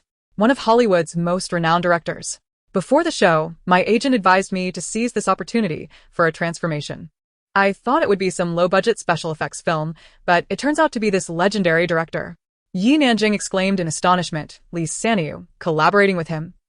Even Yi Hanqing, who is not involved in the entertainment industry, couldn't help but remark upon hearing the name, "I've heard this casting director is notoriously stringent." It's fair to say that anyone with even a cursory knowledge of film, whether inside or outside the industry, has heard of this esteemed director. Jian Xun, The only film actor in the team was certainly familiar with him as well. However, upon hearing this news, her initial reaction was not excitement or anticipation. She furrowed her brow slightly and looked up at the drone camera hovering above, saying, "This could pose a bit of a problem." Chapter 70. The Super-Armored Little Wombat. Although Jian Xun now appears to be an outsider in the film industry, she once won an international film award in her youth. Shortly after winning, she was recommended to audition for a film directed by him. It was during that audition that she developed a profound impression of the name James Allen. He was a madman, a lunatic who pursued cinematic aesthetics at any cost. At the time of the audition, Jian Xun was not yet 6 years old, and her scene partner was a Burmese python, a 5-year-old weighing dozens of kilograms. She vividly remembered the series of sobs preceding her turn as the python began to hiss, clearly agitated. Meanwhile, the director, appearing only on a video call from miles away, refused to halt the audition. Jian Xun was a last-minute addition, and the boy before her had been carried out after wetting his pants, nearly fainting from fear. What was the situation exactly? Both sides were quite terrified. Yet they bravely faced their fears. In the end, the outcome was unfortunate for everyone involved, but due to Jian Xun's more legitimate status, the other party compensated her with a sum of 100,000. This was the source of the old house where the Wu family now resides. Later, she learned that he had initially held high hopes for her. However, due to the lead actor's severe injuries and various other reasons, the film's preparation was temporarily shelved.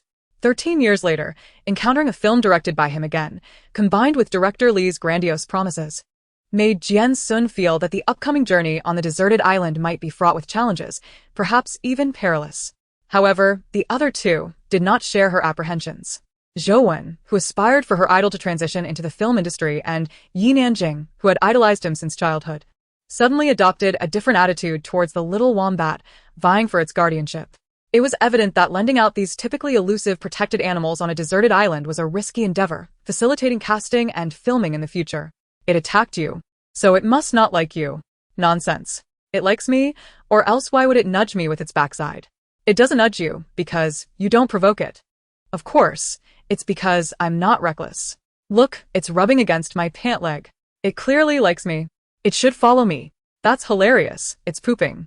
Eventually, after discussions between Jian Xun and Yi Hansheng, the little wombat was temporarily assigned to Yi Nanjing, who had been nudged by it. Sensing that the person in front of it posed no threat, the wombat seemed to grow closer to Yi Nanjing.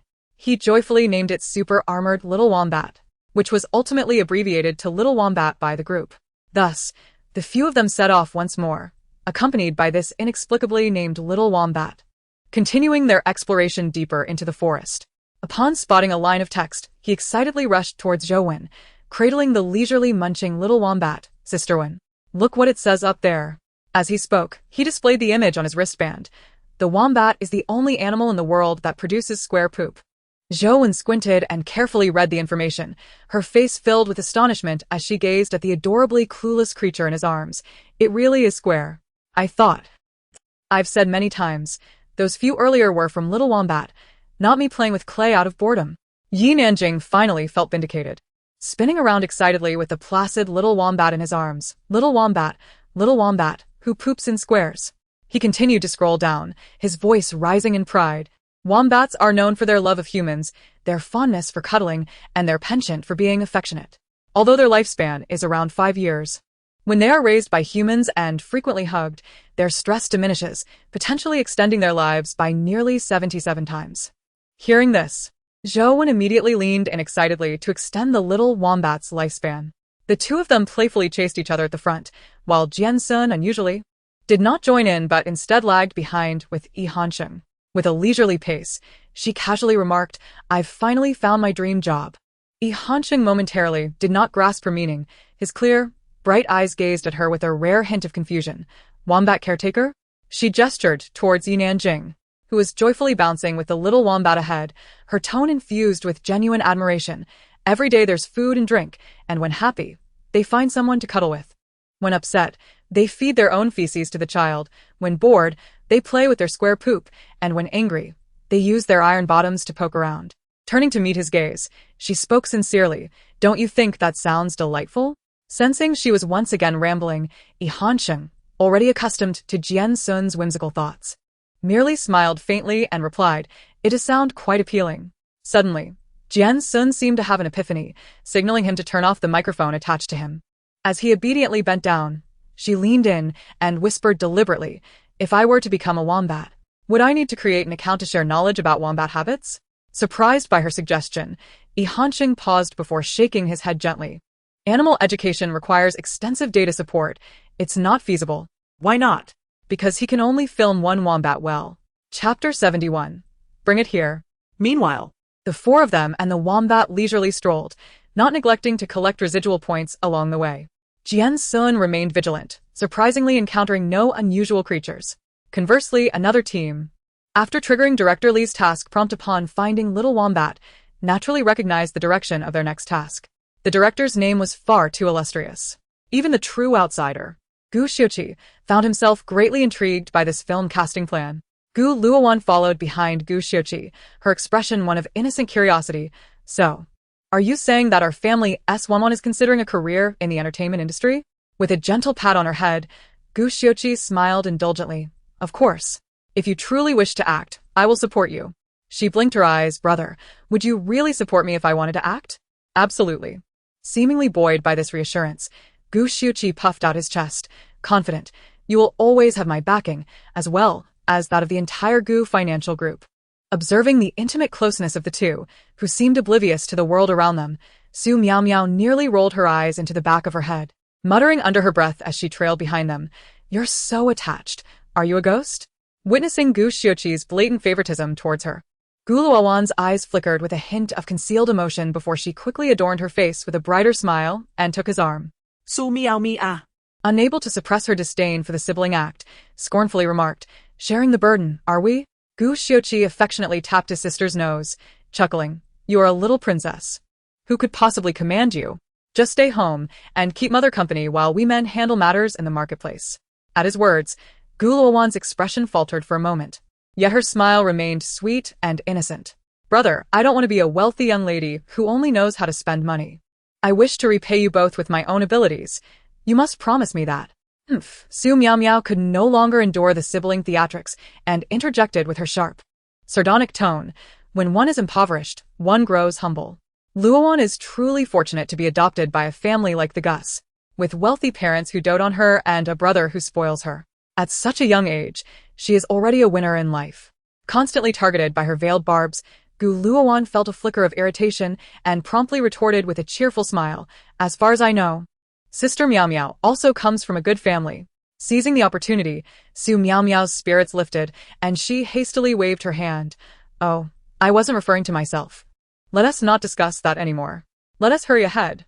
She deliberately left her statement unfinished and strode past them, leaving the conversation behind. Everyone present understood precisely whom she was insinuating. Is Su Miao Miao being sarcastic? She's just fortunate. Who can she blame for her own misfortunes? Where's the sarcasm? Miao Miao merely expresses her thoughts. Is that so wrong? And that Jian Xun is indeed quite unfortunate. Must we not speak of her? Indeed. I wasn't particularly fond of Jian Xun, but upon reflection, had she not been so resolute, she might have suffered greatly in that family. Different fates for similar people. Yet, one cannot deny that despite their contrasting temperaments, Jian Xun and Gu Luowan share a slight resemblance.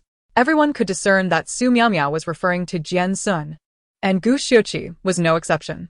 In his memory, Jian Xun always exuded an aura of strength and capability, entirely unlike his sister, whom he had meticulously sheltered and nurtured, who would crumple at the slightest breeze. He was uncertain of his feelings for Luowan, but as her brother, he could only be a brother. Thus, when he first encountered Jian Xun, who bore a fleeting resemblance to Luowan, he approached her with a playful demeanor. However, as the days rolled on, he increasingly recognized that Jian Xun and Gu Luowan were entirely distinct individuals, gradually becoming captivated by the strong, rebellious yet enigmatic Jian Xun. Yet even so, he could not help but feel a powerful protective instinct towards his sister, leading him to neglect Jian Xun. But suddenly, provoked by Su Miao Miao, he experienced a newfound desire to protect someone outside of Luowan. He resolved to alter their course and gradually approach Jian Xun. Even when Gu Luowan suggested exploring another direction to admire the scenery, Gu Xiuqi gently yet firmly declined, insisting, "Luowan, let us hurry. We discovered the film's protagonists in this direction, let us go see." Along the way, They soon stumbled upon traces left behind by the others. This must be the chocolate wrapping brought from the hotel. Lu Junming pointed out a piece of paper on the ground, glancing ahead. There's more ahead. Su Miao instantly perked up and dashed forward, picking up a piece of unwrapped chocolate that someone had inadvertently dropped. Look, Jian Xun and the others must be just ahead. After saying this, she hastily unwrapped it and, without a hint of caution, popped the 5-star hotel's chocolate into her mouth. In an instant, Gu Xiuqi bent down to retrieve a similar piece of candy. She savored the rich melt-in-the-mouth chocolate and cheerfully approached him, hoping to receive a share. Brother Xiuqi, the compressed biscuits were just dreadful. If you're not going to eat that chocolate, could you spare it for me? Since it was merely a piece of candy someone had left behind, Gu Xiuqi tossed it to her without hesitation. However, in the next moment, he suddenly noticed Gu Luowan wobbling precariously just a step away. Luowan, be careful. Alarmed, he dashed forward to steady her. Concern etched across his face. What's wrong, brother? Gu Luowan leaned against him, her usually sun-kissed face now pale. It's nothing, just a little low blood sugar. Believing her, Gu Xiuqi immediately turned to Su Miao, who was dismissively pouting beside them. Hand it over. Su Miao was certain that Gu Luowan was feigning her condition, as she had employed this tactic countless times while working. Yet, in the current situation, she could only grit her teeth and relinquish the snack she had just acquired. Glaring at Gu Xiuqi as he unceremoniously tore open the wrapping and stuffed it into Gu Luowan's mouth. Just then, a voice from nearby broke the eerie silence. Where did I throw the candy I wrapped in sugar paper? In an instant, an unsettling quiet enveloped them. Gu Sikui, Su Miao Mia, Gu Luowan. And the somewhat invisible Lu Junming all widened their eyes in unison, staring at the thin candy paper in Gu Xiuqi's hand. Following that, aside from Gu Luowan, the others simultaneously turned to her. Amidst their stunned expressions, the owner of the voice approached, cradling a small wombat. Guye. Upon spotting them, Yi Nanqing's eyes lit up, and he hurried over to showcase the adorable creature. Look, this is the adorable protagonist we encountered, a wombat that only produces square droppings. Its name is Little Pigeon. Did you know? Its backside is so firm it can pop a soda bottle. At that moment, the four of them had lost interest in listening to the rest of his chatter. Suddenly, Gu Luowan sprang up with remarkable agility, as if she had transformed. In a flash, she escaped Gu Xiuqi's embrace, sprinting at a speed that would rival a racing car, and bent over, retching against a nearby tree. Yi Nanqing, who had been enthusiastically introducing Little Pigeon, jumped back in alarm at her sudden, zombie-like behavior. What's wrong? Gu Xiuqi turned pale, clutching the candy wrapper smeared with an unknown dark substance, and shouted at him, Did you wrap its excrement in this? Caught off guard by his outburst, Yi Nanqing cautiously stepped back, squinting to observe. After a moment, he slowly shook his head.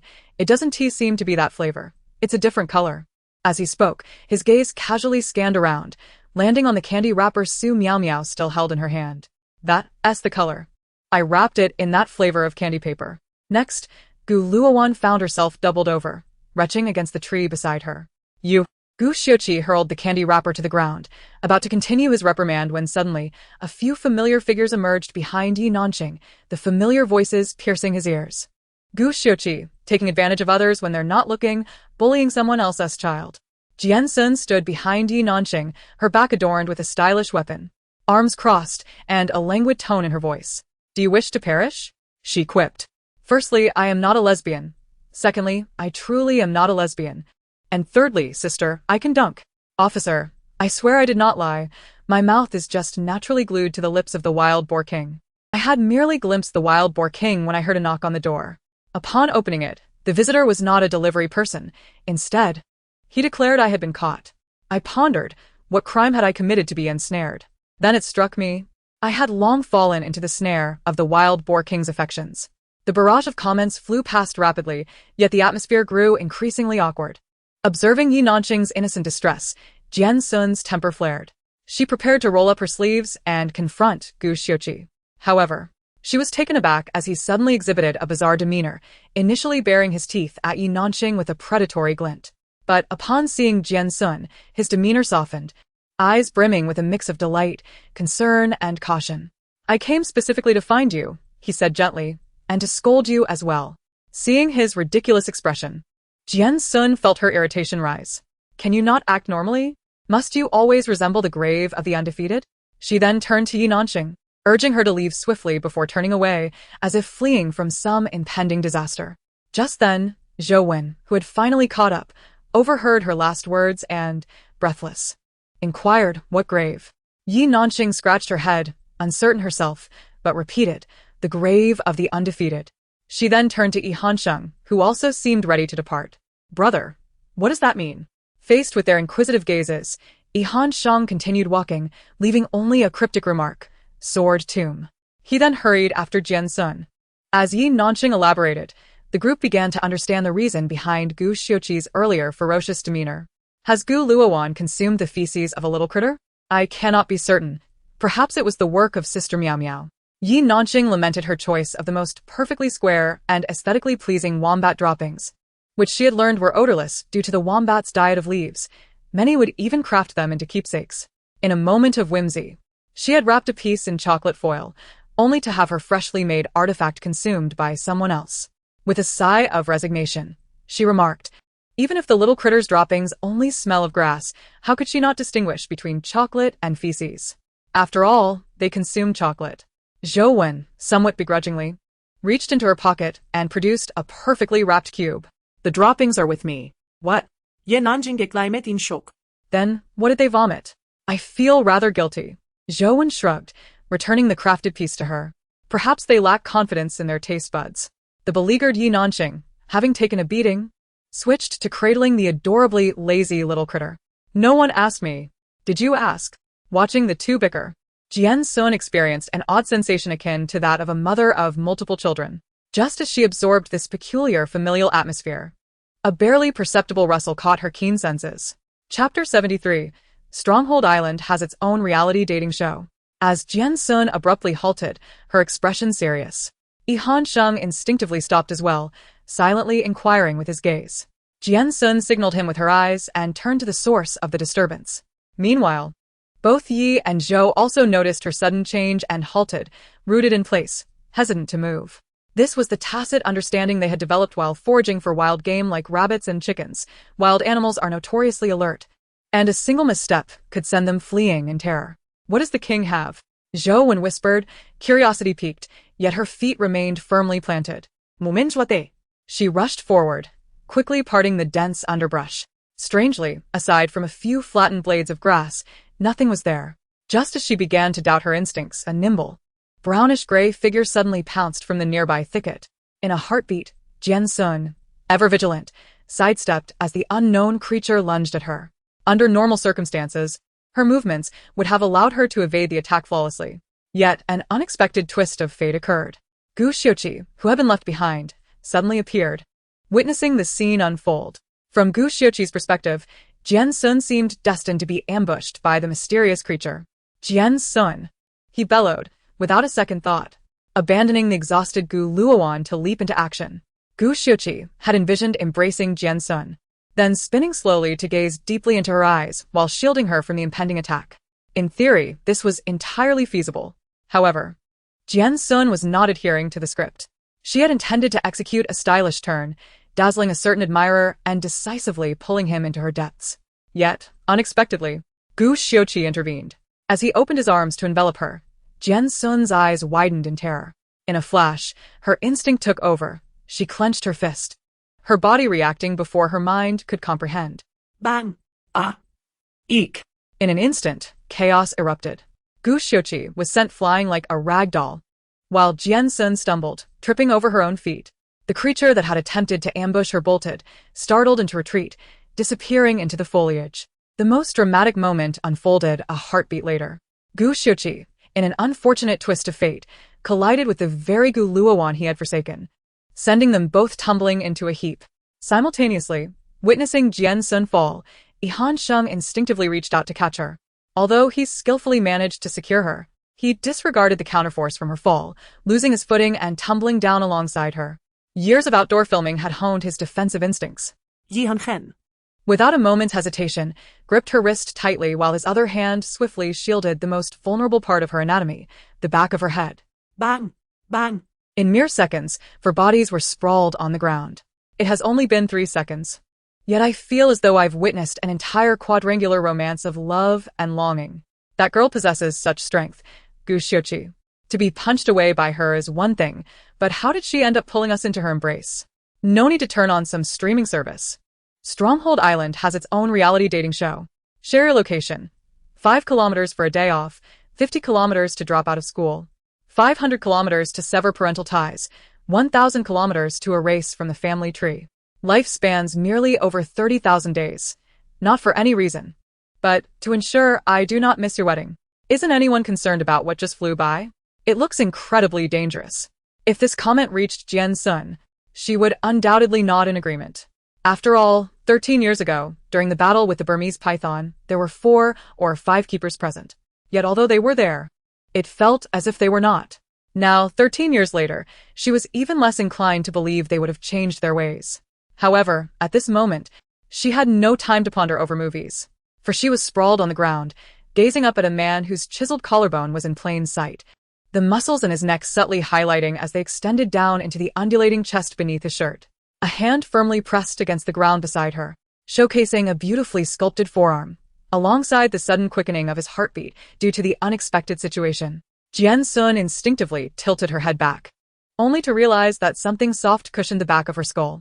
Just as she attempted to lift her neck, she heard a restrained groan from above. In the next moment, she felt a gentle lift at the back of her head, drawing her face closer to that attractive collarbone, her breath brushing against the skin, which flushed a delicate pink in response. "Sheng, don't move." His voice was slightly hoarse, and as he used the hand on the ground to leverage his knee, he created a distance that was less than appropriate between them, supporting her head and sitting her up before promptly withdrawing his hand. "Don't move." He pointed to a stone partially buried in the dirt, revealing only a small section of its hard surface, with a noticeable bloodstain atop it. Lowering her gaze, she spotted a wound on the back of his hand, caked with dirt and still seeping blood. A sense of inexplicable frustration welled within her, rendering her tone less than pleasant. "Sheng, you could have pushed me away. Why use your hand as a cushion?" "I don't want to." Chapter 74. 8 digits. Observing his downcast eyelashes, which belied a stubborn nature akin to that of a mule, Jian Xun felt her irritation spike. Just as she contemplated offering him some sage advice from her pedestal of idolhood, a faint scream nearby captured her attention. The two seated on the ground turned to find 2 bodies entangled not far off. Gu Xiuqi lay unconscious, while Gu Luowan, her hair disheveled, clawed at the ground like a vengeful spirit trying to escape. "Help!" Witnessing the scene, others reacted immediately, setting aside past grievances to rush forward and assist, especially Su Miao Miao, who was closest and had nearly been a victim herself. With reddened eyes, she strained with her frail frame, aided by Lu Junming, to roll Gu Xiuqi's heavy body away. In the process, she slapped his face, her features pale as she cried out, "Gu Xiao, please don't scare me. You mustn't die." Zhou Wen and Yi Nanqing swiftly pulled Gu Luowan, who was struggling to breathe, away from the scene, fanning her in a desperate attempt to revive her. Yi Nanqing, who had never encountered such chaos, hastily rummaged through her pockets for the last of her chocolate to offer. "Why don't you eat some chocolate to calm down?" Gu Luowan, already frail, succumbed to the turmoil in her stomach and the recent blow, her eyes rolling back as she fainted. Just as Su Miao Miao revived Gu Xiuqi, intending to confront him, she overheard Zhou Wen's panic shout, "Oh no, she is dead." Ignoring the retreating Su Miao Miao, he pressed his hand against his aching chest and rushed toward Gu Luowan, shouting "Wan Wan." Meanwhile, Jian Xun remained on the ground, adhering to her philosophy of resting where one falls, her grasp on Sheng's hand unyielding. Seeing the situation, he hesitated, lips pressed together, before quietly suggesting, "After being knocked down, do you feel any discomfort?" As if awakened by his words, she shot him an appreciative glance, then clutched the back of her head, eyes rolling back as her body gracefully collapsed into his embrace. Hidden beneath their clothing, she poked at his sturdy waist, prompting a voice of urgent concern from above. Jian Xun, observing the usually commanding Sheng now appearing as vulnerable as a character from a tragic tale. Their expressions changed drastically. "Captain, What's wrong? Don't die." As the two rushed over in alarm, Sheng stepped in front of them, his tone urgent yet tinged with worry. "Don't move. She was just knocked down, and may have hit her head." Upon hearing this, their panic escalated. Others present also reacted, including Gu Xiuqi, who, while cradling the truly unconscious Gu Luowan, grimaced in pain and glared at Sheng. "What's wrong with her?" Sheng merely cradled the person leaning against him, casting a calm, yet piercing glance at Gu Xiuqi, his voice devoid of its usual composure, now edged with intensity. There's no need for concern. At that moment, chaos reigned not only on the scene but also in the broadcasting studio, where the comments flooded in. I told you Jian Xun was a dangerous individual. Look, it didn't take long for her to start causing harm. Is that a nostril hanging beneath her eyebrows? Can't you see? It was clearly Gu Xiuqi who charged in. How can you blame Jian Xun? Jian Xun should have just stood still. Gu Xiuqi obviously meant to save her, and she only pushed him a little. Exactly. If someone hits you while crossing the street, should you just stand there? What if the driver swerves and flips the car? Doesn't anyone care about us? The divine right hand is stained with blood, and the photography industry is in turmoil. The rescue team arrived swiftly, and within 10 minutes, all 4 were placed on stretchers. In just half an hour, the fainting Jian Xun was transported alongside Sheng to the waiting ambulance by the shore. Amid the blaring sirens, Jian Xun squinted and noticed Sheng quietly, allowing the doctor to tend his wounds. It was then she observed not only his right hand, which bore rough abrasions from the stone, but also the swelling beginning to appear on his left wrist. Why didn't you mention how serious your hand was when we got here? The paramedic, a middle-aged man in his 40s, first cleaned, disinfected, and bandaged Sheng's right hand. He then retrieved an ice pack to place on the inflamed wrist, frowning at his unchanging expression. Young man, if it hurts, just say so, there's no shame in it. The cold ice pack against his searing skin prompted Sheng to apply pressure with his bandaged left hand. Upon hearing this, he instinctively glanced at the feigned unconsciousness of the woman beside him, though from his angle, he could only see her delicately shaped chin. I didn't feel it before, he said nonchalantly. But it's starting to hurt now. The paramedic was momentarily speechless, unsure of how to respond, when a chilling voice broke through. Well, you should just let the girl pretend to be faint. Why expose her act? Jian Xun, no longer wishing to feign, sat up on the stretcher and addressed the nonchalant paramedic. Doctor, is his hand serious? What? Are you concerned now? Jian Xun paused briefly, meeting the obviously uncomfortable gaze of Sheng, before lowering her eyes to his increasingly swollen wrist. Her tone mirrored the casualness he had just exhibited. Is it true that you little stars no longer bother to conceal your romantic affairs? Faced with her skepticism, Jian, the little star, exhibited no signs of shame but instead raised her hand to signal to the paramedic, indicating a sum. This pair of hands is worth this much. 80,000? 8 digits. Where's the iodine? Chapter 75. I feel dizzy. Upon arriving at the hospital, Sheng, able to stand, was hurriedly assisted out of the vehicle by the paramedics. As soon as they entered the emergency room, the doctor inquired about the patient's condition and was about to lift his eyelid when Jian miraculously regained consciousness. Her eyes fluttered open, and her first words to the doctor were, "Doctor, I feel dizzy and nauseous." Upon learning from the nurse that she had hit her head, the doctor, not daring to be careless, took out a flashlight for examination. Do you feel any other discomfort? Jian lay on the hospital bed like a lifeless fish, allowing the doctor to examine her while continuing to showcase her acting skills honed over more than a decade. I feel somewhat intermittently disoriented and my body hurts a lot. Where on your head did you hit it? The back of my head, but I don't quite remember.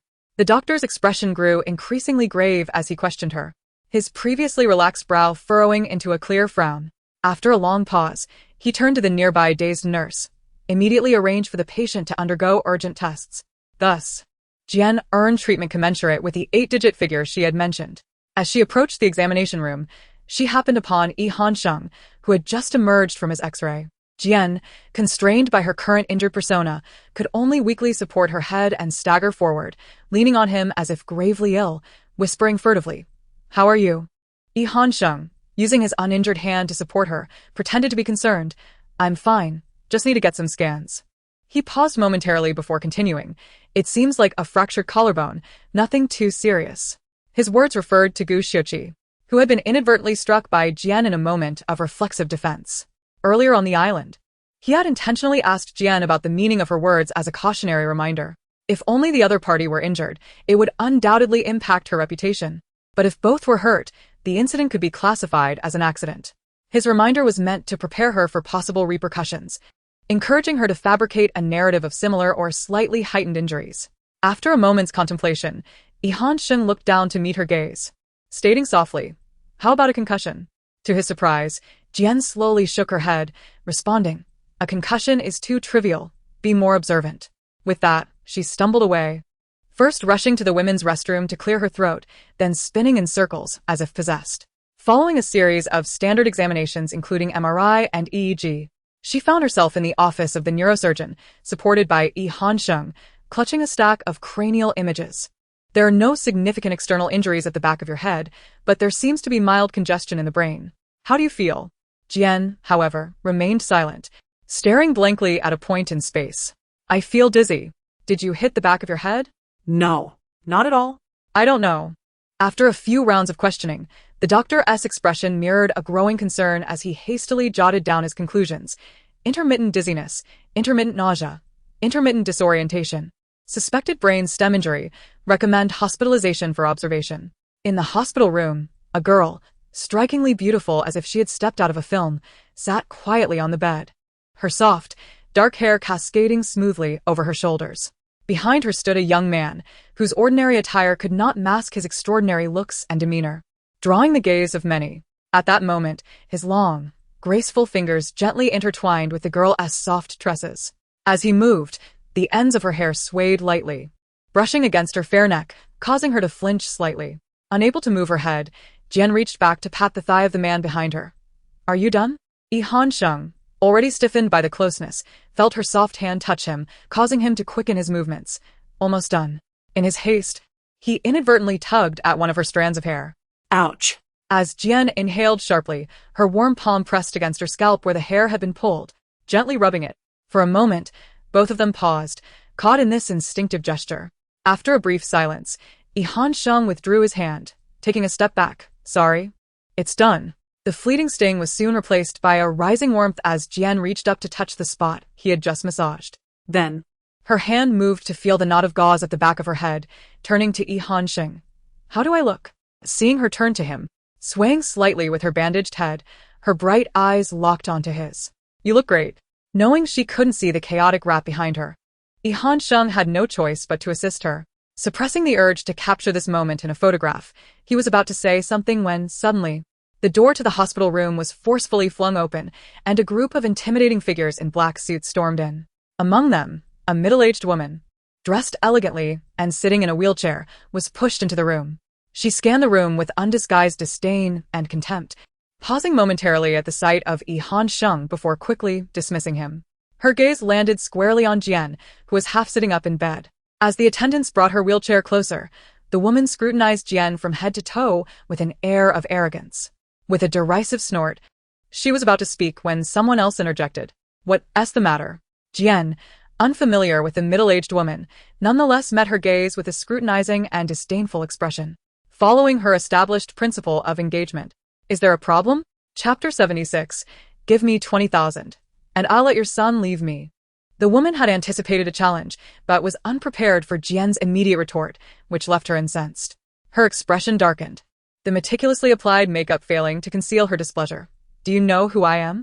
Jian instantly recognized the woman was seeking confrontation, and her mind raced as she assessed the guards and attendants behind her, forming a swift guess about the woman's identity. Realizing this, she promptly softened her demeanor. Her previously upright posture slackened, and she leaned on Han Sheng's arm to maintain her seated position. Once composed, she raised her head to the woman. You are? Humph. Noticing Jian's change in attitude, the woman's expression lightened slightly, though her tone remained haughty. I am the mother of Gu Xiuqi, the chairwoman of Gu Finance. At that moment, Jian's eyes sparkled with realization, concealed beneath her thick lashes. The chairwoman, mistaking Jian's silence for fear, grew even more arrogant. You are the one who has been pestering my son and lured him to that desolate island. Upon hearing the chairwoman's sharp accusation, Jian discreetly squeezed Han Sheng's wrist, urging him to refrain from advancing. Despite her efforts to remain composed, she couldn't hold back.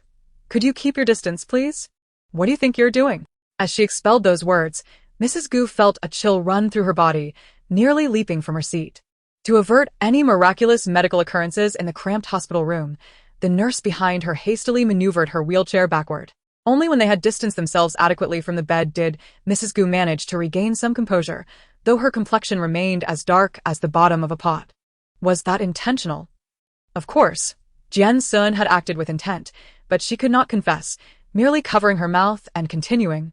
Didn't he, the doctor, say, I have a brainstem injury and need to be hospitalized? Brainstem injury? Observing her incessant retching from a distance, Mrs. Gu, with her years of life experience, quickly transformed her expression from one of disgust to disdain. You just want money, don't you? I've encountered many women like you. Name your price. Jian Xun feigned difficulty, but upon noticing Mrs. Gu's willingness to negotiate, she ceased her retching and straightened up. She bypassed the meaningless back and forth of probing and boldly expressed her intentions to Mrs. Gu, who, despite being seated in a wheelchair, still held her head high. 20,000, and let your son leave me. What did you say? Mrs. Gu's well-maintained eyes widened in disbelief. You want my son to leave you? That seems to be my line. It's about your son leaving me, Jian Xun clarified, adding that she would take 2,000 as well. After a brief silence, Mrs. Gu scrutinized her with furrowed brows. Are you certain it's only 20,000? I am certain, Jian Xun affirmed with resolute nodding. In truth, she would have preferred to demand more, but her brainstem injury could not withstand close examination. The figure of 20,000 was a calculated decision. For the Gu family, that sum was trivial, akin to a coin dropped on the ground, and they would not fuss over such a petty amount.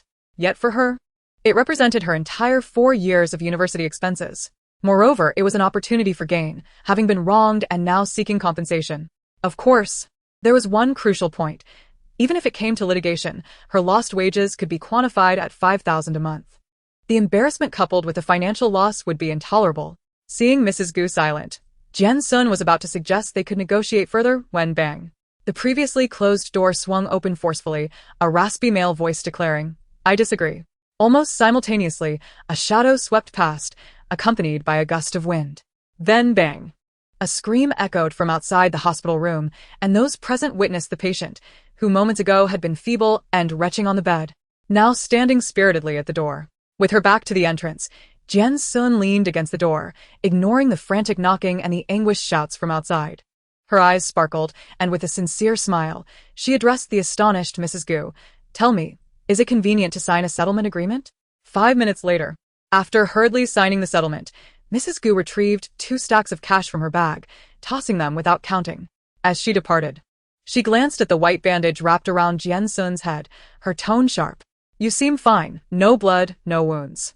Why the need for a bandage? Jian Xun, preoccupied with counting the money, cast a sidelong glance at Mrs. Gu's perfectly functional legs. And you appear well too, with legs and feet intact. Is the wheelchair a ploy to elicit my sympathy? You. The mere utterance of that word nearly propelled Mrs. Gu to rise from her wheelchair.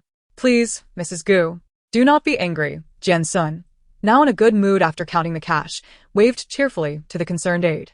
I can be a bit acerbic, but I assure you, my nature is not wholly unkind. Just then, the locked door swung open, revealing a frowning nurse with a key. Who are the family members of the patient outside? Don't you know loud noises are prohibited in the hospital? Before she could finish, Gu Xiuqi burst into the room. His arms were bound in thick bandages, creating a makeshift harness that forced him to walk with an exaggerated posture, resembling a loyal soldier of the British Royal Guard. What a comical sight he presented. Upon entering, he glanced at Jian Xun and immediately positioned himself protectively in front of her, addressing his mother, whose expression had soured to an extreme. Mom, whatever the issue is, direct it at me, not her. Mrs. Gu was nearly incensed to the point of distortion, her finger trembling as she pointed at herself. Me? Then she shakily gestured to Jian Xun behind him. To trouble her? Gu Xiuqi stood firm before Jian Xun, like a resolute wooden post. This is between her and me. You need not interfere. Need not interfere. Mrs. Gu scoffed, as if she had heard the most outrageous joke. She would agree to leave you for 20,000, and you dare to defy me for such a woman. At this, Jian Xun felt indignant.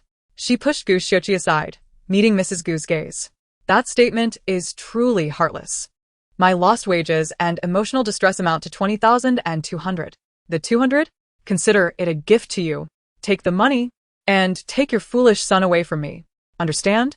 Mrs. Gu, speechless with fury, turned to Gu Xiuqi, hoping he would recognize the woman's malice, only to find her son seemingly oblivious. Unable to bow his head, he stood tall, his eyes reddening as he glared at Jian Xun, gritting his teeth. You would leave me for 20,000. Jian Xun corrected him. It's 200. I spent 200. He paid her no mind, reaching for her wrist. Jian Xun, what do you need with 20,000? Tell me. With a swift motion, Jian Xun evaded him, delivering a sharp slap. 20,000 buys poison to kill your entire family, leaving me with 19,998, plus half a packet of poison. Chapter 77, Jian Xun. Do you think I should tell him? Ultimately, Mrs. Gu could no longer endure the conversation.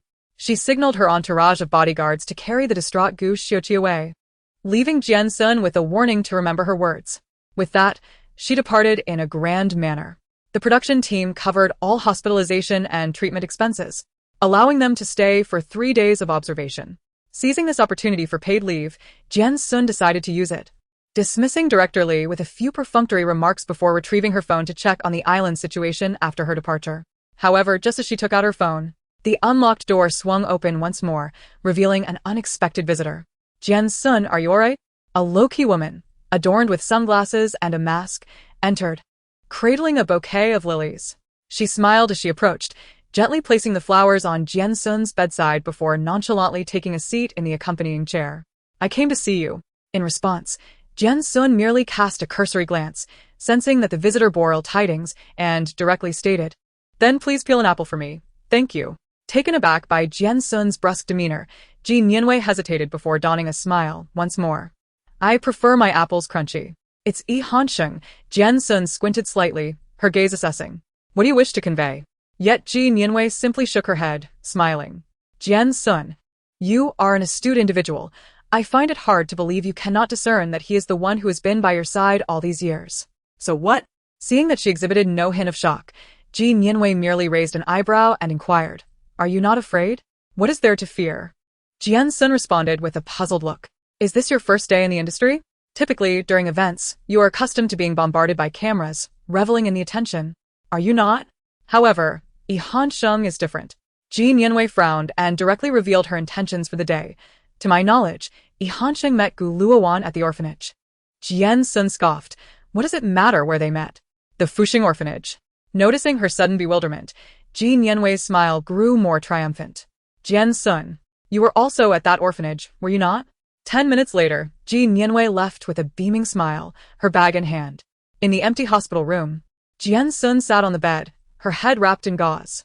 Her porcelain skin and unfocused gaze made her appear like a beautiful yet fragile porcelain doll, accentuated by the hospital gown she wore.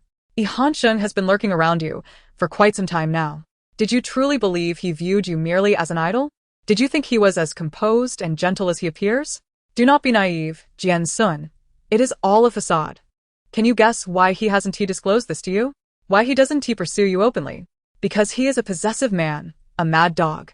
Once you draw near and uncover his true nature, you will be devoured, leaving no trace behind. Jian Xun, I share this with you today so that you are not blinded by his false exterior. I have uncovered certain information, which I will send to your email shortly. If you doubt my words, feel free to investigate for yourself. Just then, the sound of the doorknob turning broke her thoughts. Jian Xun instinctively glanced towards the entrance, where Hansheng returned, carrying a food container. Simultaneously, a crisp notification pinged, an email reading reminder. "What are you looking at?" The young man's voice, as calm as ever, broke the silence. Jian Xun met his gentle, profound gaze, her expression absent. "Shall we eat first?" Hansheng suggested with a subtle smile. Out of nowhere, Jian Xun felt a surge of annoyance. She spoke, her tone as calm as casual conversation. "Hansheng, do you have someone you like?" Her abrupt and seemingly impertinent question cast a thick silence over the atmosphere. They sat in quiet contemplation, the air heavy with unspoken undertones. After a long pause, Hansheng averted his gaze slightly, extracting the food containers from the insulated bag. Why the sudden inquiry? Yet Jian Xun remained undeterred, pressing on. "Do you?" Seeing her unwavering determination, Hansheng hesitated before slowly shaking his head. "No. But I do," Jian Xun replied, her gaze fixed upon him, intent on penetrating his facade. Her tone turned slightly malicious as she asked, "Do you think I should tell him?" Chapter 78. The Eternal Door of Hatred. Suddenly, Jian Xun broke into a smile. "I just received a casting call." Without glancing at the email, she deleted it and looked at the man standing by her bedside, whose expression had darkened. Was my performance convincing? Without inquiring about her role or the script, Hansheng simply nodded and resumed his previous actions. Resembling a wronged wife, abandoned by her husband, yet compelled to continue her domestic duties. Let's eat first. During their meal, Jian Xun took a moment to check Weibo, discovering that the unexpected livestream incident had made headlines, yet the trending topic was not about the injury or accident but rather, thought it was a pure romance warrior. But turns out to be a pure warrior. Clicking on the link, the top video was a recording of the livestream, showcasing Gu Xiuqi charging forward for love, only for Jian Xun to react in shock, retaliating fiercely. Beneath the video, amidst fans bickering, the most liked comments came from those reveling in the chaos, thought it was a pure love story, but it turned out to be a hammer incident. Gu, how about we call it quits? Your siblings seem quite compatible. Don't put yourself through this. Look, even our wild boar king is terrified. What on earth did Jian Xun eat to grow up? Is she a new breed of human from a secret experimental base? She didn't mean it. Cut her some slack. I'll drink 3 cups of yogurt for her as penance, and we can consider it over. As Jian Xun scrolled through the comments, a mischievous smile crept onto her face. She began typing furiously on her phone. Soon, a fresh post appeared on her verified account. Jian Xun, I suggest we promote our pure hatred warriors. As the saying goes, hatred lasts longer than love. Pure love warriors may possess performative personalities, but we, the pure hatred warriors, genuinely detest everyone. In every trade, there is an enemy. At school, we hate teachers. During military training, we hate instructors, group projects, classmates, finals, subjects, holidays, trains, work, bosses and co-workers, driving tests, instructors, subways, cold metal seats, hair salons, and so forth. Only through hatred can we truly experience the essence of life. Loving someone may be an act, but the pain from hating someone is unforgettable. The door of hatred is eternal. As Jian Xun chuckled at her own post, she absent-mindedly continued scrolling through her phone until Yi Hansheng reminded her to focus on her meal. Despite their probing exchanges, their interaction remained as lighthearted and harmonious as ever. Meanwhile, the Gu family was brewing a storm. Madame Gu whisked her foolish son away from the hospital, inadvertently leaving her adopted daughter behind. Madame Gu gestured to the butler, who hurriedly escorted the sulky Gu Xiuqi upstairs, while she discreetly turned to Gu Luowan. Gu Luowan maintained her composure, smiling gracefully as she approached Gu father after leaving a piece on the chessboard. You too, Wan. Madame Gu smiled, lightly patting her hand, her tone neutral. Don't you understand that your brother's antics are unacceptable? If it weren't for this hospital incident, I would still be in the dark. Madam, Gu Luowan replied, having spent years mastering the art of dealing with the Gu family, her face lighting up with an innocent smile. Brother has just started working at Gu Corporation. It's only natural that he feels pressured and needs to unwind. Please don't blame him.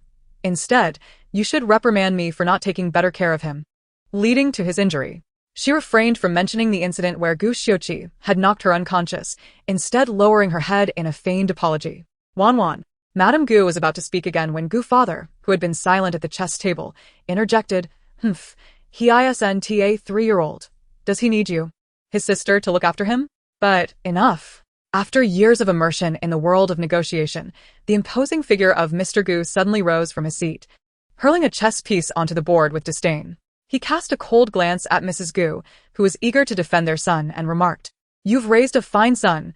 Let him reflect on his actions to avoid bringing disgrace upon the Gu family. With that, his piercing gaze shifted to the obedient Gu Luowan, as he commanded, Gu Papa.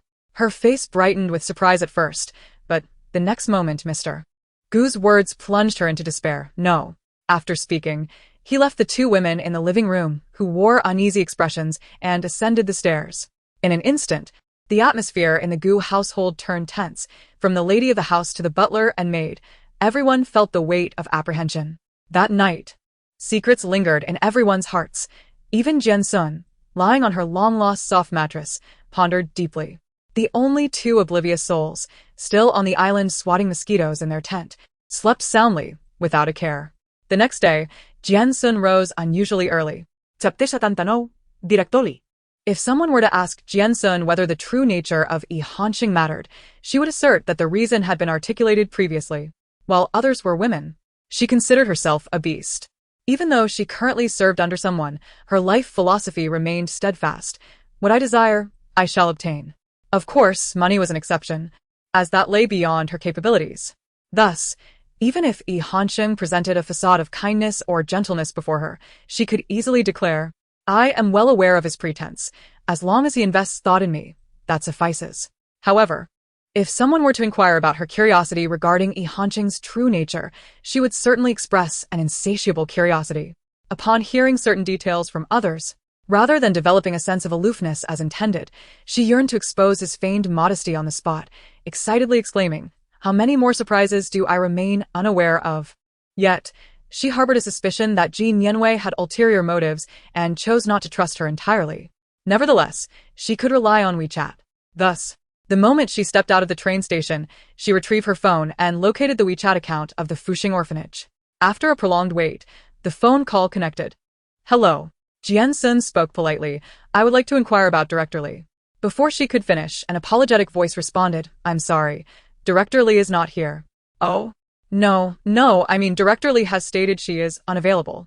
Could you please ask her to come back temporarily and let her know I wish to make a donation?" The young woman on the other end relayed the message. "Director, she says she wants to donate."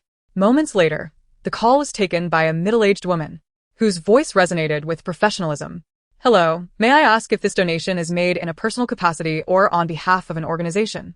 Would you like us to film a thank you message? Is it a public-to-public transfer?" Although it pained her, Jian Xun insisted, "I will come by this afternoon." "Very well," replied Director Li gently. "Please be careful on your way. I will be waiting for you in the director's office." Having set a time, Jian Xun noted that it was still early, so she adjusted her mask and leisurely walked to the bus stop, tapping her card to board. With only 4 yuan remaining on her bus card, she felt it was unwise to waste it. Settling into a familiar seat at the back of the bus, she began to yawn. Perhaps due to the midday rush, the bus grew increasingly crowded, and Jian Xun was roused from her drowsiness by a commotion ahead. Almost everyone on the bus craned their necks forward, and Jian Xun gleaned from hushed conversations that an elderly man in his 50s was forcefully demanding a young girl to relinquish her seat. The girl, appearing no older than 11 or 12, protested that she was feeling faint due to low blood sugar, but the old man dismissed her concerns, accusing her of feigning illness. He even resorted to physical force in an attempt to lift her from her seat, causing the girl to cry in fright. Others, unable to bear the sight, began to reprimand the old man, who stubbornly stood his ground, leading to a heated exchange. As the young girl sobbed, contemplating whether to stand and offer her seat, a voice from the back called out, tinged with a slight rasp, "Sir, why not come to the back? I have a seat, and we need not quarrel over her." The moment the words left her lips, it was as if a bucket of cold water had been thrown onto a raging fire. The old man, seeing the surrounding passengers condemn his actions, felt a flicker of regret but was too proud to concede. However, Jian Xun's statement not only provided a reprieve for the young girl, but also offered the old man an opportunity to retreat gracefully. He spat contemptuously at the young girl and the others who had spoken out against him. Bah! A bunch of ignorant brats who know nothing of respecting their elders. With that, he strutted towards the back, like a victorious rooster, pushing through the crowd to the seat that had been beckoning him. Upon reaching his destination, he found himself facing a young girl donned in a mask and sunglasses. Instead of expressing gratitude, she began to scold him. "I mentioned I suffer from motion sickness. Yet not a single person up front offered a seat to an elderly person. Truly lacking in manners. Girl, get up." Jian Xun remained steadfast, showing no inclination to vacate her seat. She glanced at the numerous red shopping bags occupying space at the old man's feet and replied languidly, "I merely stated I have a seat for you to see." With a lazy smile, she added, "I haven't offered you my seat." The old man quickly realized he had been outsmarted and became furious. You little brat. If it weren't for the bus's constraints, I'd leap 3 feet high." He pointed an accusatory finger at the relaxed Jian Xun, roaring, "I could be your grandfather. How dare you speak to me like that?" Jian Xun crossed her arms, ignoring his finger as she cheerfully retorted, "My grandfather wouldn't defecate on the bus either." The old man stammered, at a loss for words, and in a fit of rage, he raised his hand, intending to strike her.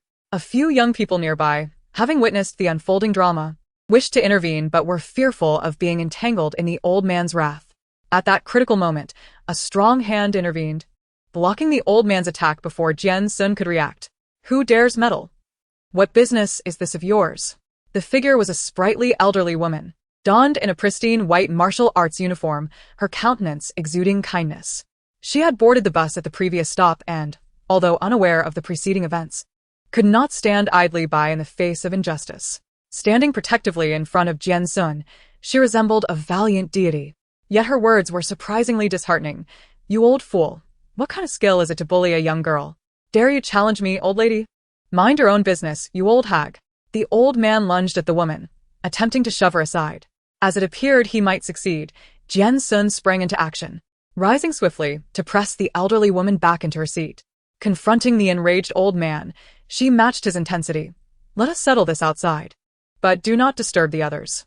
The old man sneered. Do you think I am a fool? You want me to step off the bus so you can take my place? Just as Jian Xun prepared to exert force to remove him from the bus, the announcement for the next stop echoed through the vehicle. In that fleeting moment, as Jian Xun drew the old man's attention, the elderly woman behind her made her move, swiftly seizing the bags at the old man's feet and darting through the crowd. The bus came to a halt, its doors swung open. And it was not the hurried pedestrians who first disembarked, but rather a few bags of assorted goods. Following them was an elderly man. Chapter 80. The endless lotus leaves connecting the sky. Magnificent. After a moment of palpable silence, the bus, now back on its route, was met with resounding applause. As nearly every passenger's gaze turned toward her, Jian Xun suddenly recalled that she was supposed to be a patient under observation for a brainstem injury. She waved her hand to the elderly lady who was attempting to relinquish her seat back to her, lowered her head to adjust her mask, and spoke in a muffled tone. Please, you sit.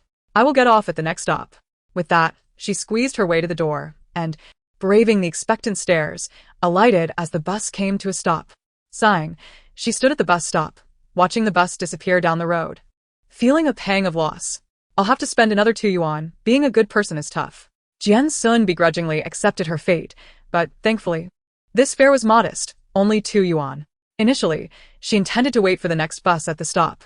However, upon inquiring with a passerby, she learned that the bus to the Fuxing orphanage only ran once an hour. Coincidentally, the place where she had disembarked was adjacent to the riverside, and it was less than a station away from her adoptive parents' home, just a short walk. Thus, as Jian Xun pondered whether to rent a shared bicycle to catch up with the departing bus, a familiar voice called out from behind, "Isn't that little Jian?" Turning at the sound, she found herself face to face with Chen Bo, a fisherman she hadn't seen in ages, equipped with a straw hat, fishing rod, bucket, and other paraphernalia. Jimbo? She said, glancing around in confusion. Where's your golden fishing spot? It was taken over by your aunt, so I had no choice but to find another place, he replied. It seemed mentioning his loss momentarily dampened his spirits, but then, as if recalling something, he looked at Jian Xun and asked, is something wrong? Intrigued by his inquiry, Jian Xun leaned in. Who has died? Hey, watch your words. Chen Bo waved dismissively, then adopted a more serious tone. He had watched Jian Xun grow up and was well aware of her family's situation with the Wu family, never referring to her parents in a casual manner. Now they owe money and can't pay it back. The creditors are at your door. For days now. Many cars have been parked downstairs and there are a dozen or so people. It's quite an intimidating scene. They just sit there, staring at your parents. And I heard they came to collect debts. Collect debts? Jian Xun frowned slightly. Though Wu Dafu enjoyed drinking and gambling, he was not the type to take risks or conduct grand business ventures. Moreover, she had never seen him engage in any ostentatious dealings. Is he into stock trading?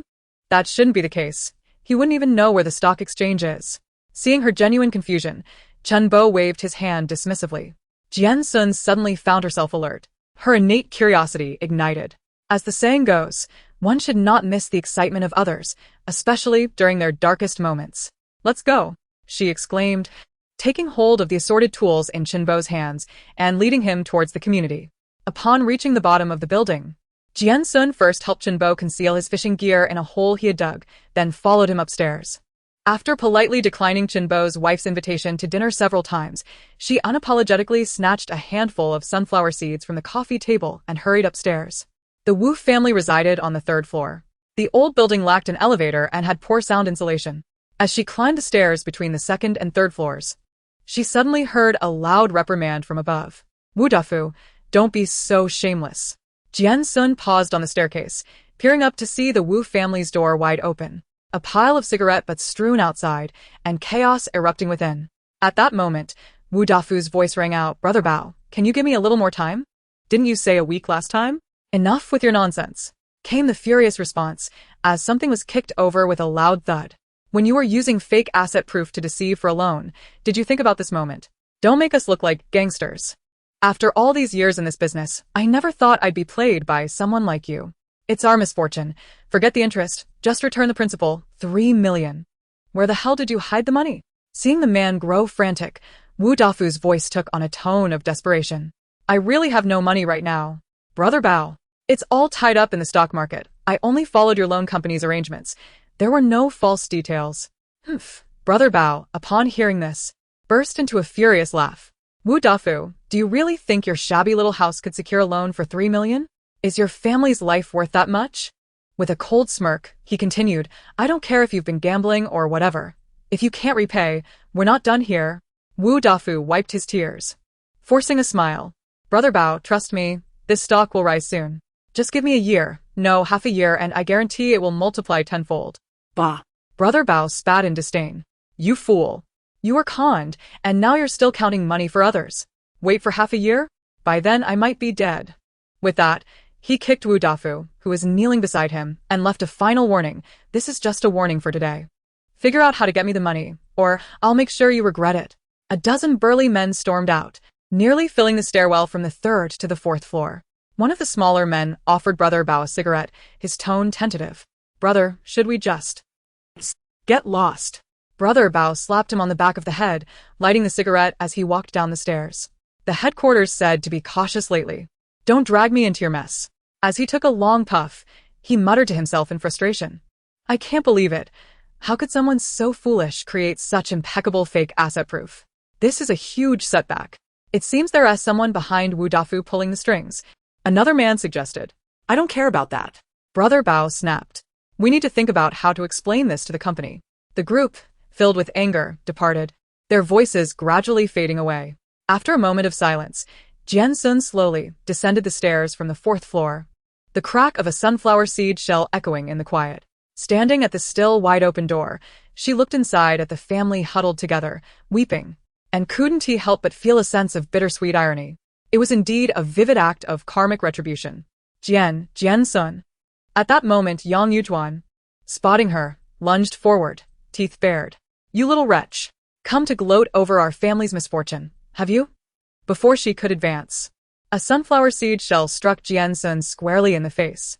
Jian Xun brushed off her clothes and, with a sincere tone, offered. I have a suggestion for you. Plant lotus flowers at home for financial gain. The leaves should be large, as the endless lotus leaves connect the sky, perfect for countering your family's perpetual poverty. You. Yang Yujuan was poised to leap forward, but was suddenly shoved aside by Wu Dafu, who had appeared from behind. Jian Xun, you've become quite the sensation. Can you at least consider? Stop right there. Jian Xun spread her hands. Don't look for me. I'm so broke I'm considering selling you 3 on the second-hand market to become slaves in Myanmar. I have no money. How could you have no money? Yang Yujuan, undeterred, pressed on. You're trending online every day. How could you possibly be broke? Did you not once take to the internet to denounce me? Turning to face her formidable former guardian, Jian Xun remarked with a sardonic smile. What's the matter? Did your director fail to settle your bill? The director she referred to was, of course, Zhou Sheng, her agent with a bloody history. The rapid escalation of attention surrounding her domestic abuse incident had undoubtedly been fueled by his connections, and given their adversarial relationship, Zhou Sheng was the only person she could suspect. It was only natural for Jian Xun to direct her ire towards him, stating, Don't ask me. Who knows what contract you signed with the company? I certainly haven't received any money from them. Who knows if you've colluded to pocket my fees? Upon hearing this, Wu Dafu frowned. Are you referring to Agent Zhou? When that group of people threatened and blindfolded me, I was subtly led to believe that Zhou Sheng had embezzled your fees. However, being inherently timid, he lacked the courage to confront Zhou Sheng as Jian Xun suggested.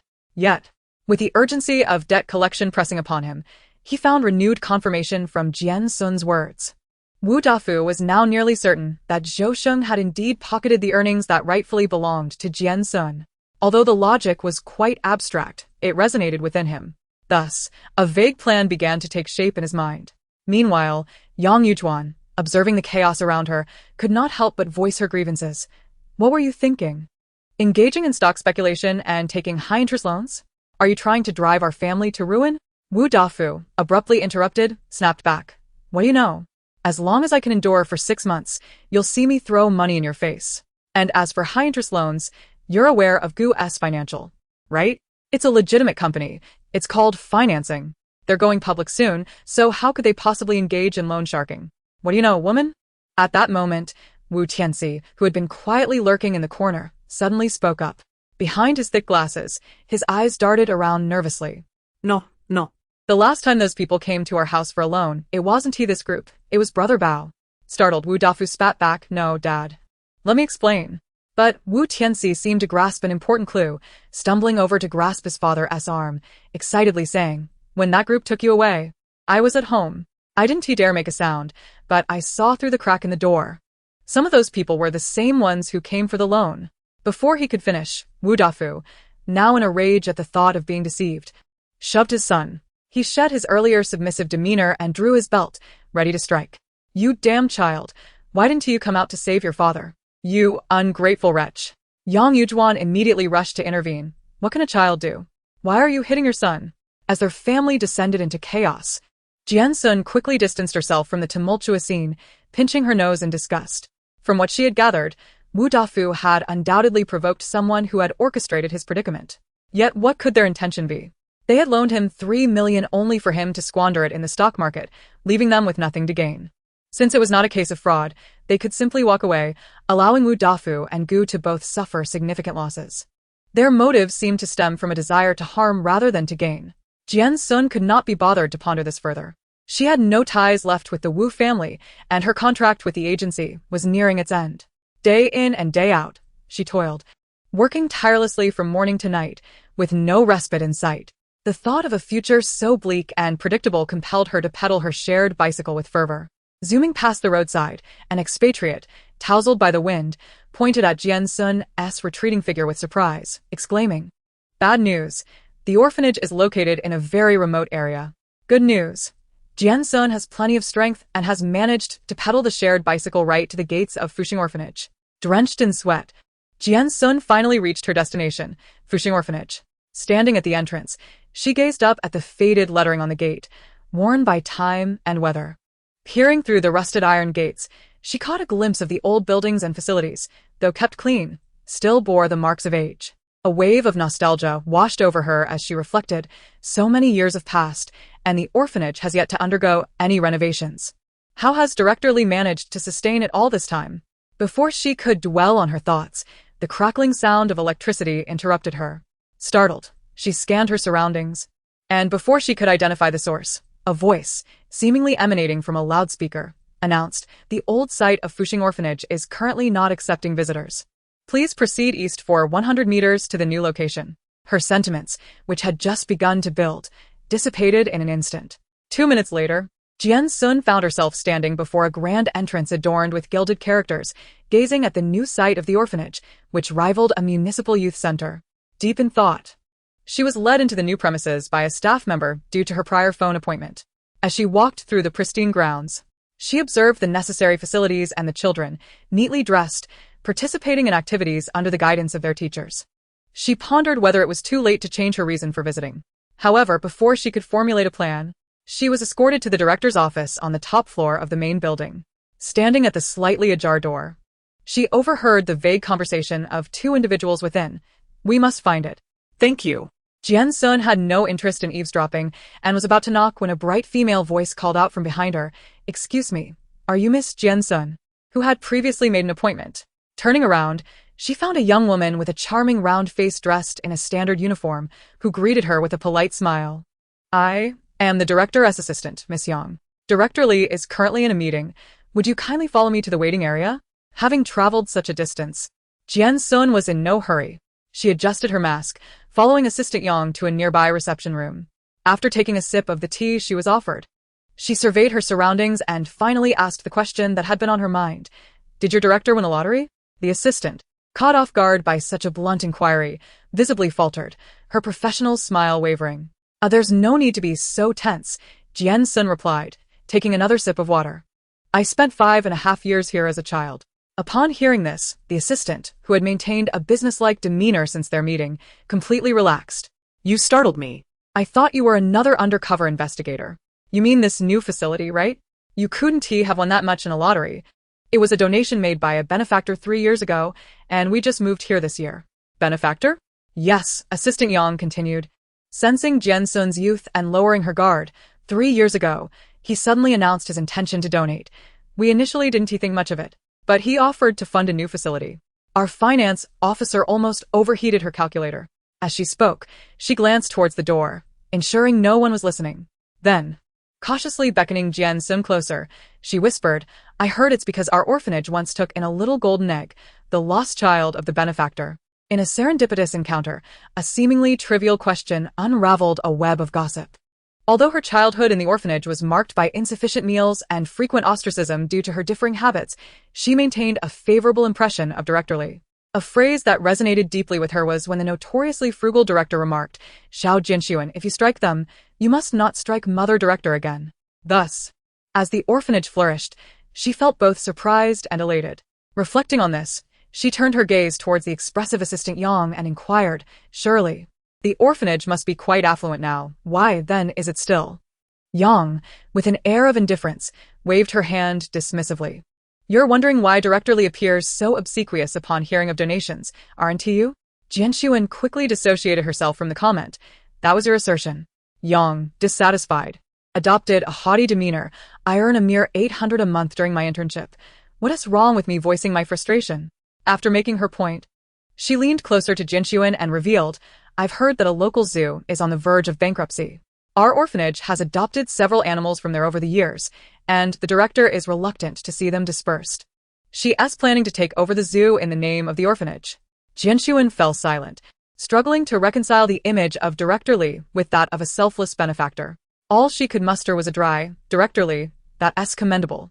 But my internship salary is just 800. Their conversation continued, and Jian Xun nearly divulged her ID number and bank password.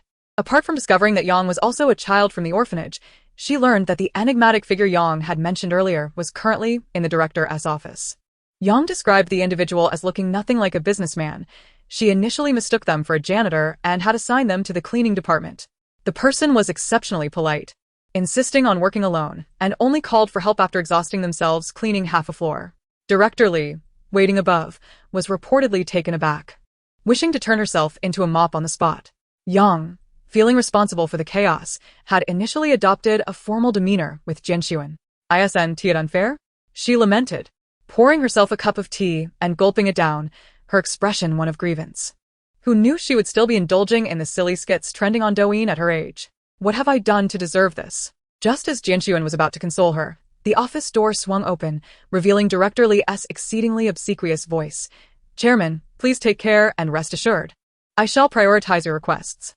As they exited, they witnessed Director Li, clad in her uniform, respectfully escorting a white-clad figure to the elevator. Silence enveloped them, an unusual contrast to Yang's usual chatter. Although their thoughts diverged, both were equally drenched in anxiety. Ding. Moments later, the elevator doors reopened.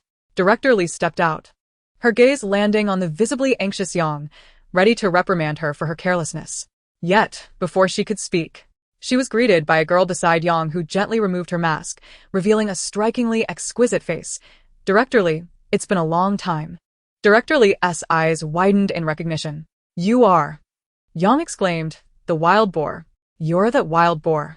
Chapter 83. The Little Rabbit. In the director's office, after 13 years of separation, the two sat facing each other on the sofa. After a prolonged silence, it was Director Li who broke the tension. Adjusting her glasses, she adopted a somewhat formulaic tone of benevolence. Xiao Jianxuan, you have truly made a name for yourself. You must be mindful of your words and actions. Do not let others perceive you as a fierce individual. You have no idea how many eyes are watching for your missteps. Wait, Jian Xun interjected, raising her hand to halt the director's lecture. That's enough. Instantly, Director Li's demeanor softened. Little piglet, you've done well for yourself. You've certainly evolved into a respectable individual. However, Jian Xun's expression soured instantly. Could you please refrain from calling me that? Indeed, Jian Xun had not always been known as Jian Xun. When the nameless orphans were brought to Fuxing Orphanage, the director refrained from assigning them formal names. Yet, the children needed monikers to address one another. Smaller orphanages typically named them according to age or bestowed easy-to-remember nicknames. However, Fuxing Orphanage operated differently, naming them based on the director's whims. As she often stated, since they will be renamed upon entering a new family, assigning formal names only complicates matters. Thus, Jian Xun earned her peculiar name because of her voracious appetite, a name bestowed upon her by the director herself. Initially, she found it amusing, but she had grown weary of it over time.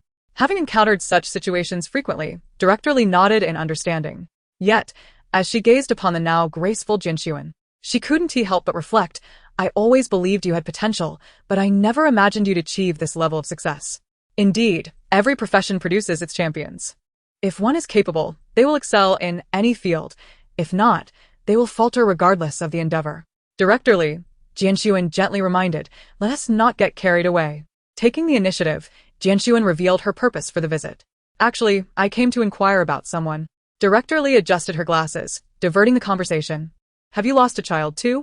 Jian Xun took a deep breath, then adorned her face with a faint smile as she gazed steadily at her, speaking in a calm, measured tone. Director, do you realize that my current mental state resembles that of a desperate woman scorned, a weary husband, and occasionally a student consumed by a desire to obliterate everything? Director Lee, sensing a hint of danger, straightened herself, fingers poised as she inquired, may I ask? Finally receiving her attention, Jian Xun's eyelashes fluttered slightly as she focused on the water cup in her hands. You remember Gu Luowan, the one adopted by Gu's financial group? Are you referring to the little hen? Director Lee's eyes lit up with recognition. The one who was always trailing her brother? That's her, Jian Xun confirmed, yet her next statement was resolute and unwavering. The one who followed Sheng every day. This time, the usually loquacious Director Lee fell silent. After a long pause, she muttered uncertainly, what Sheng? Feigning ignorance, Jian Xun observed her expression, detecting underlying truths. With a gentle placement of her cup, she asked, Director, is it conceivable that after washing your hands, you accidentally flicked a droplet of water onto your computer's power switch, and while wiping it, you inadvertently entered the boot password, causing the computer to reveal adoption records from 13 years ago? Before Director Lee could respond, Jian Xun continued. Of course, you need not worry. I merely wish to understand some matters from my childhood. I shall only peruse the records and refrain from further inquiries. 5 minutes later, Director Lee expressed deep regret to Jian Xun, who was seated before the computer. Oh dear, my computer seems to be malfunctioning. Please wait for a moment while I step out to find someone to repair it. With that, she exited the office. Moments later, a commanding shout resonated from outside. Yang Qiqi, come here this instant. Jian Xun shook her head in resignation, redirecting her focus entirely onto the archival documents before her. She meticulously scanned the names, some familiar, others foreign, yet none of the faces matched anyone she currently knew. Suddenly, Jian Xun stumbled upon her own admission records, accompanied by a note from the director. Little Piglet. Admitted at age 0, abandoned infant in the hospital corridor, parental details unknown. Capable of eating, not picky, has a fiery temper, possesses great strength. This point is particularly noteworthy. Socially withdrawn, enjoys sweet potatoes. As she continued to scroll, she discovered Gu Luowan's file. Little hen. Admitted at age 3, parents and brother deceased in a car accident. No relatives to care for her. Delicate, picky eater, after experiencing trauma, only remembers her nickname, Wanwan. It is advised not to use her original name to avoid triggering further trauma, enjoys identifying strangers as brothers. After an extensive search, Jian Xun clicked on several files that yielded no relevant information. Just as she began to believe that after her adoption, Sheng was sent to the orphanage without any prior connection between them, she encountered a somewhat familiar record. Affixed to the right side of the document was a photograph of a boy, approximately 6 or 7 years old. Though youthful, familiar features could still be discerned. In that moment, Jian Xun was overtaken by a wave of astonishment, which swiftly morphed into overwhelming shock. According to her prior imaginings, Sheng must have been an extraordinary beauty, effortlessly drawing attention even in a crowd. However, the appearance captured in this photograph shattered her preconceptions. The boy did not possess rosy lips or bright eyes. Instead, he appeared gaunt and emaciated, bearing large, scabbed wounds upon his face. His eyes, filled with trepidation and fear as they met the camera, resembled those of a small animal recently rescued from a lifetime of abuse. His oversized eyes, due to his frail physique, emanated an air of wariness towards the world. This was Sheng's childhood, a wounded little rabbit. Chapter 84. Good friend? Him and me? What astonished her was far beyond just the photograph. Scrolling further, the records and the director's notes became increasingly harrowing. Little rabbit. Admitted at age 6, suspected abducted child escaped. Parental details unknown. Severely malnourished. Multiple contusions on soft tissues. Right pinky finger previously fractured. Severe post-traumatic stress disorder. Withdrawn. Exhibits aggression toward strangers. Non-congenital mutism. Preferences currently unknown. These scant lines swiftly painted a hazy silhouette in Jian Xun's mind. In her increasingly distant memories, there indeed existed such a person. Slight of stature, yet imbued with an unyielding resilience. He could not speak, or rather, he chose not to utter a word, thus the director had named him Little Rabbit. Because when a rabbit is frightened, it may bite, but it rarely makes a sound. Yet, Jian Xun's recollections of him were limited to this. In their childhood, they shared little interaction, both being targets of isolation and bullying among the other children in the orphanage. However, they were fundamentally different. Hanqing's inability to speak and his withdrawn nature, combined with his later arrival at the orphanage, rendered him an outsider. The mean-spirited children would often take advantage of the absence of adults, bullying him and stealing his food. Each time, he would bravely resist, but his long-standing malnutrition left him exceedingly weak, and the result was often just another beating. In contrast, Jian Xun, wild and unrefined, was often mocked as a feral child, leaving her with no companions willing to play with her. Naturally, she too was disinterested in mingling with the chatterboxes of fragile youth. She roamed alone, taking direct action against anyone she found displeasing. They had shared nearly a year in the orphanage, yet in her memory, they had never exchanged a single word. Hanqing was mute, while Jian Xun was indifferent. Upon finishing the admission file, Jian Xun found her brow furrowing in increasing concern. Indeed. She often witnessed others being bullied by the mean children in the orphanage. In their savage world, the law of the jungle prevailed. Thus, the notion of a gallant heroine rescuing the handsome from peril seemed utterly far-fetched. Reflecting on her own childhood, where she consumed her meals like a wild boar, it was evident that she never proactively sought to take from others. Rather, she was merely grateful to Director Li for accommodating her with extra meals. With this realization, Jian Xun felt no closer to resolving her confusion. In fact, it deepened. She was certain that in her youth, she would never have engaged in any acts of chivalry. Nor would she have shown kindness to the pitiable little boy that Hanqing once was, for she possessed no such inclination. In her recollections, they were practically strangers, to the extent that should they cross paths as adults, they would scarcely recognize one another. However, she had previously discovered that the first post on this account coincided with the release date of her debut film. There was no accompanying text, merely a blurred image capturing a ticket stub from the film's premiere, located in the last row. The geolocation feature indicated that the post was made at the very cinema hosting the premiere. At that moment, 6-year-old Jian Xun was in the spotlight, alongside the film's creative team, receiving the adulation of reporters and the audience. Everyone was enthusiastic, expressing their admiration for her and the other actors.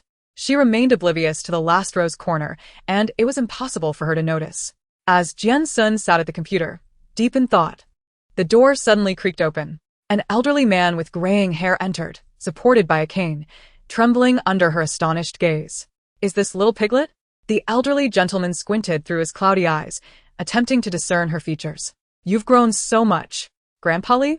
Jian Xun recognized him and hurried to assist him to the sofa. Before her stood the founder of the Fuxing orphanage, who had entrusted its management to his daughter. Now Director Li, many years ago. He now spent his days in the dilapidated guardhouse, sipping tea and fanning himself. From the time she could remember, apart from the dining hall, the guardhouse was where she spent the most time. She often sat with Grandpa Li, listening to the old radio as they absorbed news and stories about the world beyond. Thus, while she felt immense gratitude towards Director Li, her affection for Grandpa Li was deeply heartfelt. "Grandpa, what brings you here?" she inquired. Upon hearing this, Grandpa Li pouted in discontent.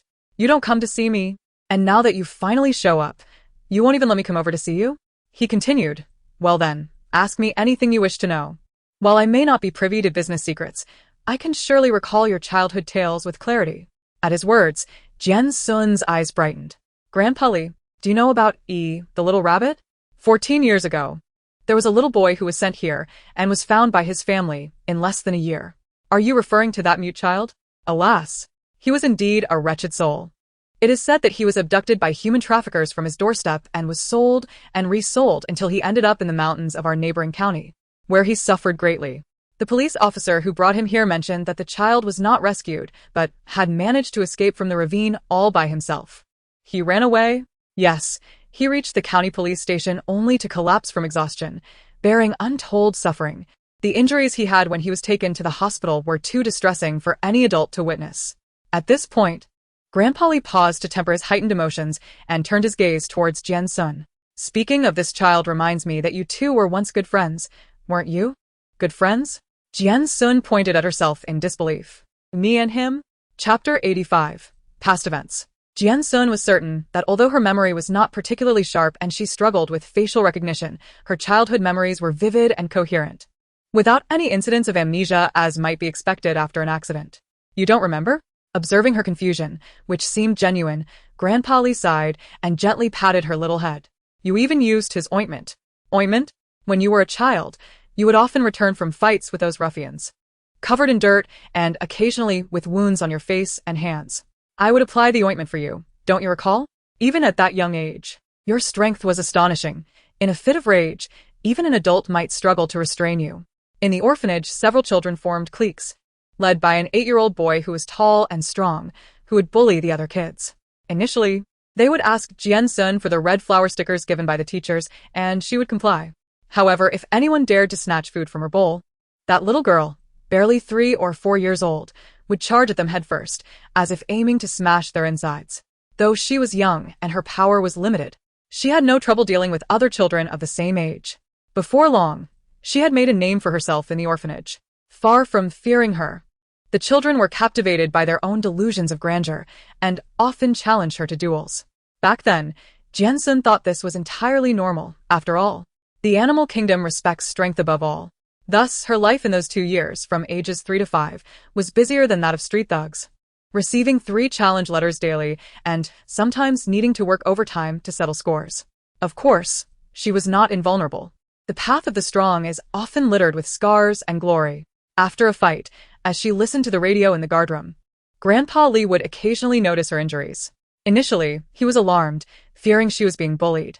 But upon taking her to the principal's office, he found the other party in worse condition. From then on, the radio broadcasts shifted from current events to legal programming. Eventually, he realized that Jian Xun could not tolerate injustice and would not truly harm others, so he turned a blind eye. But at some point, Grandpa Li began to bring out a bottle of ointment whenever he noticed her wounds. She still vaguely remembers that the ointment was cool, gently melting into her skin, with a faint scent of traditional Chinese medicine.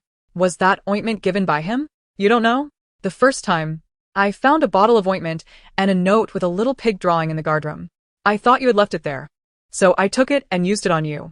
When it ran out, I went to buy more and happened to see that little mute boy peeking around the guardroom. When I saw what he was holding, I understood. He had a bruise on his face, and I told him to keep the ointment for himself. After all, you're quite resilient, and a few bumps and scrapes are nothing to you. Can you guess what he said? Jian Xun asked curiously. What did he say? He didn't say anything. Grandpa Li rested his cane on the armrest and gestured as he recounted the scene.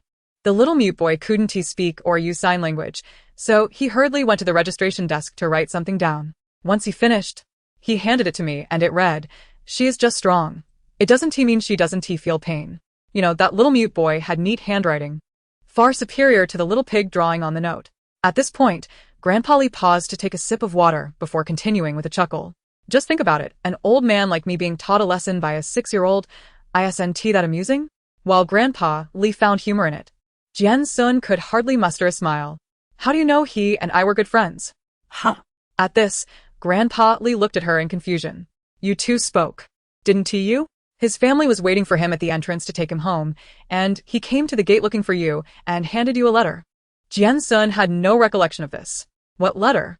I don't know. He shook his head, recounting what he had seen in detail. I remember it vividly, because he never spoke since he came to the orphanage, but on the day he left, he said something to you. It was something like waiting for me or someone else.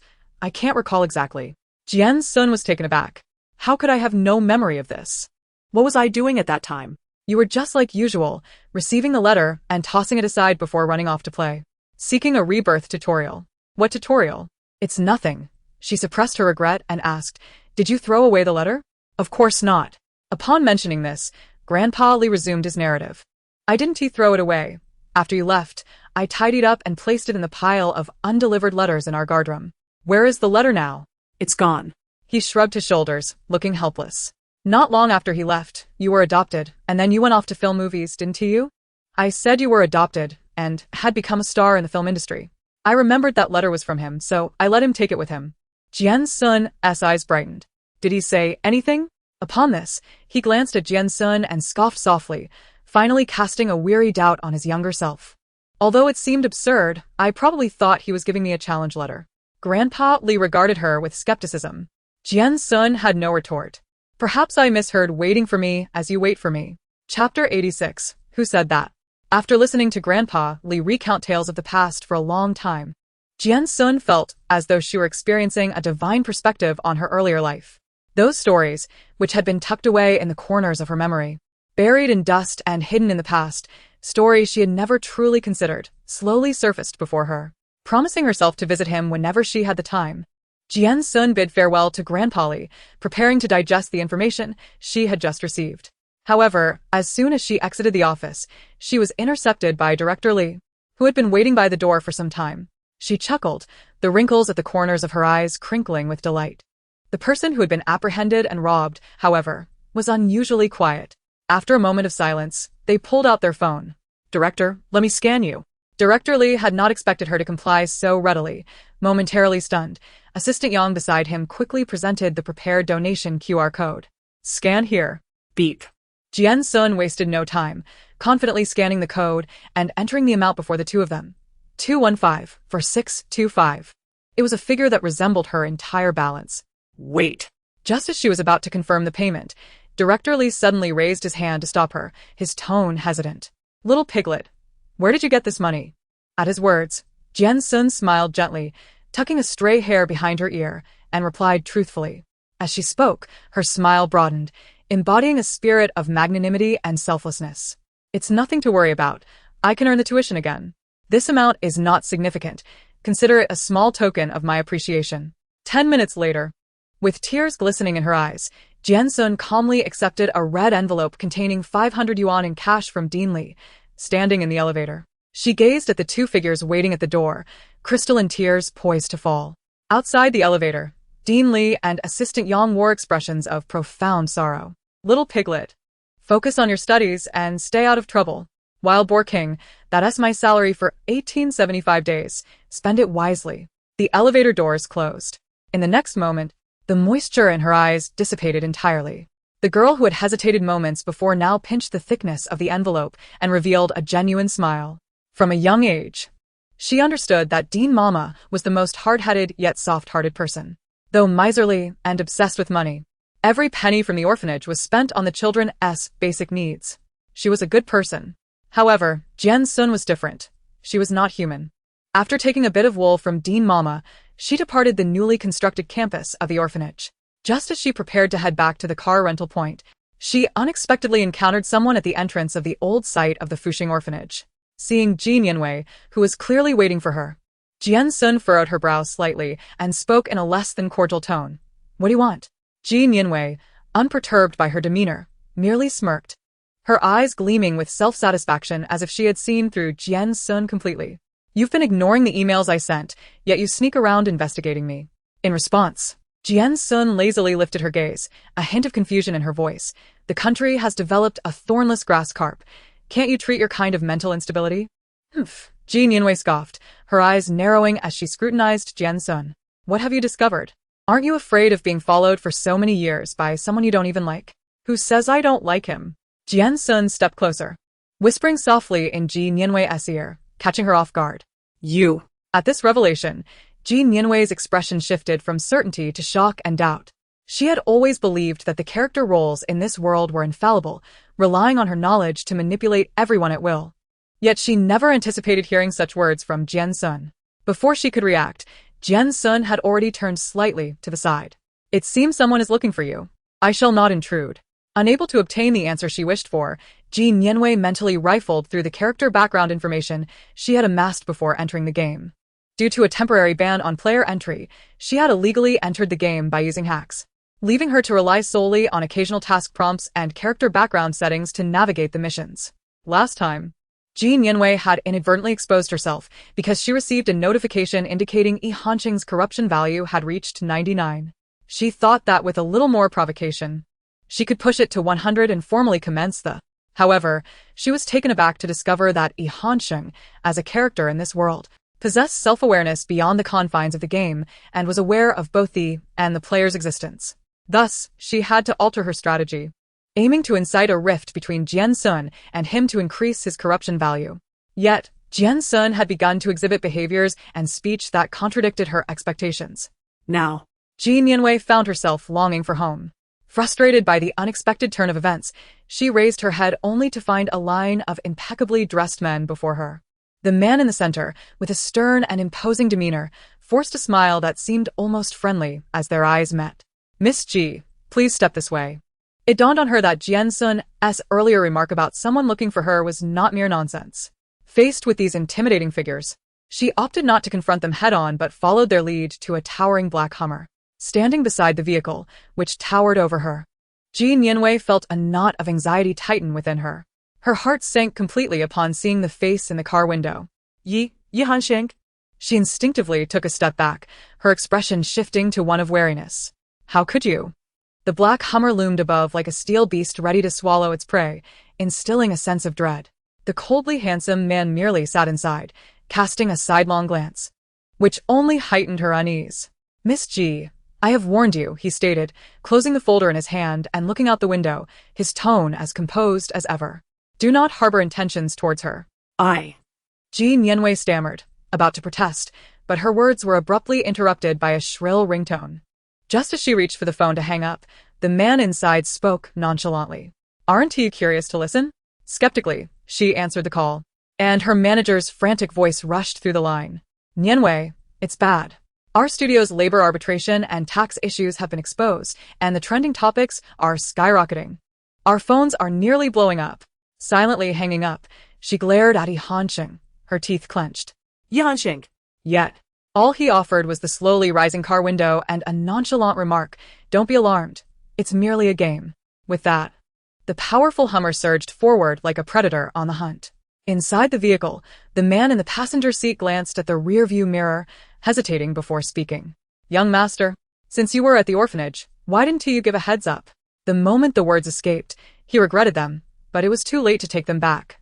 He could only scold himself for being so talkative.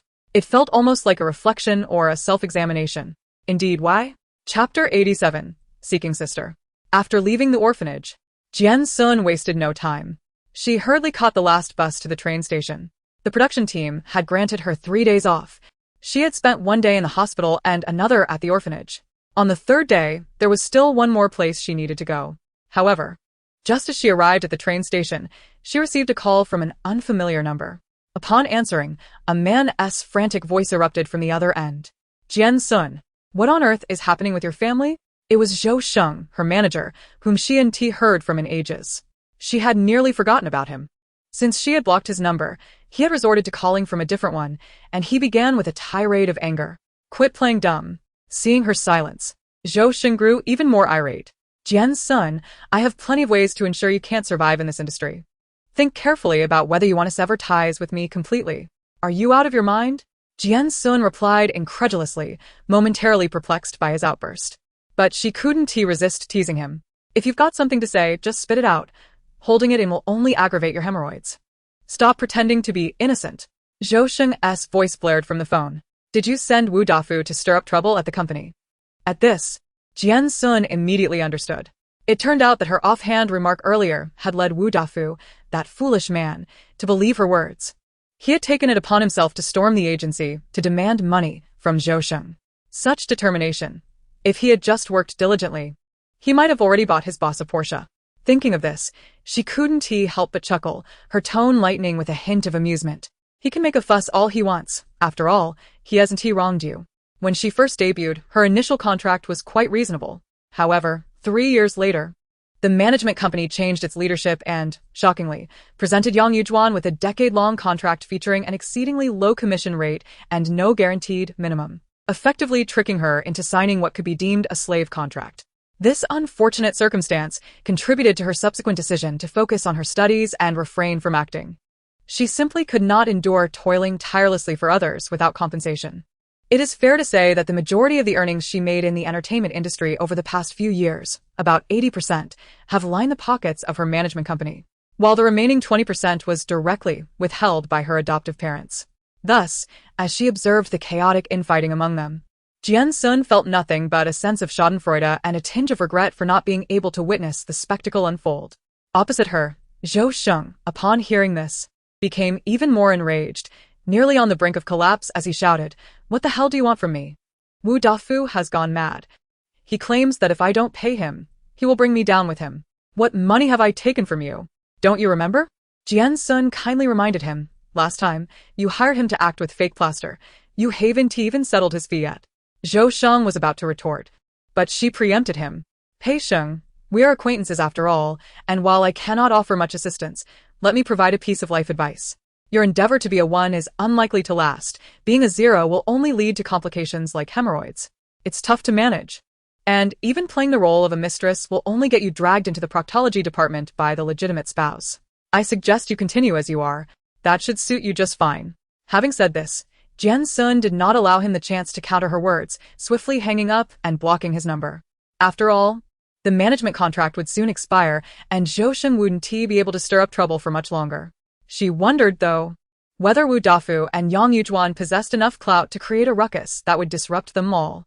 Putting this matter behind her, Jian Xun skillfully navigated the security check and boarded the train bound for another city. It was not until she was settled in her seat that she found time to open Weibo, sifting through numerous messages until she stumbled upon one that seemed familiar. She opened the chat.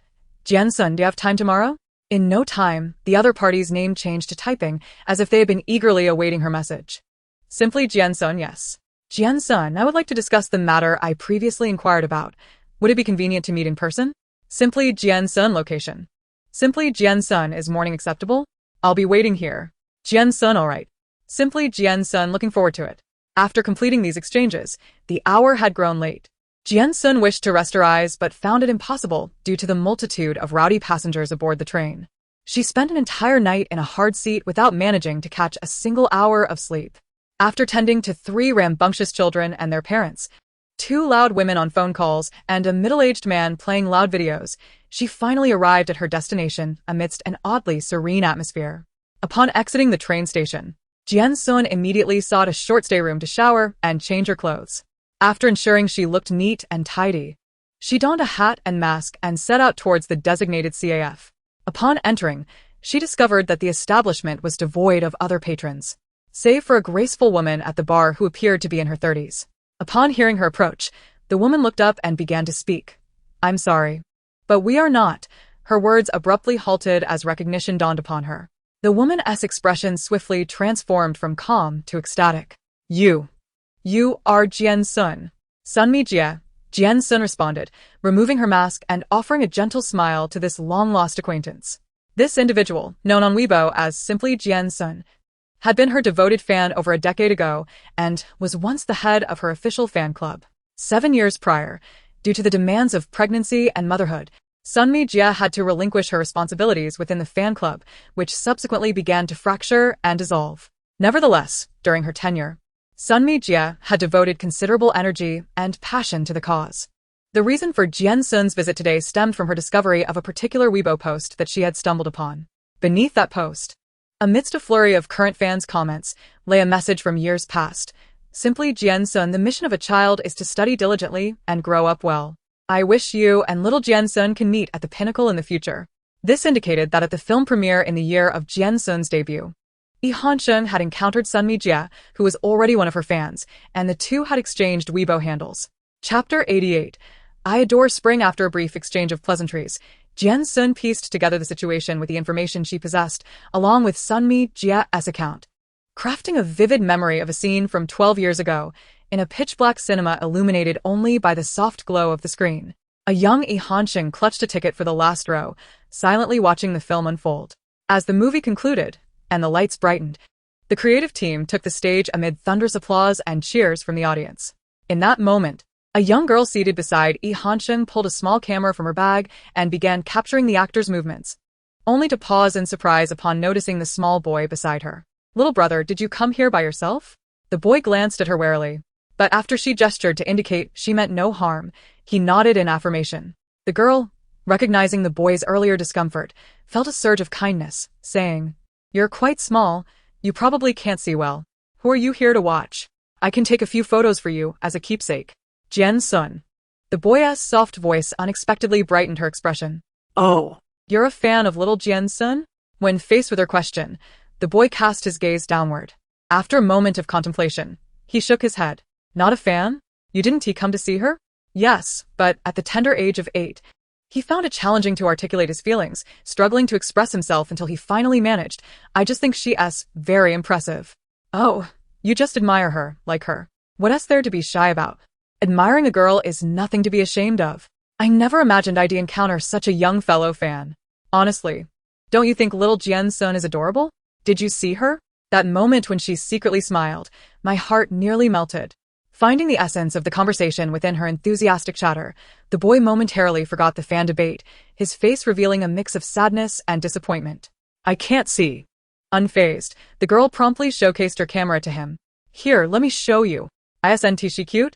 If she were my daughter, the camera was small, with subpar image quality, yet for the young Ihansheng, it felt like a long-awaited reunion." Gazing at the video of her face, now more refined and radiant than before, and the fleeting moment when she inadvertently locked eyes with the camera while scanning the audience, he couldn't help but exclaim, "So clear." "Of course."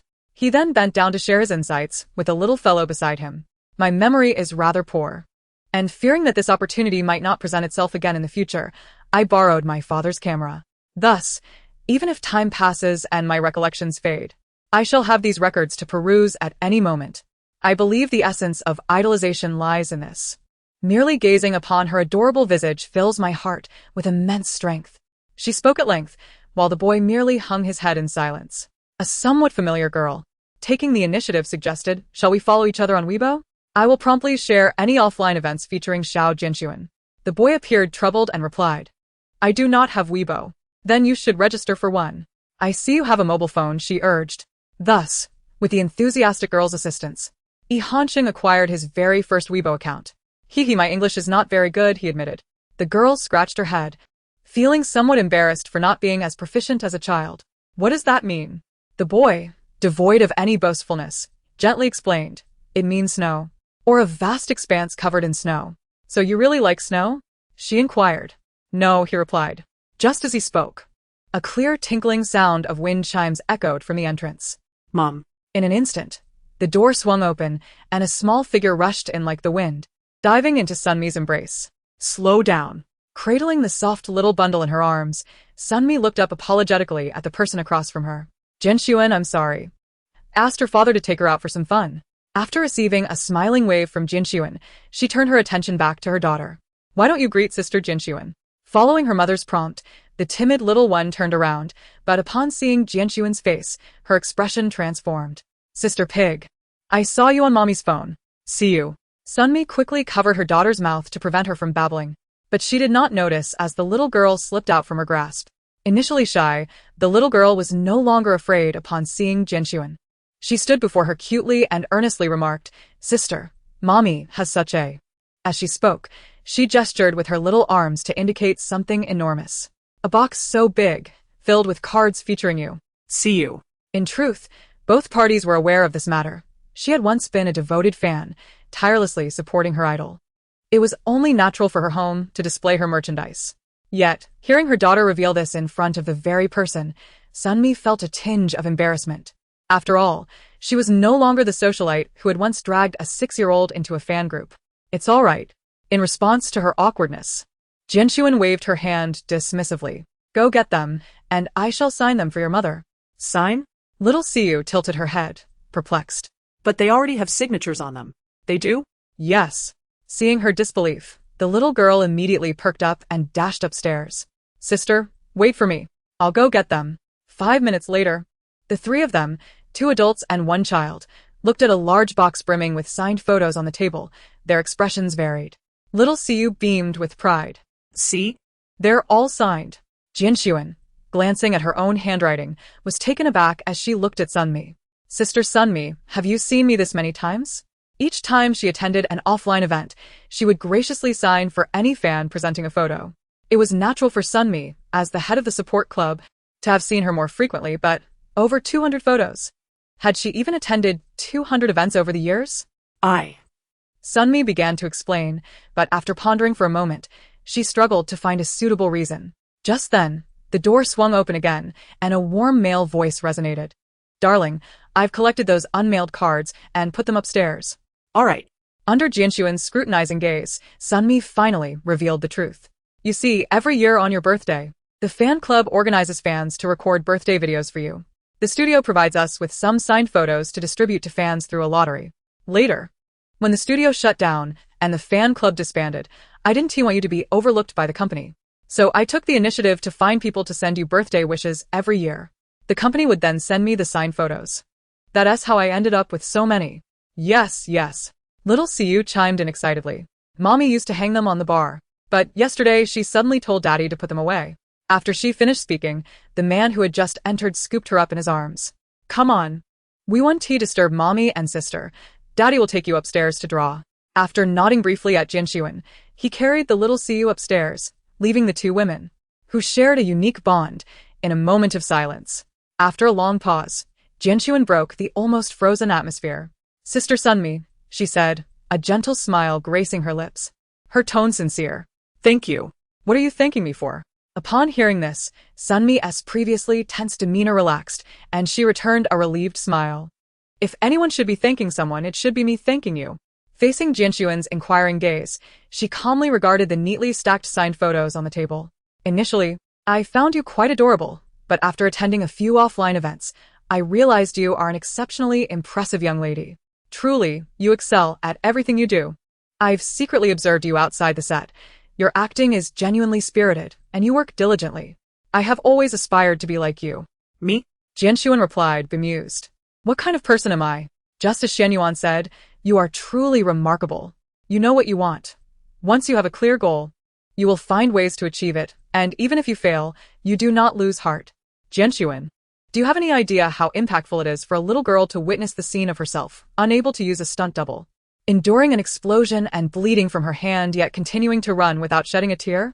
Whenever I face difficulties and am tempted to give up, I recall that moment.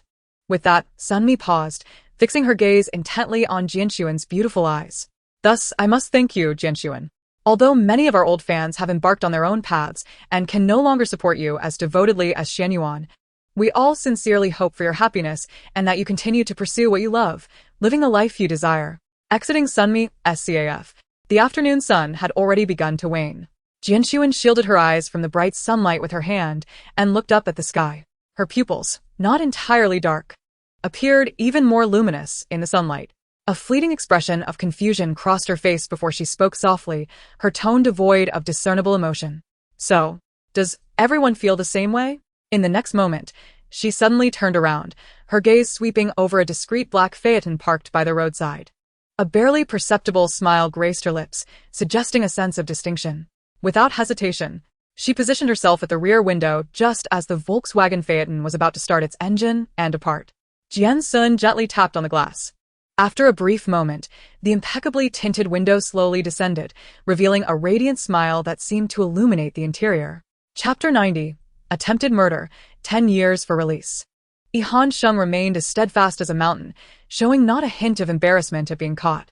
With a soft click, the central locking system disengaged. Jian Xun grinned widely as she unceremoniously pulled open the car door and settled into the seat beside him. Earlier, when she encountered Ji Nianwei at the gate of the Fuxing orphanage, her extraordinary intuition had alerted her to the presence of someone following her. This morning, despite the individual having switched to a more inconspicuous vehicle, she quickly noticed the familiar gaze. Without needing to guess, she knew who it was. Once inside, Jian Xun immediately turned to Yihan Sheng, who sat naturally and upright, as if nothing were amiss. However, as her gaze lowered, she noticed his long fingers curled up instinctively on his lap. Seeing this, Jian Xun's smile widened. "Stop pretending. If you truly wished to avoid detection, someone as familiar with me as you would have countless ways to remain concealed. Yet, you brazenly drove around beneath my very nose, clearly prepared to be discovered." It was reminiscent of the unexpected sound she had heard on the deserted island. Initially, Jian Xun had believed that capturing him on the island was a testament to her unparalleled acuity and vigilance. However, she soon realized that after following her for so many years, Jian Xun had likely discerned the boundaries of her safety zone. Under such circumstances, his decision to venture close enough to that zone indicated one undeniable truth. You never intended to evade me, did you? Upon hearing her words, Jian Xun neither refuted nor displayed any embarrassment at being seen through. He remained silent for a moment before gently nodding and shaking his head in response to her ambiguous gaze. Yes, but I'm not pretending. It is true that I did not wish to hide, and I am indeed feeling nervous. Jian Xun pondered asking him what he was nervous about but suddenly recognized that this could be likened to a peculiar kind of fan meeting. Choosing her words carefully, she held back her thoughts. After a few moments of silence, the one unable to endure the atmosphere broke the tension with a jest. There's no need to make it so complicated. Yet, surprisingly, the other party responded with utmost seriousness, shaking his head in refusal. I receive one every year from the fan club. Thus, after all this time, the only means of participating in a lottery was right here. Before Jian Xun could voice another thought, her phone suddenly rang from her pocket. She pulled it out to see a landline number, the area code indicating Longcheng, the city where she had grown up. Upon answering, a businesslike male voice greeted her. Hello, is this Ms. Jian Xun? Yes, who is this? This is the Longcheng Public Security Bureau. Your father, Mr. Wu Dafu, is currently suspected in a case of intentional injury. We kindly request that you come to the precinct at your earliest convenience to assist with our investigation. After hanging up, Jian Xun turned, bewildered, to meet Jian Xun's gaze. In response to his inquiring look, she calmly stated, if I don't comply with the police summons, will it affect my future graduate school applications? There will be a compulsory summons. 3 hours later, the plane landed at Longcheng Airport. A formidable black Hummer whisked a few arrivals from the terminal straight to the Longcheng Public Security Bureau. What? In the interrogation room, although Jian Xun was taken aback, she could not conceal the glint of schadenfreude in her eyes. You mean Wu Dafu stabbed Zhou Sheng? Yes. The suspect did so today. Where did it happen? 10:30 this morning. Jian Xun's expression shifted from surprise to deep concern and urgency. How is he now? After attentively listening to the police officer's description of the case, she grasped the situation. The day before, Wu Dafu and Yang Yujun had caused a ruckus at her agency but were ultimately escorted out by security.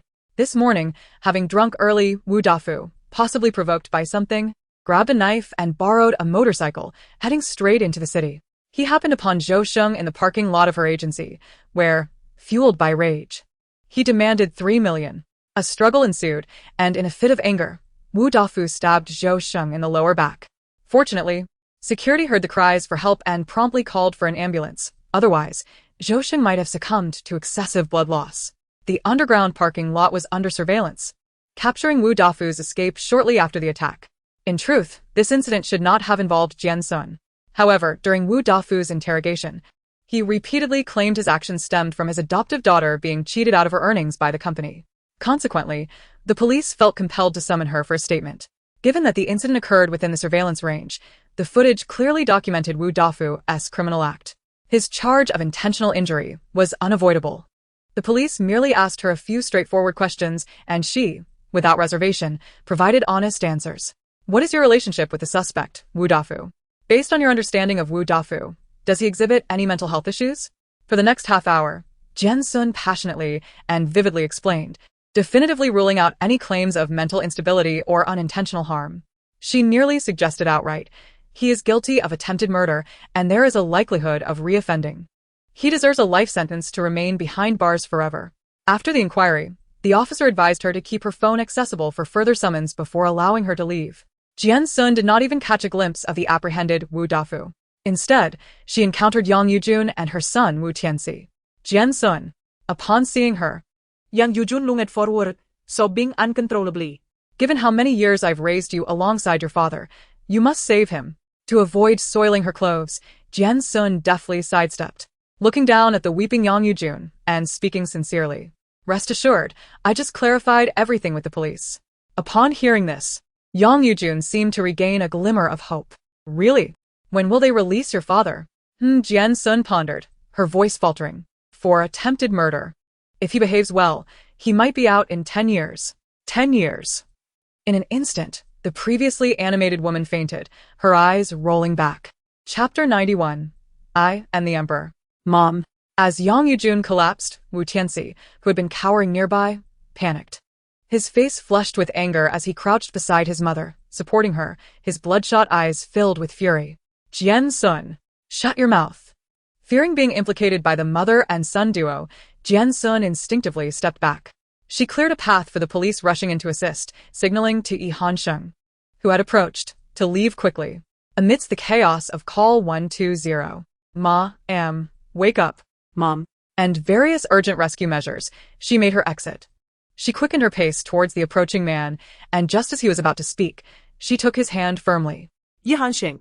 He lifted his gaze, shifting his focus from their clasped hands to her eyes, which sparkled with delight. Amidst the chaotic clamor of the battlefield, the girl's clear voice resonated like a distinct melody. You can't run, can you? Let me pull you along.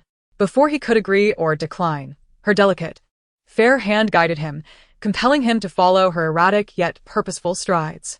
Unbeknownst to them, behind, a pair of bloodshot eyes were fixated intently on the man trailing Yi Hansheng. Those eyes held a mix of terror and confusion, but more so, an extreme repression of rage and resentment. Once inside the vehicle, Jian Xun deftly released her grip. In high spirits, she couldn't resist snapping a selfie and logging onto Weibo to share her daily musings. Due to various reasons, her Weibo was free from company oversight, allowing her to treat it like a personal social circle. For instance, Jian Xun, taking commissions, currently only have a dragon robe available, so I can only portray the emperor. If anyone is interested, feel free to contact me. I am quite professional and can refer to myself as I excel in commanding and issuing orders. Please reach out for inquiries. Deposit is 50. Accompanying this post was a candid selfie she had taken in the car. Following several trending topics and a surge of unexpected popularity, her Weibo had transformed from a mere account with scant interaction to a thriving hub of engagement. Thus, once this post was published, it quickly garnered a flurry of responses from her fans. 80 with crutches. I'm sick. I'll treat myself. Young master hasn't howled in a long time. I have to be a servant at work, and on Thursday, I have to pay to serve you. I must be crazy to seek your commission. Send me your WeChat privately, and I'll personally educate you. Cornfield has suffered losses, sister. No more selfies from now on, okay? I'll pretend I didn't see this time, and unfollow you. Currently only following.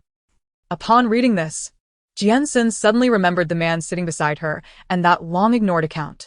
Following the mention in the comment, she clicked on the user's profile and discovered that the last update was 20 days ago. The photo depicted her on the first day of an island shoot, brandishing an infrared prop gun like a bandit. The skill was undeniable, capturing her spirited demeanor splendidly, far superior to her close-up selfie. Just as she intended to scroll further, her finger slipped, inadvertently liking the post. Although she quickly unliked it, a keen-eyed fan had already noticed. Wild Boar Guard. Screenshot of Jian Xun. Your Majesty, are you not going to be the emperor and instead are stalking our snowfield master? Jian Xun. Stalking? What stalking? I am the emperor. No significant matters escape my notice. I can go wherever I please. Why should I not patrol his profile? What if he secretly trains soldiers, hoards weapons, and plots a rebellion for the throne? Underneath her comment, a swarm of netizens quickly joined in. Wild Boar Guard. Your Majesty, I must report Snow Concubine for illicit conduct, disrupting the palace. Her crimes are unforgivable. Jian Xun. Sell her. Sell them all. Wild Boar Guard. A surprise sale of Snow Concubine. Jian Xun. Sell you. The one spreading rumors and slandering the concubine. Dumpling on the dragon boat. You think you can become emperor? Send me your WeChat. Let me see what you can do for 50. Jian Xun. I, Qin Shi Huang, will give you 50 to be my royal toilet. Dumpling on the dragon boat. All right, Your Majesty, wait. Royal toilet. As she enthusiastically engaged with her fans, a new message notification suddenly popped up at the top of her screen. Director Zhang from Qianglai, teacher Jian Xun. Are you feeling better? Director Zhang, remember, we're returning to the team tomorrow, right? Wo sent. I am the emperor. Do I still need to work? Director Zhang. What was sent? I understand now. Director Zhang, I'll send you the location. Just come to the hotel at that time. Director Zhang location. What was sent? Last time it was the school. What is it this time? The hospital? Director Zhang. It's the sports meet. I can't commend Li San's creativity. Jian Xun grimaced, but when she looked up, her gaze met that of the man beside her.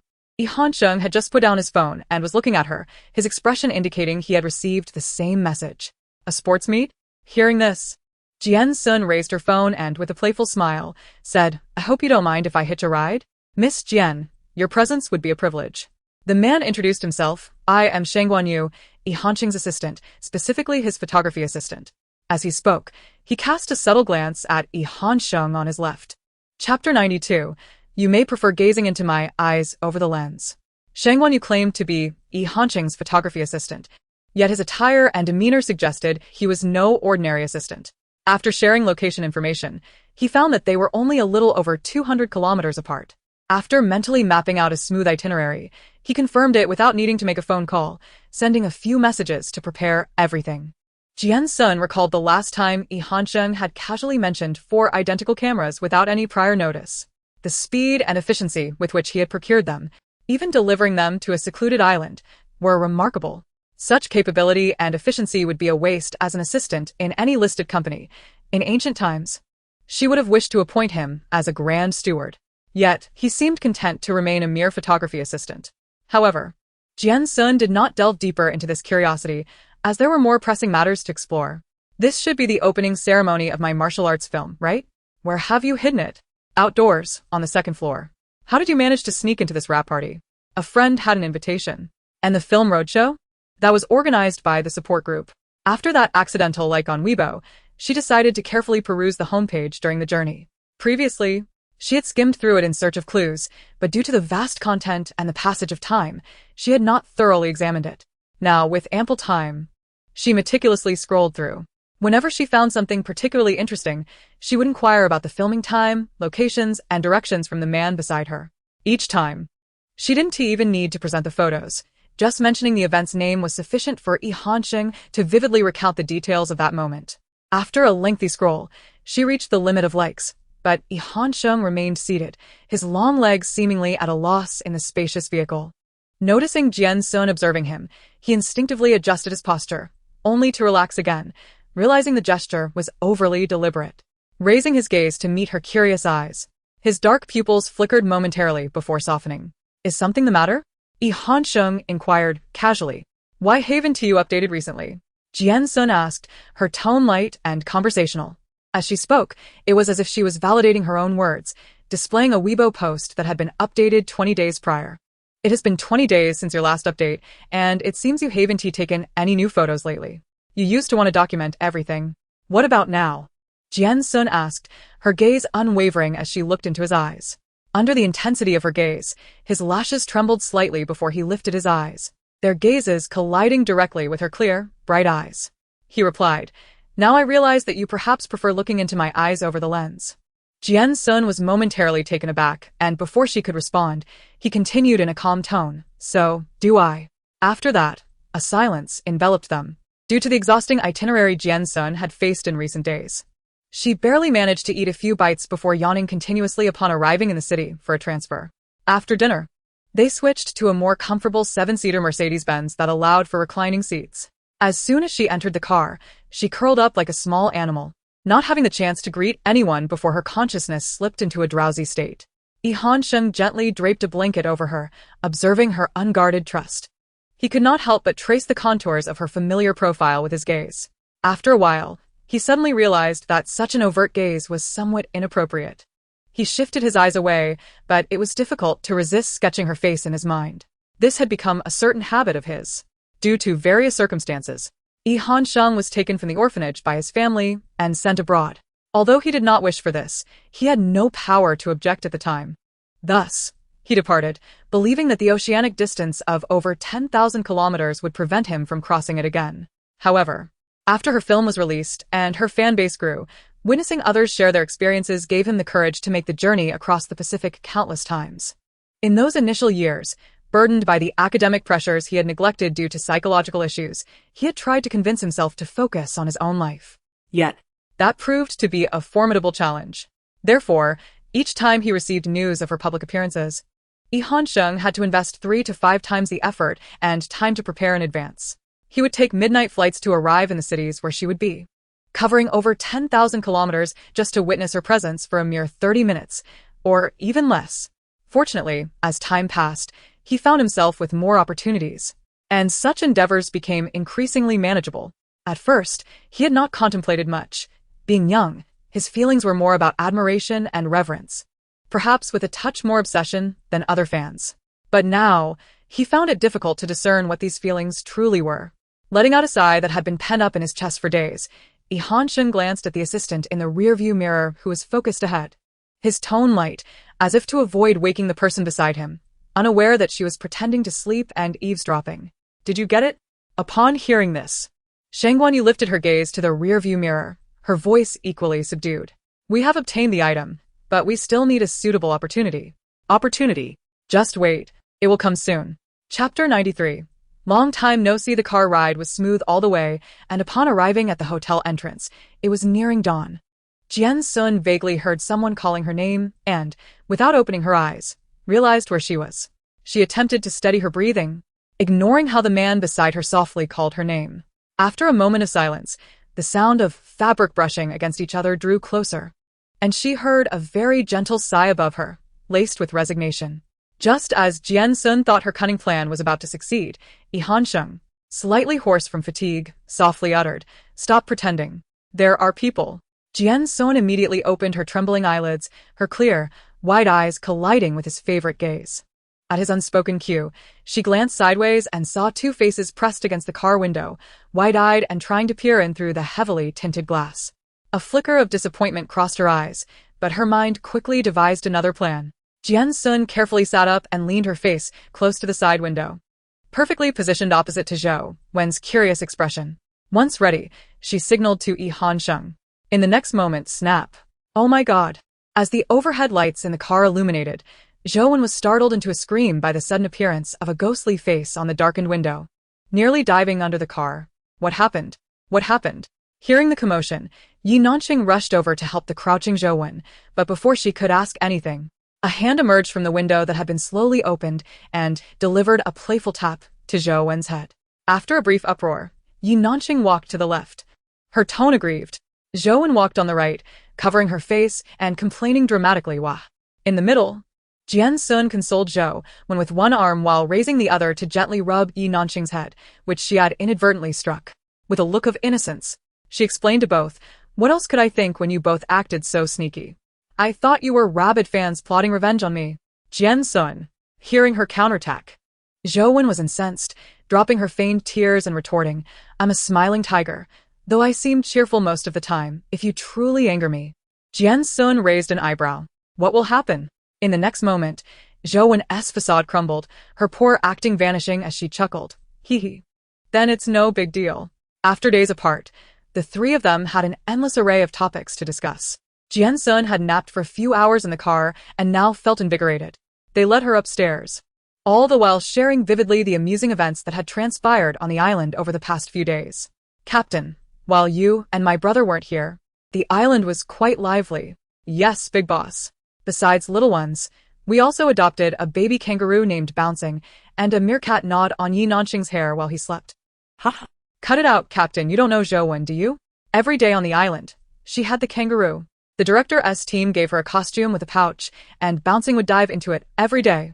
As she spoke, noticing Zhou Wen preparing to hit him, Yi Nanqing hastily shifted the topic. "I wonder what the director's big film is about. It seems like a zoo on the island these days, with all sorts of bizarre animals." At this, Jian Xun suddenly recalled the massive Burmese python she had encountered 13 years ago, over 5 meters long. She felt that such madness was driven by someone behind the scenes. This program would not appear as harmonious as it seemed now. The film he was making would not be a heartwarming, family-friendly animal paradise. The two familiar faces beside her, filled with delight, were oblivious to her thoughts as they flanked her, asking, "Captain, what have you been up to these past few days?" "Yes, big boss, did you just wake up?" Zhou Wen added, turning to glance at Jian Xun, who had been quietly following them. "Why does he look so refreshed?" "You too. You wouldn't have left us on the island while you enjoyed nightlife every night, would you?" Yi Nanqing swiftly covered her mouth with his long arm, glancing at Jian Xun's expression behind them, before smiling at Jian Xun. "Captain, what have you been up to these past few days?" Jian Xun did not pay much attention to Zhou Wen's comment, simply shrugging with a smile, and skillfully deflected the question. "I merely appear fatigued, yet in reality, I have accomplished nothing." Thus, in playful banter, the four of us ascended to the hotel's top leisure area via the elevator. Upon the doors opening, we were immediately surrounded by staff who had been eagerly awaiting our arrival. Congratulations on your discharge. The Wild Boar King turns one. With the jubilant shouts of 1-year-old echoing behind us, Jian Xun was enveloped in their warm congratulations. As we gathered around a round table, we spotted Li San, the esteemed director Li Sirui, passionately holding a microphone and singing with fervor. His singing was somewhat disjointed, yet the harmonies from those beside him revealed considerable skill. Just as he recognized us, he put down the microphone with a beaming smile and approached us warmly. Though his words were directed at Jian Xun, his gaze remained fixed on the man behind her, Yi Hansheng. After receiving nods from both of them, Li San's face was adorned with a multitude of wrinkles from his broad smile. "Come over, let me introduce you," he exclaimed. Before Li could introduce himself, the individual who had been harmonizing beside him stepped forward, extending his hand to Jian Xun. Long time no see. He appeared to be in his 20s. Embodying the current trend of youthful charm, with meticulously styled chestnut curls gleaming under the lights. With a slender frame, he stood directly before Jian Xun, offering his hand. "Aren't you going to introduce yourself?" Similar to Li San, his words were directed at Jian Xun, yet his eyes were fixated on Yi Hansheng, who stood closely behind her. Faced with the unexpected appearance of this individual and his outstretched hand, Jian Xun promptly retrieved a handful of damp sunflower seeds from her pocket and thrust them into his hand. "Here, eat up, you little glutton." This man was named Song Qingxi, 2 years her senior, who had once debuted as a child star. They had previously portrayed the childhood versions of the film's protagonists together. After he went abroad for his studies, he stepped away from the limelight, yet their communication had persisted through emails and WeChat. His presence here immediately made her connect the dots with what the staff had mentioned earlier about being one of the replacement guests for the Gu family siblings. "Come over. Sit here," she said, deliberately ignoring the sunflower seed holder as she passed by him. Yi Hansheng followed suit, yet when he walked past Song Qingxi, he caught a teasing remark from him. However, he continued unperturbed towards Jian Xun, maintaining a stoic expression as he left a curt remark, "Mind your own business." Seeing that both had disregarded him, Song Qingxi not only remained unfazed but smiled without a hint of embarrassment. He handed the sunflower seeds to Director Li with a grin and turned to chase after the two. At that moment, the area was quite sparse, allowing Jian Xun to choose a spot to sit down comfortably, followed closely by Yi Hansheng, who settled beside her. He was meticulous about his distance, ensuring they were close enough to avoid any unnecessary physical contact, yet far enough that no one could squeeze in between them. However, someone lacking awareness approached. Song Qingxi attempted to squeeze between them with a rather comical posture. In an instant, both Jian Xun and Yi Hansheng reacted simultaneously. As Song Qingxi moved closer, Jian Xun swiftly shifted her body to the side, their arms brushing against each other, effectively blocking the gap he sought to invade. This seemingly uncoordinated yet fortuitous dance unfolded in a mere heartbeat. "Oh!" With a startled exclamation, all eyes turned towards them. Song Qingxi had inadvertently positioned himself awkwardly at the round table, his long legs sprawled across Jian Xun's lap in a most ungraceful manner. To onlookers, this pose resembled a wild boar disregarding a young man's modesty, intent on making an overt advance. The lively atmosphere abruptly fell silent, and the tension was palpable as he stiffened, not daring to relax. Under the scrutiny of countless gazes, Jian Xun cleared her throat and addressed him. "Everyone's watching, Song Qingxi. What are you doing?" Successfully diverting attention back to him, she couldn't help but infuse a tone of playful reproach. "I said I prefer 985 boys, not bar dancers. So there's no need for this." "Jian Xun," Song Qingxi growled through gritted teeth, casting a resentful glance at the man beside her before muttering, "I slipped." Following this, amidst the curious and mocking gazes, he sat down next to Jian Xun, leaning over to retrieve a glass of fresh wine from the table, offering it to her. "It's been so long. You're just the same as before." Gazing at the glass he extended, Jian Xun merely cast him a fleeting glance before raising her hand to accept it, signaling with a slight smirk, "Still as formidable? Still as infuriating." Afterward, Song Qingxi took his own glass, clinking it softly against hers before gulping down a generous mouthful. Observing him, Jian Xun followed suit, drinking her share in one go. Her eyes sparkling under the spotlight, her tone laced with humor. "At least you have a bit of conscience. Do you know each other?" A calm voice suddenly interjected from behind, laced with a hint of veiled impatience. "I know her earlier than you." "Who are you?" he retorted, his tone devoid of the earlier playful arrogance, now tinged with familiarity. Have you taken leave of your senses? Do you know when I met her? Earlier than you? What do you count for? I know, Han Sheng interjected coolly, interrupting Song Qingxi. 12 years ago, during that campus film. Song Qingxi's expression darkened as he scrutinized Han Sheng over Jian Xun's shoulder. How do you know? Han Sheng remained silent, and Jian Xun, caught between them, remarked, not only does he know, but he was probably present at the opening ceremony. Wait, buddy, you Song Qingxi, don't push me to slap you. He interjected sharply. How did you two meet? Why have you been getting along behind my back? I won't allow it. People shouldn't tea at least afterward. Regardless of the methods he employed, Song Qingxi was unable to extract any useful information from the two. Frustrated, he shifted from one to the other, feeling as if these two friends from abroad, who seemed destined never to intersect, had known each other long before he did. Unable to glean any valuable insights, Song Qingxi decided to rally other staff to join him in toasting them. We won't stop until we're drunk. Upon receiving enthusiastic agreement from those around, he suddenly put down his glass and turned to the nonchalant Jian Xun beside him. By the way, you just turned 18 this year, right?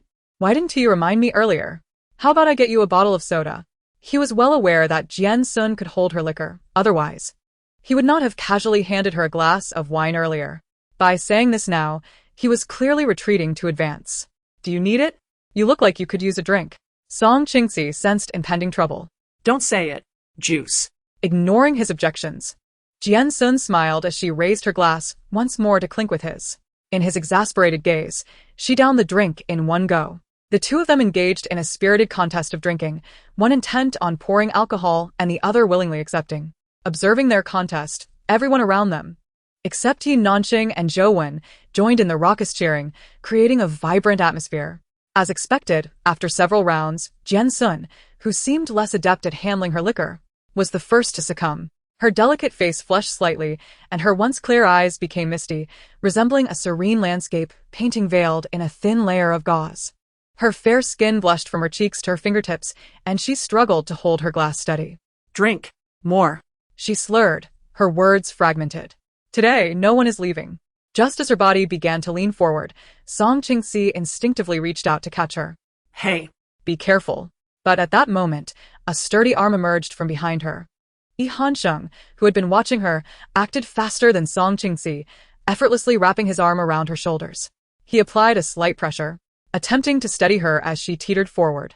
However, whether due to inertia or some other reason, her body, which had been lurching towards Song Qingxi, suddenly lost its balance and fell back into Han Sheng's embrace. Her back pressed against his chest, a wave of heat spread from their point of contact, igniting a fire that gradually enveloped her entire being. The closeness of their posture felt exceedingly intimate. If earlier it seemed as though Jian Xun had taken the initiative with Han Sheng, now it appeared to onlookers that he was the one who had drawn her into his arms. The sound of dice crashing to the ground broke the moment, as Yi Nanqing dropped the shaker in shock. Zhou Wen, following his astonished gaze, turned to see the scene, her eyes widening in disbelief. You. As more and more eyes were drawn to them, Song Qingxi furrowed his brow and decided to take action. He grasped Jian Xun's wrist, creating a slight distance between the two.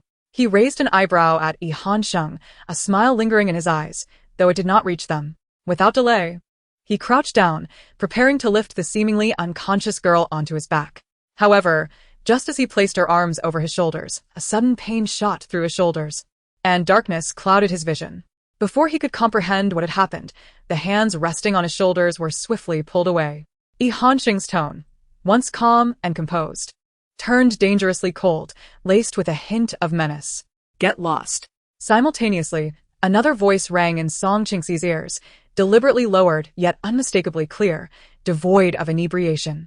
Yet, this seemingly innocent girl uttered words that sent a chill down Song Qingxi's spine. Song Qingxi, don't make me slap you. Just as he braced for the impending chaos, Director Li, who had been playing a game nearby, rushed over to intervene. Oh dear. How did Teacher Jian get so drunk?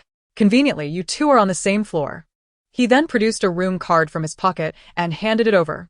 Han Sheng momentarily lost his focus, caught off guard by the overlapping room cards in front of him. In that fleeting second of distraction, a hand reached out from the side. Oh, Director Li? You might not know, But Song Qingxi, grimacing in pain, attempted to intercept the room card from Director Li. Jian Xun and I are longtime friends. There's no need for Yi Xiao to bother. But before he could finish his sentence, a slender hand emerged from below. Drink. Jian Xun, her eyes barely open, leaned against Yi Hansheng, just managing to sit on the sofa. Even in her state of near unconsciousness, her fingers clutched the edges of the two room cards tightly. With a slight exertion, she snatched them from both men's hands. Before anyone could react, Yi Nanxing and Zhou Wen, who had been observing intently, lunged forward. Song Ge, look. This die has 6 sides. Song Qingxi, I know you. They pounced on him like hungry wolves, pinning him to the sofa, rendering him immobile. Yi Hansheng silently observed the hand that had stealthily tucked the room card into his jacket pocket. After a brief moment of stillness, he finally looked at Director Li. Then, we shall take our leave. On the way back, Jian Xun diligently performed her role, embodying the persona of a drunken woman with remarkable finesse. Until they reached the hotel room door, she leaned her entire weight onto the man. Mumbling incoherently, her hands were deftly seizing every advantage they could muster. Be careful. Yi Hansheng, wary of her potential slip, endured her unintentional touches with restraint. He held her waist with one hand, trying to minimize contact, while the other reached into his pocket for the room card. Just then, her seemingly fragile hand reached toward his chest. With swift precision, he opened the door and, disregarding everything else, pressed his palm against her waist, gently pulling her into the room. The hotel door slammed shut, severing all sources of light. Yi Hansheng barely had time to insert the room card into the power slot. In the enveloping darkness, he suddenly felt a wave of warmth radiating from his chest. In the absence of sight, all other senses magnified exponentially. He struggled to control his breathing, yet the warmth drew nearer. As a contented sigh escaped Jian Xun, Yi Hansheng felt her face pressed against his chest, the warmth seeping through the thin fabric, causing a sharp ache in his heart. Like a koala, she nestled in his arms, taking a deep breath, then lifted her head to rest her chin on his chest, speaking in an oddly casual tone. Yi Hansheng. As she spoke, her breath, imbued with the sweetness of alcohol, enveloped him in a wave of heat. Don't you have anything you wish to say to me? The alcohol coursing through her veins mingled with her breath, threatening to drown him in a sea of clarity. Yet her question, akin to a crashing wave, jolted him back to lucidity. His hand, still resting at her waist, exerted a gentle pressure, attempting to create even the slightest distance between their bodies. But it was futile. If Jian Xun had made up her mind, no one could intervene. Yi Hansheng chose not to resist any longer, gradually relaxing his hold. In the enveloping darkness, emotions long hidden surged forth, tumultuous and unrestrained. His left hand slowly traveled up her waist, finally resting on her back. As his posture shifted, he leaned slightly forward, transitioning from an instinctive resistance to a subtle possessiveness. His voice, as gentle as ever, was laced with a hint of unspoken desire. Jian Xun, like a wild beast long restrained, he found it hard to resist temptation as he loosened the chains that bound him. His voice, tinged with an unusual rasp, resonated in the darkness. Do you know what you are doing? Faced with this unfamiliar side of him, Jian Xun felt no fear. Instead, a secret thrill coursed through her veins. The concentration of adrenaline in the air surged, and she gripped the long-desired, slender waist with a daring fervor. I thought you were aware. Sensing her restless hands, the man's waist tightened, and his palm, pressed against her delicate back, instinctively exerted a bit of force, drawing her closer to him. Do not regret it. With their proximity at its peak, a resolute phrase, laden with an aggressive aura, enveloped them. Yi Hansheng initially intended to intimidate her but found himself captivated by her breath, which instead drew nearer. His pupils contracted sharply, abruptly halting his advance. He lifted his gaze, his hand resting on her back relaxing slightly. In an instant, the previously consuming intensity dissipated, and he gently patted the girl's back in a soothing manner, his tone softening as if to remind, or perhaps warn, I am a man. He loosened his grip, yet Jian Xun's hands remained firmly encircling Yi Hansheng's waist, unabashedly smiling. Oh, how fortuitous. I just happen to like men. At this, Yi Hansheng fell utterly speechless. Observing his surrender, Jian Xun seized the opportunity to draw closer, instinctively pressing against the man. Feeling his gradually taut and solid chest, she whispered, It is known that when the pectoral muscles engage, they become firm. When relaxed, they are soft, Yi Hansheng. She then abruptly tilted her head back, You aren't intentionally posing, are you? Although obscured by the darkness, she could vividly imagine the charming embarrassment reflected in the youth's beautiful eyes. As anticipated, upon hearing her words, the man's previously tense muscles gradually relaxed, and his embrace became more comfortable. In the shadows, she chuckled softly and, noticing his evident fluster, took the initiative to speak. Honestly, Jian, would you like to try with me? The air fell silent for a few seconds before she heard the man's calm voice above. Do you like me? Though phrased as a question, his tone deviated from the earlier intensity, as if the tempest had been swiftly dispersed by a gentle breeze. Confounded by a sudden shift in demeanor, Jian Xun became earnest, nodding without hesitation. Realizing he could not see her, she naturally countered, Am I not being obvious enough? But if I say. As she spoke, the man's chest vibrated slightly, each word deliberate, his voice resonating distinctly in the darkness. I do not wish to. Seizing Jian Xun's momentary pause, Jian reached behind him to insert the room card into the slot. Beep. The room's lights illuminated everything within, revealing the inappropriate thoughts that had festered in the darkness. Jian Xun released her grip, stepping back to scrutinize the young man before her. Her gaze traversed his slightly wrinkled shirt to his ears, crimson as if they could bleed, finally resting on his eyes, where emotions had yet to fully dissipate. She questioned, What does this mean? Facing her inquisitive gaze, Jian did not flinch. After a moment, he smiled faintly, forming a somewhat unnatural curve.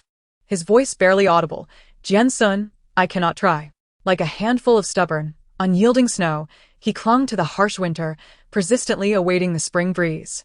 When spring arrived, the snow melted, yet he would not have a second chance, destined to dissolve within the season. Chapter 97. The Resemblance of Couples. People often yearn for love in their moments of leisure. This condition typically requires no remedy. A few extra hours of work or a couple of days' pay cuts would suffice. Sighing deeply as she perused the dazzling array of competitive sports, she was about to power off her device and retire for the night when a WeChat notification chimed. She was added to a group chat, comprising 3 individuals including herself. Wenzi not mosquito, I already told you not to add her. The big guy is probably busy now. Nanqing has news. Busy with what? Wenzi not mosquito. Mind your own business, kid. Nanqing has news. What is your point? Glancing at the several messages that had flooded in, Jian Xun felt somewhat exasperated. What was sent? What was sent? Wenzi not mosquito. Nanqing has news. Wenzi, didn't you say the captain is busy? Wenzi not mosquito. What was sent? Are you done? Wenzi not mosquito. No, I meant, have you sobered up? Wenzi not mosquito. Honestly, big guy, if I hadn't been perceptive, I wouldn't have realized you were with our national master. Nanqing has news. Don't speak carelessly. My brother is a virtuous man. He wouldn't take advantage of someone. Wenzi not mosquito. When did I say your brother wasn't a virtuous man? Wenzi not mosquito. I said the big guy isn't. What was sent? I feel utterly exhausted, akin to a beggar who, after 3 arduous days, finally manages to procure a bun, only to trip and lose his teeth, letting the bun roll into a filthy ditch. That sense of powerlessness is overwhelming. Wenzi not mosquito. So, what exactly is the situation? What was sent? I have made a decision. Nanqing has news. A decision about what? What was sent? If I acknowledge Jian again tomorrow, I'll consider myself Japanese. Nanqing has news. Why? Wenzi not mosquito. You better. It was evident that neither of them could offer anything useful, so Jian Xun tossed her phone aside and headed to the bathroom to wash up. Over half an hour later. Good night. What was sent? Yoshi. Nanqing has news. It's only been 30 minutes. Have you become Japanese so quickly? What was sent? I know he is acting, as long as he is willing to invest effort. That is enough for me. Wenzi not mosquito. Keep pushing. Then you'll tire out, and the momentum will fade. Nanqing has news. What is Wenzi talking about? Wenzi not mosquito. I'm saying even Japanese people need to rest. What was sent? Big guy, go to sleep already. Nanqing has news. By the way, did you all receive the notice from the director about tomorrow's sports event? Wenzi not mosquito. Don't even mention it. Every event feels like it's trying to take my life. Nanqing has news. Why not practice volleyball or badminton? What was sent? Do Wenzi, you're different from others. Please don't waste time on practice. Wenzi not mosquito. Damn it, I'll report you both. After a lengthy discussion, none knew who dozed off first, and soon the group fell silent. Carefree, Jian Xun enjoyed a restful night, oblivious to the restless soul tossing and turning next door. The following day, Your Strength has arrived special edition 2. The live broadcast of the Strength Sports Arena commenced. As time progressed, an increasing number of viewers flocked to the live stream, creating a bustling atmosphere. Who is the new guest? Waiting eagerly. Is his hand all right? It better be. The hand of God must not be harmed. Did the camera just catch a glimpse of the new member? The handsome and beautiful faces are delightful. Once the event formally began, Director Lee welcomed Jian and Yi back from their hospital discharge on behalf of everyone. Due to the change in members and the individual competition format, they were not positioned side by side as before. Instead, they stood on opposite sides, separated by several individuals. For a moment, no one noticed anything unusual. After they greeted the camera, Director Lee began introducing the new member joining today, a graduate of a prestigious dance school. Her classical performance was captivating. She is the formidable new star known as the ancient-style dance princess, Yao Yao. With this, the camera shifted to the tall, slender girl standing at the far edge. She stepped forward gracefully, offering a smile to the camera. Hello everyone, my name is Yao Yao. I am here for the role in the director's new film and hope to gain something from this experience. At yesterday's welcome dinner, she had said little. But today she clearly stated her intentions, demonstrating her determination. In the international film industry, she is a prominent figure, someone every actor aspires to collaborate with. As a newcomer, her assertive demeanor won the admiration of most attendees. Director Lee's resounding voice resonated, and the camera quickly shifted to Song Ching-si, who had pushed Jian Xun aside to stand closely next to Jian Xun. He flashed a charming smile, instantly captivating the hearts of numerous young women. Yet, the next moment, his playful remark cast an odd atmosphere over the venue. Hello everyone, I am Song Ching-si. When we were children, Jian Xun and I often acted together on screen, and many said we resemble a married couple. Today, I'm standing next to her to show you all. He leaned slightly, affectionately bringing his face closer to Jian Xun's, as if engaging the audience or perhaps speaking to someone specific. Do we look alike? Upon hearing these words, both guests and staff felt a sudden tension. Many crew members were even secretly speculating about the pair, betting on when they would officially announce their relationship. After all, one was a film actor and the other a master cinematographer. The notion of romance interfering with work seemed unfounded. However, the unexpected presence of Song Ching-si stood boldly between them, redirecting the attention of most attendees to the visibly unsettled man. Not only the staff but also the viewers in the live stream could hardly overlook the peculiar atmosphere. Compared to the silence at the scene, they were undeterred in their commentary. Are they really not a couple? Honestly, if you take away the face shape and just look at their features, they do resemble each other a bit. Are we going to witness a real romance? I feel like a big head ghost. I'm here to raise the flag and challenge anyone. Someone should hug Yi Hanqing. He looks about to shatter. What? Am I the only one who thinks childhood friends make for great ships? Who says childhood friends can't compete with unexpected arrivals? I support Xiao Song. With the barrage of comments flowing in, the atmosphere suddenly shifted after a prolonged silence when Jian Xun, with a light clap, playfully swatted Song Ching-si's overly close face. Pouting, have you forgotten that you called me your adoptive father when we were kids? Looks come from the heart. This humorous quip alleviated the awkwardness, eliciting laughter from most present. Song Ching-si, rubbing his nose, seemed unfazed and retorted, crossing his arms, with your temper. Be careful, no man will want you. Jian Xun turned to him, squinting with a feigned smile. With your sweet disposition, I assume many men are vying for your attention? Seizing the moment while the camera lingered on them, Yi Hanqing, who had been pushed aside by Song Ching-si, quietly retreated, inching closer to the pensive Yi Hanqing, gently tapping his shoulder. Standing beside Yi Hanqing, Lu Junming anticipated some comforting words, but instead heard the youngest, Yi Hanqing, speak earnestly. Favor must be earned. Do not blame your little brother for not reminding you. Without waiting for Yi Hanqing's indifferent gaze, she dashed away as if fleeing. Meanwhile, Su Miao Miao, who had not sought attention for a while, stood on the other side of Yi Hanqing. The victor earns a point and can return to the lottery for the next round. The competition is timed until 5 p.m., at which point rankings will be determined based on earned points. I hope everyone gives their all in this sports event, as it will significantly influence your starting point for the final battle on Qionglai Island. Jian Xun paid little heed, knowing it was time to draw lots. She purposefully pushed Song Ching-si forward while following behind Yi Hanqing to draw her lot. She felt the gaze upon her, but maintained an unwavering focus, as if he were of no consequence. The brief contact of their fingers dissipated too quickly, leaving Jian Xun questioning his own perception.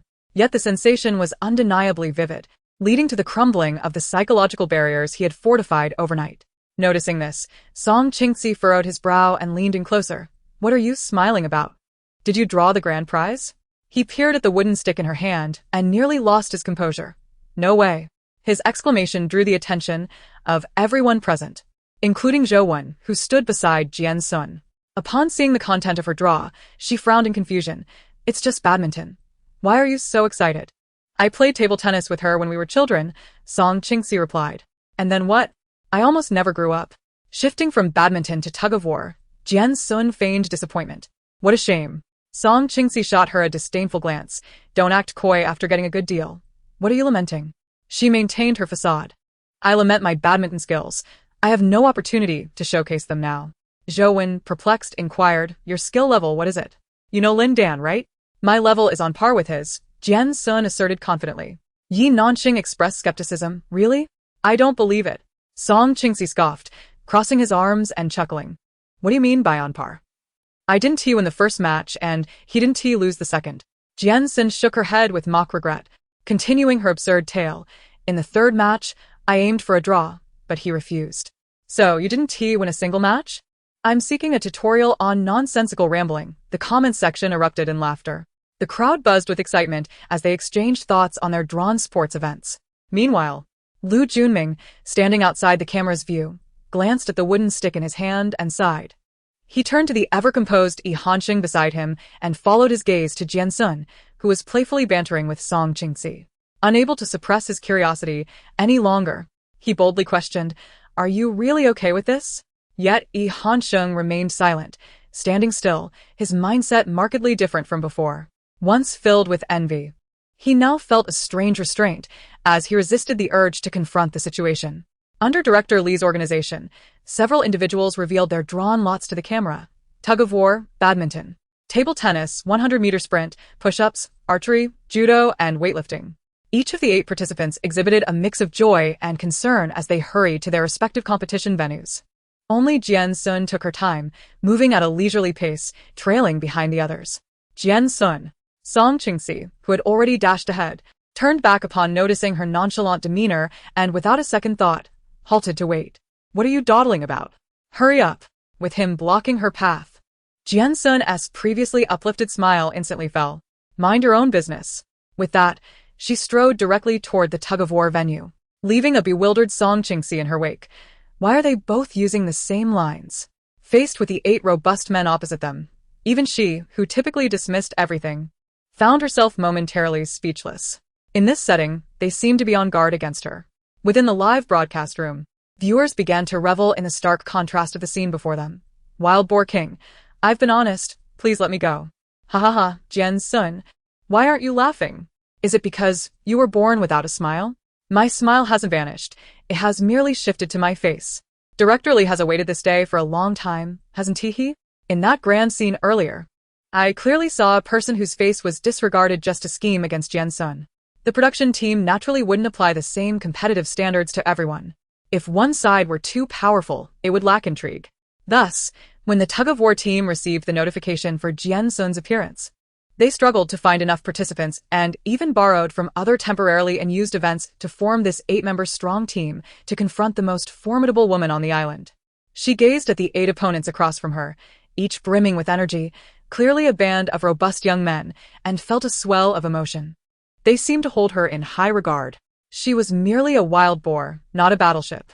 Faced with such formidable adversaries, Jian Xun chose not to charge headlong into conflict, but instead pulled out her phone and searched. The strength of an adult wild boar, equivalent to how many adult men? Upon receiving the answer from Baidu, she felt a sense of relief. Tucking her phone away, she bent down to grasp the rope amidst the watchful eyes of her 8 opponents. As she gently tugged on the rope, they instantly tensed, muscles coiling and ready for action. Although everyone had a basic understanding of Jian Xun, the image was undeniably peculiar, a slender, petite beauty gripping a hemp rope that was about the same thickness as her wrist, while on the other end, 8 muscular men stood poised for battle. My goodness, it's my first time seeing such a scene, and I find myself worrying for those hulking men. Question: if the frenzied wild boar king flings me away, Is that considered a work-related injury? You could sue the Forestry Bureau for failing to manage wildlife. The 8 participants introduced themselves, each one either a fitness coach or a second-level athlete, boasting impressive credentials in the field of physical competition. Yet, when it came to her, she simply stated, Jian Xun. Addressing the camera, she spoke in fluent standard Mandarin. Hey, don't look at me like that. Let us skip the pretense and just get on with it. The muscular man, seemingly shocked, stared wide-eyed as he exclaimed, Whoa. How did you know I'm from the Northeast? Seeing Jian Xun smile without a word further astonished him. Wait, can you tell fortunes? His overly earnest expression drew laughter from the live comments. Do I have an accent too? If you have an accent, then so do I. Everyone clasped the rope tightly, ready for a fierce contest. In contrast, Jian Xun had also adopted a serious demeanor. She crossed her hands, gripping the rope firmly, and, together with her opponents, they began to test their strength. Pulling the slack rope taut. As the red rope marking the standard aligned with the white line on the ground, the referee blew the whistle. Almost simultaneously, a tremendous force erupted from the opposing side, nearly causing Jian Xun to stumble. She steadied herself, her slender left arm visibly straining, as her right hand wrapped the rope around her arm. Then, she exerted force with both hands. A series of gritted teeth growls erupted from the other side. Both sides were momentarily taken aback, but the shock on their faces far outweighed Jian Xun's. As both teams struggled to maintain their grip, fatigue began to set in, and Jian Xun found herself increasingly challenged. At that moment, she suddenly thrust her left hand forward, only to grasp the rope fiercely again. The immense momentum caused the hemp rope to graze her delicate hands, throwing her opponents into disarray. One man at the rear tripped and fell, breaking the balance. Jian Xun seized the opportunity, displaying an astonishing burst of energy akin to that of a wild boar. The opponents faltered within mere seconds, 3 or 4 tumbling to the ground, while the last 4 clung desperately to the rope, unable to halt their decline. The northeastern man, nearly bursting out of his shoes, stubbornly refused to let go, being dragged several meters by Jian Xun. The whistle blew. We won. We won. The Wild Boar King has done it. Having Jian Xun in tug-of-war is like stepping into a combat match against an opponent named Tyson, thinking you might last a few seconds, only to find yourself facing Ultraman. In an instant, all eyes turned to the tug-of-war arena. Everyone paused their ongoing competitions to cheer and applaud her triumph. Only Ihan, holding a competition bow, frowned. Observing the excitement on the raised hand of the victorious participant, he slowly lowered his gaze. Chapter 100, Three-Legged Race. Jian Xun's grand entrance concluded swiftly. After her hard-fought victory, she raised her hands in triumph and glanced past the exuberant Song Qingxi towards the individuals behind him. However, the person in front leaped around, obstructing her view, prompting her to wave her hand in mild annoyance, signaling him to move aside. To others, this gesture conveyed an entirely different message. I heard that when a guy wins a game, the first person he looks for is the one he likes. I wonder if this formula applies to the Wild Boar King. Is that so? What does that mean? Did you really find a clue? I don't believe it. I'm sorry, but not everyone in life is worthy of our affection. I shall merely take a light sip from the invitation. Say something. Not only the keen-eyed viewers but everyone present, seasoned in reading social cues within the entertainment industry, could discern the nuances. Thus, Lu Junming's gaze towards Ihan was filled with sympathy. However, the man being sympathized with appeared utterly unperturbed. Standing firmly on the professional archery range, his tall, elegant figure exuded an even greater poise in this competitive setting. As the camera zoomed in, onlookers caught sight of his strikingly handsome face, accentuated by professional goggles. His expression calm as he gently furrowed his brows, focusing on the bow in his hands. Suddenly, he lifted his gaze, staring straight ahead, fixated on the target. Like a sword that had long been sheathed, he emerged with an imposing presence, contrasting sharply with his usual tranquility. Ihan smoothly drew back the bowstring, the muscles in his arm taut, aligning the bow with his shoulder in a perfect horizontal line. Amidst the profound silence, he executed no unnecessary movements, merely aiming at the target, transferring power through the bowstring. Clang. This is truly remarkable. His face from the front looks like my husband, his profile resembles my husband.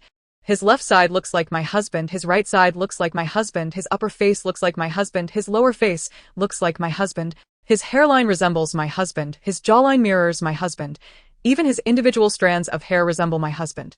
Handsome man, seeing you stirs strong emotions within me. Striving outwardly is not merely for oneself, but also to create a little home of one's own. No matter how capable and driven a man may be, without someone to nurture and cherish him, he will wither away. If you don't mind, I'm a 1986 tiger, moderately tall and decent-looking, but with a tender heart. Isn't it true that you never mentioned you possess the skill? Damn photographer, you've been made to show off again.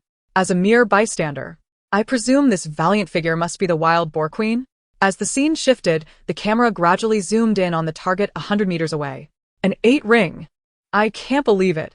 I thought it was just a handsome pose. I didn't realize the technique was equally impressive.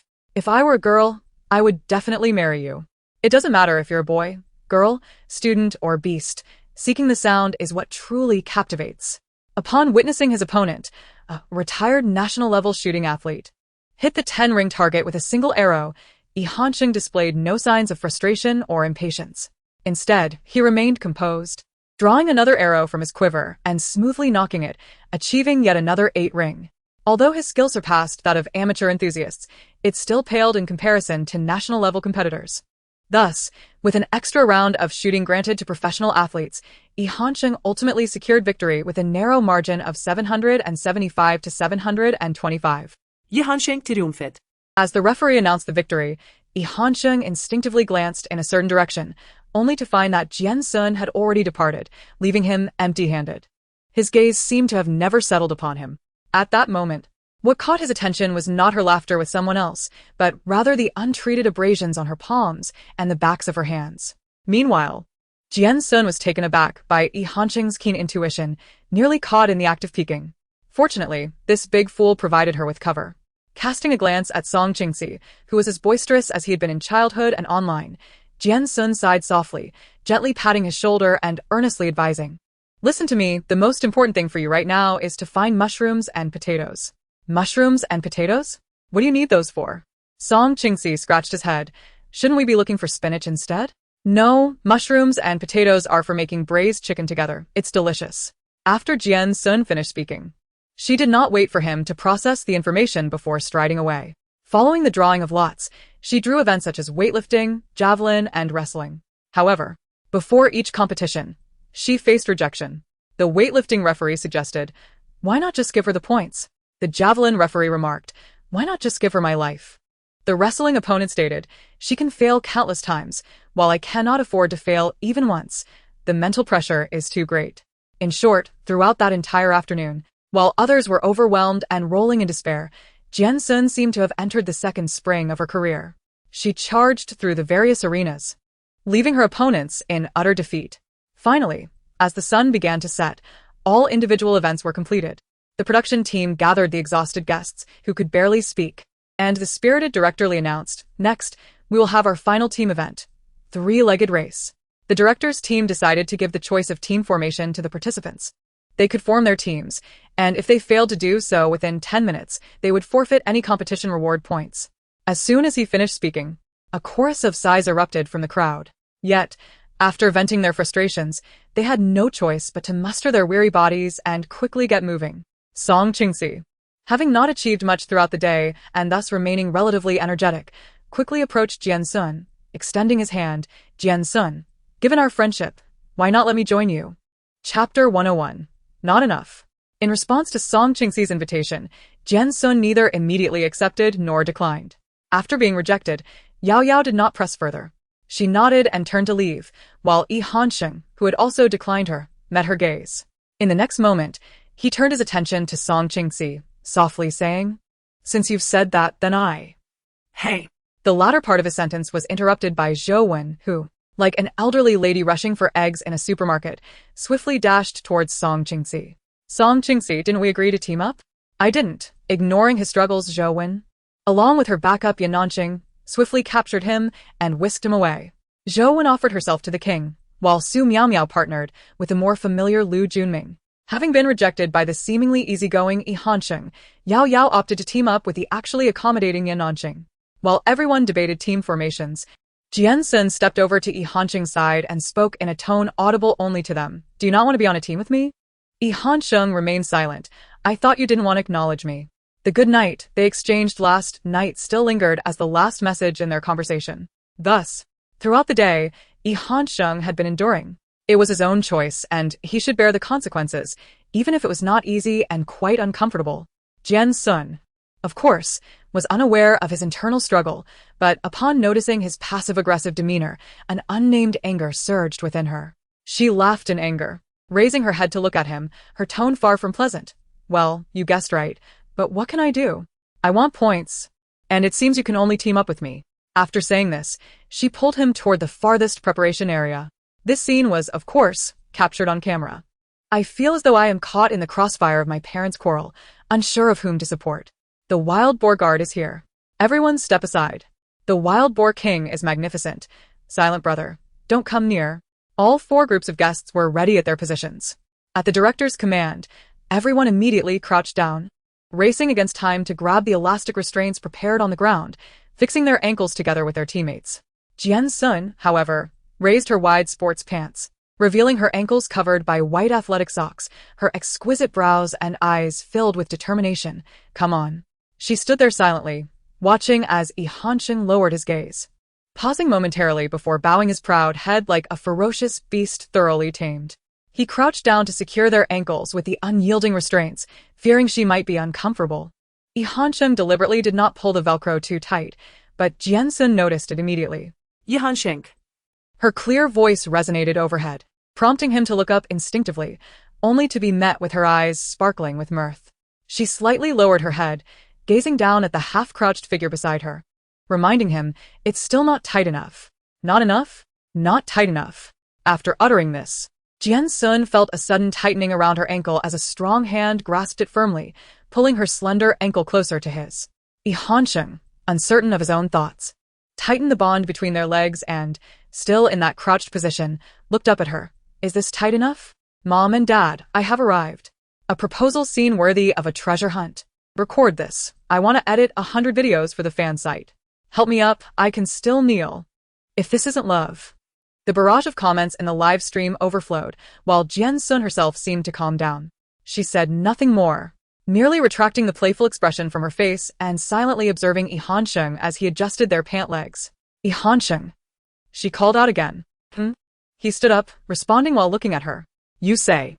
Jian Xun turned her gaze toward the distant finish line, seemingly contemplating. Will you carry me? Or shall I carry you? Having anticipated this predicament, Sheng let out a subtle sigh and also gazed toward the finish line, his tone slightly negotiating. Can't we just run properly? What do you think? The 2 individuals gazed at each other in silence for a prolonged moment, yet the outcome remained undecided, until the director commenced the countdown. Positions, he called out. 3, 2, 1, go. At the sound of Director Li's command, for teams, each bound together, simultaneously took their first steps, leading to a chaotic scene. Zhou found herself pinned beneath Song Qingxi, and they became a tangled mess. Su Miao Miao let out a cry as Lu Junming accidentally stepped on her foot. Meanwhile, Yao Yao managed to maintain her balance, thanks to her exceptional flexibility and dance training. Yet she and Yi Nanxing lacked any synergy, nearly causing her to split her legs in an awkward stance. The real commotion arose between Jian Xun and Sheng. As soon as the game began, Jian Xun attempted to seize control, wrapping her arms around the man's waist, ready to execute a move akin to yanking a plant from the ground. However, to her dismay, her efforts proved futile. Despite her considerable strength, her height was a significant disadvantage, rendering her incapable of lifting the tall man while their ankles were bound together. Just then, Sheng, who had been motionless until that moment, suddenly moved.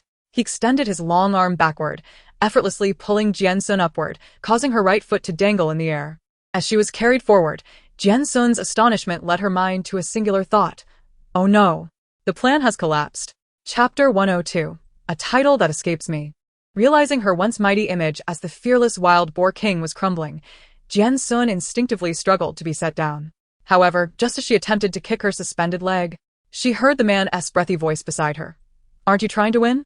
At his words, she fell silent, though being held in such a manner was rather uncomfortable. She could only relax her body and allow him to lead her forward while softly complaining, Then why don't you let me hold you? All right, I did that yesterday. As her words faded, Sheng's wrist flicked, nearly sending her tumbling to the ground. The instinct to survive kicked in, prompting her to wrap her arms around his waist, clinging tightly. Meanwhile, a few teams behind them regrouped, with Yao Yao and Yi Nanqing managing to synchronize their steps thanks to their shared dance backgrounds, swiftly closing the gap. Jian Xun, still clinging to Yi Hansheng, caught sight of this development. Her fierce competitive spirit overshadowed any concern for her awkward position. Tightening her grip around his slender waist, she pressed her body against him, her gaze fixed on the finish line. Yi Hansheng, I intend to win. He paused for a brief moment before following her gaze to the finish line. Without excessive promises, he simply uttered one word, all right. But the next instant, the hand that had been resting on her arm suddenly released. Before she could inquire, she felt a strong hand secure her waist, lifting her effortlessly, propelling her forward with her left leg.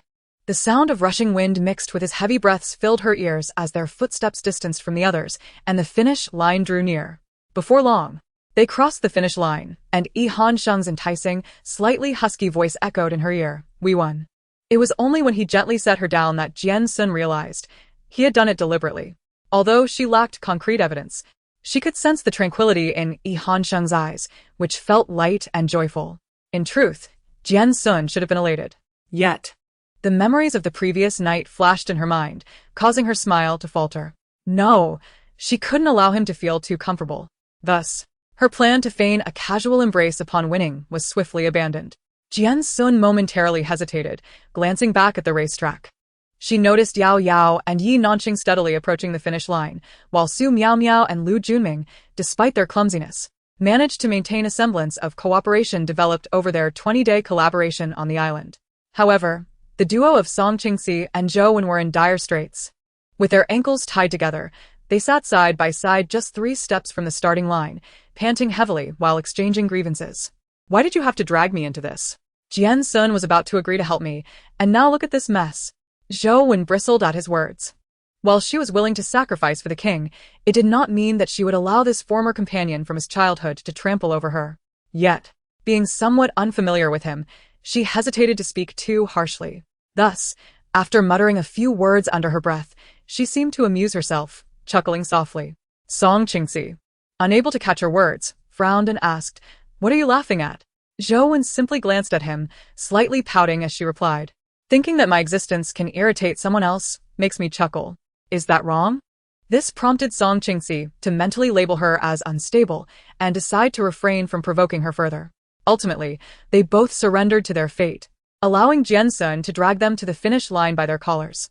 The day's athletic endeavors concluded, as casting actors relies on their compatibility with the roles and their expressiveness, rather than merely tallying points. In the end, Jian Xun unsurprisingly claimed a resounding victory. Yi Hansheng, having secured points from their 3-legged race, placed second, just ahead of Yao Yao. Drowsily opening WeChat, a flurry of messages emerged. Are you there? Come out. Gather everyone for a drink, my treat. If you don't respond, I'll assume you agree. I'll be at your door in 3 minutes. On my way. Open the door. True to form, the doorbell rang. Knowing Song Qingxi would go mad if she didn't answer, Jian Xun resigned herself to slipping on her slippers to open the door. Go away, she exclaimed, slamming the door shut. However, the door barely opened a crack, and in a fit of frustration, she hurled a pillow at the door. What do you want? Come on, come on. Song Qingxi persisted, employing his shameless tactics. He continued to coax her like a monk chanting scriptures, and the tightly shut door opened once more. Jian Xun emerged, her disheveled hair framing a glare that could kill. Song Qingxi. Huh? Has it been so long that you've forgotten how to deal with me? He stuttered, taking a step back as if suddenly realizing something. Jian Xun, you're different now. Be more rational. Noticing her demeanor shift as she prepared to shut the door, he hastily added, if you don't want to go, I'll just take Oldie with me. With that, he turned to ring the doorbell once more. Yet, unbeknownst to him, her decisive motion to close the door had suddenly slowed. Chapter 103. I don't want to try. He refused to give up, pulling out his phone to tap a few times, his face shifting from hope to disappointment. Resembling a puppy denied a walk during a storm. With his head hanging low, he prepared to leave. As I turned, I was nearly startled half to death by the person approaching from behind. Song Qingxi almost tossed his phone away, but upon recognizing the figure in pajamas as Jian Xun, he couldn't help but raise his voice. Are you a ghost? Jian Xun gave him a faint glance, crossing her arms and feigning nonchalance. What? Your good brother isn't keeping you company? Her sarcastic remark struck him deep, and though he felt indignant, He struggled to find a better excuse, finally resorting to nonsensical babble. Well, you wouldn't know, but Lao E and I have a bond forged overseas. He just isn't good at expressing himself. I understand. Jian Xun nodded, feigning comprehension. He initially wanted to kill you, but then reconsidered, so you could say he spared your life. Suddenly, her eyes lit up, and she waved her hand. So, our relationship is even better than yours with him? You have no idea how many lives I've spared you. Jian Xun. Song Qingxi could no longer contain himself and approached her, intending to engage in a spirited verbal duel. However, before he could utter a word, a moderate male voice interrupted. You too. Hansheng, now dressed in a different outfit, emerged from the elevator carrying a bag. A trace of dampness lingering about him as he approached the two. What are you doing? Before Jian Xun could respond, an oblivious Song Qingxi rushed forward. Lao E. You have to take my side. He pointed dramatically at Jian Xun, lamenting his plight as if he were a tragic figure in a tale.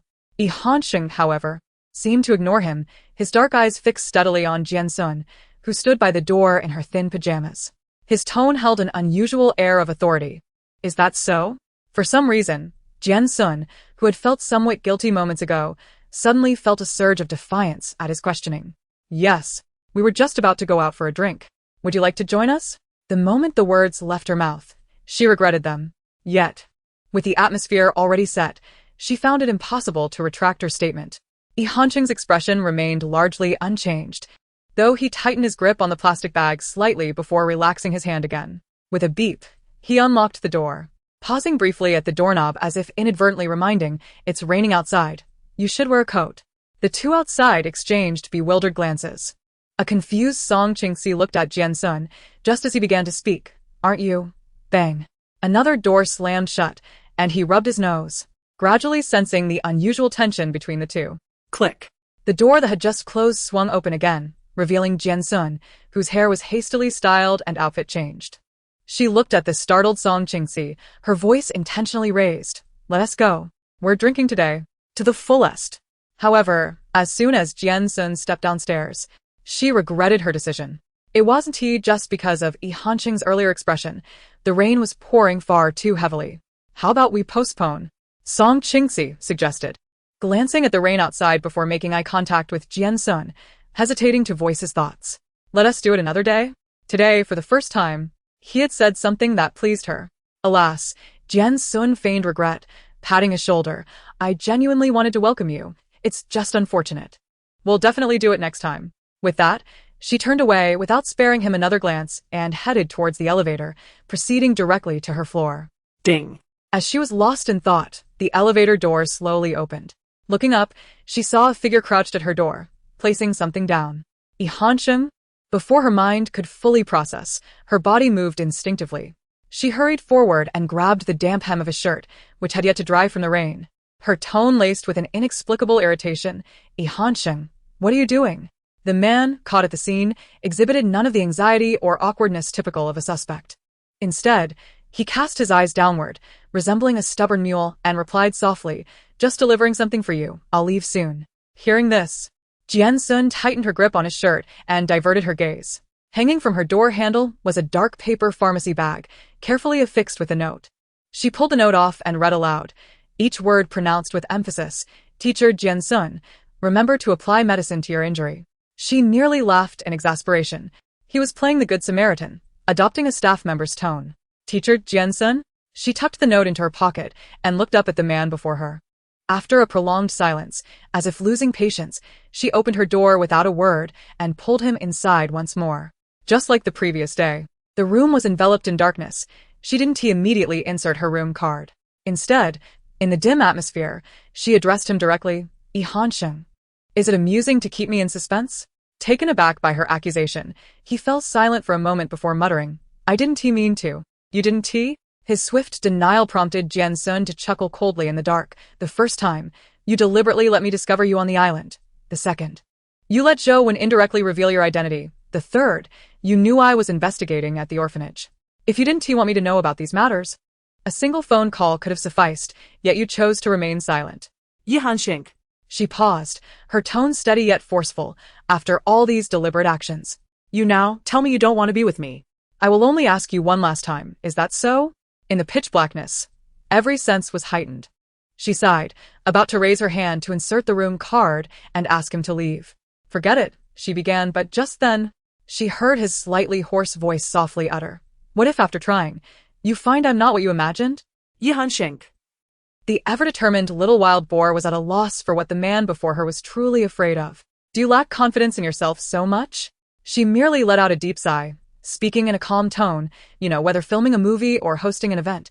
The distance from the outside to the inside is at least several dozen meters.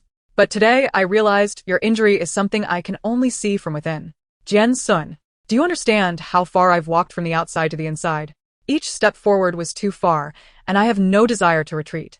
Initially, I only wanted to say a few words to you, but now I no longer wish to return to the outside. Jian Xun, the final, faint sigh lingered above her, and she heard his almost murmured whisper, "I don't want to try." Chapter 104. Good night. Jian Xun had never anticipated that in such a moment, she would hear Yi Hanqing's heartfelt confession. It left her, who had come demanding answers, somewhat at a loss. The scene fell into a stalemate.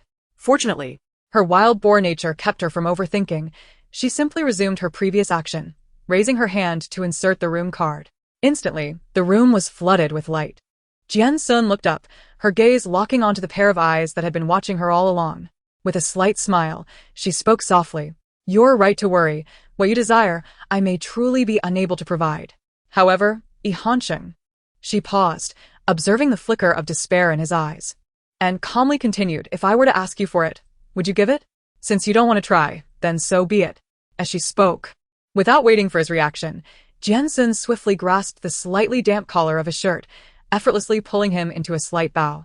Immediately afterward, she rose onto her toes, closing the distance between them in the midst of his astonished gaze.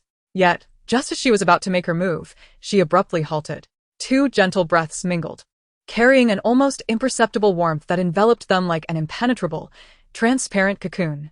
At that moment, Yi Hanqing could perceive nothing else. His senses were wholly captivated by the person before him. Apart from the thunderous beat of his heart, all that remained was her crystalline voice. "Let us each take a step back.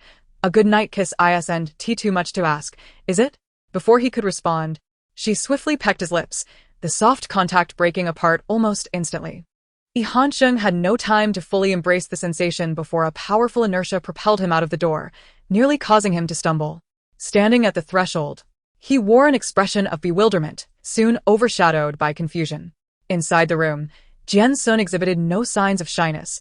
She simply did not comprehend such feelings. Her actions were purely driven by a desire to avoid further provocations from Yi Hanqing, taking advantage of the moment and departing without a second thought. Regardless, she felt no loss. Content, she changed into comfortable attire and lay on her bed, propping her feet up while scrolling through Weibo on her phone. Suddenly, she realized she had yet to follow Yi Hanqing's main account. "Jian Xun, at first I wasn't addicted. It was they who told me that a kiss or two with a loved one wouldn't harm and was easy to quit. So, I decided to give it a try. However, I soon found that once I went a day without it, the agony would set in, and I felt utterly miserable. Consequently, I became addicted at a young age, and now, even if I wish to quit, a day without a kiss leaves me feeling prickly all over. My once peaceful life has been shattered. I strive to earn a living just to enjoy daily affection."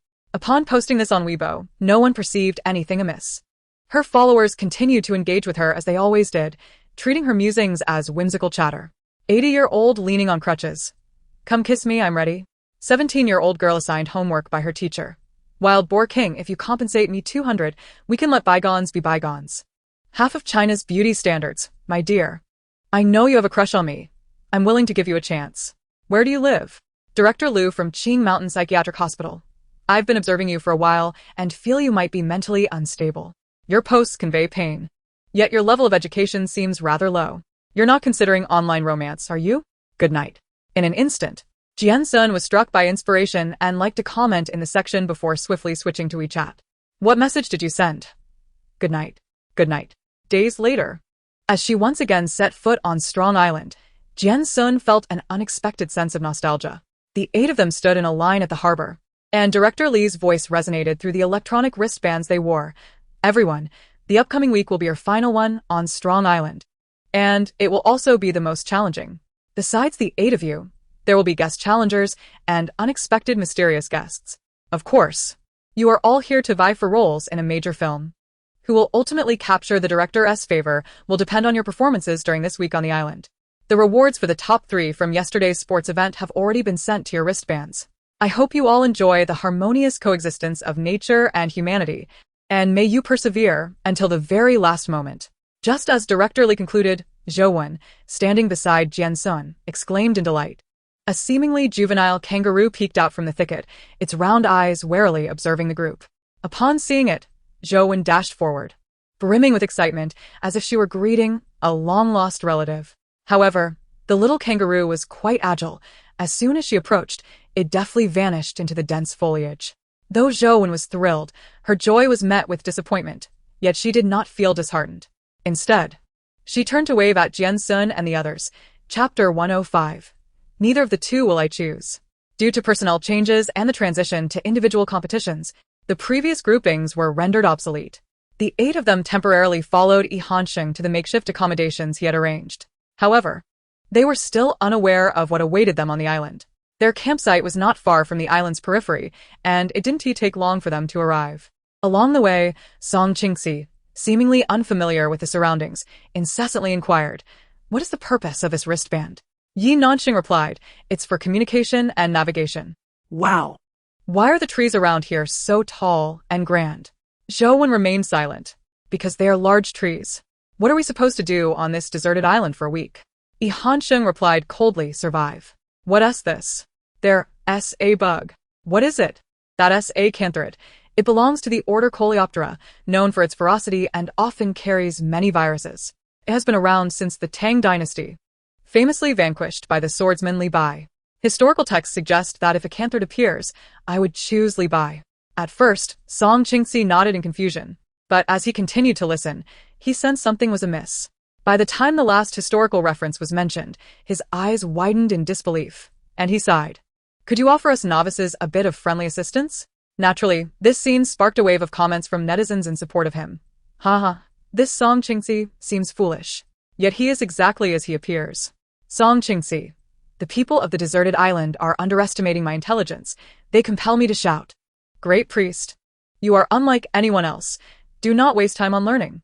As they jested and laughed, the group soon caught sight of their campsite through the dense trees.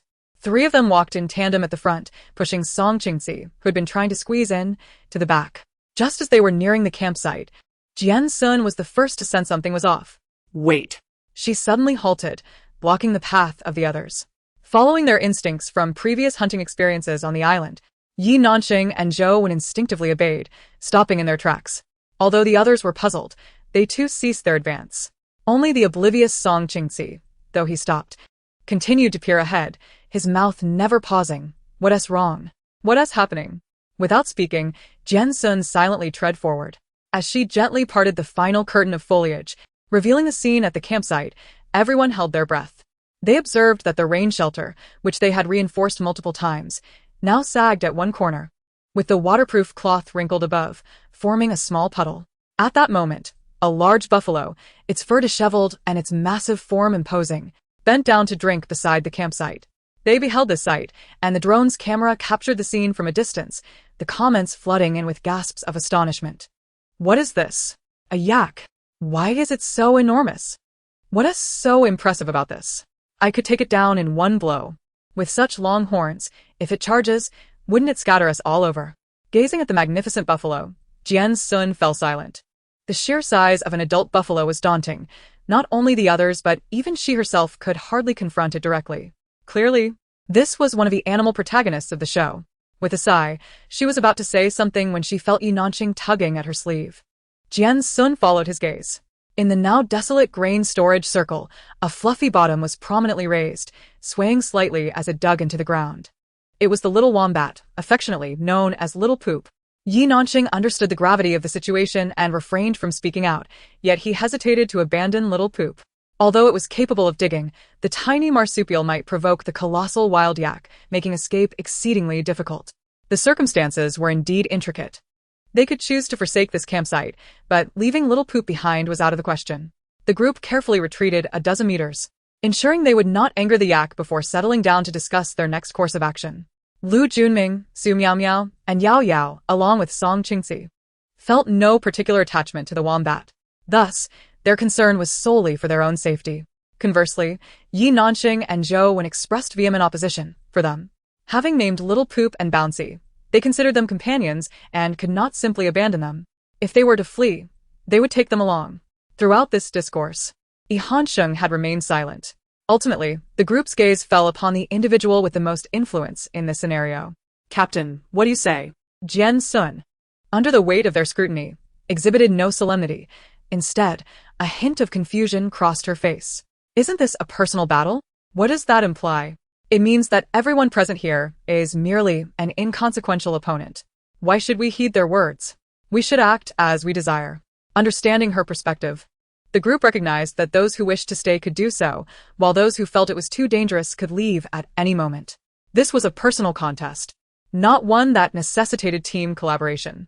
With that clarity, Lu Junming, Su Miao, and the others shouldered their bags and prepared to depart. Only Song Qingxi, who had previously aligned with them, hesitated, glancing between Jian Xun and Yi Hansheng, who remained motionless.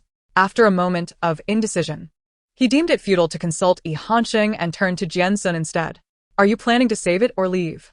In response, Jian Xun merely cast a nonchalant glance at him, then turned her gaze towards the camp through the shadowy thicket. I will choose neither. Her voice was calm, yet her eyes flickered with determination. Chapter 106. The shock bomb wild boars possess a strong territorial instinct, fiercely defending their domain against intruders. From the outset, Jian Xun had no intention of rescuing the little wombat. Upon witnessing the wild yak occupy their camp, she had already steeled herself for battle. Today, it would either be the death of the yak or the demise of the boar. However, the reality was daunting. Despite being herbivorous, the yak's massive size and formidable strength rendered it a fearsome adversary, rivaling that of wolves in the wild. Moreover, such large herbivores are notoriously alert and temperamental. The slightest disturbance could provoke a desperate offensive. While Jian Xun was strong, she was no match for the yak in a direct confrontation. The low-flying drone continued its operation, broadcasting Jian Xun's earlier remarks to viewers online. Although they had formed a certain understanding of her combat prowess, none would believe she could overpower a yak. Let me enlighten you all. While yaks may appear imposing, they are, in truth, quite docile, often kept as companion animals by Tibetan families. But if you take my word for it, consider it as if I never spoke. During a trek through the Tibetan region, a friend advised me that should one encounter a yak, remain still and fixate your gaze upon it. This way, death may come with dignity. Enough with the jokes. We should flee. Just imagine what that enormous creature could do if it goes berserk. Yak, so you think you can roast my uncle? Today is your turn. Those still at the scene remained oblivious to the ongoing chatter in the live stream chat. Their sentiments mirrored those of the online viewers. Zhou Wen clung tightly to Jian Xun's arm, shaking her head fervently. My lord, think carefully.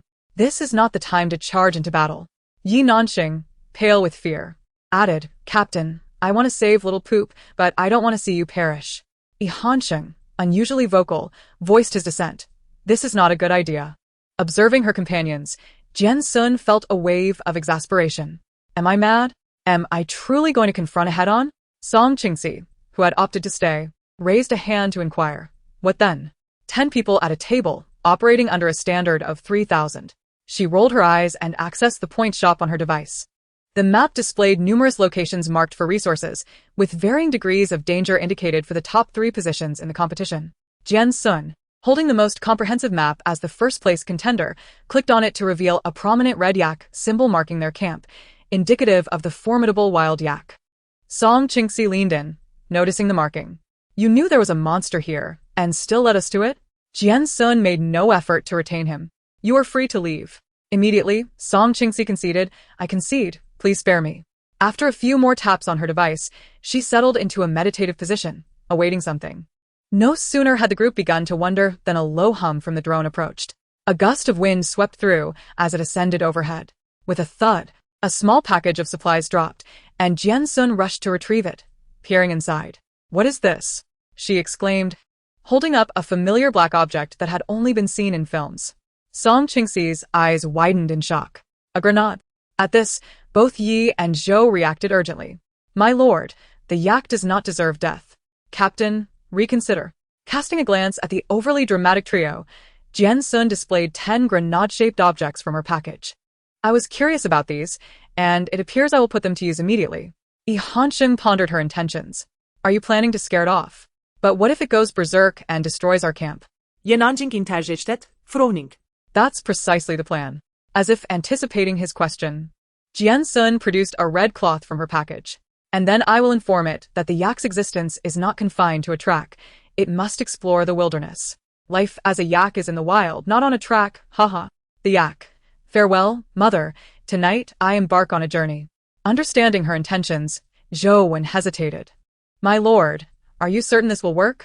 The yak looks quite ferocious. Jian Xun nodded, explaining, in its natural habitat on the plateau, it might not be effective. But here, surrounded by trees, it will soon lose its bearings. With that, she began assigning tasks to those who remained. Yi Hansheng and Song Qingzi, you will be in charge of throwing the shock bombs. Yi Nanqing, you will circle around to keep an eye on little Poop and ensure it doesn't get startled. Having seemingly assigned everyone their roles, Zhou Wen eagerly approached. What about me? Jian Xun, stuffing 2 shock bombs into her pocket, regarded her. You are responsible for keeping out of trouble. She protested. Can I contribute? Then you can distract it. With that, Jian Xun began shoving the red cloth into her arms. Your Majesty, during this expedition, please be cautious of the wild boar. Jian Xun shot her a disapproving glance before preparing to step towards the open terrain she had scouted. However, in the next moment, someone suddenly seized her wrist. Just as she was about to inquire about the matter, she felt a firm grip on her wrist, pulling her closer without any warning. Observing the scene, fans eagerly began to speculate in the comments. Is he about to deliver a significant declaration? Could it be something like the domineering CEO trope? Woman, I forbid you to put yourself in danger. You must not go. He wouldn't be so klitsch. Perhaps he will accompany her out of concern. Accompany her? That just complicating matters? With the wild boar king around, what is there to fear? Just take down that little wild yak. Chapter 107. The Wild Yak. Regardless of the netizens' conjectures, Yi Hansheng, after pulling her close, uttered not a single word. He merely lowered his head slightly and then crouched down beside Jian Xun's feet, mirroring their previous 3-legged stance from yesterday. He extended his hand and expertly retied her slightly loose shoelaces, unnoticed by anyone else. Rising once more, he simply stated, "Be safe." Jian Xun responded with a reassuring smile and resolutely turned to step onto the battlefield. He loves her so much. This farewell to a soldier heading to battle is so poignant. Help, I insist that Jian Xun is genuine. I dare anyone to dispute it. Love is in the air, yet the divine coupons remain stable. Why is everyone acting as if she is going to her doom? For the wild boar king. Isn't this just a trivial matter? Such a large yak and all you can do is talk. Why not give it a try? As the comments erupted into minor disputes, the individuals present began their meticulously coordinated actions. Jian Xun nimbly maneuvered through the dense foliage and positioned herself across from the camp. She observed the yak, which, after drinking, continued to roam around as if surveying the terrain. Stealthily, she advanced a few steps, successfully using the red cloth in her hand to capture the yak's attention. The wild yak, significantly larger than its domesticated counterparts, exuded a wild essence. Upon sensing an approach, it immediately assumed a vigilant stance. The yak and Jian Xun faced each other at a distance, both poised in a standoff. The yak appeared to recognize the potential danger posed by this human. It refrained from attacking, merely standing its ground, its long horns pointed defensively at her. Meanwhile, Jian Xun caught a glimpse of Yi Nanqing, who had stealthily circled behind the yak, preparing to slip into the enclosure where the little one was situated. Just then, upon seeing a familiar figure, the little one emitted a call that was neither too loud nor too soft. This sound instantly led the yak to believe it was being ambushed from behind. Due to its massive size, it struggled to turn around, giving Jian Xun the opportunity to close the gap. She swiftly tore the red cloth, successfully regaining the yak's attention. The yak's territorial instincts flared, perceiving the human's approach as a clear provocation. It raised its tail high, lowered its massive head slightly, and began to paw the ground with its front hoof, clearly preparing to charge. At that moment, Yi Nanqing seized the opportunity to leap into the enclosure and scoop up the little one. Fearing the yak would notice his sudden movement, he swiftly ducked into the nearby tent with the little one in his arms. In a flash, 2 dark, unidentified objects suddenly flew out from the dense underbrush nearby, landing not far from the yak. The invasion of its space ignited the yak's temper. With an angry bellow, it charged toward the red cloth before it. At that instant, Jian Xun quickly retreated, shielding her eyes with the open red cloth. A deafening explosion erupted, accompanied by a blinding flash of light. The yak, which moments ago had a clear target, now found itself disoriented. Startled, it began to spin in place, stomping its hooves, unable to identify its actual adversary. At this moment, a red silhouette charged forth with a momentum that was unstoppable, immediately capturing the yak's full attention. The overwhelming noise disoriented the beast, leaving it with a singular thought: to impale the intruder before it. With a furious roar, the enormous wild yak erupted in anger, snorting vehemently, its front hooves digging into the ground. Then, unexpectedly, the inquisitive little kangaroo that had poked its head out before their arrival appeared behind the yak. Perhaps feeling no threat from the camp, it bounced from the bushes to the yak's left side. Being closer and within the yak's striking range, it was almost instantaneously targeted by the yak's formidable horns. The yak's horns were incredibly tough, and combined with its massive strength, a single strike would be fatal for the little kangaroo. In a moment that caught everyone off guard, a loud shout emerged from the right side of the bushes. "Bun bun run." Zhou Wen's voice frightened the kangaroo away, but simultaneously exposed her presence to the yak. As the yak prepared to charge toward the direction of the sound, Yi Nanxing, who had been observing from behind the tent, unexpectedly dashed out. He waved his arms frantically, shouting loudly in an attempt to redirect the yak's attention. With so many invaders disrupting its judgment, the already irritable yak became even more enraged. Ignoring the unclear threat posed by the red cloth, it turned its head and charged directly at Yi Nanxing Run. Jian Xun immediately tried to reach out and halt the rampaging yak, but she was a moment too late. She only managed to grasp a handful of fur, while the yak's horns were now less than 3 meters from Yi Nanxing's body. Just as a bloody scene seemed imminent, a voice rang out, "Close your eyes and lie down." The calm, commanding voice prompted Yi Nanxing to drop to the ground without a second thought. Just 2 seconds after he lowered himself, the wild yak's assault commenced. While the yak was fierce and aggressive, its intelligence paled in comparison to that of carnivorous animals, meaning its attacks consisted merely of using its horns to thrust upward at its adversaries. However, since Yi Nanxing was lying flat, the yak's attempt to lift him only resulted in it flipping him over rather than tossing him off the ground. Though he ended up with a mouthful of dirt, his safety remained intact. Just then, a stun grenade tossed by Yi Hansheng exploded nearby.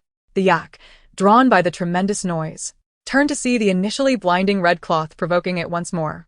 With an enraged bellow, it pivoted, charging toward Jian Xun, who held the red cloth.